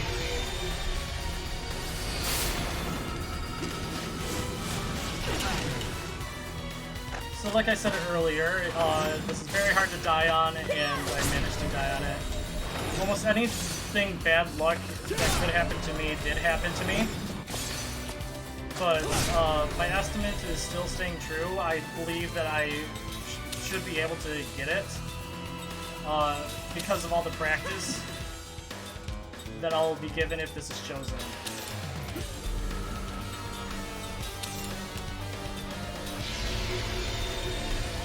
There's nothing much to say. I've already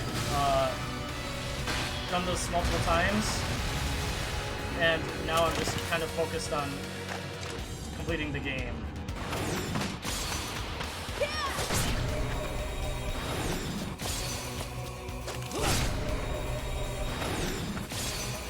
There we go.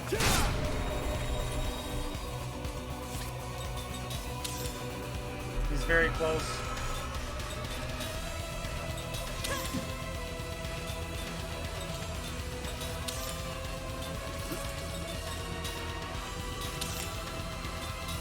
Should be gathering up light this turn.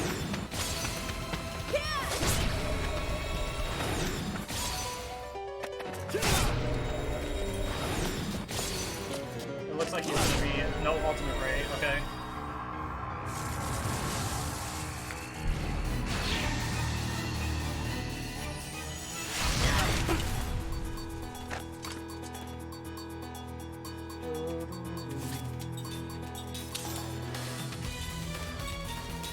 Just think of it this way, this game would be a lot longer had we not had this this glitch in it.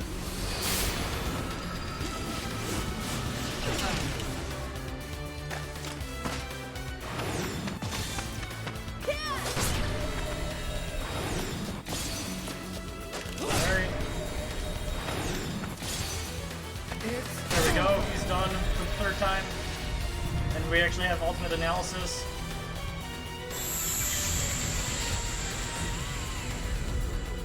This time. Alright.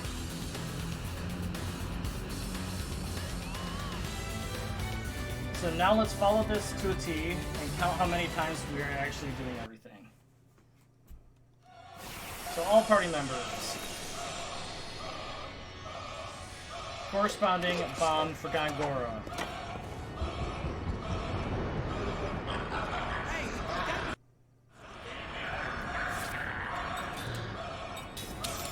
He is using what? Fire, so water.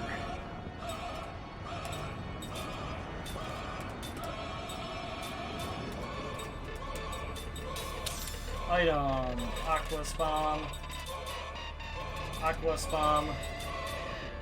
Item, Aquas Bomb. Aquas Bomb. Aquas Bomb. And Aquas Bomb. This is round one.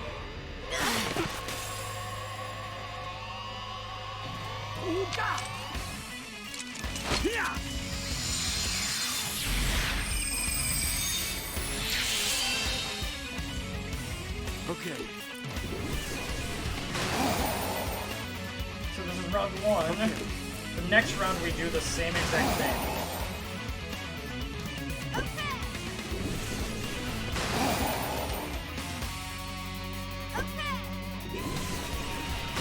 And he's going to be able to change here at the end. Okay. Okay. Come on. Okay.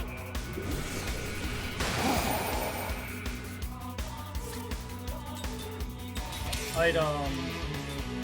Aqua's bomb.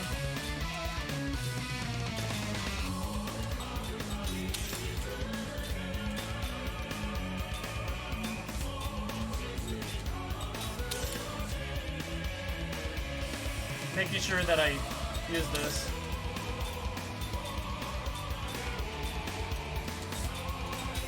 Aquas. Aquas.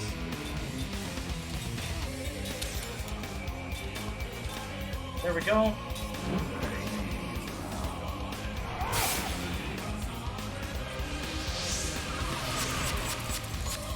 Me is the only one because I legitimately don't have. Okay. Anti-petrified for her. So this was round 2 of using the bombs.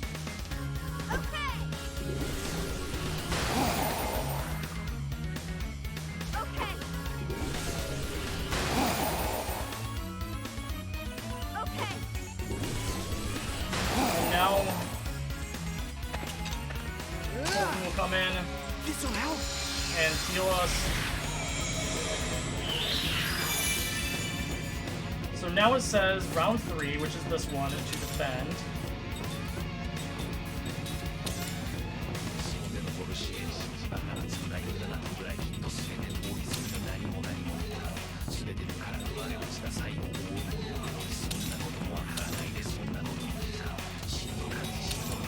Defend. So this is defend. All party members defend. That's round 3. So round 4, 5, and 6, I defend.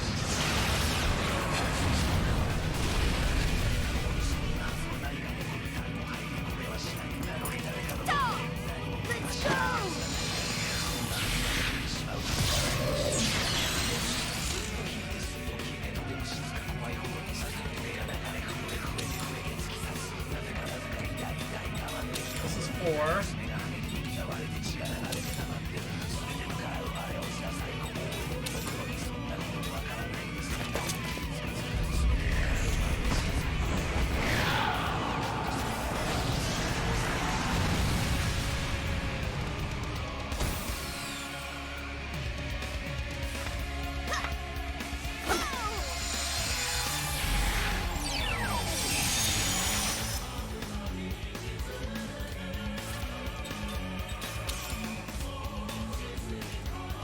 Five.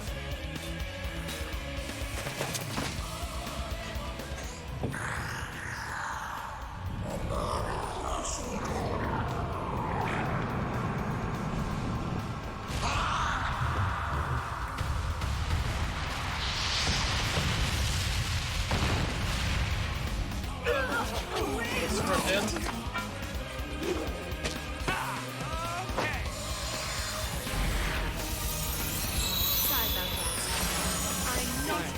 Then there's 6 here.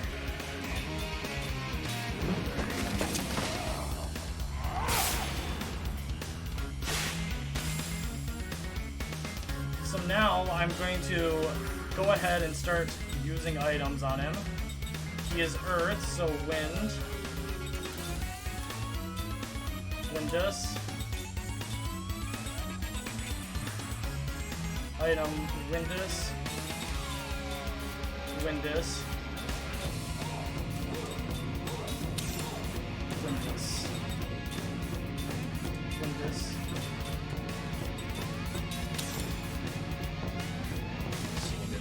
Windus. Windus. Okay. Okay.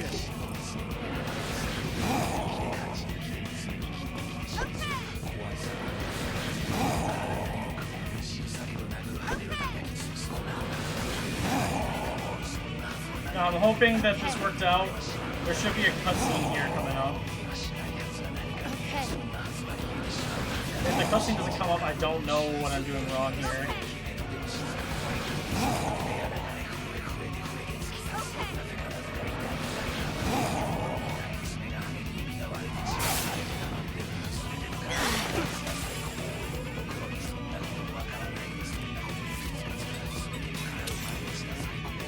What is he now? Earth still?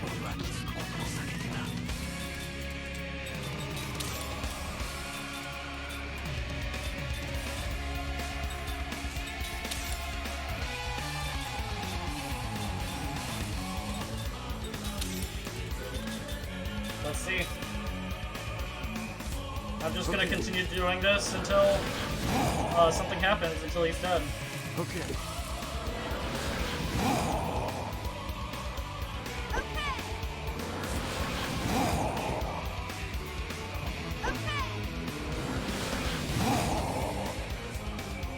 Okay. Here we go. Okay.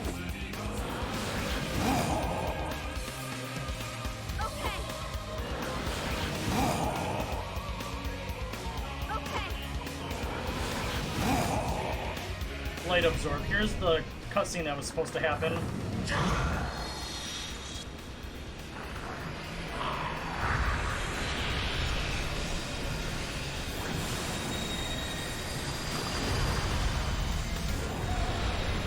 Light has given Gangora infinite power.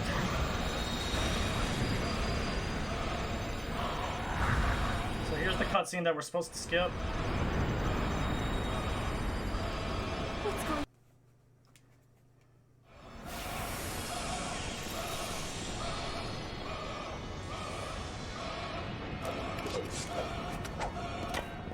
Alright, let's see what he has for us. Earth. So Windus. We don't have Windus, so I guess we're gonna use Gerondus. Because that's like the most that we have of.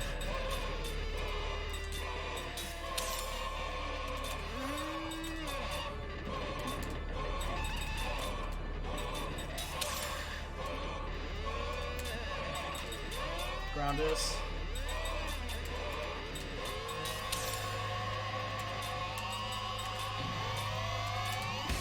Come on. Let's get this dude. Okay.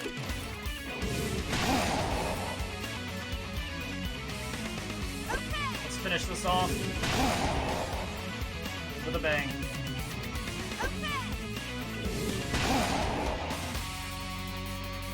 There's. Okay. This is a great place to enjoy the awesome music. This end boss fight is amazing to listen to. Music.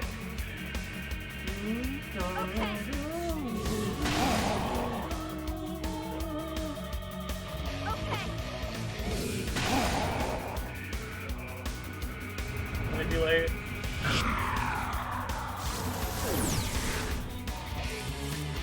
So manipulate is going to make it so one of our people, Earth, again, okay, is just going to start attacking by themselves, doing stuff. Nothing we can do about it.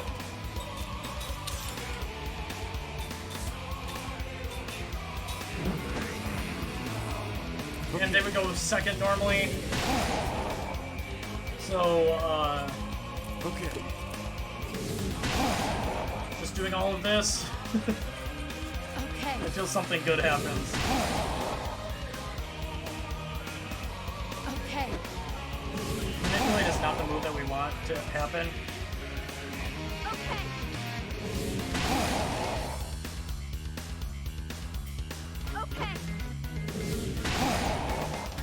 So, oh, breaks. Surprised Seth didn't die. He's water, so Groundus is what we need this time.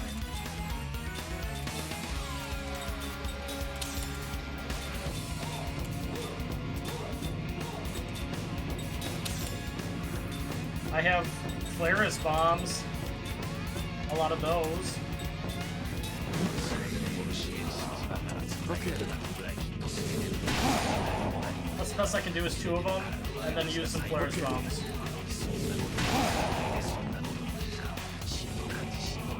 Okay.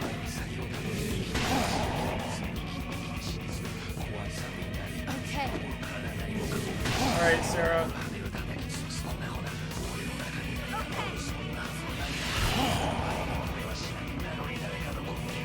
Please be wind, so I can use fire against you. There's Seth.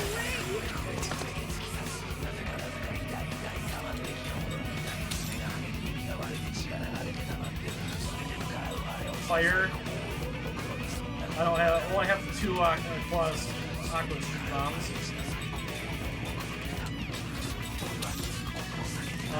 Flareus bombs are all I have left.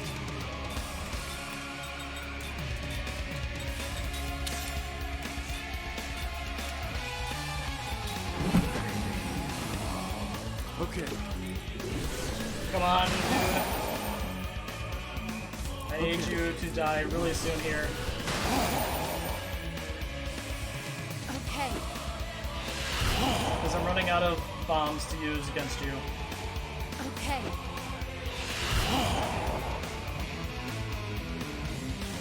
Okay.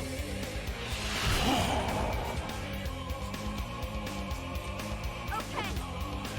I think that was literally the last bombs that I had. All he keeps on using is brakes.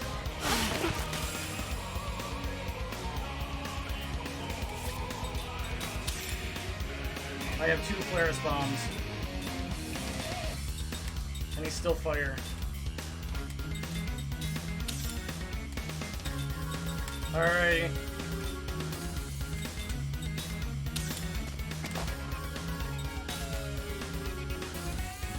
Okay. This is all that I can do to finish off the fight. Okay. This is not the type of fight that I was hoping for in the very end.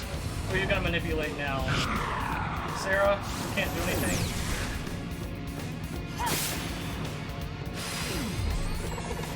There we go, that was okay.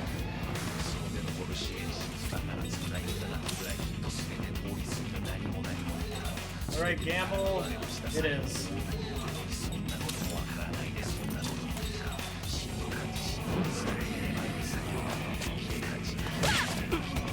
So, because Sarah attacked me there, I could potentially die right here with death.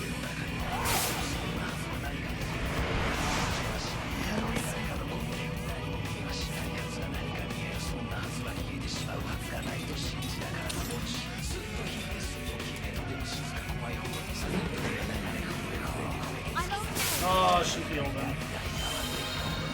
I'm hoping for a big gamble here.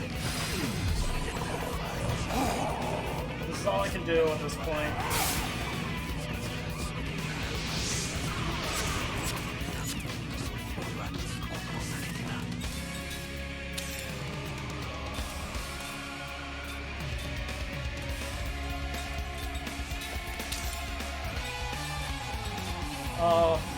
What is he? He's Earth, so Winda. This could kill him.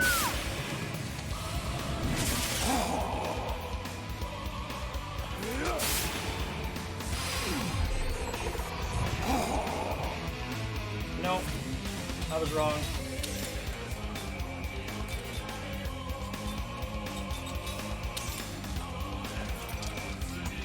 Somehow I was able to use items, but I don't know how.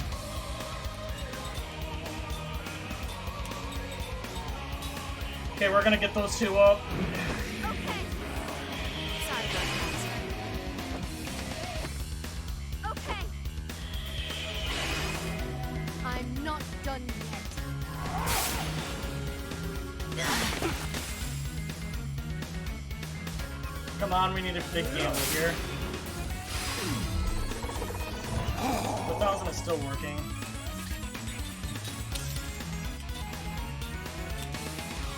finally looking low.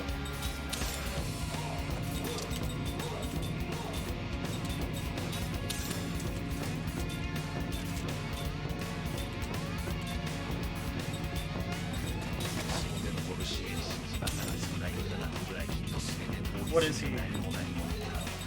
Fire, so water. Don't manipulate Sarah, please. Okay.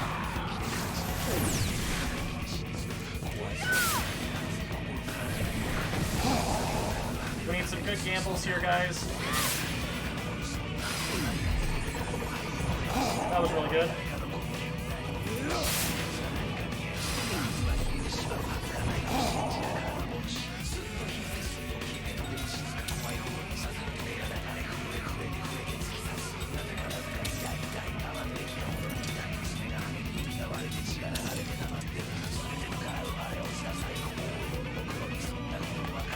Nice. Pain surge? Really?